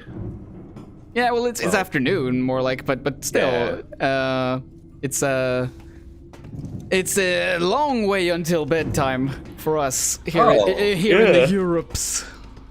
But I mean, you still started like forever ago. Oh yeah, 8 a.m. Got out of bed 7 a.m. And since I'm on vacation right now, that's not exactly the time I usually want to get up in the morning. As a person who has lived with many people who need to sleep in till like 1 p.m. at the end of their work week, do not underestimate how much daytime sleep is needed. I wish I could sleep, like, take a nap during daytime, but the thing is, I'll take a nap for half an hour or maybe 1 hour, and I will be so much more tired than I was before. Cool. And that's that happens almost every time. I just can't. I don't know why. No matter how long I nap, I wake up and I'm just like, oh, this is the same but worse. Yes. Let's see. When was the last time I even napped? So I have the opposite problem. When I try to take a nap, I go to lay down, and then my body says, actually, that's all I needed. Get up and do something. I literally just lay down, close my eyes, and then like 3 minutes later, it's like, all right, you're good, go. I'm like, what? I planned for a 30-minute nap, body. Why are you telling me I'm not tired anymore? I'm here. And so then I get up and I do stuff, and I'm like, oh my god, I'm so tired. Oh god, yeah, that is how it goes for me too. Yeah, what? All right. Anyways, I'm working on thumbnails. What's everyone else doing? I'm meant to be working on thumbnails at some point today, but I'll do that in a... I'm playing some video game at the moment. Yeah, you're looking for Alan. Alan hasn't reappeared yet. No. That's Alan Wake 2. Oh, yeah. The problem with Alan is that he's very lonely, and you need to go and visit him.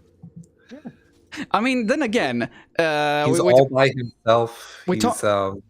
We talked about doing like a Thomas the Tank Engine mod for this game, but I think what would be more appropriate would be have Alan Wake replace the Xenomorph. No. As long as you do it the I'm looking lazy for my way, wife. Take the Alan Wake texture and put it on the Xenomorph. Oh my god! So it's just massively stretched out. Stretch it out like the Macho Man Randy Savage mod. Okay, that one is iconic though. Actually, I've got to go for a little bit, but if y'all are still on here, when I get back, I can hop back on. But, absolutely. Yeah. Hope everything goes well. Talk with y'all soon. Yeah. I hope it goes terribly. Nice to have you here. We need to slow this playthrough down. This is basically a speedrun. Bye. Bye. Crap, I'm preparing a 3D print right now of Seda Jupiter's transformation wand, because that's cool. I just want to say before I forget, I actually wanted to do this while Zane was still here, because I feel like everyone should get to do a plug thing. Okay, so here is a thing I want to plug for Zane and also a collaborator of Zane. This novelization right here. Wait, here it is. Here it is. So Jake Martin wrote an unofficial novelization of Halloween 5, which is on the surface is a strange choice of film to randomly novelize, but I started reading it. I'm only at the prologue, and I'm really enjoying just the prologue so far. And Zane actually made the cover that you're seeing here. Wow. So it's completely for free, so it's on Jake Martin's own website. Check it out. I haven't read the whole thing, obviously, but it's neat so far. It has my stamp of approval so far. Go check it out. I'm pointing at the wrong thing. Here we are. They're here. That cover's doing a lot of things I like. Like it has the damage to the book cover already in it. Yeah. There's radio interference, like you're watching it on television, and it's really hard to make that work and still have an image read. Yeah, it's that vintage shit that I love. I love it. Gotta love it. But yeah, we have a new guest here. Would you like to introduce yourself? Yo, whilst I do appreciate plugging Halloween 5's novelization, I feel like there might be some other books which need plugging on the stream today. Which ones? Beaver Towers fans, rise up! It is time! Our time has come again! I am ready to become a convert. Hells yeah. It's not like you have a choice in the matter, frankly. That's on the That's true. That's on the rewards. I am ready. Yeah. But yeah, okay. Speaking of Beaver Towers and all that, I have to check now. Okay, so we are at 70 patrons, and when are we gonna read Beaver Towers? At 78, we will read the first 3 chapters of Beaver Towers. Make this happen! Let's go! Make this happen! It's important. You don't understand. Yeah. We need this. We need the patrons. You know, $1 is fine. Yeah, it literally is, because every little bit helps. Yeah, there's a saying in Swedish that goes "alla bäckar små," which translates to all the small rivers. Yeah, so it doesn't matter if it's $1 or if it's $10 or whatever. Like every little bit matters because it's part of a whole. Okay, this is very important. In German, we say Kleinvieh macht auch Mist, which translates to small animal also creates a lot of manure. Okay. Yeah, it's a bit more complicated, maybe, but it is great. Yeah, I'm proud of them for doing that. It's one of the better sayings we have. Oh no, I'm scared. What's one of the worst ones? Yeah, I love that. That's exactly where we went immediately. Let's not go there. Well, after we're all, here. We have remember we Just have don't some history in this country. Just don't do Country has history. Well, that's what history is. Don't do the ones that break TOS, and we'll be fine. Yes. Oh, don't put me on the spot like this. You dug your own grave here. No, screw it. I'm gonna give you another good one. We have das passt wie Arsch auf Eimer, which translates to it fits like ass on bucket, and that just means that 2 people are like made for each other. Just really hit it off. Really well. So I guess there was a lot of sitting on buckets back in the day. That's yeah. really good. Oh yeah, and we usually shorten this to just like pointing at the 2 people in order and saying Arsch Eimer, and it's Wow. So one of them gets to be the arse, one gets to be the bucket. Yes. Which would you rather be, Pim? Would you rather be the arse or the bucket? I mean, those things in combination, I can only visualize one internet-related thing, and I don't like it. Oh yeah. That is a good question. Look, it's totally harmless. It's just sometimes maybe the bucket. Answers in the chat. Well, actually, and you're stuck in the bucket. Come on. Isn't this literally just another way of asking, are you a top or a bottom? Yes. Are you arse or bucket? Each emojis in the chat or bucket emojis. Let's go. Shit, but I'm a switch though, so I can be. I can be your bucket Well, you know and your the German bottom. word for switch is actually arse bucket. There we or go. a bucket with an ass on it. I'm an ass bucket. Most seductive voice you can do. I am actually an ass bucket. I am an ass bucket. Oh no, don't curse yourself. Don't do this again. No, I'm not doing it again. Now I'm free. The 69 goal has been reached. I'm free. Thank gosh. Because I am just imagining, like, you know, those like old cringe, you know, like kind of edgelord posts, which was like, I can be your angel or your devil, but it's I can be your angle or your deadly. Yeah, that's it. Your angle or your deadly. I have another saying in Swedish. Actually, I have the original saying and the evolution of the saying. So, one is show 'em where the blue cabinet should stand, which is basically like show 'em how it's done. And then there is this thing that I have no idea how this was birthed, but someone says it in a classic Swedish film, and it goes along the lines of, how do I translate this? They've taken a shit in the blue cabinet. This means war. Oh, I think I've heard of this. I don't know what that even so means. Combining what I know, that means that if everyone contributes to falling in love, then we will go to war. Done. I figured it out. Yes. Sure. We solved it. We solved it. There it is. Power level 2 high. Well, how do I lower it?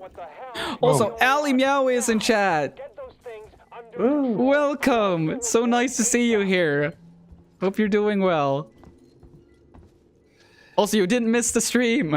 You were so afraid you were gonna do that, but you didn't. It's still happening. It is still happening. And it will continue to happen.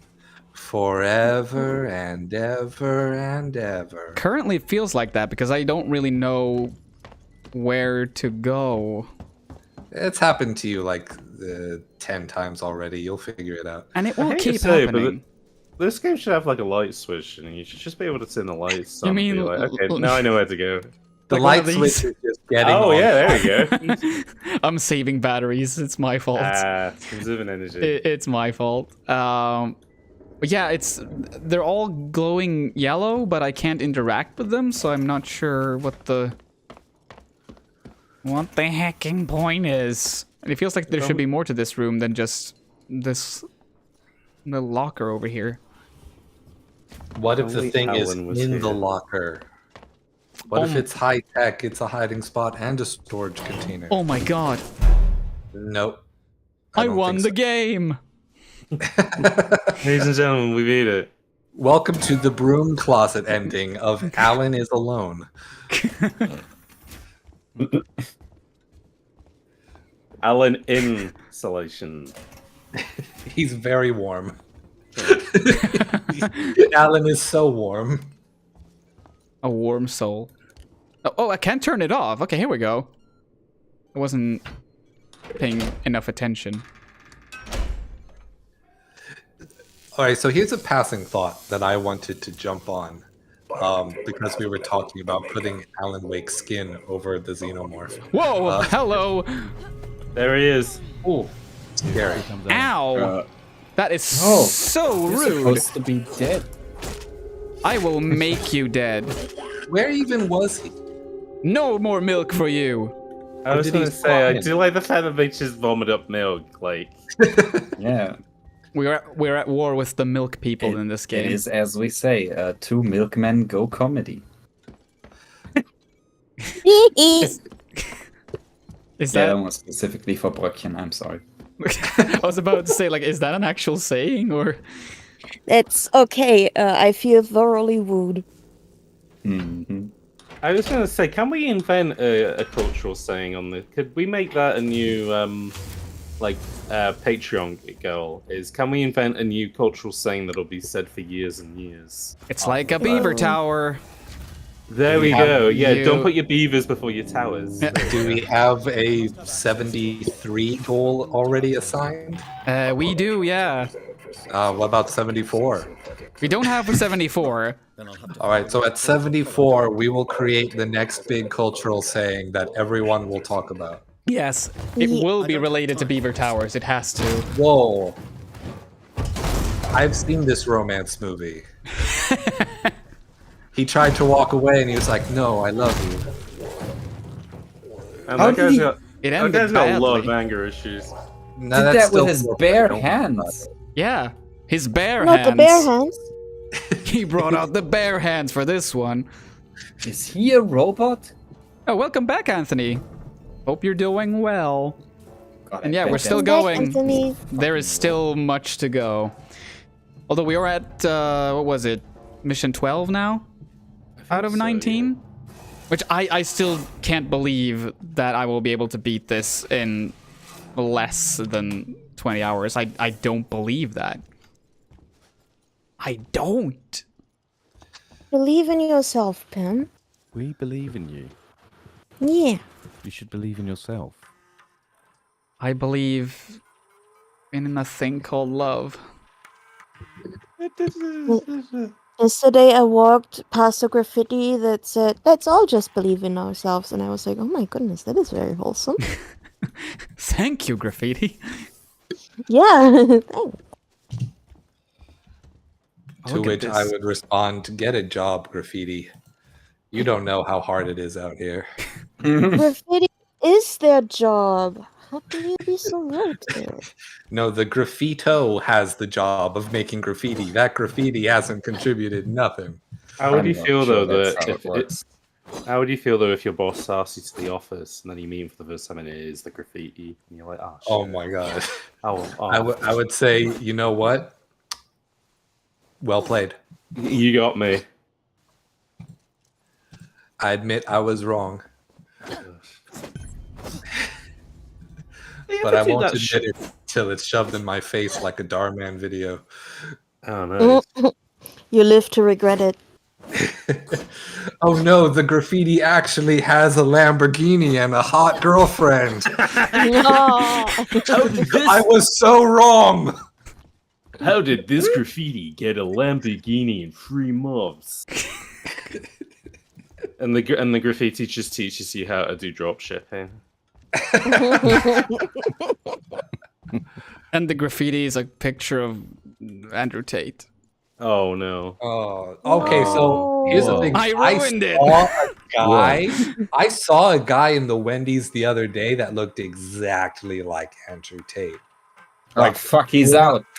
1-to-1. The only reason I didn't think it was him was because he was a lot more tan and was hanging out with a construction worker. Right. So it's that sounds like quite an Andrew Tate thing to do. Well, hanging out with construction workers. Yeah, they're really manly, aren't they? Very masculine men. He does. He has said. I have trouble believing he would actually do anything manly. No, he's there. He's hoping to kind of just get some manliness by association. He does say books are for nerds. Read the Screwfix catalog. That's the most masculine bit of a paper you can get. Yeah. A couple of pages every night before I go to sleep. You know, same here. Memorizing the M gauge bolts. You know. Look at all the new washers that they're getting in for the 2020s. Yeah, God, man, the range is crazy these days. I didn't get to the washers. I was too busy looking at the dryers. Hey. Very good. Wah. I feel like there should be like a secret button or something. If there is, it's very secret. Look at those shoes, though. I'm checking the computer for like the 7th time. Fun stream, Anthony asks. Yes, definitely. I mean, how could I not have a fun time with this lovely company? Oh. How dare you compliment me? I know I should never do it again. Please don't. Everybody gets one. Are there any actual hints here, or... I'm opening these, but I'm barely reading them. Take them to the showroom when they're ready. Don't rush them and don't bore them with speeches. If they say they want something changed in the working Joes, just say yes. We can't let the tech heads worry about it later. And we can let the tech heads worry about it later. I hope you have your best people on this, okay? I need you to get to the showroom and shut yourself in. There's a lockdown button near my desk. Okay, yeah. Don't worry about them. They're just display models. That's bullcrap. I don't believe that. No. I do not believe that. It doesn't seem to have worked out. Yes. Exactly one of them is not a display model. What happened to this person in the chair? Oh, she's just sleeping. Yeah, it's taking a little. Really boring. She's just totally conked out. She's had a Played hard too day. much Doom 64. She was busy. Okay, why is there all this painting her Kool-Aid on face. the desk? Oh, No, she was face painting and she got tired and she was just like, you know what? That's enough. I've treated myself enough. And she spilled the Kool-Aid, I guess. She drank the Kool-Aid too fast and coughed it up. Ah, And then immediately fell asleep out of embarrassment. Happens to the best of That us. is something that happens. Out of embarrassment. Sometimes I get so embarrassed when I'm at a party, I just fall asleep. Yeah, on it is. the It's like coffee table. It's like the Austin button, Walker though? tweet. Yo, you ever see a tweet so embarrassing you immediately puts you to sleep? Mm-hmm. Totally. I'm trying to find the button. Can you help me? You apparently can't reach her. She's too far away. Your hammer is just out of reach. Can you? Is the button on here? I mean, I wonder, like, if I click search, I Yeah. can only get these things, but... I mean, these there just- are a bunch of buttons on her. Yeah, which one of them is it? Yeah. No. Which no. one?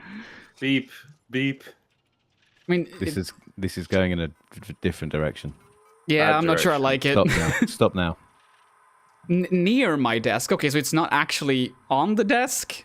It's just near it. It's near. I don't It's like how it's near or smart to the desk. Yes. immediately Find started hearing near, the like, music. So in order to find the password, you must first understand your existential angst, come to terms with it, and embrace the absurd. Here it is. Oh, no. Then you will be able to read that email. Fucking nothing happened. Okay, here we go. So, which one of you fuckers? Yeah, so what are you folks gonna start doing? Wait, immediately started playing music. It's the one that has his hand extended. What is going on? The one that's going for the handshake? Absolutely that one. I'm gonna do Or this. the one bowing.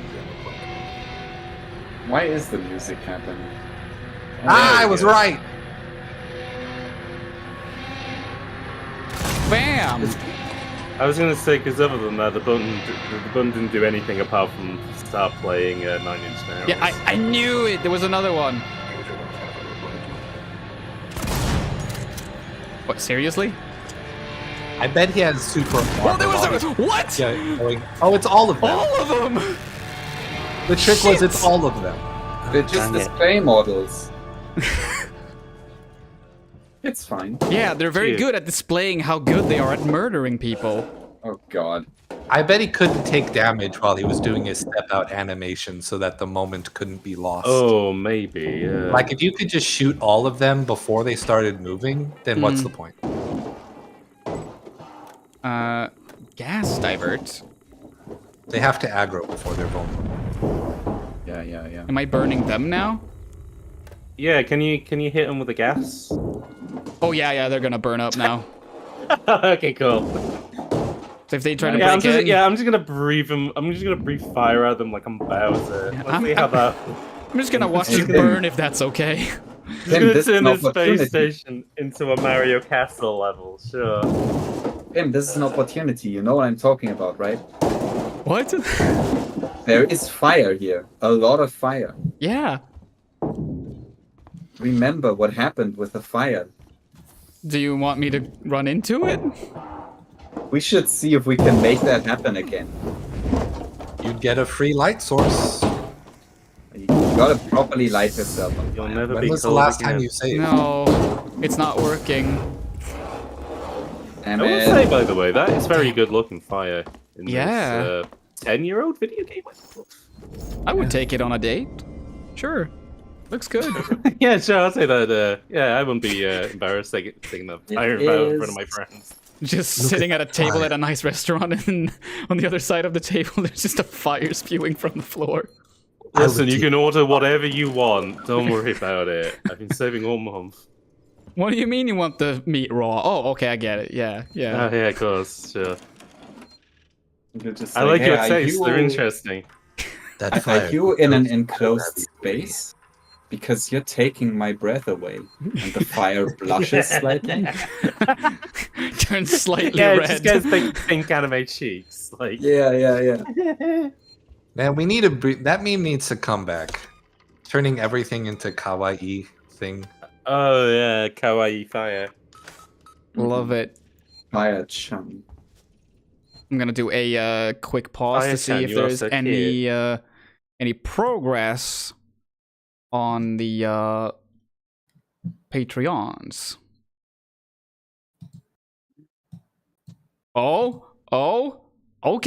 Okay, yeah, things are happening. Okay. Lottie, thank you so much for becoming a patron, and Ali Meowie, thank you so much, Ali. Amazing. Nice.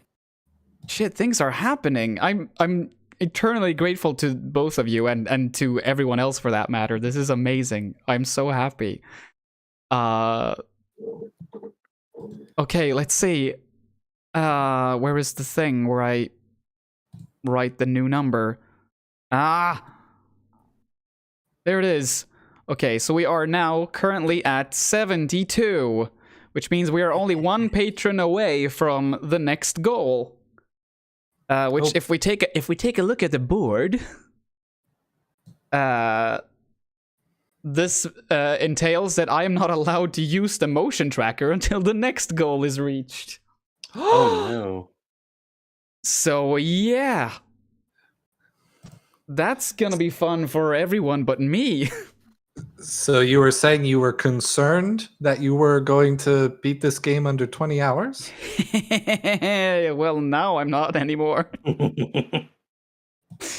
But I'm hyped for the challenge. Woo! But yeah, thank you so much. They actually got some comments about it as well in chat. Welcome, taking me far too long, but I adore your content. Thank you so much, Lottie. That is so very kind. Ali sent some hearts, and does anybody read? Is that kanji, or is that just me not being knowledgeable at all? Pimu-chan. Is that what it says? It's katakana and hiragana. Pimu-chan. Oh, it's you. It's you. Because of the kawaii thing. Pimu-chan wa totemo kawaii desu. Thank you. Thank you so much. You're all too lovely. You're way too lovely for me.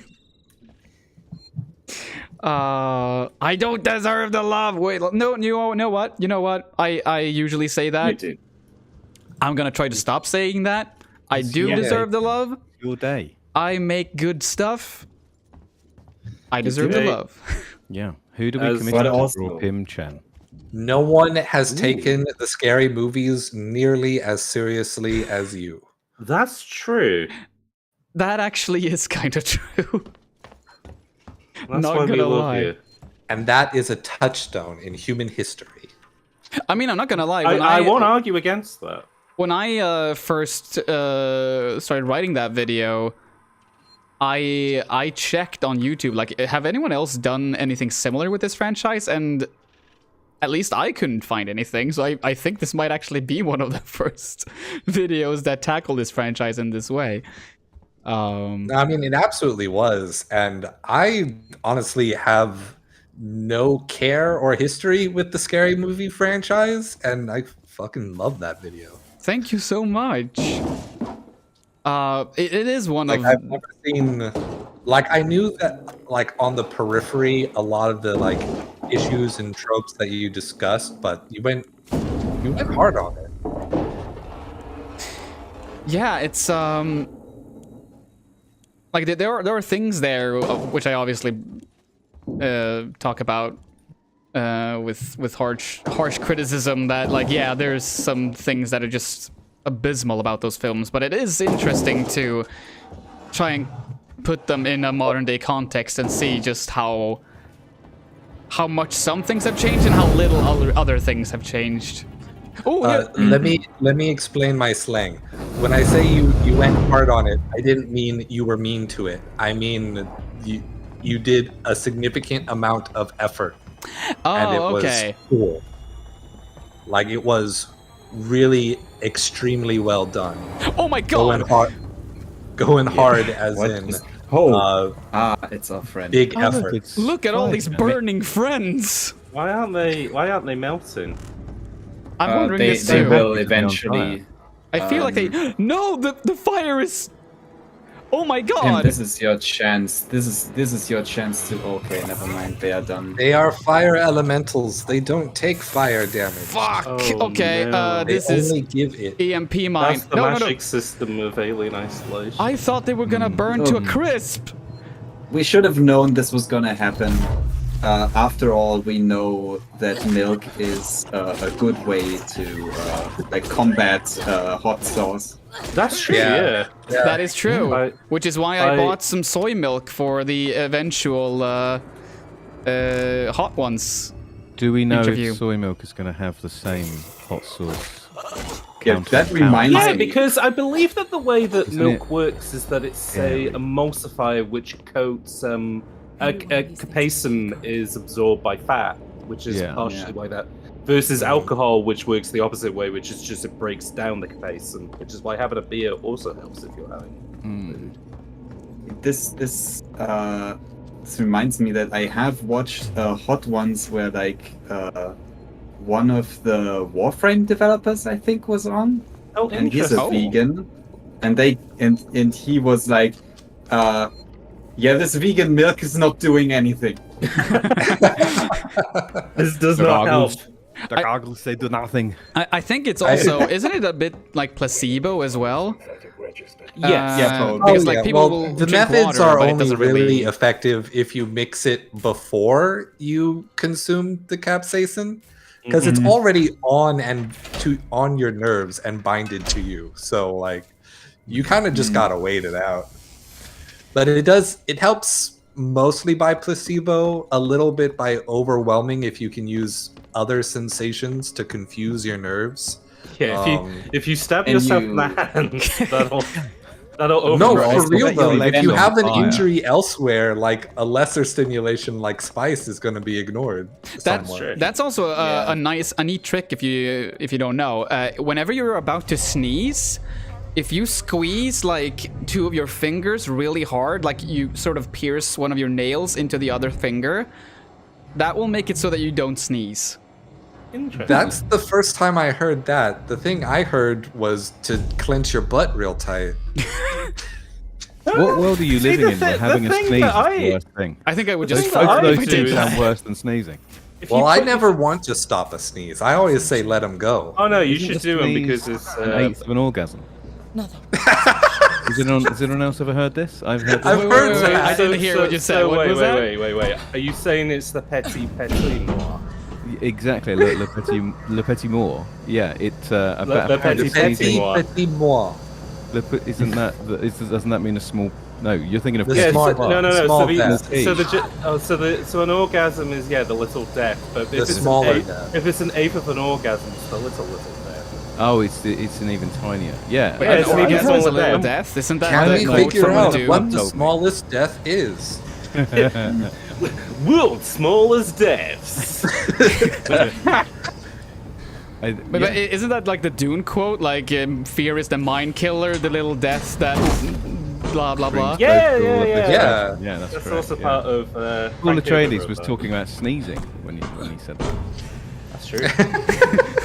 They cut it out of the new one because they thought it'd be too weird, but it's definitely They wouldn't get it. They were like, wouldn't get it. They That kept it in speech the David starts Lynch with, "Don't version. be afraid to sneeze."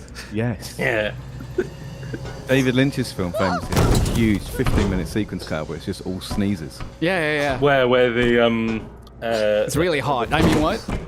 The Bene Gesserit, they're just Yeah, the Bene screaming like Gesserit crazy, is tickling a feather underneath Paula Judas' nose. Yeah, that's But it. She's got the it's like if donkey you bar to sneeze, his you neck. die. Yeah. Oh my god, that's perfect. You ask him to explain that scene, and he just says, "No, I don't think I will." It speaks for itself. David, it's one of the few things you actually changed. Why did you do that? If you can believe it, it's Friday once again. What a lovely Steven, man. it's Thursday. If you can believe it. I don't believe it. That's how you really piss off David Lynch. Well, no, you piss off. I You don't piss him off by, believe it. You piss him off by doing that clip on a phone. Yeah, that's it. No, you can't watch it on your telephone. On your fucking phone. Effing phone. You have to watch my Twitter clips in a theater. I mean, Dave, if they'll do them, I will. Like, you know. Feels like it would be too much work, but alright. I also have to, I try to do my best to reply to stuff in chat, so if I miss anything, it's not that I don't care, it's just that I have ADHD, I'll blame it on that. But, okay, so Lottie says, the Saw video is my personal favorite. Questing Refuge writes, been killing it every vid, yeah. And Ali says, those enemies are so hot. Yeah, and they were very hot. Yeah, They were very emphasis on were. But yeah, thank you so much for the compliments. The Saw video, still one of my proudest moments, I think. Wikipedia articles describing my hotness with the past tense. Wait, also, Ali says, I heard to have someone yell pineapple in your face. To stop a sneeze? What? Maybe. Does it have to be pineapple specifically? That's my question. Either to stop a sneeze or to if you're suffering from spice, I guess. Oh, to stop the spice, just have someone keep screaming pineapple over. Oh no, and that over. was for sneezing. Interesting. The guild fleet. No. I think we need to rethink this. If you are eating hot sauce, but then someone comes in and just starts screaming pineapple at you over and over, are you going to care about the spiciness? That's true. I want to say as well, I had the weirdest visual. When you said when you're eating hot sauce, I imagine somebody doing that with a spoon, only eating hot sauce. No, that's swinging it how straight you out of do the it. bottle. Yeah. Okay. Chug-a-lug. The way God intended. Chug-a. Damn it. I really want to jug with you. Fucking Xenomorph's just out of this game for a while, huh? Oh yeah, I haven't seen him since I joined. He's gone back. He's like a Street Fighter player. He's gone back to the lab to figure it out. Alan said, "Never mind. I'm embracing my loneliness." No, there are two of them now. I don't need you. I will not be able to. Shit. Hey, out of my way. Out of my. So do you think if you were eating really spicy hot sauce and then you made out with one of these robot guys and they could just kind of oh heck yeah, what if just squirt a little milk in there? Yo, Joe, I'm in my mouth, dude. Yeah, just a little bit, you know. Shit. Plus, you have the extra distraction of being turned on. Of making out with a sexy robot man. Yeah. What? Okay, so. Don't catch up, Kim. Don't catch up. What if we kissed What if we were to kiss in front of the kissing robot? Yeah. What if we kissed in the alien infested space station? What if we did that? Well, if you kiss the alien, you have to decide which mouth to kiss. Did Ridley Scott ever explain why they do vomit up milk? It's for hot sauce, I'm pretty sure. Because of it's liquid mercury, right? It's like. Oh, is it? It's like some kind. It was some like blah blah lubricant blah blah. Yeah. Oh yeah, actually, it's probably lubricant, isn't it? Wait, it's because the alien's blood is hot sauce. Oh yeah. We cracked the have to even it out. No. Good to see you alive. Salsa verde. Hot sauce in my bag, swag. Wow, this sauce is so hot, it's eating through the melting floor. through the That's how egg, that yeah. works. What's the Scoville on that baby? Many. If you had to make a meal for a xenomorph, what do you think you would make it? What do you think they Would you would make make it for the big mouth or for the small mouth? perfect sound clip of the word many I've ever heard. It was so nicely delivered. Many. Yeah, are we making a meal for the big mouth or for the little mouth? Both. Yes. I assume you would is that make like it. starter and You main would, course? you would make exactly the same meal, but it'd be like a 6 for the scale. Okay, I just looked it up, and I think the Scoville rating of xenomorph blood is pH 1. Oh, that's very high. Too Very high. spicy. Very spicy. Very acidic. You know you're in trouble when you've left Scoville's and entered pH. Yep. What is the hottest hot sauce people around here have done? Because I've gone up to 1 million just once. Oh God. Interesting. Is that pure capsaicin at a million? No. Or is that just... No. Pure capsaicin doesn't even get a scale. Like, pure capsaicin is bad. It destroys nerve endings. You can't do that.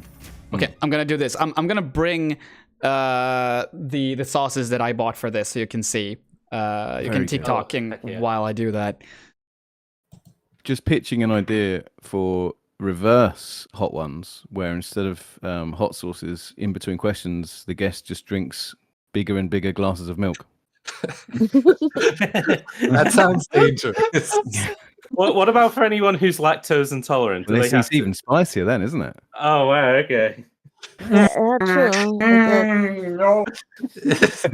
You have to, okay, so it needs to be fat free because the thing is with drinking copious amounts of milk. It gets I can fattier. answer this The because last I'm a one is whipping Nebraskan. cream.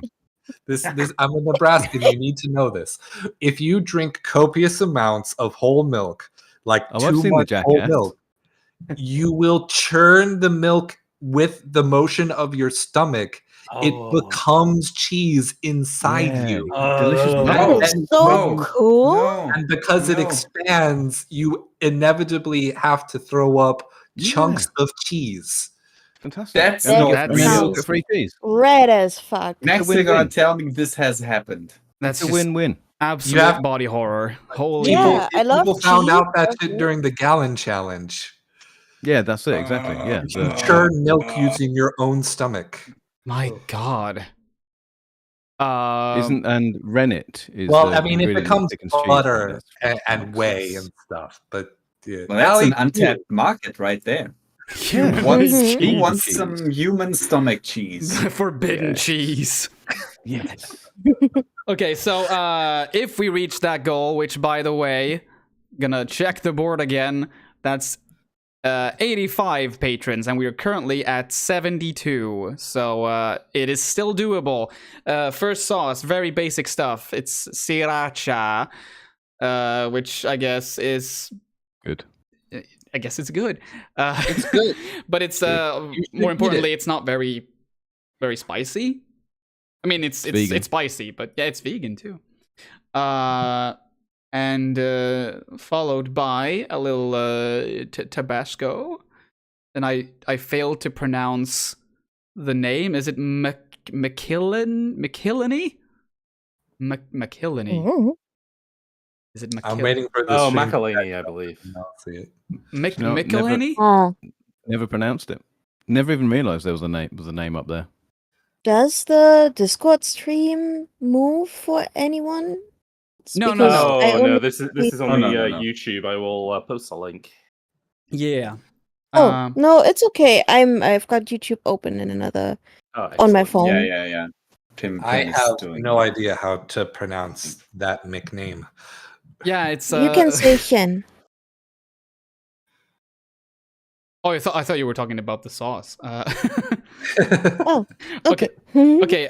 So next up, I just ran out of ideas basically, and I tried to find, because I couldn't just look these up on Google and see what the exact Scoville level for these were. So I bought another sriracha thing, that's called Boom Shakalak from Lagritos, which is supposed to be a kind of a, I mean, like decently spicy. So it might be like exactly the same as the other sriracha, but I'm thinking either it's stronger than the Tabasco, or it will be sort of like bring some sort of, what's the word I'm looking for? Variety. So it's like, okay, sriracha and then Tabasco, which is slightly spicier, then something that's less spicy, and then we move on to another one from Lagritos, which is El Jefe, which is like a chipotle sauce, which is supposed to be pretty strong. And then I'm gonna end it all. I'm gonna end it all with last one from Lagritos. It's called Satan i gatan, which is a habanero thing with mango. And translated from Swedish, Satan i gatan means, like, literally, it's Satan in the street. That one's gonna taste really good because, like, the hot sauces with mango in it, I've noticed, like, they actually still keep the flavor. And anything with Satan in it as well, delicious. Right? Yum, yum, yum. Let me kiss the second face. Yum yum, Satan's so good. Yes. Yum yum. But yeah, I heard the same thing. I got that one recommended to me by a friend and a patron as well. Yeah, I think it might be good. It sounds good. Probably burn my tongue, but yeah, it's gonna be worth it. But yeah, again, that's 85 patrons, so you know. Satan burned my tongue. Gang gang. Wow, very cool. That seems so good. Samuels, that's too dangerous. I've probably gone up to like wait, what is he gonna do? Or 2,000, which for a German is unbearable. Through the roof. Wait, is he gonna do an MRI? Yeah, I was about to say, why is he doing an MRI in the middle of, like... The Allen is in his brain. Oh my god. Oh, actually, Alan yeah. Has he got a little Allen in it? He's just sleepy. You know what? Everyone's got a little Allen in it. I cannot imagine anyone being like, I want to sleep in the MRI. I'm gonna sleep. I'm just gonna have a nice little What if we sleep slept here. in the MRI? Turn the MRI on. Go to bed.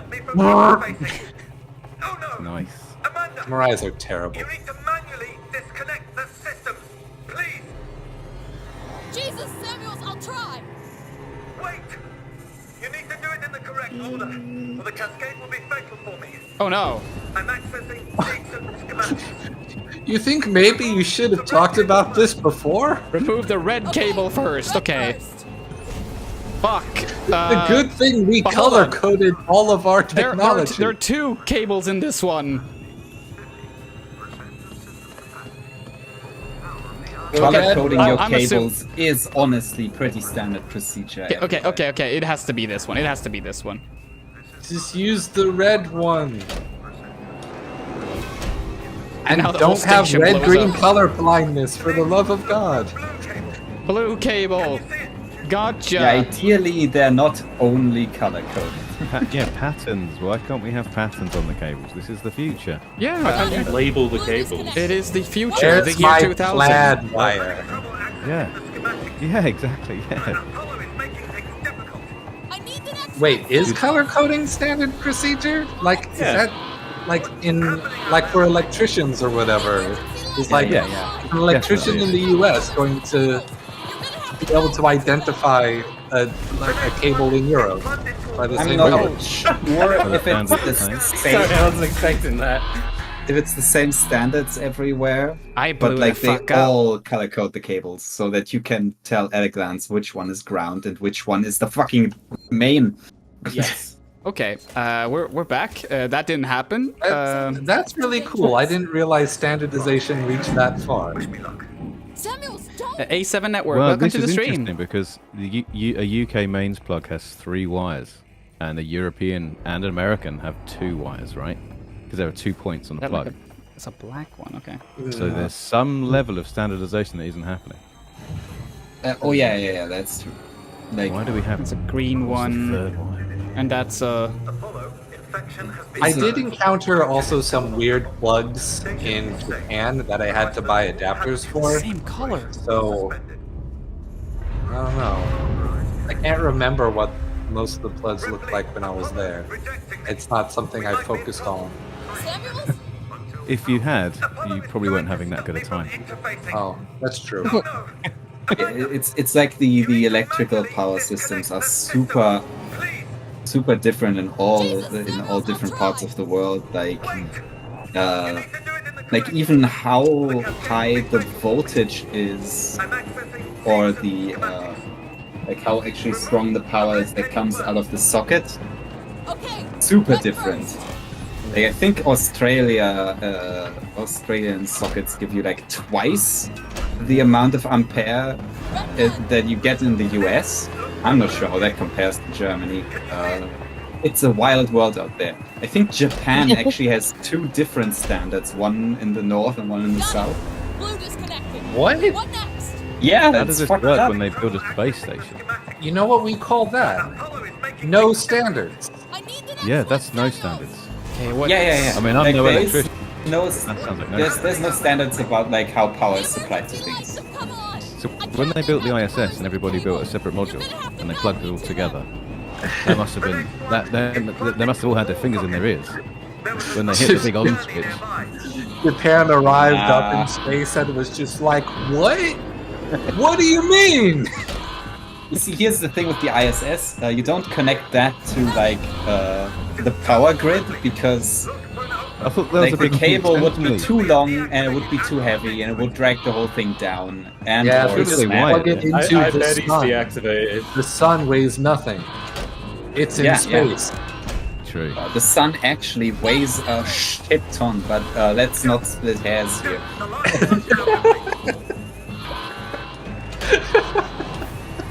How can it weigh anything? It's made out of hydrogen. Exactly. It's made of gas, and it's right up. Okay, I have a They Might Be Giant song that explains this. The sun is a miasma of incandescent plasma. It's not just simply made out of gas. No. That's They might be giants. PhD level physicists, turns out. Also, just a fantastic band, for that matter. Yeah, I like them. It's weird that after all these years they haven't figured out if they are giants or not. Well, that's because they were made in it's hard physics, because not like biology. giants can be like whatever now.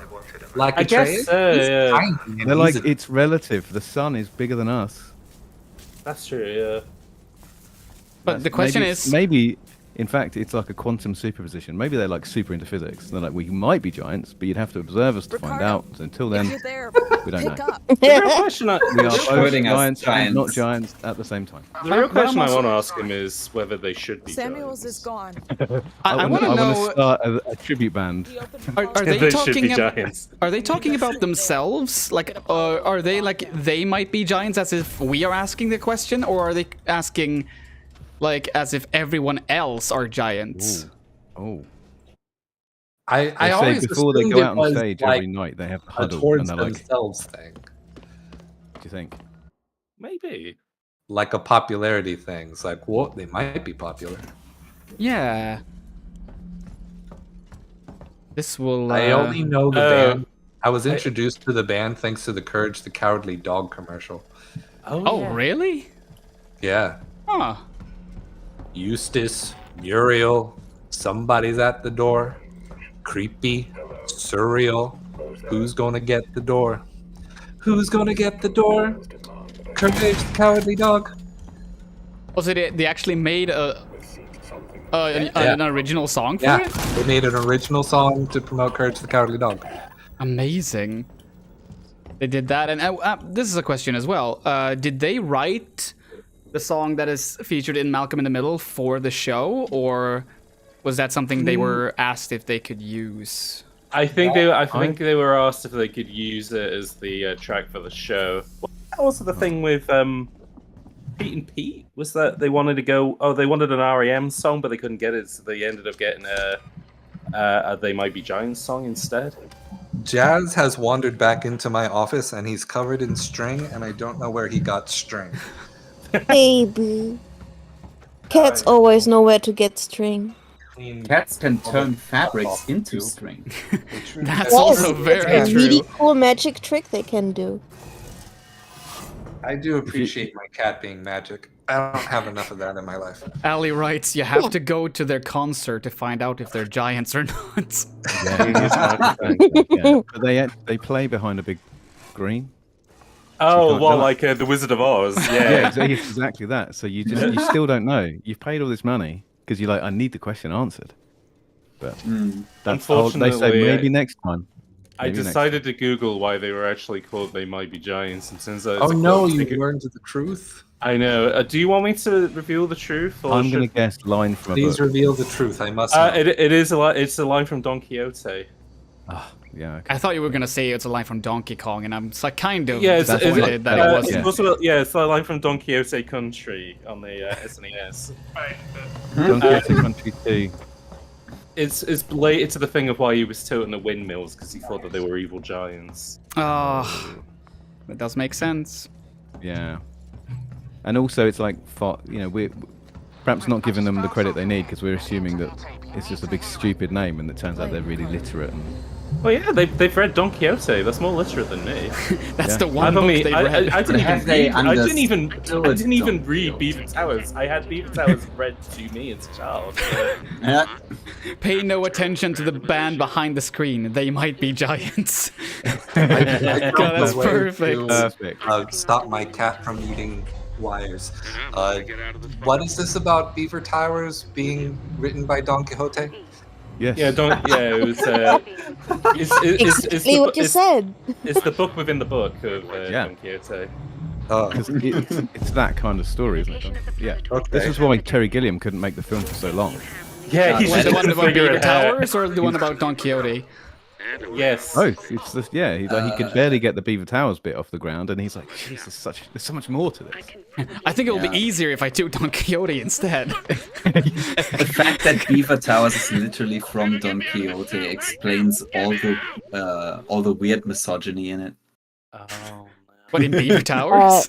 The weird misogyny in it is explained by the fact that the book comments on the misogyny by. No, I mean the weird that's how he gets away misogyny with it. in Beaver Beaver Towers, Towers. which was literally written by Don Quixote. Which one is the Apollo I core? see. Yeah, I'm sorry. Yeah. Okay, let's see. Off time 0.5 seconds. Bottom exposure time 60 seconds. Okay. Still on the stupid wand. Doesn't want to tell me which transit I should take. We're back on the transit, I see. Yeah. Train time. Let's go. Maybe it doesn't But matter. how which one can I we pick. trans the alien if it is fucking destroyed? Wow. Glad you asked. Wow. Somebody Wow. dropped it into like a gas giant, I heard. Mickey, not on the keyboard. Gas giant, that's me after Taco Bell. I don't After even drinking have all this milk. You might be a might be a gas giant, yeah. There might be gas giants. I don't even think we have Taco Bell in this country. Do you know they've only recently? Well, I say recently. It's been here for about 5 odd years now, but they've only recently introduced it to the UK. Not great, Yeah. but I've already. No, but everyone really told me it wasn't very good to begin with. But I don't know. I know we I have like saw one KFC today. at like one, maybe not exactly one location, but yeah, like a few locations I do believe we have for KFC, but I'm not sure about Taco Bell. Yeah. No, I wait, saw- there's actually, one- I know we have at least one. I think that's how they start. They just get one in. Yeah. And that's the thin end of the wedge, and then the empire starts spreading from there. They do one here. It's a £1.99 burrito. Yeah. And, I googled it, and every review is this is disgusting. Like 1 star, terrible. And I just think you paid £1.99 for a burrito. What were you expecting? Of course, it's 1 star. I'll say this much: I wouldn't call it disgusting. Is like too strong a word of it. It's just nothing. There's like there's no flavor to it. I want to Oh, start I'm a band hungry. named Don Quixote. Okay. Don Quixote. Yeah, Don that's good. Quixote. Ali's going to start a band called Don Quixote. And I'm Don starting my Quixote, They Might Be okay. Giants tribute band. They should be giants. So we They can go on should be tour, giants. Ali. I want to circle back to this $2 burrito. Yeah. But is it like, is it the kind of bad burrito like when you're craving like a bad version of the food, the one you can go to? So here's the thing about the UK, which is the fact that I kind of understand the craving for like Taco Bell in the US because it's like I just want something. Yeah, or like a gas station slice of pizza. It's not a Yeah. good pizza. What I'm craving is some really bad, oily, cheesy thing that I can get right you want now. carbs with a bit of taste on it, but the UK has for a long time had pastry culture. Like we have bread. which is Yeah, kind of yeah, what that's fills it. that in. That's it. It's a £2 sausage roll. That's Exactly. yeah. Wait, do I get my weapons back? Maybe. This is the point of the game where they take your weapons away because they need to change the challenges again. Mm-hmm. It's just like Bioshock. Oh god, I'm being Bioshocked. Ayn Rand's gonna come out in a minute and be like, I love that alien. I want to give him a big smooch. Well, that that alien is, responsible for its own destiny. It isn't asking for a handout, is it? He's No? great, man. It's an alien not entitled to the scovilles of its own blood. The man in the lantern says no. In a perfect society, the alien can eat whoever he wants. The woman solving problems on the space station says no. Women are the problem with wait, I'm wrong. Aren't you one of those? No! I'm one of the good ones. Ah, cool. I am Cool, one Anne. of the good ones. Cool, Anne. Yeah, nice one. Cheers, Anne. Oh. We are still one patron away. Just That could be one. you. That could be any of the folks watching if you're not already a Pim Petron. It could It could be you. Oh, Pim, do you have a name for your patrons? Do you have a name for your crowd? Pimtrons. I have been trying to figure this out for a long while now, ever since I rebranded, really. I considered having like, because I don't really want there to feel like there's a hierarchy, but at the same time I'm thinking things like, I don't know, crypt dwellers, Cryptids? like cryptids. Oh, cryptids is good. Cryptids is really good, actually. Cryptids is really good. That is actually kind of funny. My all of my fans are individual cryptids because they're all so unique and lovely. Yeah. Yes. That's where I'm leaning. And rarely show up. I've Oh my about God. Pimtrons, which I Yeah, think I'm good. just going purely for the pun, but Yeah. Yeah, it's also Ooh. very good. Lottie just suggested Kryptonians in the chat. Ooh. Oh, nice. Oh wait, I have Come out to with do this again so I can see Yeah. the chat. I know, Mickey. How I'm about, sorry, but Crypto you need Bros? brushies. Oh no. That could work. That's got a good They ring be to it. hustling out here. Hey, there's already one Swedish content creator who calls their followers bros, and let's leave them to it. Yeah, but these are crypto bros. It's much. We're kind of perhaps circling back more to Andrew Tate's territory now. Oh no. That's how Oh, we it's get good. people to sign up on Patreon. We become crypto bros. Pim just shifts to making I Manosphere take all of content, the but it's all Patreon very money. wholesome. Just gonna float. You also have the option for arse buckets. Just saying. That's true. You're all my ass buckets now. Or blue cabinets. You're on my blue Yeah. cabinets. Gonna put all some my maybe more. Some maybe more buckets, but hey, we're all arse buckets here. Every little shit counts. The problem is By like, God. you're not really an arse for a bucket. It's more of a gradient. Like some days you feel more. Well, yeah, that's arse- exactly how sexuality works. Exactly. Not one thing or another. You just spitting somewhere on the scale.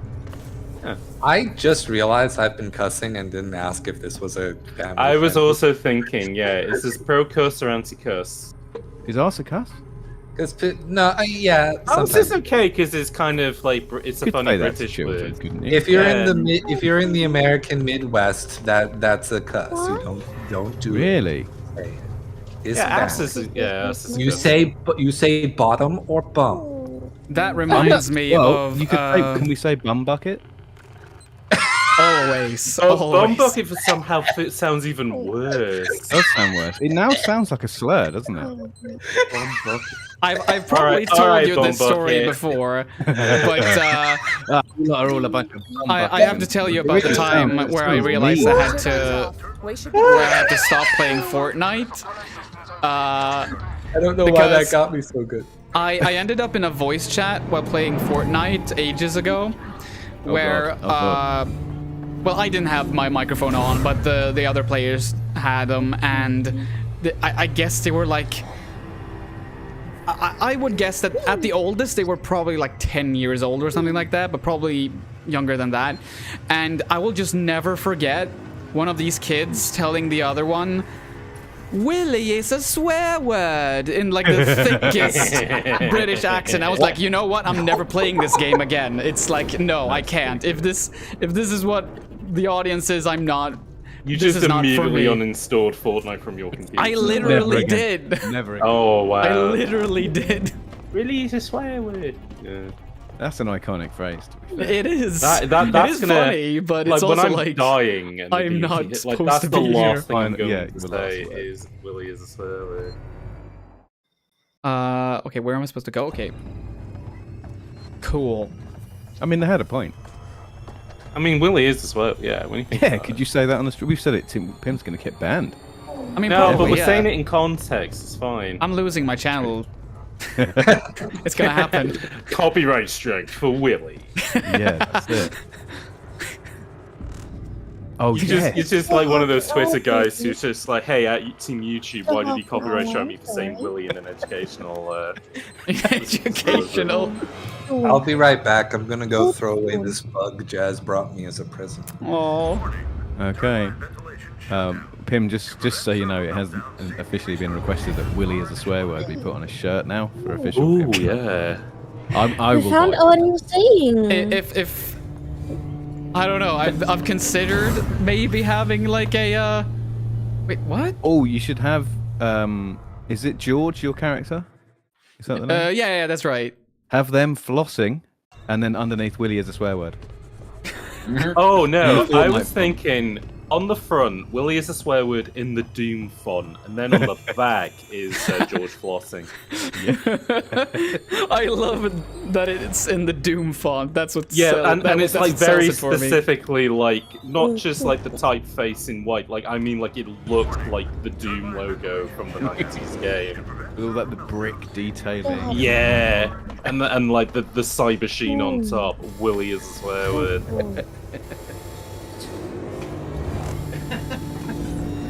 Yeah, it's I did it. That got me. I did That it. got me. And I turned it off. Great. Wow. Perfect gift for all the Willies in your friend group. This is gonna be tough. Well, I thought you were gonna say a perfect gift for all, like that was your suggestion for what Pim should start calling their Patreons. Willies. Willies. Yo, No. this one goes out to all my Willies. Just keep them crossed for me, huh? I'm immediately getting a flashback to this one cat My that just God. go wee. Because like people translate it as I'm wet really the biggest cat Billy or something like that. Vampire Willy, the biggest cat Billy. What? Wow, that goes pretty far to take some cat meows and get into a whole rap. I thought you were gonna say that goes pretty Yeah. hard. Like, yo, that's Yeah, good. that goes hard, bro. No Fire. Main entrance is locked. I am the glib glub glab galab. I wiggy wuggy wiggy wuggy chee dog sag. But yeah, Big Billy. That Christian movie is about the evils of reading. I mean, The you know, evils of That's a reading. deep cut if you know. As somebody who doesn't do a lot of reading themselves, I mean, you know, somebody's there to cover my back. I'm cool with that. But yeah, to pedal back to that, I think, yeah, I mean, Cryptids is good. I think. Yeah, I like Cryptids. Cryptids. So far, is very Cryptids good. is my favorite. Cryptids is number one, I think. You should put it to a vote for the existing patrons, Absolutely, yeah. or just tell them what they are. put them in their place. They Yeah. like it. Tell them. That's fine. Now listen here, you willies. I feel so proud that I came up with that. It's really good. But yeah, this is the cat I was talking about. Oh no, there are two of them? All right, the maggots. Discord. Can they see me? Yes, they can. Can they see me? Yes, they can. Alright. Can they see me? Yes, they I'm can. watching this cat video. What? I stunned you! You mean man! I hate to say it, but like, couldn't quite initially figure out that he was wearing a yellow bow tie, so I thought the cat was wearing like a libertarian shit, and that made me very upset. Okay! Don't tread on this cat. My Yeah. god! They're not taking shit from anyone. No taxes from this cat. Fuck! Where is my shotgun? Uh-oh. Where is my shotgun? Sorry, Ali. Howie meowie, you Where got me. is- The more you pledge each month, the bigger the willy you are. Oh my god. Oh yeah, I don't have any guns! Oh yeah, they took away all your guns. Yeah, Oh no, there are sorry. more of them now! We took your gun. Haha, Saws, we took your guns. I am Please dead. don't I am ruin dead. I out am the dead. airlock. I am dead. I am This- dead. Sorry. I am dead. This remix is literally fire.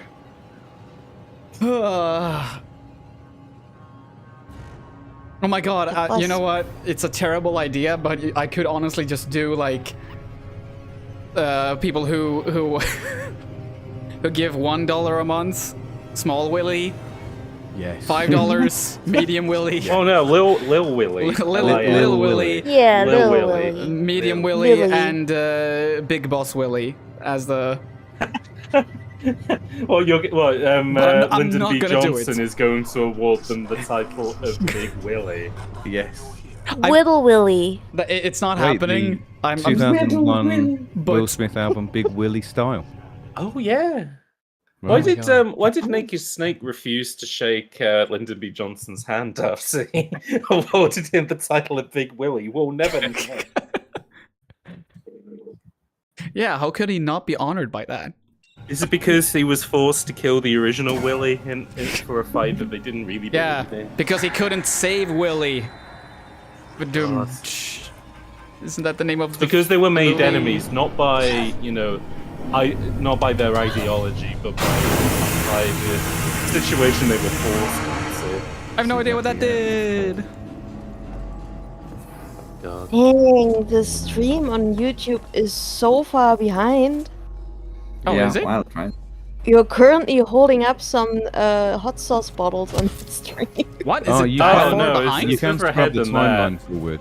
You Yeah, you no. might be able to scrub the timeline forward. Yeah, click on the Yeah. little live Yeah? icon. If it's not a little red circle, just click it and it should put you. That had me real worried. Oh, okay, then it was just me. Alright, I was like, damn, That, can't that go would have that been far back. wild. Yeah. Oof. There's Would've a lot been to catch up extreme. on. Yeah, you're minutes behind. Now that I'm back There's a from whole bunch listening of to Willy that talk coming your song, way if you're that far back. I gotta say that I really like that song, but then the guy made it too much about himself and not enough about the cat. So it tapered yeah. off at the end. Absolutely. By the way, the Songs, refle- including cats, should always be about the cats. yeah. Everything should be about cats. Oh, Even the okay. musical cats. Geopolitical intrigue. Especially the Where are musical the cats?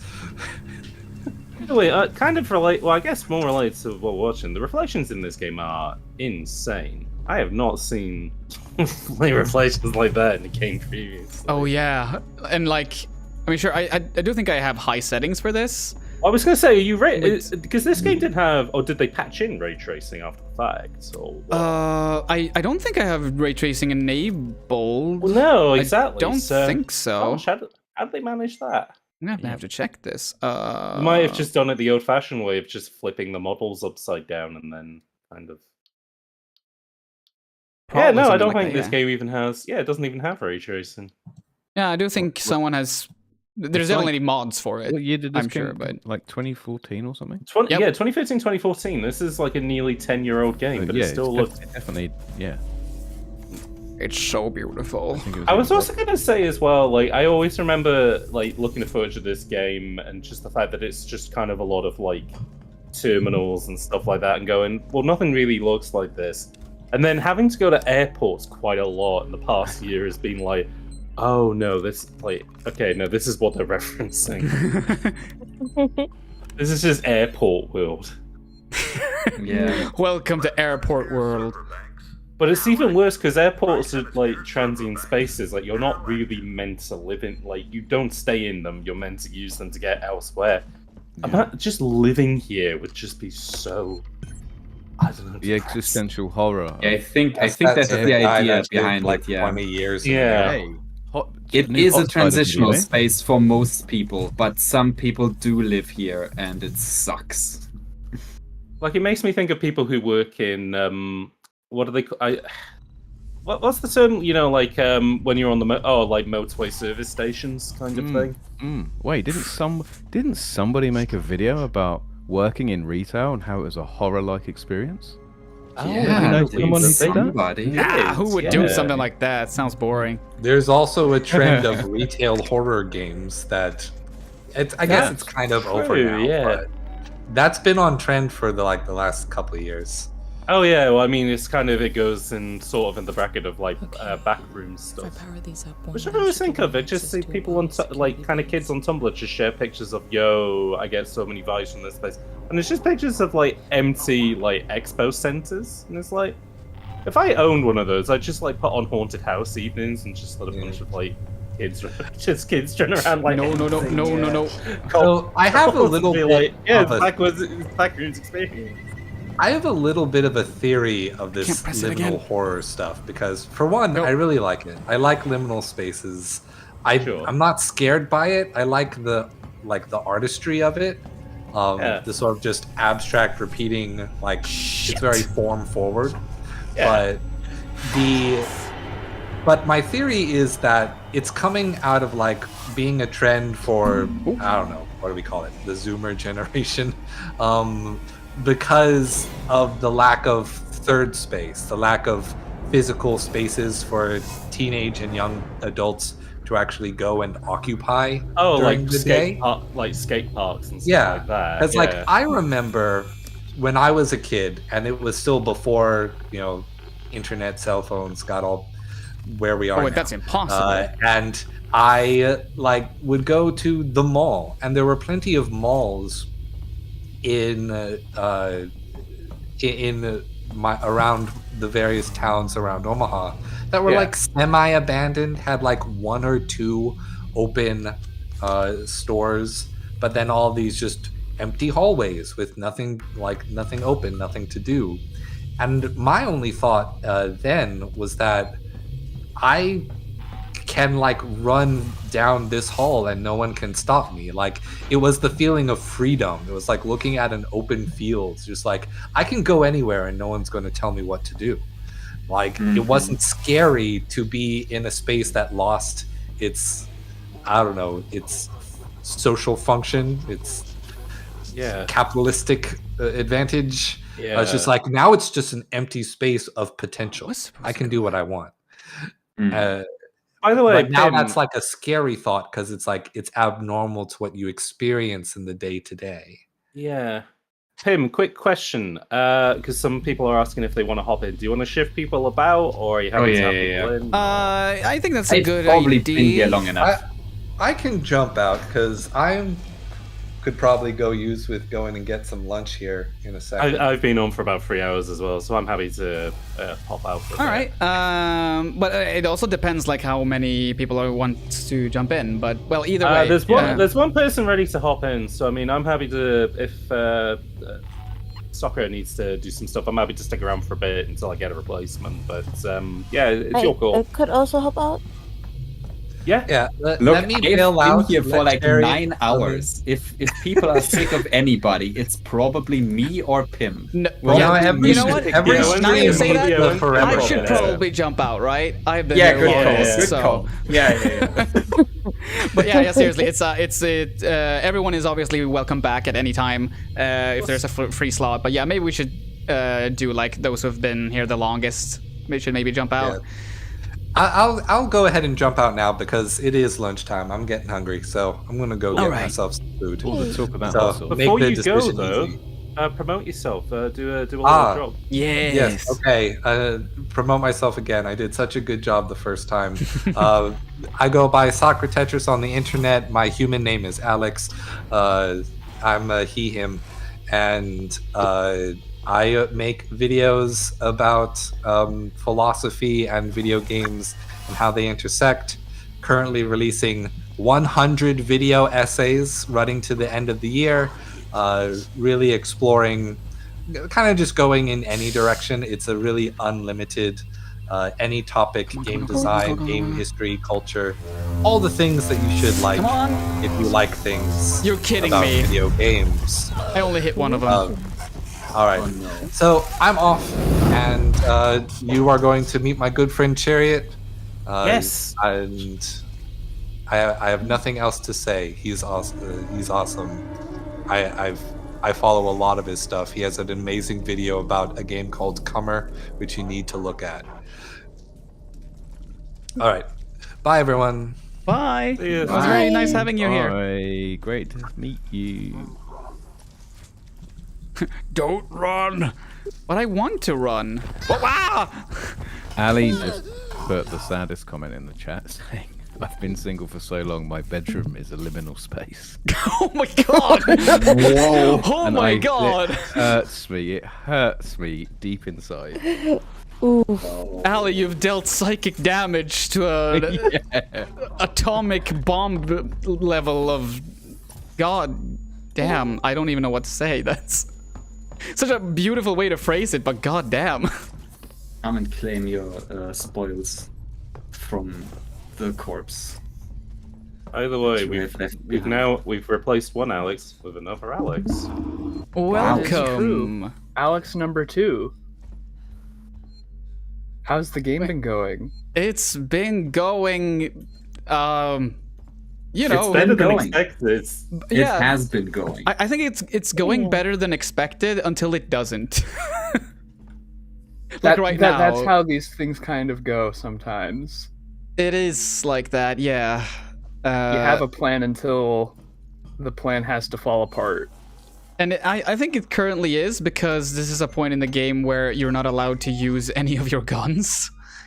And I don't quite know what to do now, because the map tells me that I'm supposed to do something in here. But when I go in there, there's nothing I can do.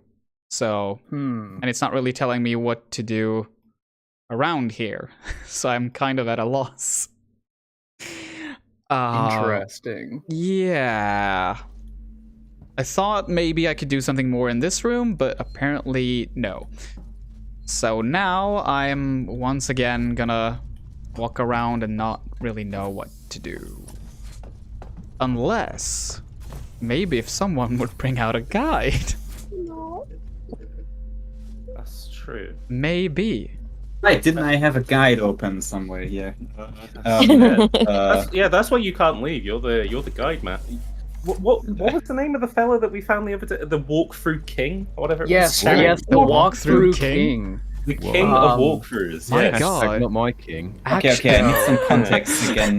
Yo, when a game is really hard, you have to hit up the monarchy, and you'll get their tips. Fortunately. All right. It was for a game. King called, Charles just kind of. Yeah, Charles III, the divine Yeah. walkthrough. Tim, what's the mission? This is one of them. I mean, like, what is currently your task? Get the alien. What does it say? Destroy everything. Gain direct access to the Apollo core. Okay. By the way, Chariot, introduce yourself. Yeah. Oh, sorry. I should have asked you to do that. So I'm a chariot writer. I'm a video essayist. My videos kind of fall into a couple of different categories, but I guess, if I had to succinctly describe, kind of what I'm focusing on at the moment, I would say that I cover obscure and niche topics within gaming. Damn it. That, maybe aren't super likely to be covered by other people. My most recent video is kind of emblematic of that. And the one that I might be releasing today, is also about a very obscure thing. So that's kind of what I do on YouTube. Can we know in advance what it's going to be? Yes, you can. So this is about a game called, well, the full title is Frog Clan Official Server 24/7 ZK Maps for Stranger. But I just call it ZK Map. What? I thought you said obscure games. Surely everybody's heard of. Oh yeah, no. I mean, Frog Clan Official Server 24/7 for Stranger. It is a widely beloved classic for sure. That's what we all met. Yeah. Yeah.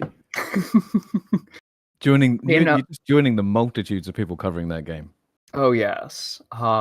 It's so good. It's not even on itch.io, or Steam. Because it was just too well known. It would have crashed their servers otherwise. Mm. The only website powerful enough to host it is Glorious Trainwrecks. Wow. Which is its own fascinating rabbit hole that I've been kind of going down while I've been researching this video.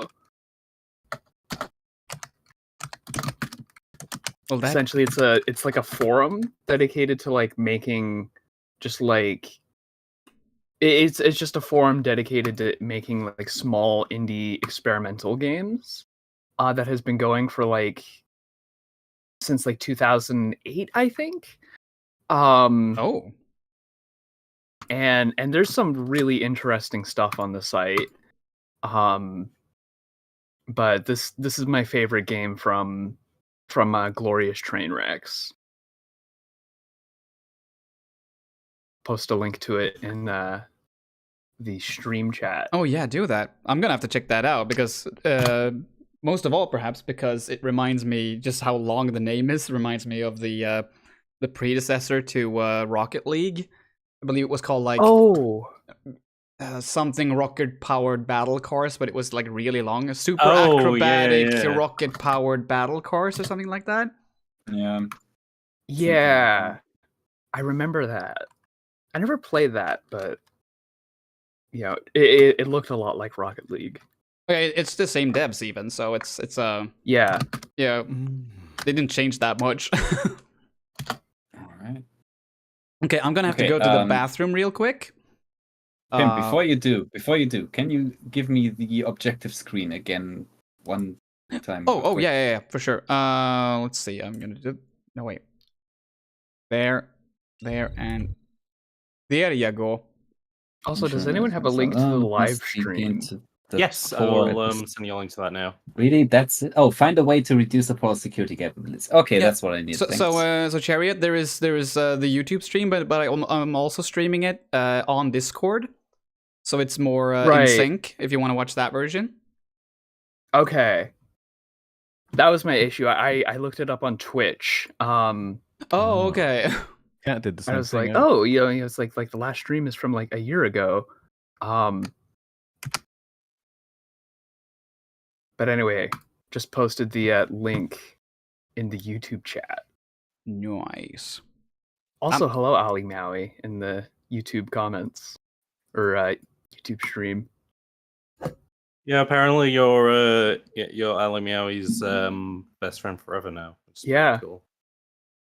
I mean, we both like weird rabbit holes. So that's true. Yeah, she went down a very good rabbit hole with the Edward Snowden's favorite game. Oh, damn, yeah. I love that. Yeah. I love that. Oh yeah, wait. Was that video wasn't out during last year's? It was stream, not. right? No. Yeah. Yeah. I mean, Ali just released two of the best videos of the year, and it was one came out right at the start of the year, and one came out very late the same year, and both were just amazing. And it's which one is the best one? I don't know, but they were both one amazing. of them, the Skyrim fishing video. Yes. Yeah.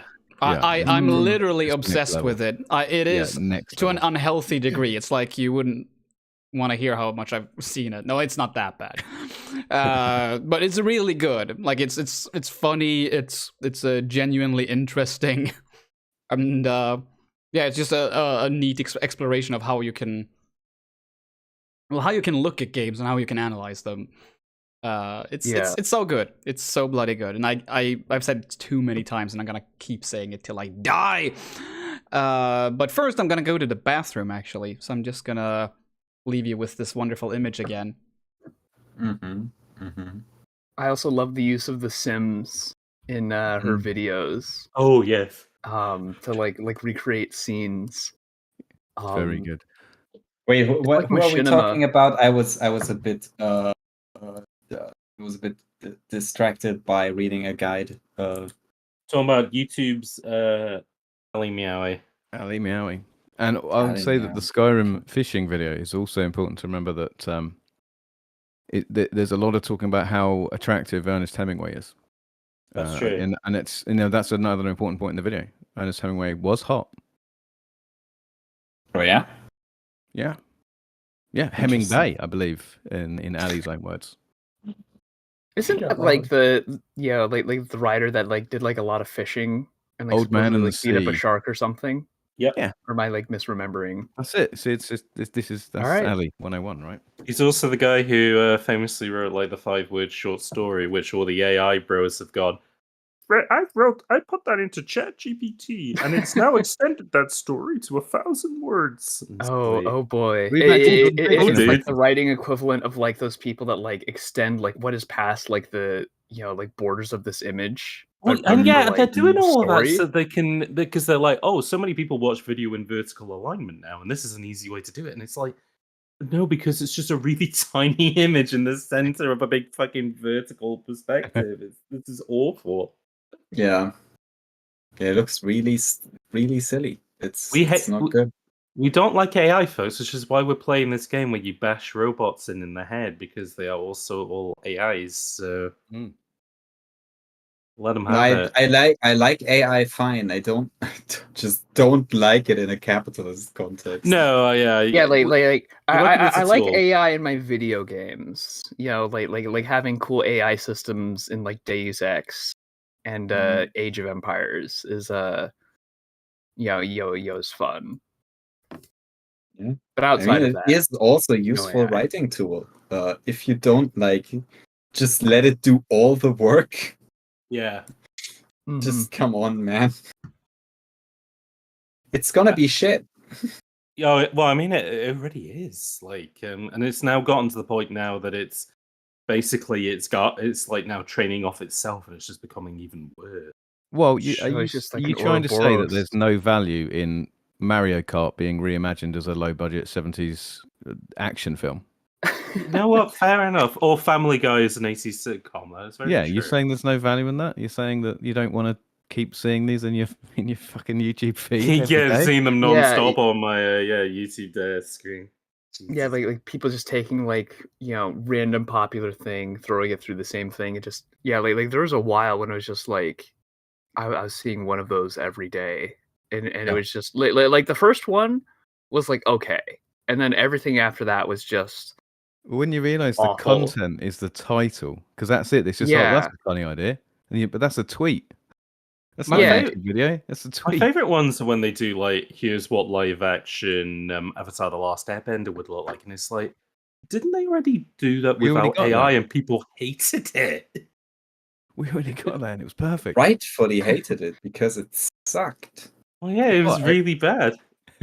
It was in what's it, M. Night Shyamalan's L period where he went, you know what, I just need to really readdress this 10 out of 10 perfect career that I've been having so far. yeah, I need to hoover the floor, do the dishes, and get my career back on track with the guests or whatever. Oh no, or The Visit. What's the one where they go over the old folks' cabin and it's not very good? Oh, I think it's The Visit. Yeah. There's like the grandma. Oh yeah, God. I do feel for Shyamalan. Just fucking, he just started his career with just a real 9 out of 10 movie, and then people had expectations, Well, they called him they oof. called him the next Spielberg, and it's like, Yeah. Oh, like how the damn. hell are you gonna Oof. like You live fucked up this to man up. that? You ruined this guy. Even Yeah. Spielberg struggled to be the next Spielberg. Oh yeah, exactly. I mean, what did he do after? Like, he did a lot of duds after Jaws. Yeah. I mean, Jeez. he also made like Ready Player One. Yeah, and, exactly. No, Yeah. That's true. What? Yeah. Really? I didn't Flawless know. career. I didn't Yeah. even know. Well, he What did the AI, fuck? didn't he? There we go. We're full circle. Right? Did he Oh, direct yeah, it? AI. He I put the mean, Iron Giant in the big battle scene. He did. Yep. What Yep. the fuck, Mecha man? Godzilla. I'm so upset. Okay, find a way to reduce Apollo's security capabilities. You need to restore power to the terminals inside the vents.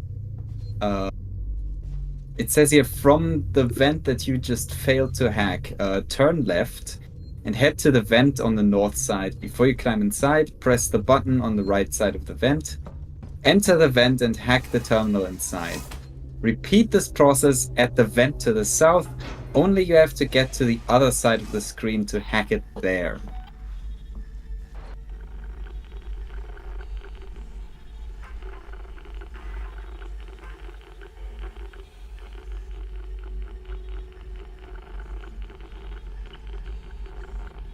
What? Okay, this one's left, I guess? And then the bottom one is down? Or is it...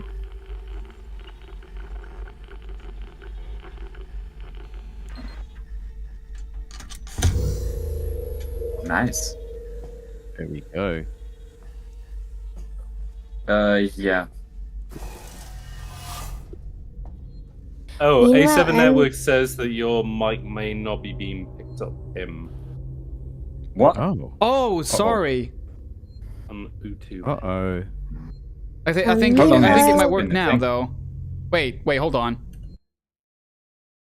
Hold on. I'm gonna hop out, you guys. Okay. Okay. And I wish Is it- you a is it wonderful working rest now? of your PIMS day. Bye. Yeah. See you It's soon. good. It's good. Okay, we're all good. Oh, I didn't have a chance to say goodbye. Damn it. Yeah. It works. Sorry about that. Let's do the other one. Also, Kevin, nice to see you in chat. Hope the ice skating is going well. Ice skating in July. What a weird thing. It happens. Yes, so yeah. Hey, I'll give you an underrated Spielberg banger. Wait, hold on. How do I... To highlight values? Use move keys to highlight... Oh boy. Oh, God. What? Oh, but this looks weird. I'm gonna redo that. Oh, I got another game instead. I prefer this. Wait, hold on. Maybe I don't, actually. This is like the hacking game in Fallout that I've never been able to figure out. Yeah. Should make the job easier. It's like, just don't do that. There you go. Yeah, they just gave you a different puzzle. We did it. There was a. I don't know if it came. I think it may have, because I think we were talking about it, Chariot, a couple of days Yeah. ago. But like, somebody was working on a game which was called like the Museum of Hacking Mini Games or something. There was the Museum of Lockpicking. That was it. The minigames. Museum of Lockpicking mini games. They should do a Museum of Hacking mini games. I mean, that's got to be the next one. I would Pipe think. Mania, baby. Pipe Mania. Oh no, it's shaking. Playhead North is asking, have we reached the Tower of Beavers yet? Chat. We have not. Not yet. You know what? I'm gonna check. Let's see. That's Discord chat. That's 78. We're currently at 72. So yeah, we need to get there. Wait. Yeah. Unless, let's see. There been an update. There has not been an update yet. Heck. Get on it, peeps. Come on, get him them the money. Get them subs in, folks. Give me your money. Dip him down in this gallon of full fat milk.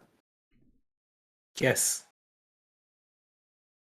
We were also going That's to not invent allowed. a new colloquial saying as well, so get in on that. Oh yeah, that was at Yeah. 40. No, 74, right? Yes. Yeah. Also, Okay. Pim needs to buy a boat from their dad, I hear. Oh yeah, that was a whole thing as well. No, but yeah, I don't remember what YouTuber that was who said that, but yeah, it bothers me. Wow, look at that big golf ball. I'm just gonna assume it was Mr. Beast, who I know literally nothing about, and I will just let this factoid inform my entire opinion of this guy. Yes. That seems reasonable to me. Everything you need to know about Mr. Beast is he paid homeless people to fight each other for his amusement, and his entire media empire is based on that. My God. Wow, that's worse. That is so much worse. What He the also like went to like Antarctica, and then while he was climbing a mountain, he had it scored by Hans Zimmer while he read a Shopify ad, and then he named the mountain Mount Shopify. Here's a plot twist. Fuck. I don't consider him an aspirational character. Nobody does. Well, no, That's the problem. Right. Is there's a lot of children. He's do it. aspirational for 10-year-olds. Yes. Yeah. That's true. They're like, man, Mr. Beast Burger, what a... He's like, What a for cool all the thing. ad revenue I made on this video of 2 homeless people beating each other up, I'm going to give money to a homeless shelter. So I'm making the world a better place. That's how that works. And then enough people watching it go, you know what? He makes a compelling point. No. No. Yeah, you see, God. I'm an activist, actually. I brought fucked to up. people's attention that they should, like, care about homeless people Yeah. by having them fight each other. That's how that works, apparently. It's not good, folks. It's not good indeed. And then just like the videos where Capitalism. like... That's some good capitalism. That's some good. There was like the person on Good Twitter who said that capitalism. like Mr. Beast was just recreating all of like Jesus' miracles. That's true. Wow. He Like- did cure the blind. Yeah. Yeah, he's like curing the blind, feeding Was 10,000 that people. Was that why he did that? Well, I think he wanted to be Jesus, basically. Well, if I don't know if you've read the Bible, but it does say now that Jesus made a lot of money. He made a lot of money. Oh, doing yeah, all yeah, those yeah. miracles. Yes, There was you a know, lot of money loaded with yeah. fat stacks. And Yeah. also when like a lot of people said that like, well, what Jesus did was actually a relatively affordable surgery, which like the government could do for free. Everybody then said, oh, so you hate Jesus, then you think that there should be more blind people, which pretty much covered Jesus' back for that one. Yeah. It's important to Jesus remember. also famously went through the eye of the needle, being filthy rich. That's true, yeah. Yeah, he said loads about rich people getting like into heaven, being good people on the basis that they're rich. There's a lot of that in there. I will say you know, that it's like rich people are just so moral, you know, just So having moral. billions of dollars and How would having they get money philanthropist otherwise? funds. Surely you can't be rich by being a bad person. It doesn't work that way. That's true. I will say that Jesus did actually also start off by doing Minecraft content, so they are kind of similar. Yeah, I mean, like, you know, he was a carpenter in Minecraft. Yeah, exactly.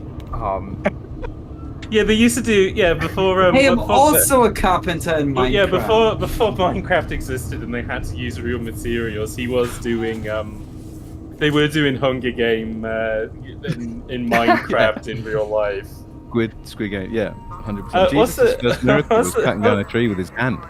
Yeah, what's the Minecraft mode called where you have to destroy the floor? And it's like a. Ow. Sherry, I feel like you would know this. Whatever the multiplayer game is in Minecraft, where you have to remove the floor beneath somebody else.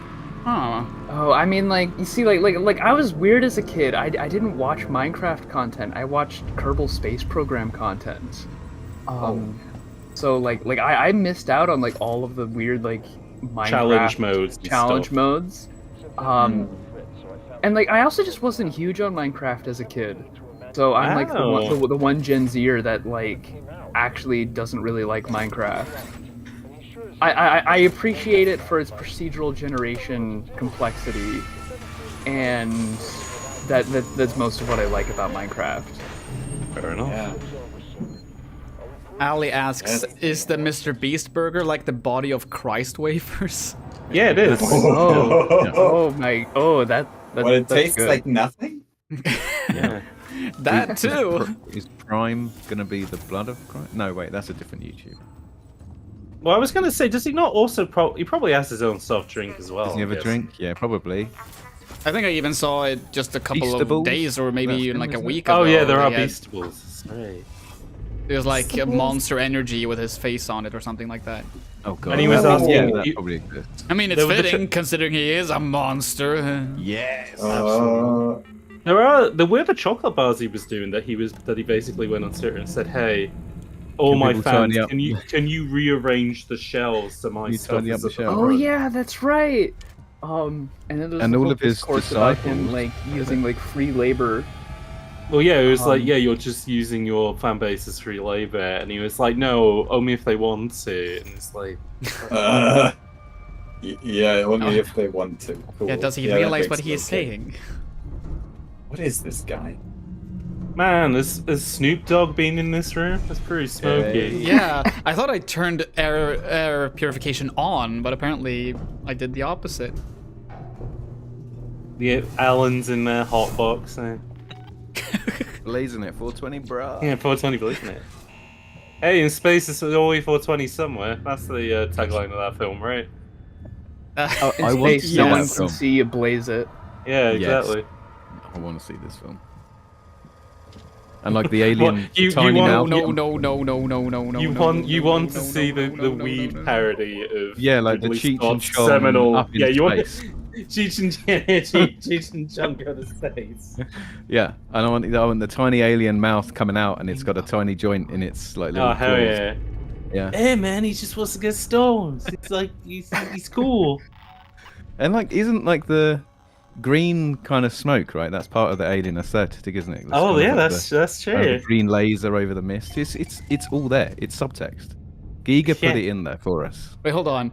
I think Charles Manson said that too. Which part?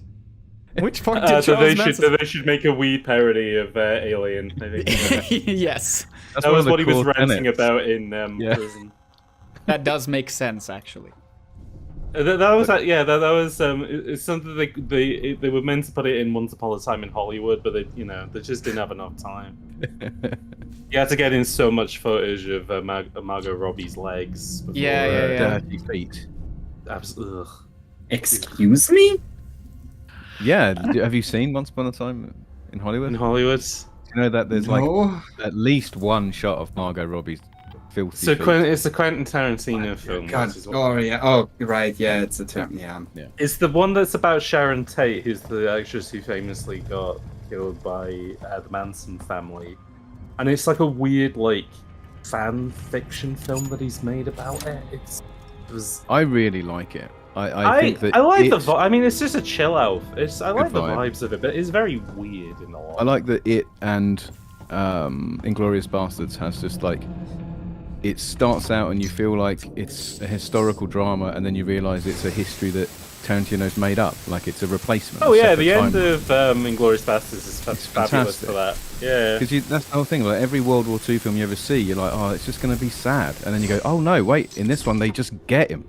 Yeah. They just get Hitler and they give it to him. And this is brilliant. This is what like it's so good to have that left-hand turn. Spoiler Yeah, alert for like a 15-year-old film. I genuinely thought, what's the Christopher Nolan Dunkirk? I genuinely thought that's what was going to happen. It was like, oh, he's going to have to do a twist. That's what Nolan's known for. Yeah, yeah. Yeah. No, the twist was they were the bad guys all along. Oh no! But it turns out those, yeah. He That's third was right. like, They were up to no good. Yo, why does anybody make a film about, the other guys? Maybe they. It's like, Chris, no, stop. Maybe that's what Oppenheimer. Oh, actually, no. Oh, I suppose, yeah, Charette, you have seen Oppenheimer. Yes, so- yes, I have seen. I did the Oppenheimer Barbie double feature last night. Oh, yeah. nice. And that was definitely a good time. I got to ask though, most important question: which was the better film? Oh, see that's a really tricky question because I think everyone else in my group, they were definitely like way more into Barbie. Like there was like one person who like I think they like one of the guys I was going with was saying like you probably won't like Oppenheimer, but like she came anyway, and sure enough she was like, oh yeah, Oppenheimer's a 1 out of 10, which I disagree with. I feel like I like Oppenheimer more. Sure. But like I also don't want to like undersell Barbie because I think Barbie's also very good. Okay. It's just very good in like a very different way than Oppenheimer was. Oppenheimer's more your speed, I'm guessing. Yeah, it's like I know a decent amount about like all these like physics guys, because like Fermi shows up and Einstein is there. All the physics criminals. Yeah, it's like the Marvel Cinematic Universe. Yeah, is it like a Marvel film where it's like we got to go to Germany? I know a guy. Yeah. I mean, during the first part of the film, like that, there is like a bit of like drama about like, okay, like we can't get this guy out of Denmark, because the Nazis are there, and it's Batman just too flies risky to in. get him out. Yes. Like Dark literally. Knight. So there's like a scene in the movie where like Oppenheimer like goes to like put on his hat and pipe for the first time. And like it literally felt like Batman putting on his cowl. Oh Jesus! Nolan can only make Indiana one Jones. film, and it's Batman. I don't know why, but Matt, I'm just cracking up at the idea of like we got to get this guy out, and it's literally just the scene of fucking Michael Caine being like, they called it Operation Skyhook. Yeah, it's God, it's the thing that's in Metal Gear Solid 5. They called it a photon system. They only used it a couple of times, sir. And it's like, yeah, we'll use that. And they use that to get fucking Einstein out of 10. Oh my god. Well, that was like my other joke too. Is like oh, they had to put Einstein in the movie to set up like his spin-off for the physics cinematic universe. You see the post-credit scene? He's like, "Fine, I'll do it myself." There's a bit where Oppenheimer's like, "Hey, you know that relative theory you have? Get back to it. I think you're onto something." Oh my god. No. Actually, like Oppenheimer's kind of the opposite. Like at this time, like Einstein is kind of seen as like the old man that can't keep up with like the new like theories in physics, because like Einstein famously was kind of skeptical of quantum physics and quantum mechanics, and that was a lot of like what was like that's a lot of like what Oppenheimer was studying, and so like naturally him and Oppenheimer disagreed on a lot, and so like but Einstein was still like very respected. He still is to this day, which is saying something. Yeah, I mean, How he's long probably it's one been. of the most Wild. famous, like, he's probably the scientist that is hung up the most in any, like, high school and middle school science classroom. Yeah, he has one of the most famous tongues in world history. Yeah. That is true. Him and Gene Simmons. Yeah. Yeah. The monarchs of the contributed more tongue. to the world? Will we ever truly know? Actually, I was just like, hey, I got a really fucked up idea, you guys. And everybody was like, that can't be true. And then they looked at the sun and they were like, shit, he's right. God fucking damn it. I've said this before, and I'll say it again, though. The most... the thing that I'm the most excited about regarding Oppenheimer and Barbie is not to watch those films individually, but to watch the inevitable edits that someone where someone will try to edit them together. That's what I want to see most of all, because I don't care that much about Oppenheimer. I will watch Barbie 100% in the cinemas. Oppenheimer maybe one day, but I'm not gonna stress to the cinema for that one, I think, because I'm kind of done with Nolan at this point.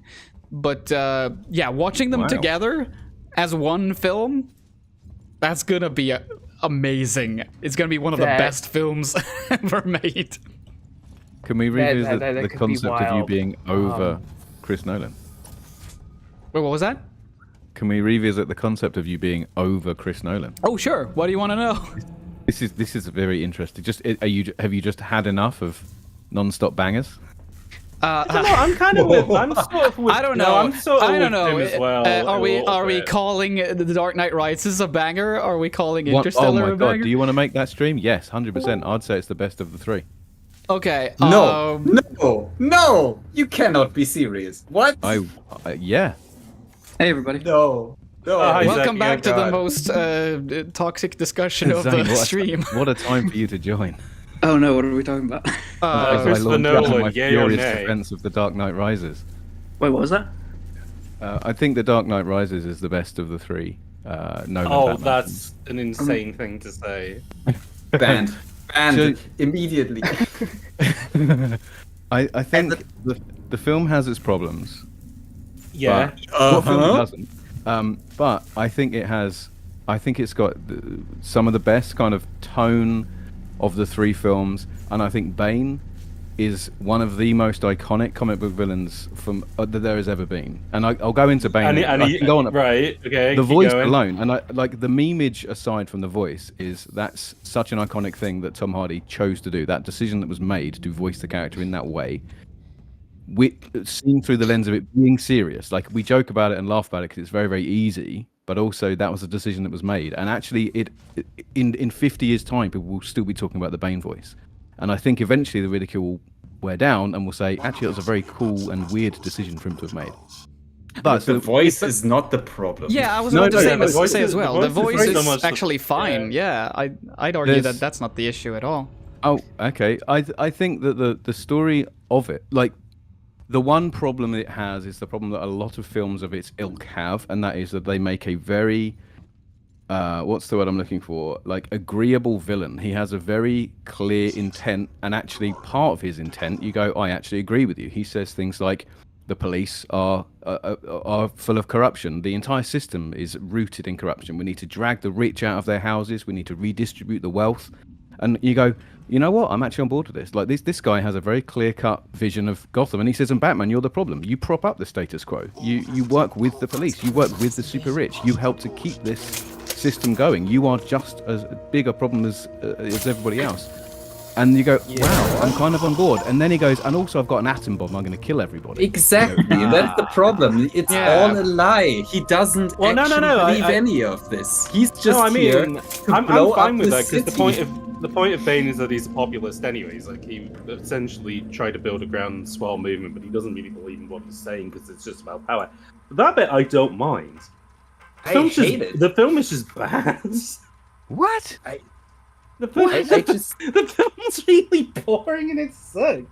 I don't think it's boring at all.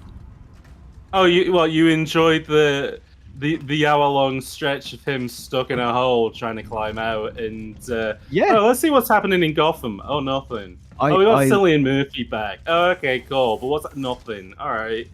I like the idea that he's there, having to watch everything that he's built, everything that he's and the whole thing is like it's built on the live Dark Knight as well. So like he sees everything fall apart. I think that's a great. I have no issue with that, but that's a minute scene in a half-hour-long stretch of nothing happening. Why can't you just have more of a good thing? I just want to interject here and say that this discussion started with me saying I'm over Nolan, and now I have to sit through a discussion about Nolan films. You know what? I get it. This hurts me. I'm half kidding. Obviously, I'll you should definitely be. say that You can talk about it as much as you want. I'm not a huge Dunkirk fan. I just think like it's a very standard war film, and it's kind of like technically put together very well. It just did not do much for me artistically. It felt like he made it because he felt like he had to make a war. Like he's such a film nerd that in his head he feels like, right, I need to do one of these, and in his head he was like, well, if I want to be like a classic British director, I need to make a war film. But like he had, the film says nothing. It's just. It's pure montage. Which I mean, that's okay. But like, there's nothing really to it. I have a it's quick just question. I like have a a real quick recap. question that you can probably answer in a heartbeat. How many movies has he made since Interstellar? Four. Four? 3. Because he did Interstellar, he did Dunkirk, he did Tenet, and now he's done Oppenheimer. Yeah. I keep forgetting he made Tenet. I keep forgetting that. Well, yeah, Okay. Tenet I think is indefensible. It's nonsensical. Well, I haven't actually watched any Nolan films since Dark Knight Rises. Yeah, I think since Dark Knight Rises, honestly. So I mean, like, I'm out. I mean, he's probably made a good film since then, and it's not like No. I decided to stop watching them because of Dark Knight Rises. It was more like I got to a point where I was like, you know what? Like, maybe I rewatched Inception or something like that, and I just felt like, you know what? I see what he's doing. I understand why people like it. This is not my thing anymore. No, it was more of a thing like that. I kind of oh, sorry. I was just gonna say I kind of hated Interstellar, and I'm not really big on Nolan much at all. But I will say that I agree that at the time, Dark Knight Rises was my favorite of the three. But it's sour. I've soured on it in time in the past decade. The thing I'll say about Nolan is that he's a good director, but the way that people talk about him like he's a Spielberg, he's absolutely not. He's a competent director. Like he's a director who's about as good as Guy Ritchie, but for some reason they don't like Guy Ritchie make bigger budget films than he he just does Disney stuff now, which is such a shame. But that's my. Have any of you read the book? Ritchie. Have any of us read the book? Ubik by Philip K. Dick. Where it's about the guy and he has to pay to get in his own house. What's that? Isn't that a thing in Ubik? Is that everything's about it's like everything's moved to a world where everything's kind of like a vending machine, and you have to put money in stuff in order to make it work. Yeah, it's that one. He took so much from that book for Inception, and like reading that book after watching Inception made me like Inception a lot less, because they pretty much have the exact same plot structure and basic concept. Interesting. Like the whole idea of the book is there's cognitive people that can read people's minds, and people will hire anti-cognitives to block the cognitives from reading their minds if they're like important public figures. And so like the book is a CEO hiring a team of cognitives to go on a reconnaissance mission in a rival CEO's head. And it's like, it's just Inception. Inception just adds the layer of dreams to it, but like Ubik is essentially like the jumping off point there. Interesting. I have to go check again. I don't have my flamethrower for some reason. Oh, you didn't get any of your weapons back, did you? Oh, I did get the shotgun and the revolver, but I'm... okay, but not the flamethrower. I know what section is coming up now, and I'm gonna need the flamethrower.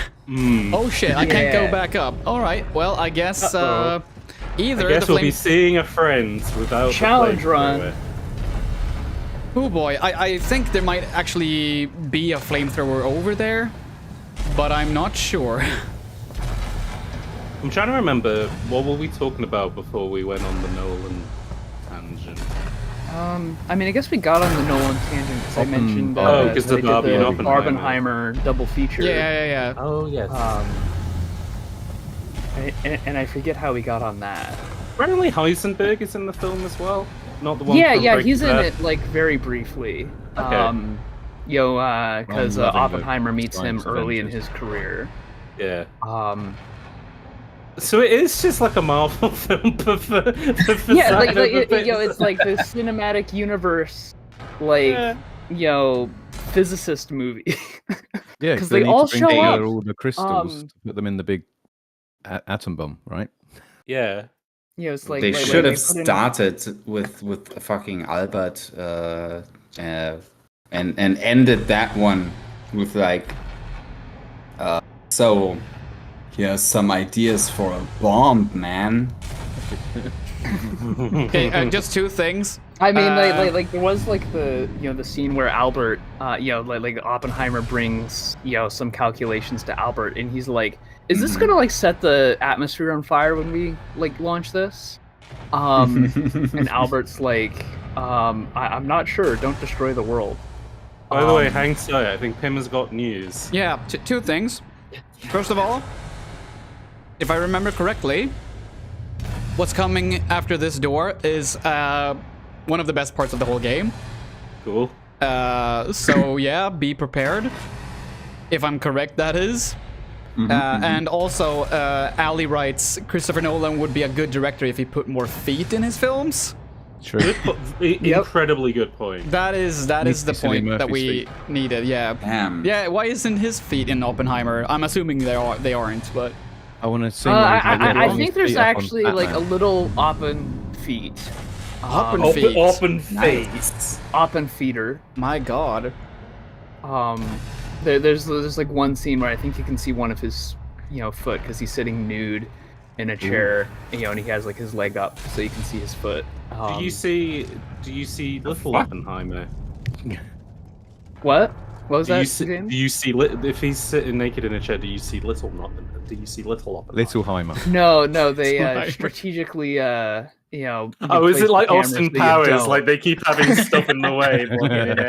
Yeah, or like Evangelion. There's like the scene where like Shinji runs out of the shower, but there's like the beer can strategically in front of him. Yeah. Oh God, here it is. I can't believe that Anna watched Austin Powers and said, "I need to do this." I can't. Oh, I have max fuel. Okay.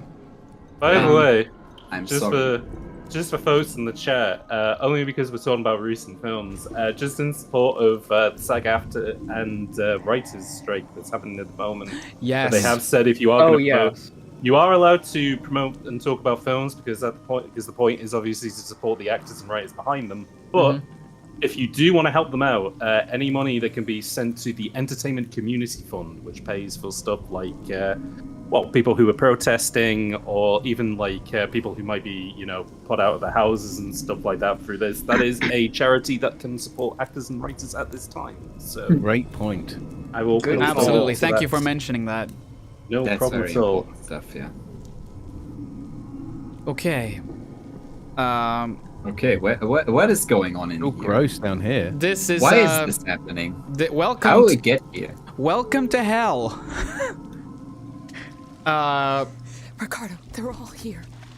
Oh my God. Yeah. Multiple ones? Everyone. They're trapped in some kind of nest. There are eggs. It's like a farm. I don't know. Where's all the sheep and cows? It's not like no farm to me. No! Oh my God! Oh my God! They got a cow on the wall. Wall cows, the scariest of cows.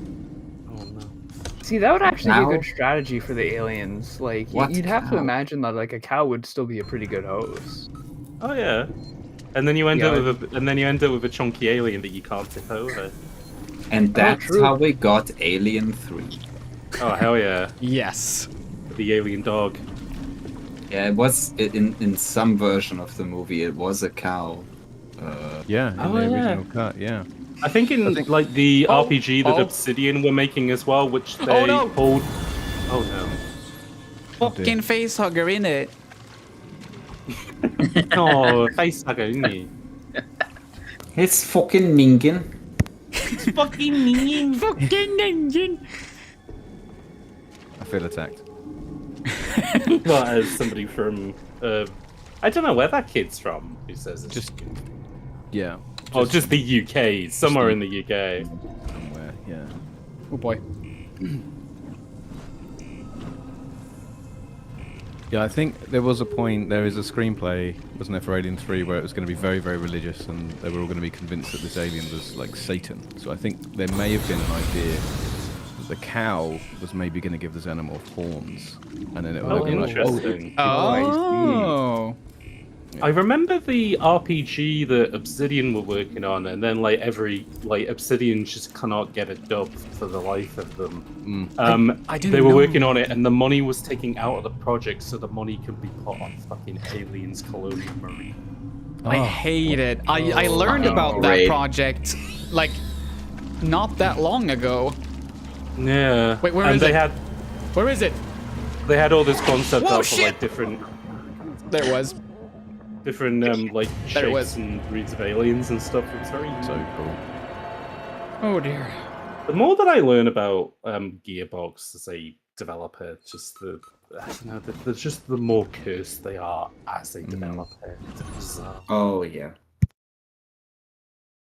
I could stan Alien 3 for a bit if you like. Yeah, go ahead. David, my favorite. Now my we're favorite of that talking. trilogy. Davey Oh, okay, good. Fincher's. Yeah. Now we're Diddy- talking. Diddy Fincher. Yeah, They said Okay, we really please explain to me why the movie looks like it's covered in pee all the time. It's very yellow, isn't it? Well, funnily enough, to get that effect. David Fincher himself peed on the lens. He's a perfectionist. He actually peed on every frame. Every single frame. He peed on everyone. Peed on every member of the cast. Yeah. Every frame a pee. Every frame of pee. Alien looks so wet all the time. Yes. That's right. It's pee. It's always pee. It was always pee. That's what the Liza P's about. We're gonna find out what the Liza P are in that. Yeah. God, that title. He cracks me up every time. That bloody. Did you know that? I don't know if anybody played the demo or not, but in the loading screen, the loading bar is Pinocchio's nose getting longer, and instead of saying "now loading," it says "now lying." I did see not notice the that. nose Max did. thing. I did see the now lying. Now what? lying. It's pretty great. Where did it even come from? Oh. Dear Lord. Man, they're tricky guys. Those little facehuggers. These are the true stories of Amanda Ripley. Yeah. This is the Amanda Ripley who is in the cuts. Like it's a cut shot of the of Aliens where they hand her a photo of here's what your daughter looks like. She's passed away. It's been out like 100 years or whatever it's been. Yeah. But yeah, there's a shot where she's just like burst open from a chest burst and I go, here's your daughter, here's a picture, enjoy that. Do you like that? Do you like that? It's nice, Try and that, isn't it? trigger the one. I have no idea where it comes from. Is it from? Oh, it's from this one. Here we go. Nice cooked egg. I would simply just keep my mouth shut. Wait, then what? the facehugger wouldn't get me. Exactly. Put a mask on. Yeah. Can't you just put your respirator on? What if you were Master Chief and you had a full face helmet? You wouldn't worry about it. Exactly. I mean, the guy in the first movie is literally wearing a space helmet, and it gets him. That's true. Yeah, it cracks the helmet open like a big egg. No, like it just kind of melts doesn't it itself melt into through? it. Yeah. I have been wondering Hot ever sauce. since how that guy's face is still intact after that, but I guess these things are really good at what they do. Yep. They're professionals. Yeah. Ooh boy. Like honestly, that is like such a cool practical effect where they have to cut the helmet off of him because it's Yeah. fused to the face hugger. So good. This section of the game is reminding me of Darkseid, which was also a Giger project. Oh yeah. Oh, I can see boy. that. Yeah, for sure. Ah, yeah, fucking brain pregnancy. The game, it's so good. That's What if my someone brains feel like. inseminated your brain? Wouldn't that be fucked up? That would be fucked up, HR Giga. To answer a question in chat, how much longer will the stream be? I'm currently at like mission 14, maybe 15. Yeah. 15 perhaps. It's 19 missions in total, but I'm thinking if I manage to finish this game earlier than 20 hours, I might play the expansion as well. So I'll be sticking around for quite a while. Okay. I remember a few years ago, I was browsing for something to watch, and there was a Giger documentary, I think on Netflix, and I clicked on it, and like the very first scene is like him in his house talking to the camera, and he opens up like a drawer, and he's like, "This is the first human skull that I ever owned," and he like pulls it up and holds it to the camera, and I was like, I don't know if I want to watch this right now. My God, man, what the fuck? This is the first human skull as well. It's I just also like the fact that he just has it in a drawer, like sellotape and stamps. Like, where's my skulls drawer? There we go. I just think there's a documentary about Giga, and in the opening scene, he opens a drawer, and you think no matter where you go next, you're going to be surprised, right? I was kind of expecting Zane to go, "This is my drawer of penises." You know, it could be anything. This is my ball of peanut. Yeah, here's my ball. This is my ball of human penises. Yeah. Here's my ball of I Lewis hate originals. The motion And no tracker matter just... what he says, you wouldn't be surprised. You'd be like, "Fine, it's Giga, of course, yeah, of course." Here's a this gallon of bit human is- blood. Of course you do. Yeah, fine." This bit is so cool, but like, you turn on a thing, and it's like a machine that has been surrounded by the alien's nest, and like it's the machine is very noisy. It just heightens the stress of this whole situation. It's so cool. Yeah. Also, I for real thought the other alien would just be back, but no, it turns out there's just more down here. It's just. Yep. I tell you what, the aliens work quick because this is all like the stuff that's on the wall is like the stuff that like bees make to make hives and stuff, isn't it? Whereas Yeah, it's chewed up paper. They've eaten all the phone books, and cellulose that they just spit on the wall. They're industrious Yeah. fellows, aren't Can they? I actually... Xenomorphs. Well, I can go in here. Yeah, why don't we have why don't we have xenomorphs building spaceships? Yeah, well, xenomorphs could be rearranging all the feastables in the supermarkets. They'd be on that like you wouldn't believe. I can see why people thought that was a dodgy tweet that he made. Good It's little like, hey, workers. any xenomorphs in my audience? Have you seen... Good little workers. Yeah. You don't have to pay them. I took 100 xenomorphs. Team, I'm dropping off. I've had a fantastic time, and I'm. Oh, it's been lovely having you here as always. Thank you for having Yeah. me. Thank you for having me. Take care. Bye. Will do. Thanks all. Bye. See ya. See you soon. Bye. Yeah, I forgot to... if you're still here, plug your channel. Oh, I was just about to go. Yeah, cool. Thank you. Yeah, I'm Stoked Matty. My channel is called Stoked, and for a long time I was talking about computer games, and then I started getting into stuff in the 90s, and slowly but surely my channel was really morphed into just looking at weird stuff from around the turn of the millennium. So from kind of the mid 90s through to the mid 2000s.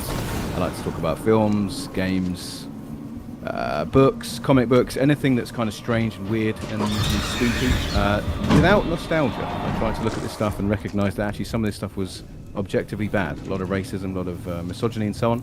So, but also I like to be positive about everything. So finding good stuff hidden away in bad stuff. That's pretty much what I like to do. It's very Please go and nice. subscribe. Thank you very much, everybody. And yeah, Pim, have a great stream. Thank you very much, everyone. I'll catch you all soon. Thank you for being here. Thank you. Bye. Bye. Whew. There's like more than one now. Oh, dear. Yep. This is why you want the flamethrower. Yep. Yeah. Gotta love Oh my the God. hostiles nearby while you're saving. I think it would warn me regardless. Oh, good day.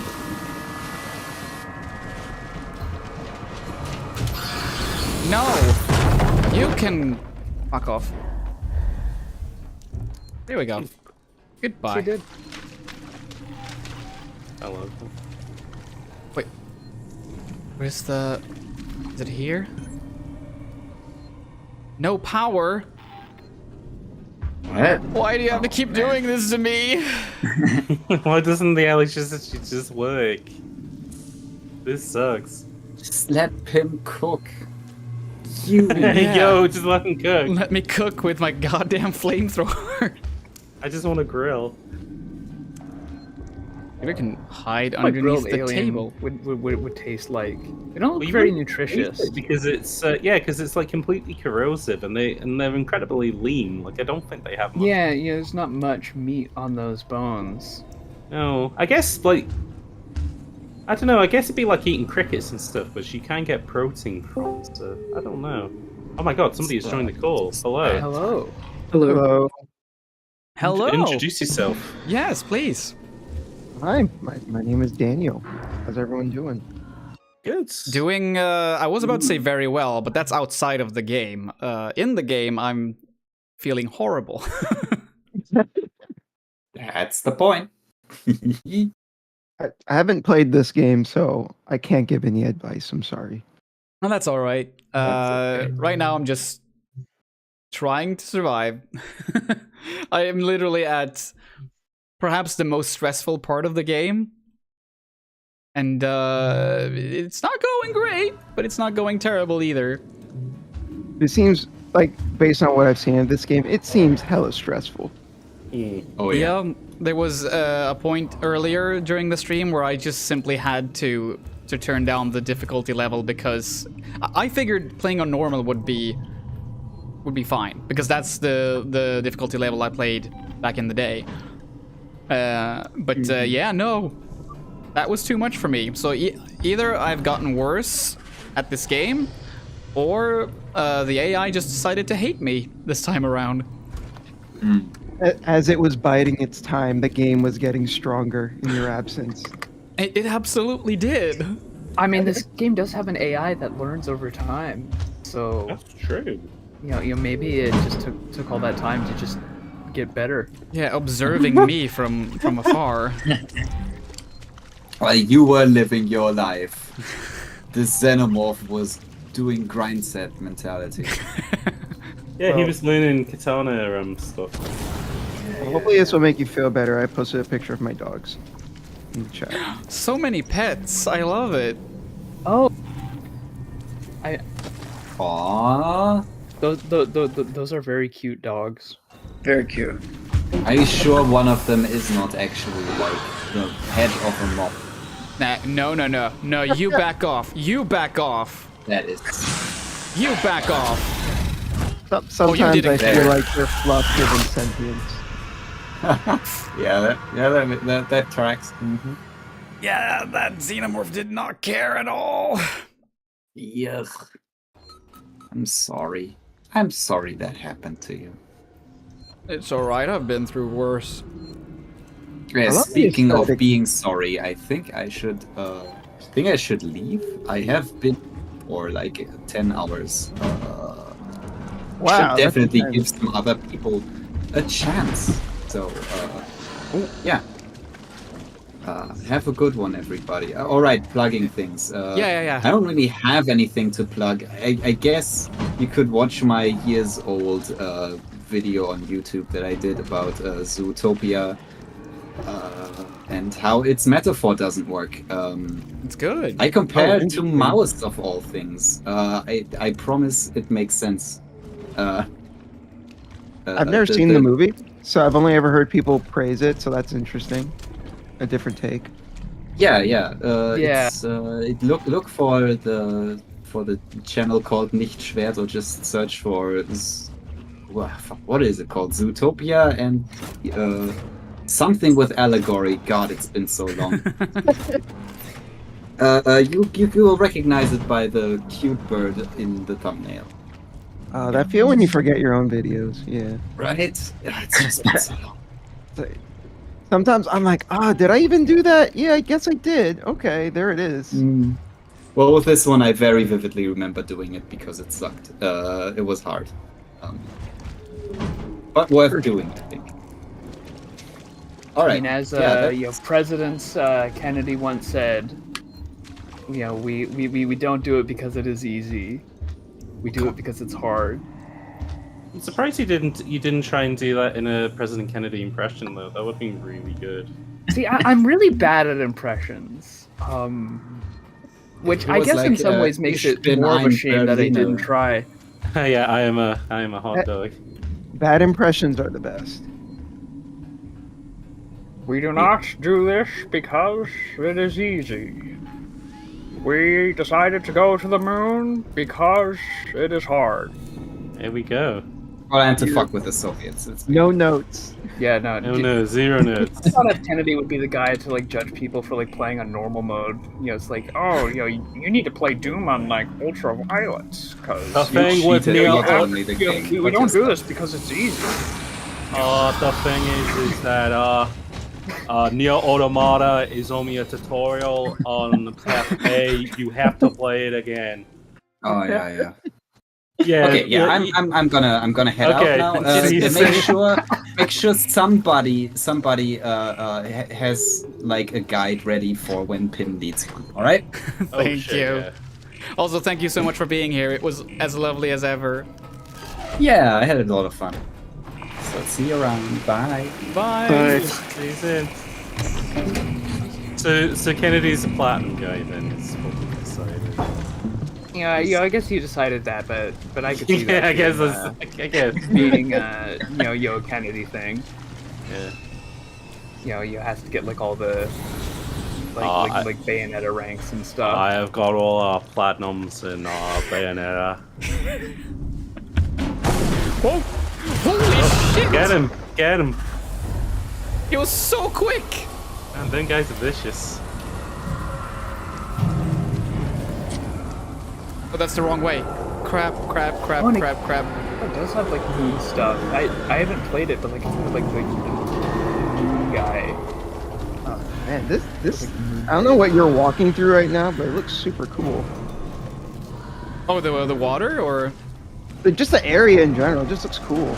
Yeah, it is one of the most visually striking areas in the game, as well as being the most stressful. Wait. Woo! Shit. Good trap. Yeah, God, they're so hard to spot as well. I've raised the gamma, but they're still pretty difficult to spot at times. The water makes it tricky. Yeah. Okay, I can't pick that up. I'm struggling to remember. Y'all know, like, it spawned several sequels, but the movie in the 90s that Geiger designed the monster for, was it Species? Was that it? Yes. Yeah. I watched that again recently, and I didn't love it as much as I did when I was a kid. How many? I believe there's at least one sequel to it, right? I think there's four. There's a couple, I believe. Oh. Yeah, like straight to DVD ones. Okay.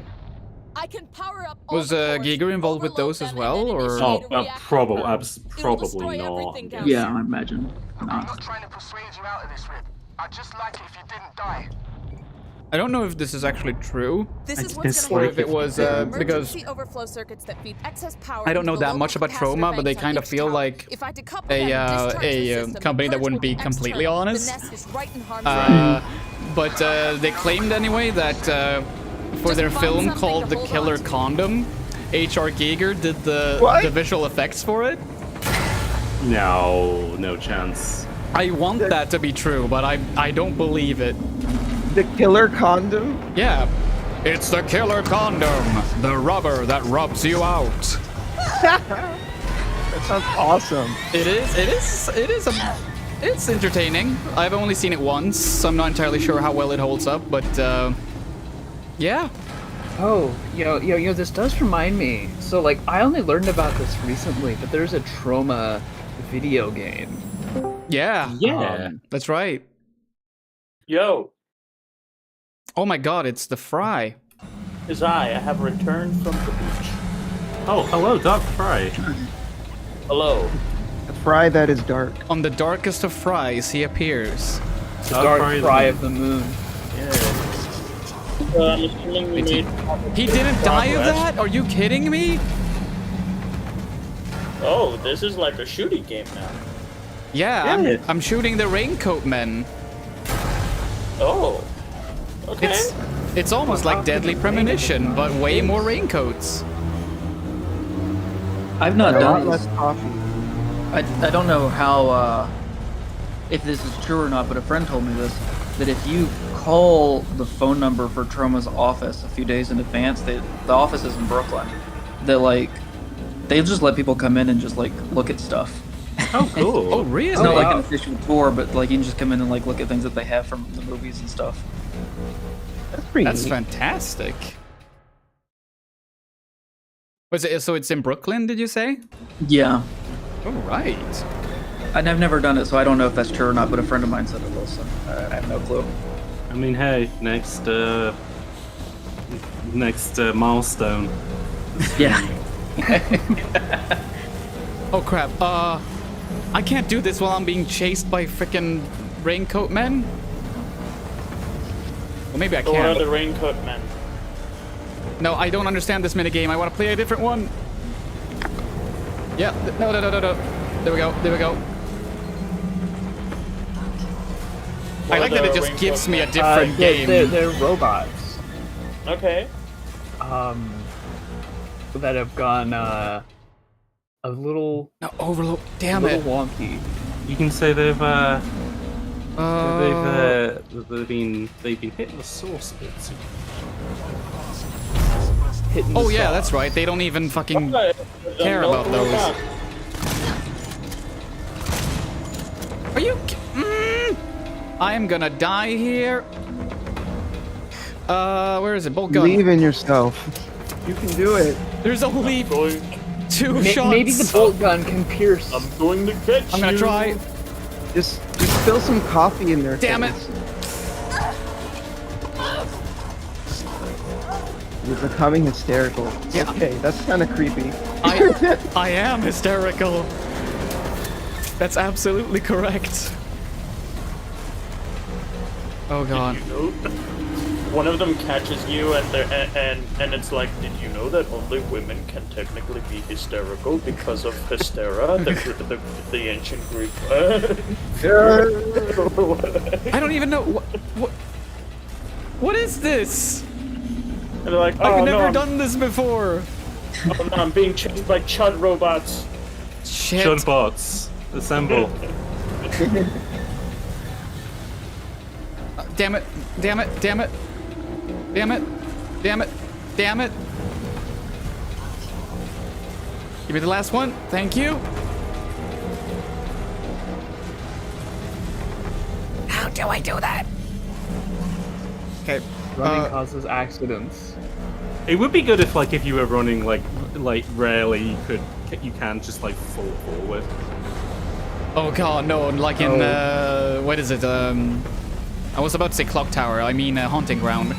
Oh god, yeah, I forgot that. Oh, Yeah, Haunting Ground. I saw a video about that game recently. That game is sick. Yeah. Was it one of the 2 games that came out of the development of RE4 when they decided maybe this shouldn't be RE4. Hey, I learned that in a video. That was released recently. Yes. Was it The video I saw was Tango Mushi. Yeah. I was about to ask. Tangamushi's one's very good, yeah. Yeah, I'm talking about James. She said she was gonna show up on stream actually, so we'll see when that happens. Resi 4. That's true. Learned a lot about Resident Evil 4 from that video. The most important thing that you learned that you didn't know about was that Resident Evil 4 has a minecart section. Yes, I did not know that. I did not know that. Now I really wish that it had a rocket barrel section as well. Yeah, I was about to say, like, you know, you can get like Resident Evil, Donkey Kong, Country, crossover here. Hell yeah. Leon! Because Donkey Kong does famously have a coconut Resident gun Kong. that fires in spurts, which he could use to shoot Ganabas with. Maybe instead of like Raccoon City, it's Kong City. Yeah. Well, no, it was New. Well, no, it's New Donk City from. Oh, true.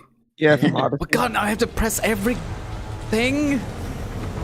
When is this over? You have to smash all the like buttons. Yeah, you have to earn your survival. Okay. You have to subscribe to every channel in this room. Oh my god. This is YouTube headquarters. Yeah, that's why it's sparking and blowing up. Yeah. You turn around and you like turn around and there's a half-painted YouTube logo. God damn it. Can you In the just... bottom there should be text saying this is not a dramatization. And the plays as it gets revealed. And then Mr. Beast turns up and he says, I put 5 killer robots in this room. I mean, this recreates Squid Game, so... And this woman escape an alien and 5 killer robots for $1 billion? The answer is I just like the simple. idea of him No. having $1 billion. It's just like, Here, have a how did you billion. get $1 billion? One beastillion dollars. Yeah, $1 billion.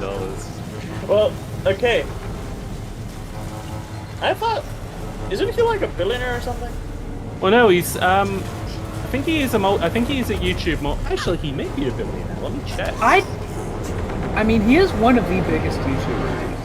I thought he was the biggest. He is the biggest, Cherry. Yeah, 29th of June 2023, Mr. Beast, the YouTuber on track to become a billionaire. Yeah, so no, apparently. I've seen something relating to him, like possibly becoming a billionaire. Yeah, like they're looking at putting a deal through for his production company. Yeah, which is would- cool and fun. Yeah, cool. You know, maybe you know how like people have like special videos whenever they get like 1 million subscribers or like like 1,000 subscribers or whatever. You know, maybe he'll do the same thing, but like when he gets $1 billion, like all right, here's the $1 billion special. He's gonna actually show the money like a bit like physical representation of it with dollars, and then he's gonna set it on fire like the Joker. Because it's not about the money. Because it was never about the money. It was about sending a message. Love the voice. It's never about the money. It's about. It's not about the money, Spider-Man. It's about the Mets. Go Mets. It's not about the money, money, money. It's about the content. Let's go Mets. Let's go Mets. Go Mets. We love the Mets. We love the Mets, baby. Hit a home run. I thought they didn't get affected. No, they don't even react to the bloody EMP. I had the voice actor who did that meme. Yeah. He did voices for a Persona video I did. Oh, nice. So that's pretty cool. Okay, yeah. This has to be the last one, right? What? Another God, I'm supposed to be in this room for an eternity. DJ Khalid, another one. Yeah, follow The me, best. guys. Let's have a grand old time over here. Listen, Anyway, guys, we Pim, just got off on the wrong foot. Let's talk this out. Anyway, Pim, I'm glad to see you're doing well in this game. Oh my god, and he's... I'm gonna have to leave again. Just dipped in shortly. Wait, what was that? So... Starfry is dipping once again. Oh. Yeah, just checking in shortly. I'm gonna have to leave again. Absolutely. It was nice to see you again, though. Yeah. Anyway, see ya. I mean, I might be dipping here soon as well because I have Shut some. the fuck up, Chariot. No. You stay. I could stay a bit longer, though there's some errands where I have to like check on some cats for some people. Oh yeah, I'll say this: as long as there's room, you're all more than welcome to come back. Yeah, I will. Yeah. I wonder what word you could use to describe the relationship between Fry and Chariot. Yeah, because like I feel like frenemy doesn't really cover it. Almost. Well, yeah, it also isn't recapitulated. Like, Darkfire is incredibly antagonistic towards you, but you are not antagonistic at all towards him. Yeah. It is an interesting dynamic, absolutely. Are you like Guts and Griffith? Ooh. Ooh. But who is the Guts and who's the Griffith? That's the real question. It's more like the guy from Old Boy and the guy who puts Old Boy in the prison. In the briefcase? I haven't seen the movie. All I know is that guy like wakes up in a briefcase or something. Yeah, that's yeah. I haven't seen that movie either. Good film.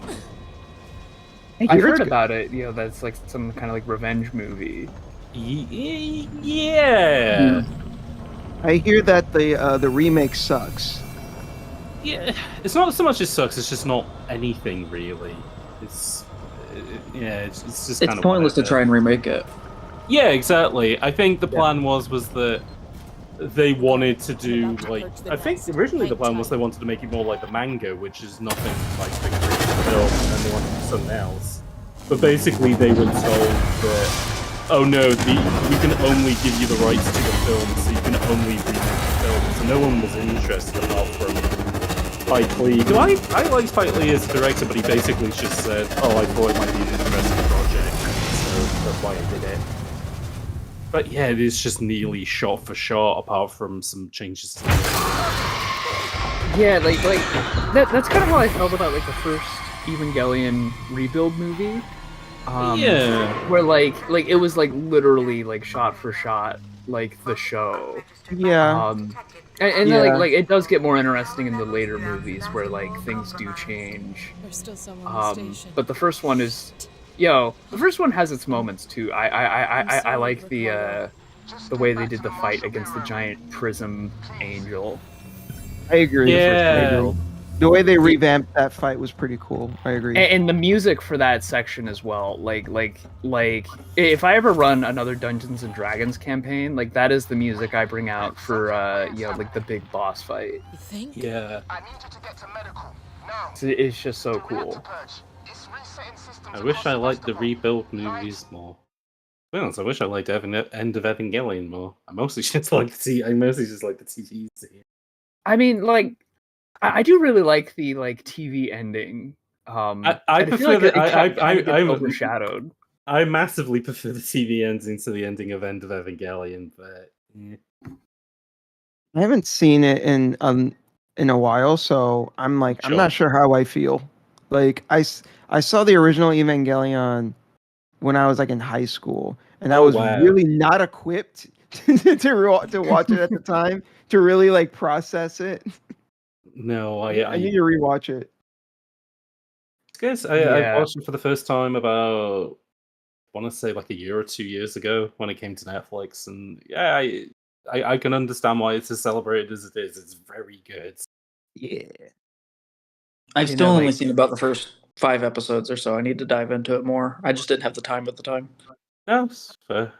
Yeah. I think it's I liked definitely that. like better in the second half than the like the first half is good, but it's mostly about like setting up all the pieces that get thrown around in the second half, I feel. Yeah, they have to kind of set the table in the first half, which then pays off in the second when they start to fire around. Patreon chose a really bad time to crash. Oh no. Okay. Oh, thank God. I can actually still see it still on the phone app. It says that I have 0 patrons, but the amount of money I have is still correct. And I can also see who has become a patron recently. We actually have a new patron who is Brock Williams, which means we finally reached 73. Oh yeah. And I'm just gonna change it on screen. Let's see. I keep forgetting where that thing is. Here it is. 73, which also means we have reached the next thing on the list, which is Pim is not allowed to use the motion tracker until the next goal is reached, which is quite funny because we just released a bunch of new xenomorphs on the station, and the best way of trying to find them is using the motion tracker. So, oh no, boy, yay, timing! So, if you want to spare me a whole lot of pain, 2 people could save me by becoming patrons, so we can get to the next goal. But until then, motion tracker off. Oh wow. Yup. No, wait, shit. I forgot to switch back to the game. Here we go. So people can actually see what's going on. Hey, Chariot Rider, are you still gonna be able to help me with Gmod? Because I've never used that before. So. yeah. I'll be able to help you with Gmod. I was even like booting it up a little bit for some footage the other day. I was going to get like footage of like fall damage, and I was thinking like, well, like what would be funny? And I was like, oh, like maybe if I like go into Gmod and like get like the pathologic skin and then just like jump off of like a silly ledge on like one of the maps, that'd be good footage. I ended up not using that because I couldn't get the camera to work how I wanted it to, but I can definitely help with Gmod. Cool. Isn't it? Yeah, I'm like trying to make this video, and when Gmod was suggested and even gifted to me, I was like, all right, that's cool. I appreciate it. I've never used Gmod. I don't know how I Yeah. would go about doing this. So the gesture is appreciated, but I'm still like, help. Yeah, well, and like also like when you were gifted Gmod, were you also gifted Counter-Strike Source? No. Okay. That's not the biggest problem, but also like a lot of maps made for Gmod use Counter-Strike Source assets. And so if you don't Okay. have that installed, you get like the source no texture showing up on a lot of maps. Which like isn't a big deal if you know about it, because you can get Counter-Strike Source on sale for like 99 cents. Okay. But like, it like getting Counter-Strike Source full price just using in Gary's mod is That's not. Yeah, that's not. not the most appealing thing to want to have to do. Sure. Well, I'll just wait for a sale then. Yeah. The summer sale probably would have been a good time, but Yeah, but I lost my job recently, so yeah. Oh, not good time. Oh no. Sorry to hear it's that. okay. It's okay. I just got a new job pretty recently, so I'll be okay. It doesn't pay as much as my old one, but it's like it's what I got to do. So it was pretty stressful though, a couple of months trying to find a new job, but I finally made it, so That's good. yeah. Wait. I'm confused as to which one of these trams I should take. Go to the San Cristobal Medical Facility. None of these. And it doesn't say on either of them where Nope. they go. And it just says, this is the general area which you're supposed to explore. Okay, thanks. Okay, obviously not this one because it's blocked. Yeah, that one's closed. Same, I've been there. Skymead Tower. Lawrence's Tech Spire. Solomon's Habitation Tower? That does sound like it would be... Oh, I should actually do a save. Also, I don't know how many noticed, but the second after I said that, oh, I'm not gonna use the motion tracker now, I mistakenly pushed the space button and and I brought up the motion tracker. What is the punishment if you accidentally use the motion tracker? That is a good question. If I had like strong alcohol or something, I could have used that maybe, but people have to unsubscribe from Patreon if you accidentally. Oh no! Oh, no. That's way too harsh. Yeah, that is harsh. I'm just gonna call multiple. Yeah, see who turns up first. No, okay, this doesn't even have any power. Okay, I solved the Oh, there we issue. go. So they are Yeah. filtering you a little bit. This is what happens when I don't look close enough.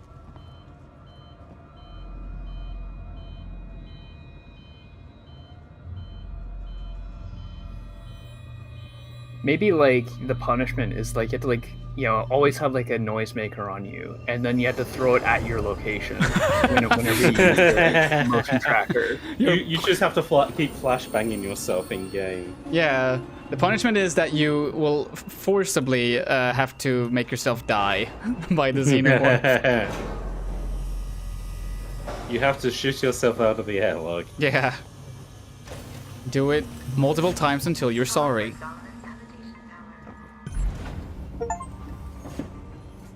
Complete the 14th mission, so I'm on mission 15 now, I guess. So you really haven't got long left then. This is so strange. I'm like, how could it have taken me 20 hours last time? I mean, how recently did you play it, I guess? Almost 10 years ago. Oh, wow, okay. Maybe playing all the new Resident Evil games is kind of like, I don't know, set you up for being good at these first-person horror games. I mean, maybe, because they've sort of conditioned me more to the stalker-type enemy. Yeah. Maybe. Yeah. I mean, I did play Resident Evil 3 back in the day, but... Yeah. No, and also your brain is, like, hardwired for... what's it called? Knowing that you're not going... The place where it tells you to go, you know you're not meant to... Oh, you pulled it out again. You're not meant You're not meant to go there yet because the power needs to be diverted. Hold on, so I'll do this. I'll rebind it. There we go. Let's see. How do I do that? Input mapping, maybe. Here we go. Yeah. Where is? Here it is. Select tracking. motion tracker. What's a button that I will never use? There it is. Why? Oh, there we go. A. I will not use yes. Let's see. Yeah, nothing happens. Good. Problem solved. Excellent. Okay, so oh, I'm supposed to take another. Okay. Okay then. I'm now playing through the experience of my morning commute. Yeah, I was about to say. It's like you're experiencing the benefits of a funded public transportation system. Yeah, the chariot. This is the rare example of a dense, walkable city. That is true. There's no cars in sight. There really isn't. No people we either. love walkable cities. Say what you will about Sevastopol, but we love the folks. Don't we love them? I think I hear something. Yeah. Apart from the they alarm. have an aesthetic. They do. They got a vibe. Like I said, this I was saying, Cherry, before you came on call, that like the thing about this game is that initially when I remember like looking at footage of it, I couldn't quite empathize with it because it was like, oh, it's just like a bunch of like indoor like transient areas. But then having gone on a lot of flights at the States and just been in a lot of airports recently, it's like, oh, this is just like living in a giant airport, basically. Oh yeah. Yeah, you're right. I see Just what a you're lot saying. just a lot of little train systems and like indoor areas. Yeah, and like little shops that like cost way too much. Yeah. Yeah. You know, and Evil like ads for like robots. all the stuff in the city and $7 for water? Get I out know. of here. not as much graffiti as in like real life airports don't tend to have this much graffiti on them. That's true. They do. But then well, again, I guess this isn't like Sevastopol at its prime. No, that's true. This is it's kind of on its they haven't been able to afford cleaners in a while. Find a short-range ambulance. A short-range ambulance.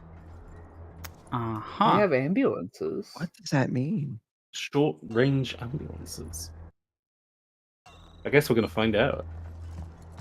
On the next episode of As The opposed to a Alien long Isolation. Alien Isolation. What would be the what pop song would they use for the Alien Isolation intro? I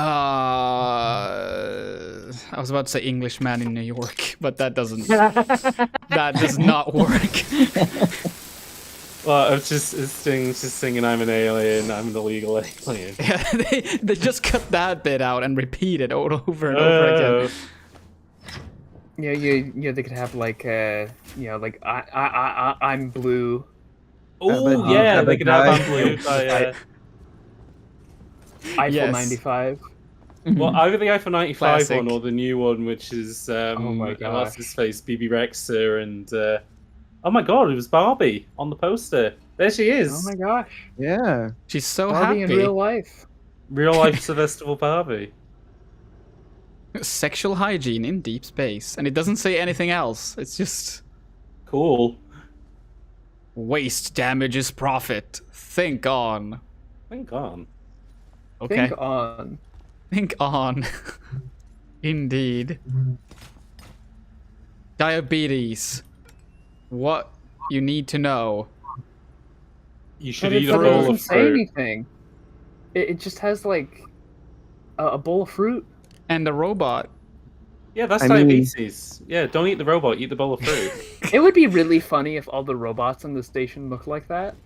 Oh, what they look like old tin toy robots. Yeah, they look all like the wind-up guys. Our most human-looking robot yet. I swear, you could probably just mod it imagine so the it's... comedy of being chased around by them. You know, they're just as deadly, but they just look like that. It's my favorite thing in Super Mario Odyssey is like how each like land that you go to has its own like kind of population who are all treated like human, like, you know, like, well, yeah, like living beings, which includes that when you go to the forest like area, they have these robots that there's nothing humanoid about them. They look like big watering cans, but they are treated like completely human, like normal people, which I think is great. Yeah. Can't wait for like the watering cans to appear in a new Mario game. Oh hell yeah! I want them in Smash. Oh, true. Yeah. When are we gonna get like Ninja in Smash? When are we getting Ninja in Smash? When are we getting Nabbit in Smash? Oh yeah, I think Nabbit is the character I was thinking of. Yeah, well, they both look the same. The little purple guys. Yeah. Like they're both little purple guys. But yeah, Nabbit with his big sack. Oh shit! I thought it was a face hugger. She just put on the gas mask. I thought it was a face hugger. Oh, here we are. Okay, that wasn't exactly what I needed. I wonder if Nabbit's gonna appear in Mario Wonder. Ooh, I hope he does. Cause like he was in like some of the new Soup games, so that's true. And he wasn't. Did you just go on the new Soup games? Yeah. As in new Super Mario Brothers. As in the Wii shit post of new Soup. Yep. It's just like way more convenient. You know, you save so many syllables. That's true, and people know exactly what you mean. Yeah, Soup. I play Zachtronics games. I'm all about efficiency. Oh, that is true, Terranex in the chat. They were saying about giant toy robots would be terrifying. My evidence, Sephora. I forgot about the film Sephora, which was from the writer of Jumanji. Oh yeah, I was about to say, it's sort of like the space equivalent of Jumanji, right? Yeah, and it's written by the same guy. Directed by, God, what's his name? The guy who went on to go then do Iron Man. Jon Favreau. Oh yeah, that's right. I was trying to think I couldn't get there. He did that, then he did Iron Man, and then he's weird. He's basically been like the architect of like a lot of Disney stuff. Like he did the quote-unquote live-action Jungle Book remake, where it was mixing, you know, green screen and CG, which is kind of what they've done for all their current games now. But on Lion King, he was pioneering a lot of using Unity, so they could do real-time. Oh shit! He did not care. He didn't. He had nowhere to run. Damn it! He's an Englishman in New York. Sevastopol, New York. Hell yeah. The Maw of Thanatos writes, "Hi Pim, I'm back. Are you still on fire?"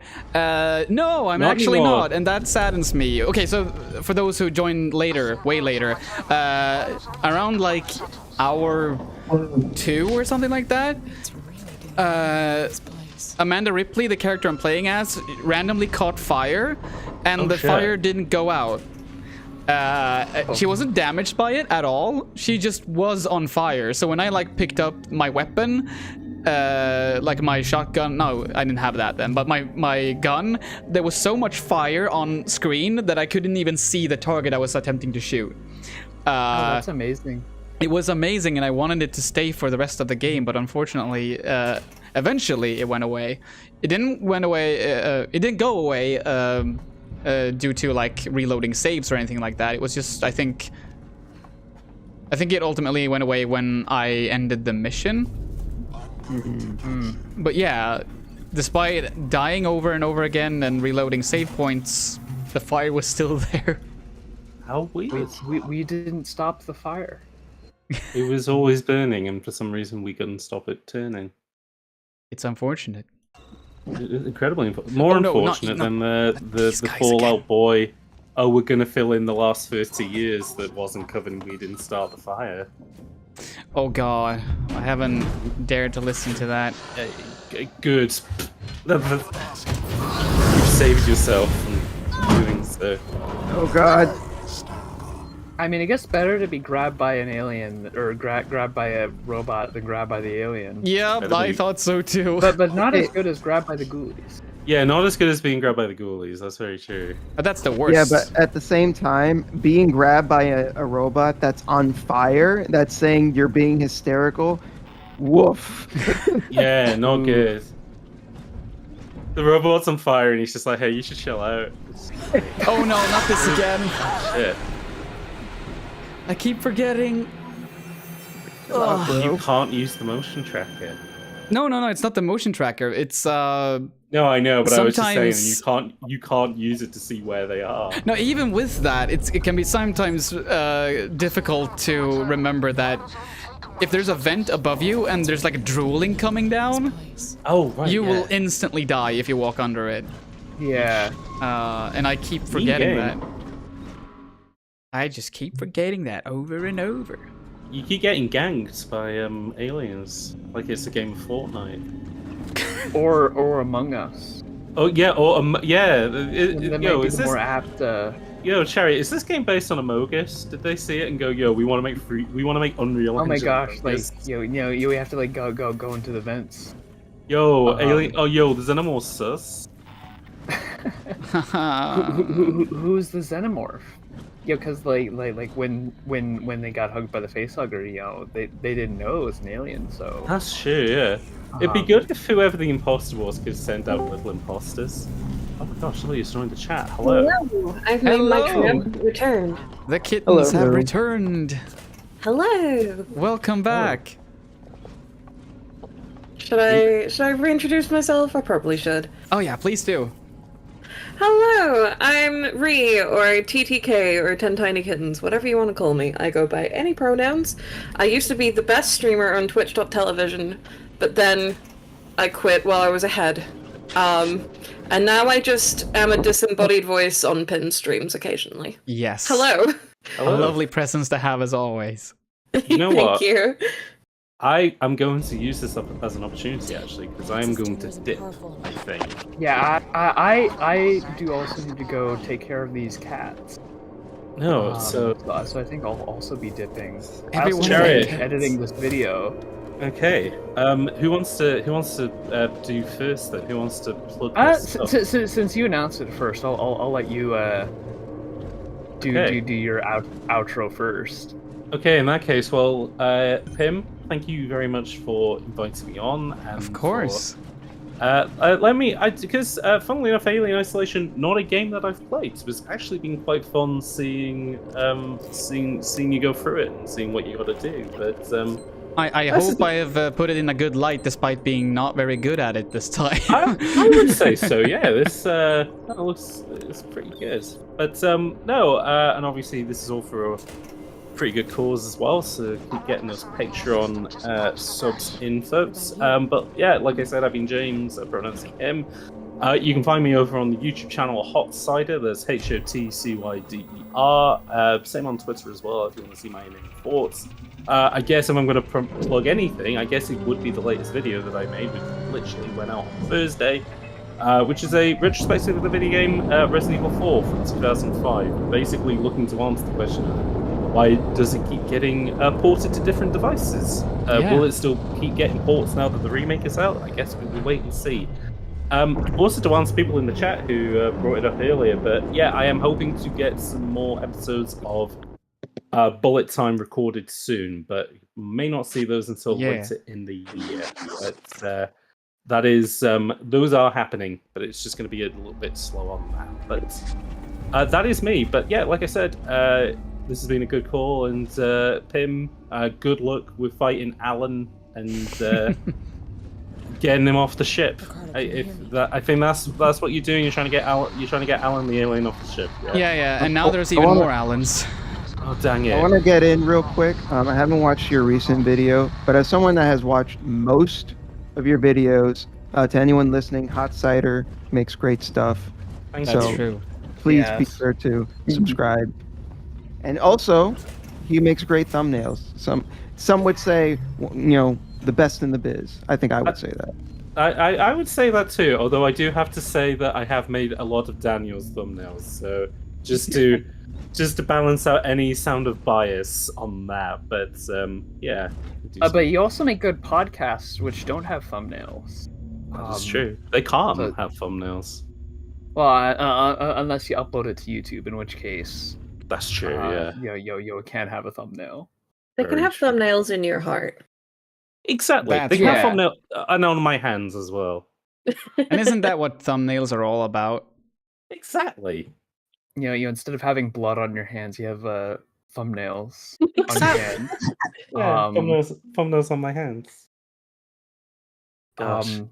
But yeah, like I said, thank you very much, and I don't know. I'll see how this goes on throughout the day, and potentially could return later, but we'll see for now. But otherwise, hope you all have a great rest of your days.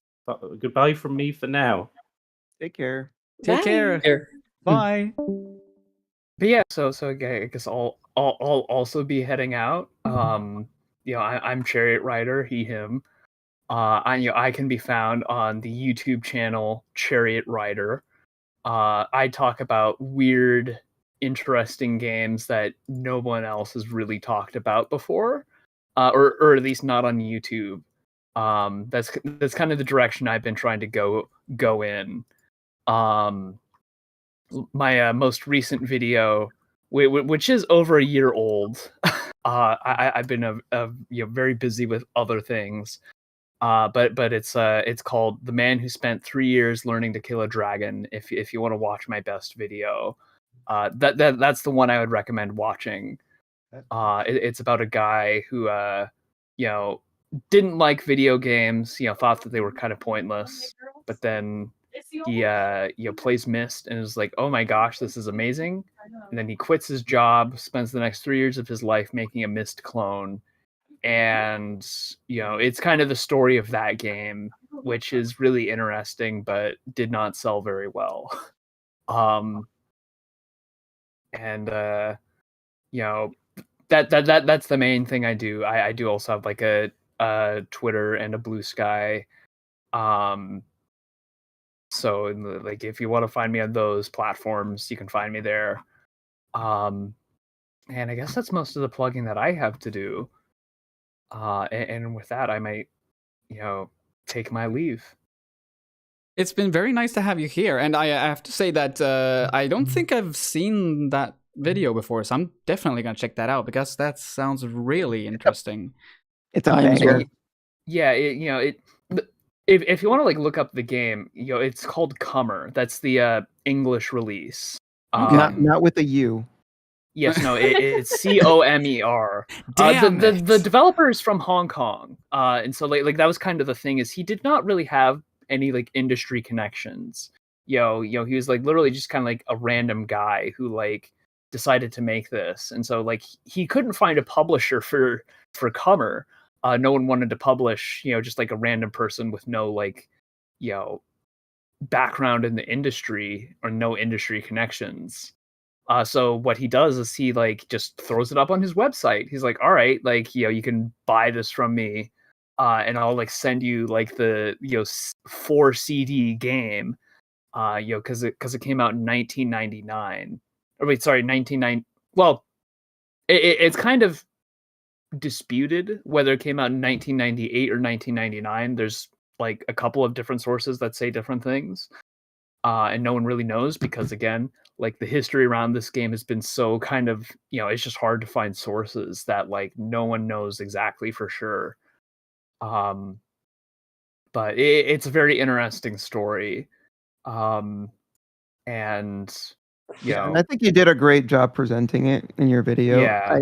I mean, I've watched all your videos, and I think that, or at least most of them, and I'd say that your video on Comer is like one of your best. You did a fantastic job. Yeah, it's almost too good to the point that like, like anything I've made after it is like, but is this better than the Comer video? No, you can't think like that. Right. Well, and that's the thing, is like I definitely can't, but like, that's always kind of in the back of my head of like, wow, like this is going to be hard to top. but like I'll aim to top it, even if I can't ever top it. I think you should. I kind of see YouTube channels as kind of like a band discography. Like, yeah, sure, some albums might be better than others, but they all have their place in the Right. discography. That is true. That's actually a really neat way of looking at it. And my newest addition to the discography will hopefully be coming out today. I didn't want to release it yesterday because of the Oppenheimer Barbie release. Yeah, hey, that yeah, would no have been, need like, to the worst compete. moment to release a video. But I have like a little bit of it left to edit. But once I'm done with that, I'll probably just throw it up for everyone to watch. Cool. Nice. Heck yeah. So not as much of like a story behind that one, but the game itself is a bit more of the focus this time. It's just as a bit of a teaser, it's about an anti-climbing game. Anti-climbing. Yes, Interesting. anti-climbing. You start at the top of the structure. Oh, so it's I guess we'll call literally it a structure. okay. And you have to make your way down. And there's fall damage. And so like you have to like strafe jump and like use like the walls to like bounce off of them because that slows your descent. And so like it's a platformer, but like it's very different in the sense that it's not really about like like the Celeste thing of like executing like one room like very well. It's more of like about routing and planning ahead, where it's like, oh, there's like some like health items down over there, but like I have to like do that tricky jump and that tricky jump to get there. So like maybe I should like look for other options to get down. And it's it's very well put together. Just a great game that because of where it was posted just has not gotten the attention that it deserves.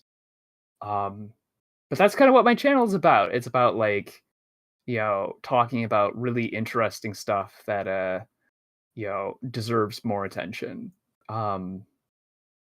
Yeah, for sure. I agree with that.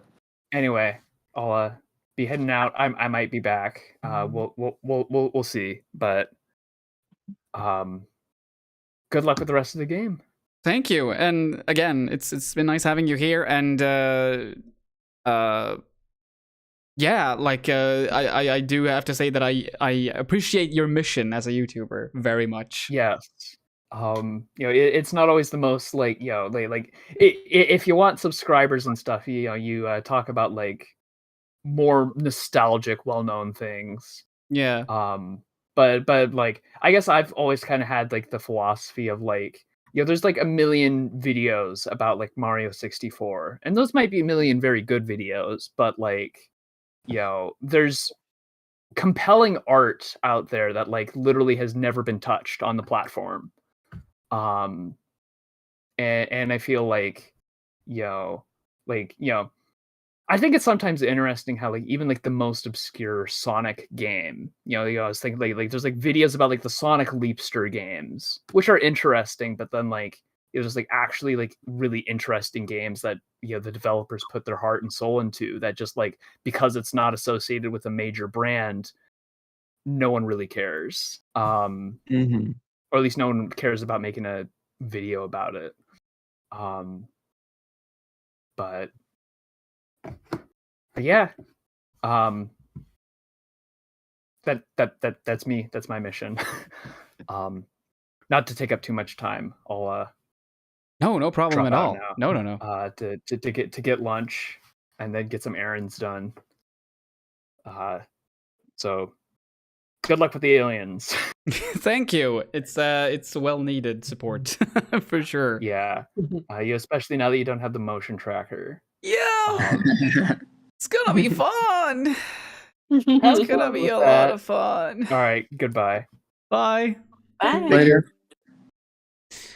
Oh boy. Okay, I need some water first and foremost. I think there was something I was gonna do as well. But I forgot, so let's just keep going. Woohoo! All rolling. Oh boy. Oh yeah, I wanted to point this out.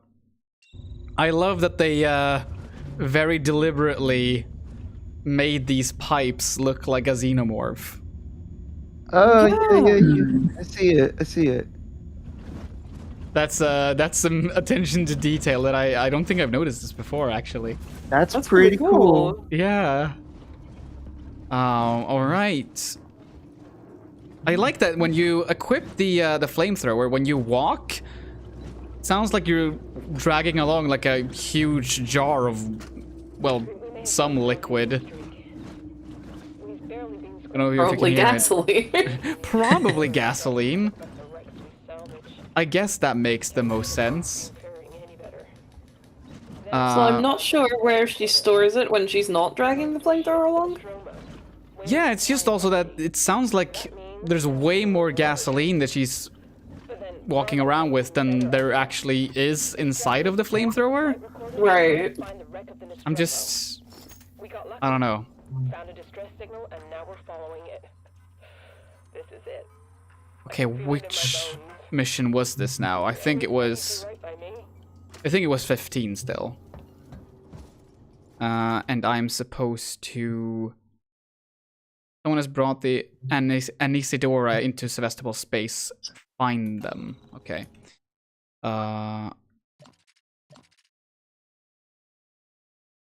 Okay. So... I think I missed some crawl space, or maybe there is a code on this monitor.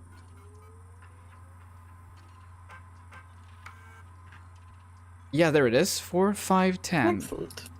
Very good. Wunderbar. 4510. Right. But right after you right after you left, Zane, I realized that I wanted to ask you more about the collaboration you did with Jake Martin and the... Oh yeah. The Halloween 5 novelization. I did a little plug for it myself after you left. Oh, thank you. I appreciate it. I actually started reading it just the other day. I didn't have time to read much of it, but I'm reading through the prologue, and already I'm thinking it's pretty damn good. He's a really strong writer. I have not started reading the updated version. I had the original one, because after the video came out, Jake wanted to do another, pass of the book, because he was worried that now there were going to be so much more eyes on it, than there would have been originally. Oh yeah. And so I know he added a significant word count to the version of the book that's out there now. So I'm excited to go through and see the changes from the one that I read initially when it was all happening. So I've not gotten to that yet, but I'm excited for it. All right. Did he add more chapters, or was it more that he just... I think it was just more fleshing it out, more details, letting scenes breathe a little bit more and stuff like that. Yeah. I think he might have added a couple short scenes, but I know for a month there in between the video coming out and his version of the book, his final version of the book, I know he was working on it every single day. Him and his dad were. And we would talk on the phone a good amount in that time period. So it was interesting to hear his perspective as the video came out, because initially he didn't know if he was gonna publicly ever say anything again, because the reception to that video could have gone either way, and he was really worried about more backlash over what he had done. Yeah, of course. I'm just so... I mean, we've talked about this a bit before, but I'm just so happy things turn out the way they did. Yeah, me too. and also just the fact that he wanted to have you collaborate with him as well on the cover. It's just... Everything just turned out so well out of such a bad situation. I'm just so happy for the both of you. Oh shit. Yeah, I was really, really pleased with how it went, because I was very nervous putting that project out, because I had no clue, what was going to happen. Like very often, you know, I'll think like, okay, everything in this video is fine, and I'll put it out, and then there'll be a section that I didn't even really think about in a certain way that might have some negative response to it. You know what I mean? So I was really worried about something like that and like making Jake's situation worse, and I was very nervous about that in the entire process. Yeah, it's especially when you're making a project that revolves. I mean, obviously, like if you're talking about a film or a video game, of course that involves people as well. But it's slightly less personal than if you would do something like that project, and that's always something I'm fearing, because I mean, I know if someone were to make a video about me that way, I would probably, like, even if I would find the criticism to be completely legitimate, I'd probably still feel like, ooh, there's something that doesn't feel okay about this. Like I'd feel bad in a way, because a part of me would think like, well, why couldn't we just talk about this privately? But then again, I am a semi-public figure, so it only makes sense that someone would do that, because I have done that with other people. And that's one of the reasons why I'm currently a bit cautious about not the video I'm working on right now, but the one that I maybe will make after that, because I kind of just feel like I want to make a video that I want to make, but I also know it's going to take a really short amount of time to make it, because my output this year has not been great. Like in terms of quality, it's been good, but in terms of frequency, you put out some great videos for sure. Thank you. But yeah, it's basically a video about the entire reception that the developers at Bloober Team have received.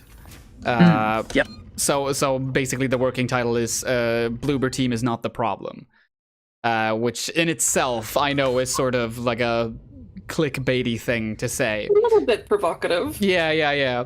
But you gotta do it. You gotta go with that with titles. Commit to the bit. Yeah, exactly. Yeah.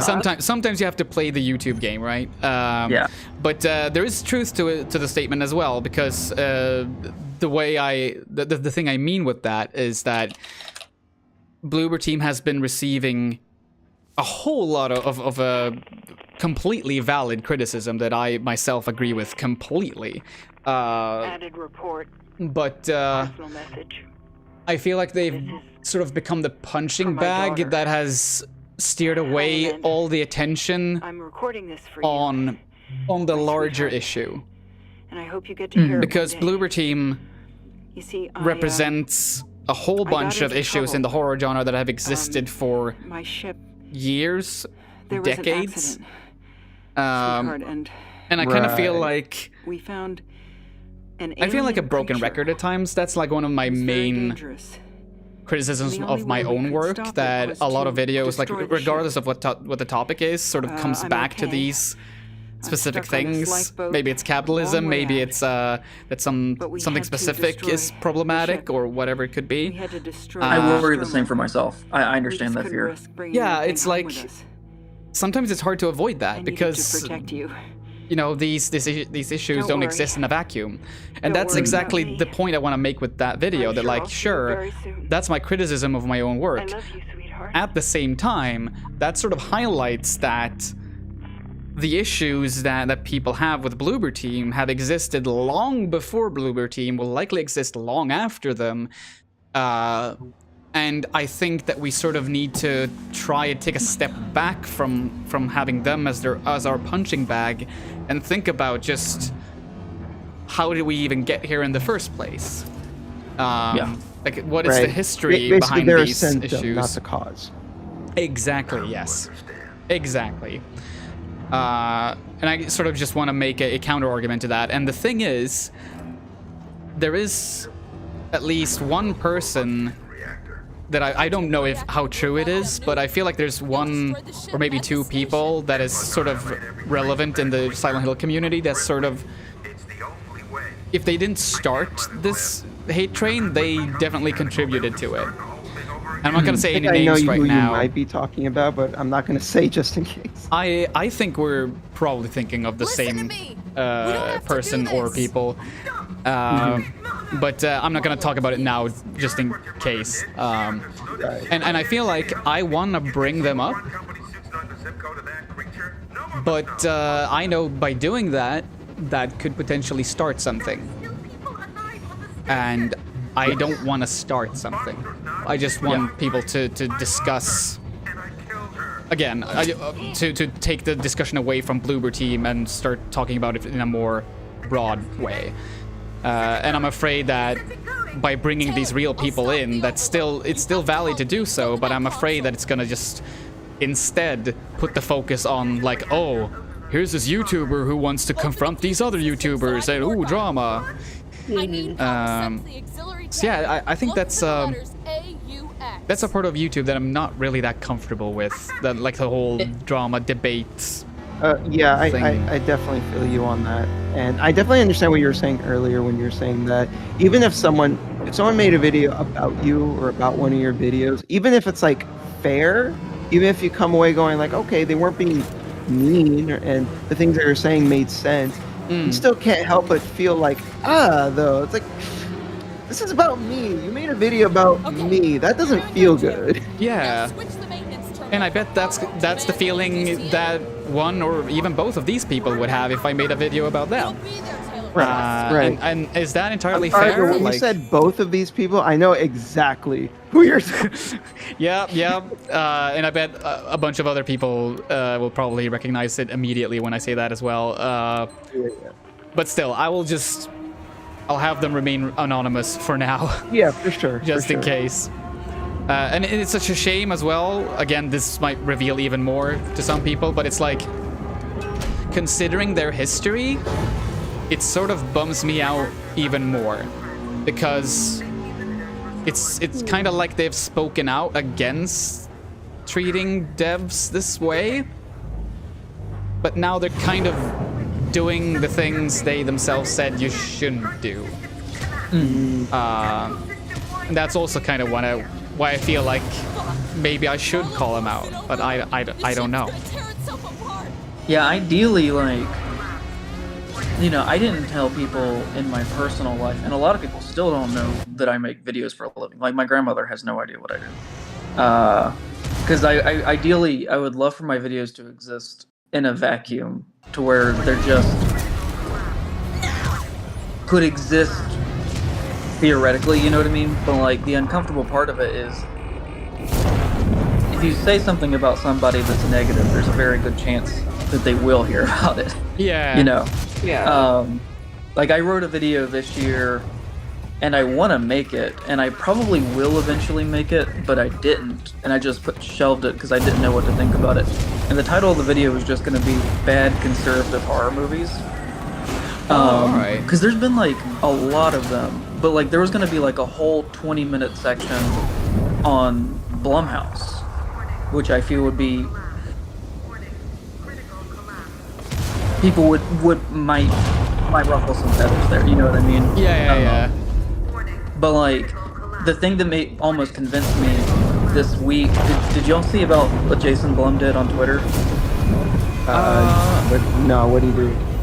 Like, the day that, like, the strike started, I guess it was 2 weeks ago now, he posted, like, a picture of him and David Zaslav from Warner's, like, hanging out, like, shooting shotguns together. And, like, he just does that kind of stuff just constantly. And I just hate that he's kind of, like, one of the big faces of horror. Yeah. So I get you entirely, because, like, that's a video that I want to make, but also would, like, stress me out to, like, put out there. Yeah, what was the title? Like, was it conservative horror, or what was it? It was just going to be called Bad Conservative Horror Movies. Yeah. And, I mean, hoo boy, there are a bunch of those. I remember there being one, like, basically a Saw ripoff. But, yeah, the Jigsaw character was actually just kidnapping people to have them talk things out. I don't remember exactly what the name of it was, but it was, didn't have enough puppets, I'll say. But yeah, that was a tangent. But yeah, I definitely see why you would feel like you want to be cautious Yeah, and I generally try and like be pretty nice in videos. I feel like I'm overall fairly positive most of the time, but I've been blocked by quite a few people on Twitter for just being mentioned in projects, you know, which is uncomfortable. So I understand what you're coming from entirely. Such a bummer, because that's one of the things I like about your work, that I feel like, I mean, sure, you can criticize things at times, but I mean, so can everyone. But I'm envious of how I feel like you have it very easy to, or how should I say it? Like, it comes easy for you, I feel, to talk about things in a positive way. Thank you. I admire that, because when I when I try to talk about things in a positive way, I tend to, like, I'm so used to just criticizing media, because that's sort of the background that I have. Because I used to be this nostalgia critic type YouTuber when I did stuff in Swedish. So being critical in a negative way is something that comes very naturally to me. Like, so I always admire people who are like really good at just praising things, and I think you absolutely do that. So it's a shame that even when you do that, people will still be like, nah, I don't want to associate with this person. Like, that's odd to me. Yeah, it is. And I've gotten more used to it now. And like, the interactions I've had with people who have been the subjects of videos have more often than not been positive. You know, I've only worked with the subject of a video making it twice. The Joanne Denton video, and then this recent one with Jake. And Joanne's involvement in that video was pretty minimal. But the Jake video, like, essentially, it was a pretty traditional collaboration. Like, I wrote the script and then I sent it to Jake, and I was like, you know, I'm going to be saying these things essentially in your name, so I want your approval on everything that's said. And so, like, we went through, I think, 5 drafts of the script before we made the video. And I like that process. Yeah, I understand that. That you wanted to be that careful. Yeah. It's I kind of wish I had been that careful when I made my my response video to my own Five Nights at Freddy's video. Oh yeah. I put that together. Honestly, one of the quickest videos I've ever made. And it's the one that you've done that got the most traction, right? So far? No, the Five Nights at Freddy's video, yeah, the one about FNAF 4. That one, that took some time, but yeah, that's the one that's still my most popular video, which is a shame considering what Scott Cawthon eventually did with his money, but that's also the reason I wanted to make that response video. Right. To like okay, I got you. Clarify that, like, yeah, okay, I see this. I do not approve of it at all. I'm gonna keep the video up because I still think it's valuable in what its ultimate message is. But yeah.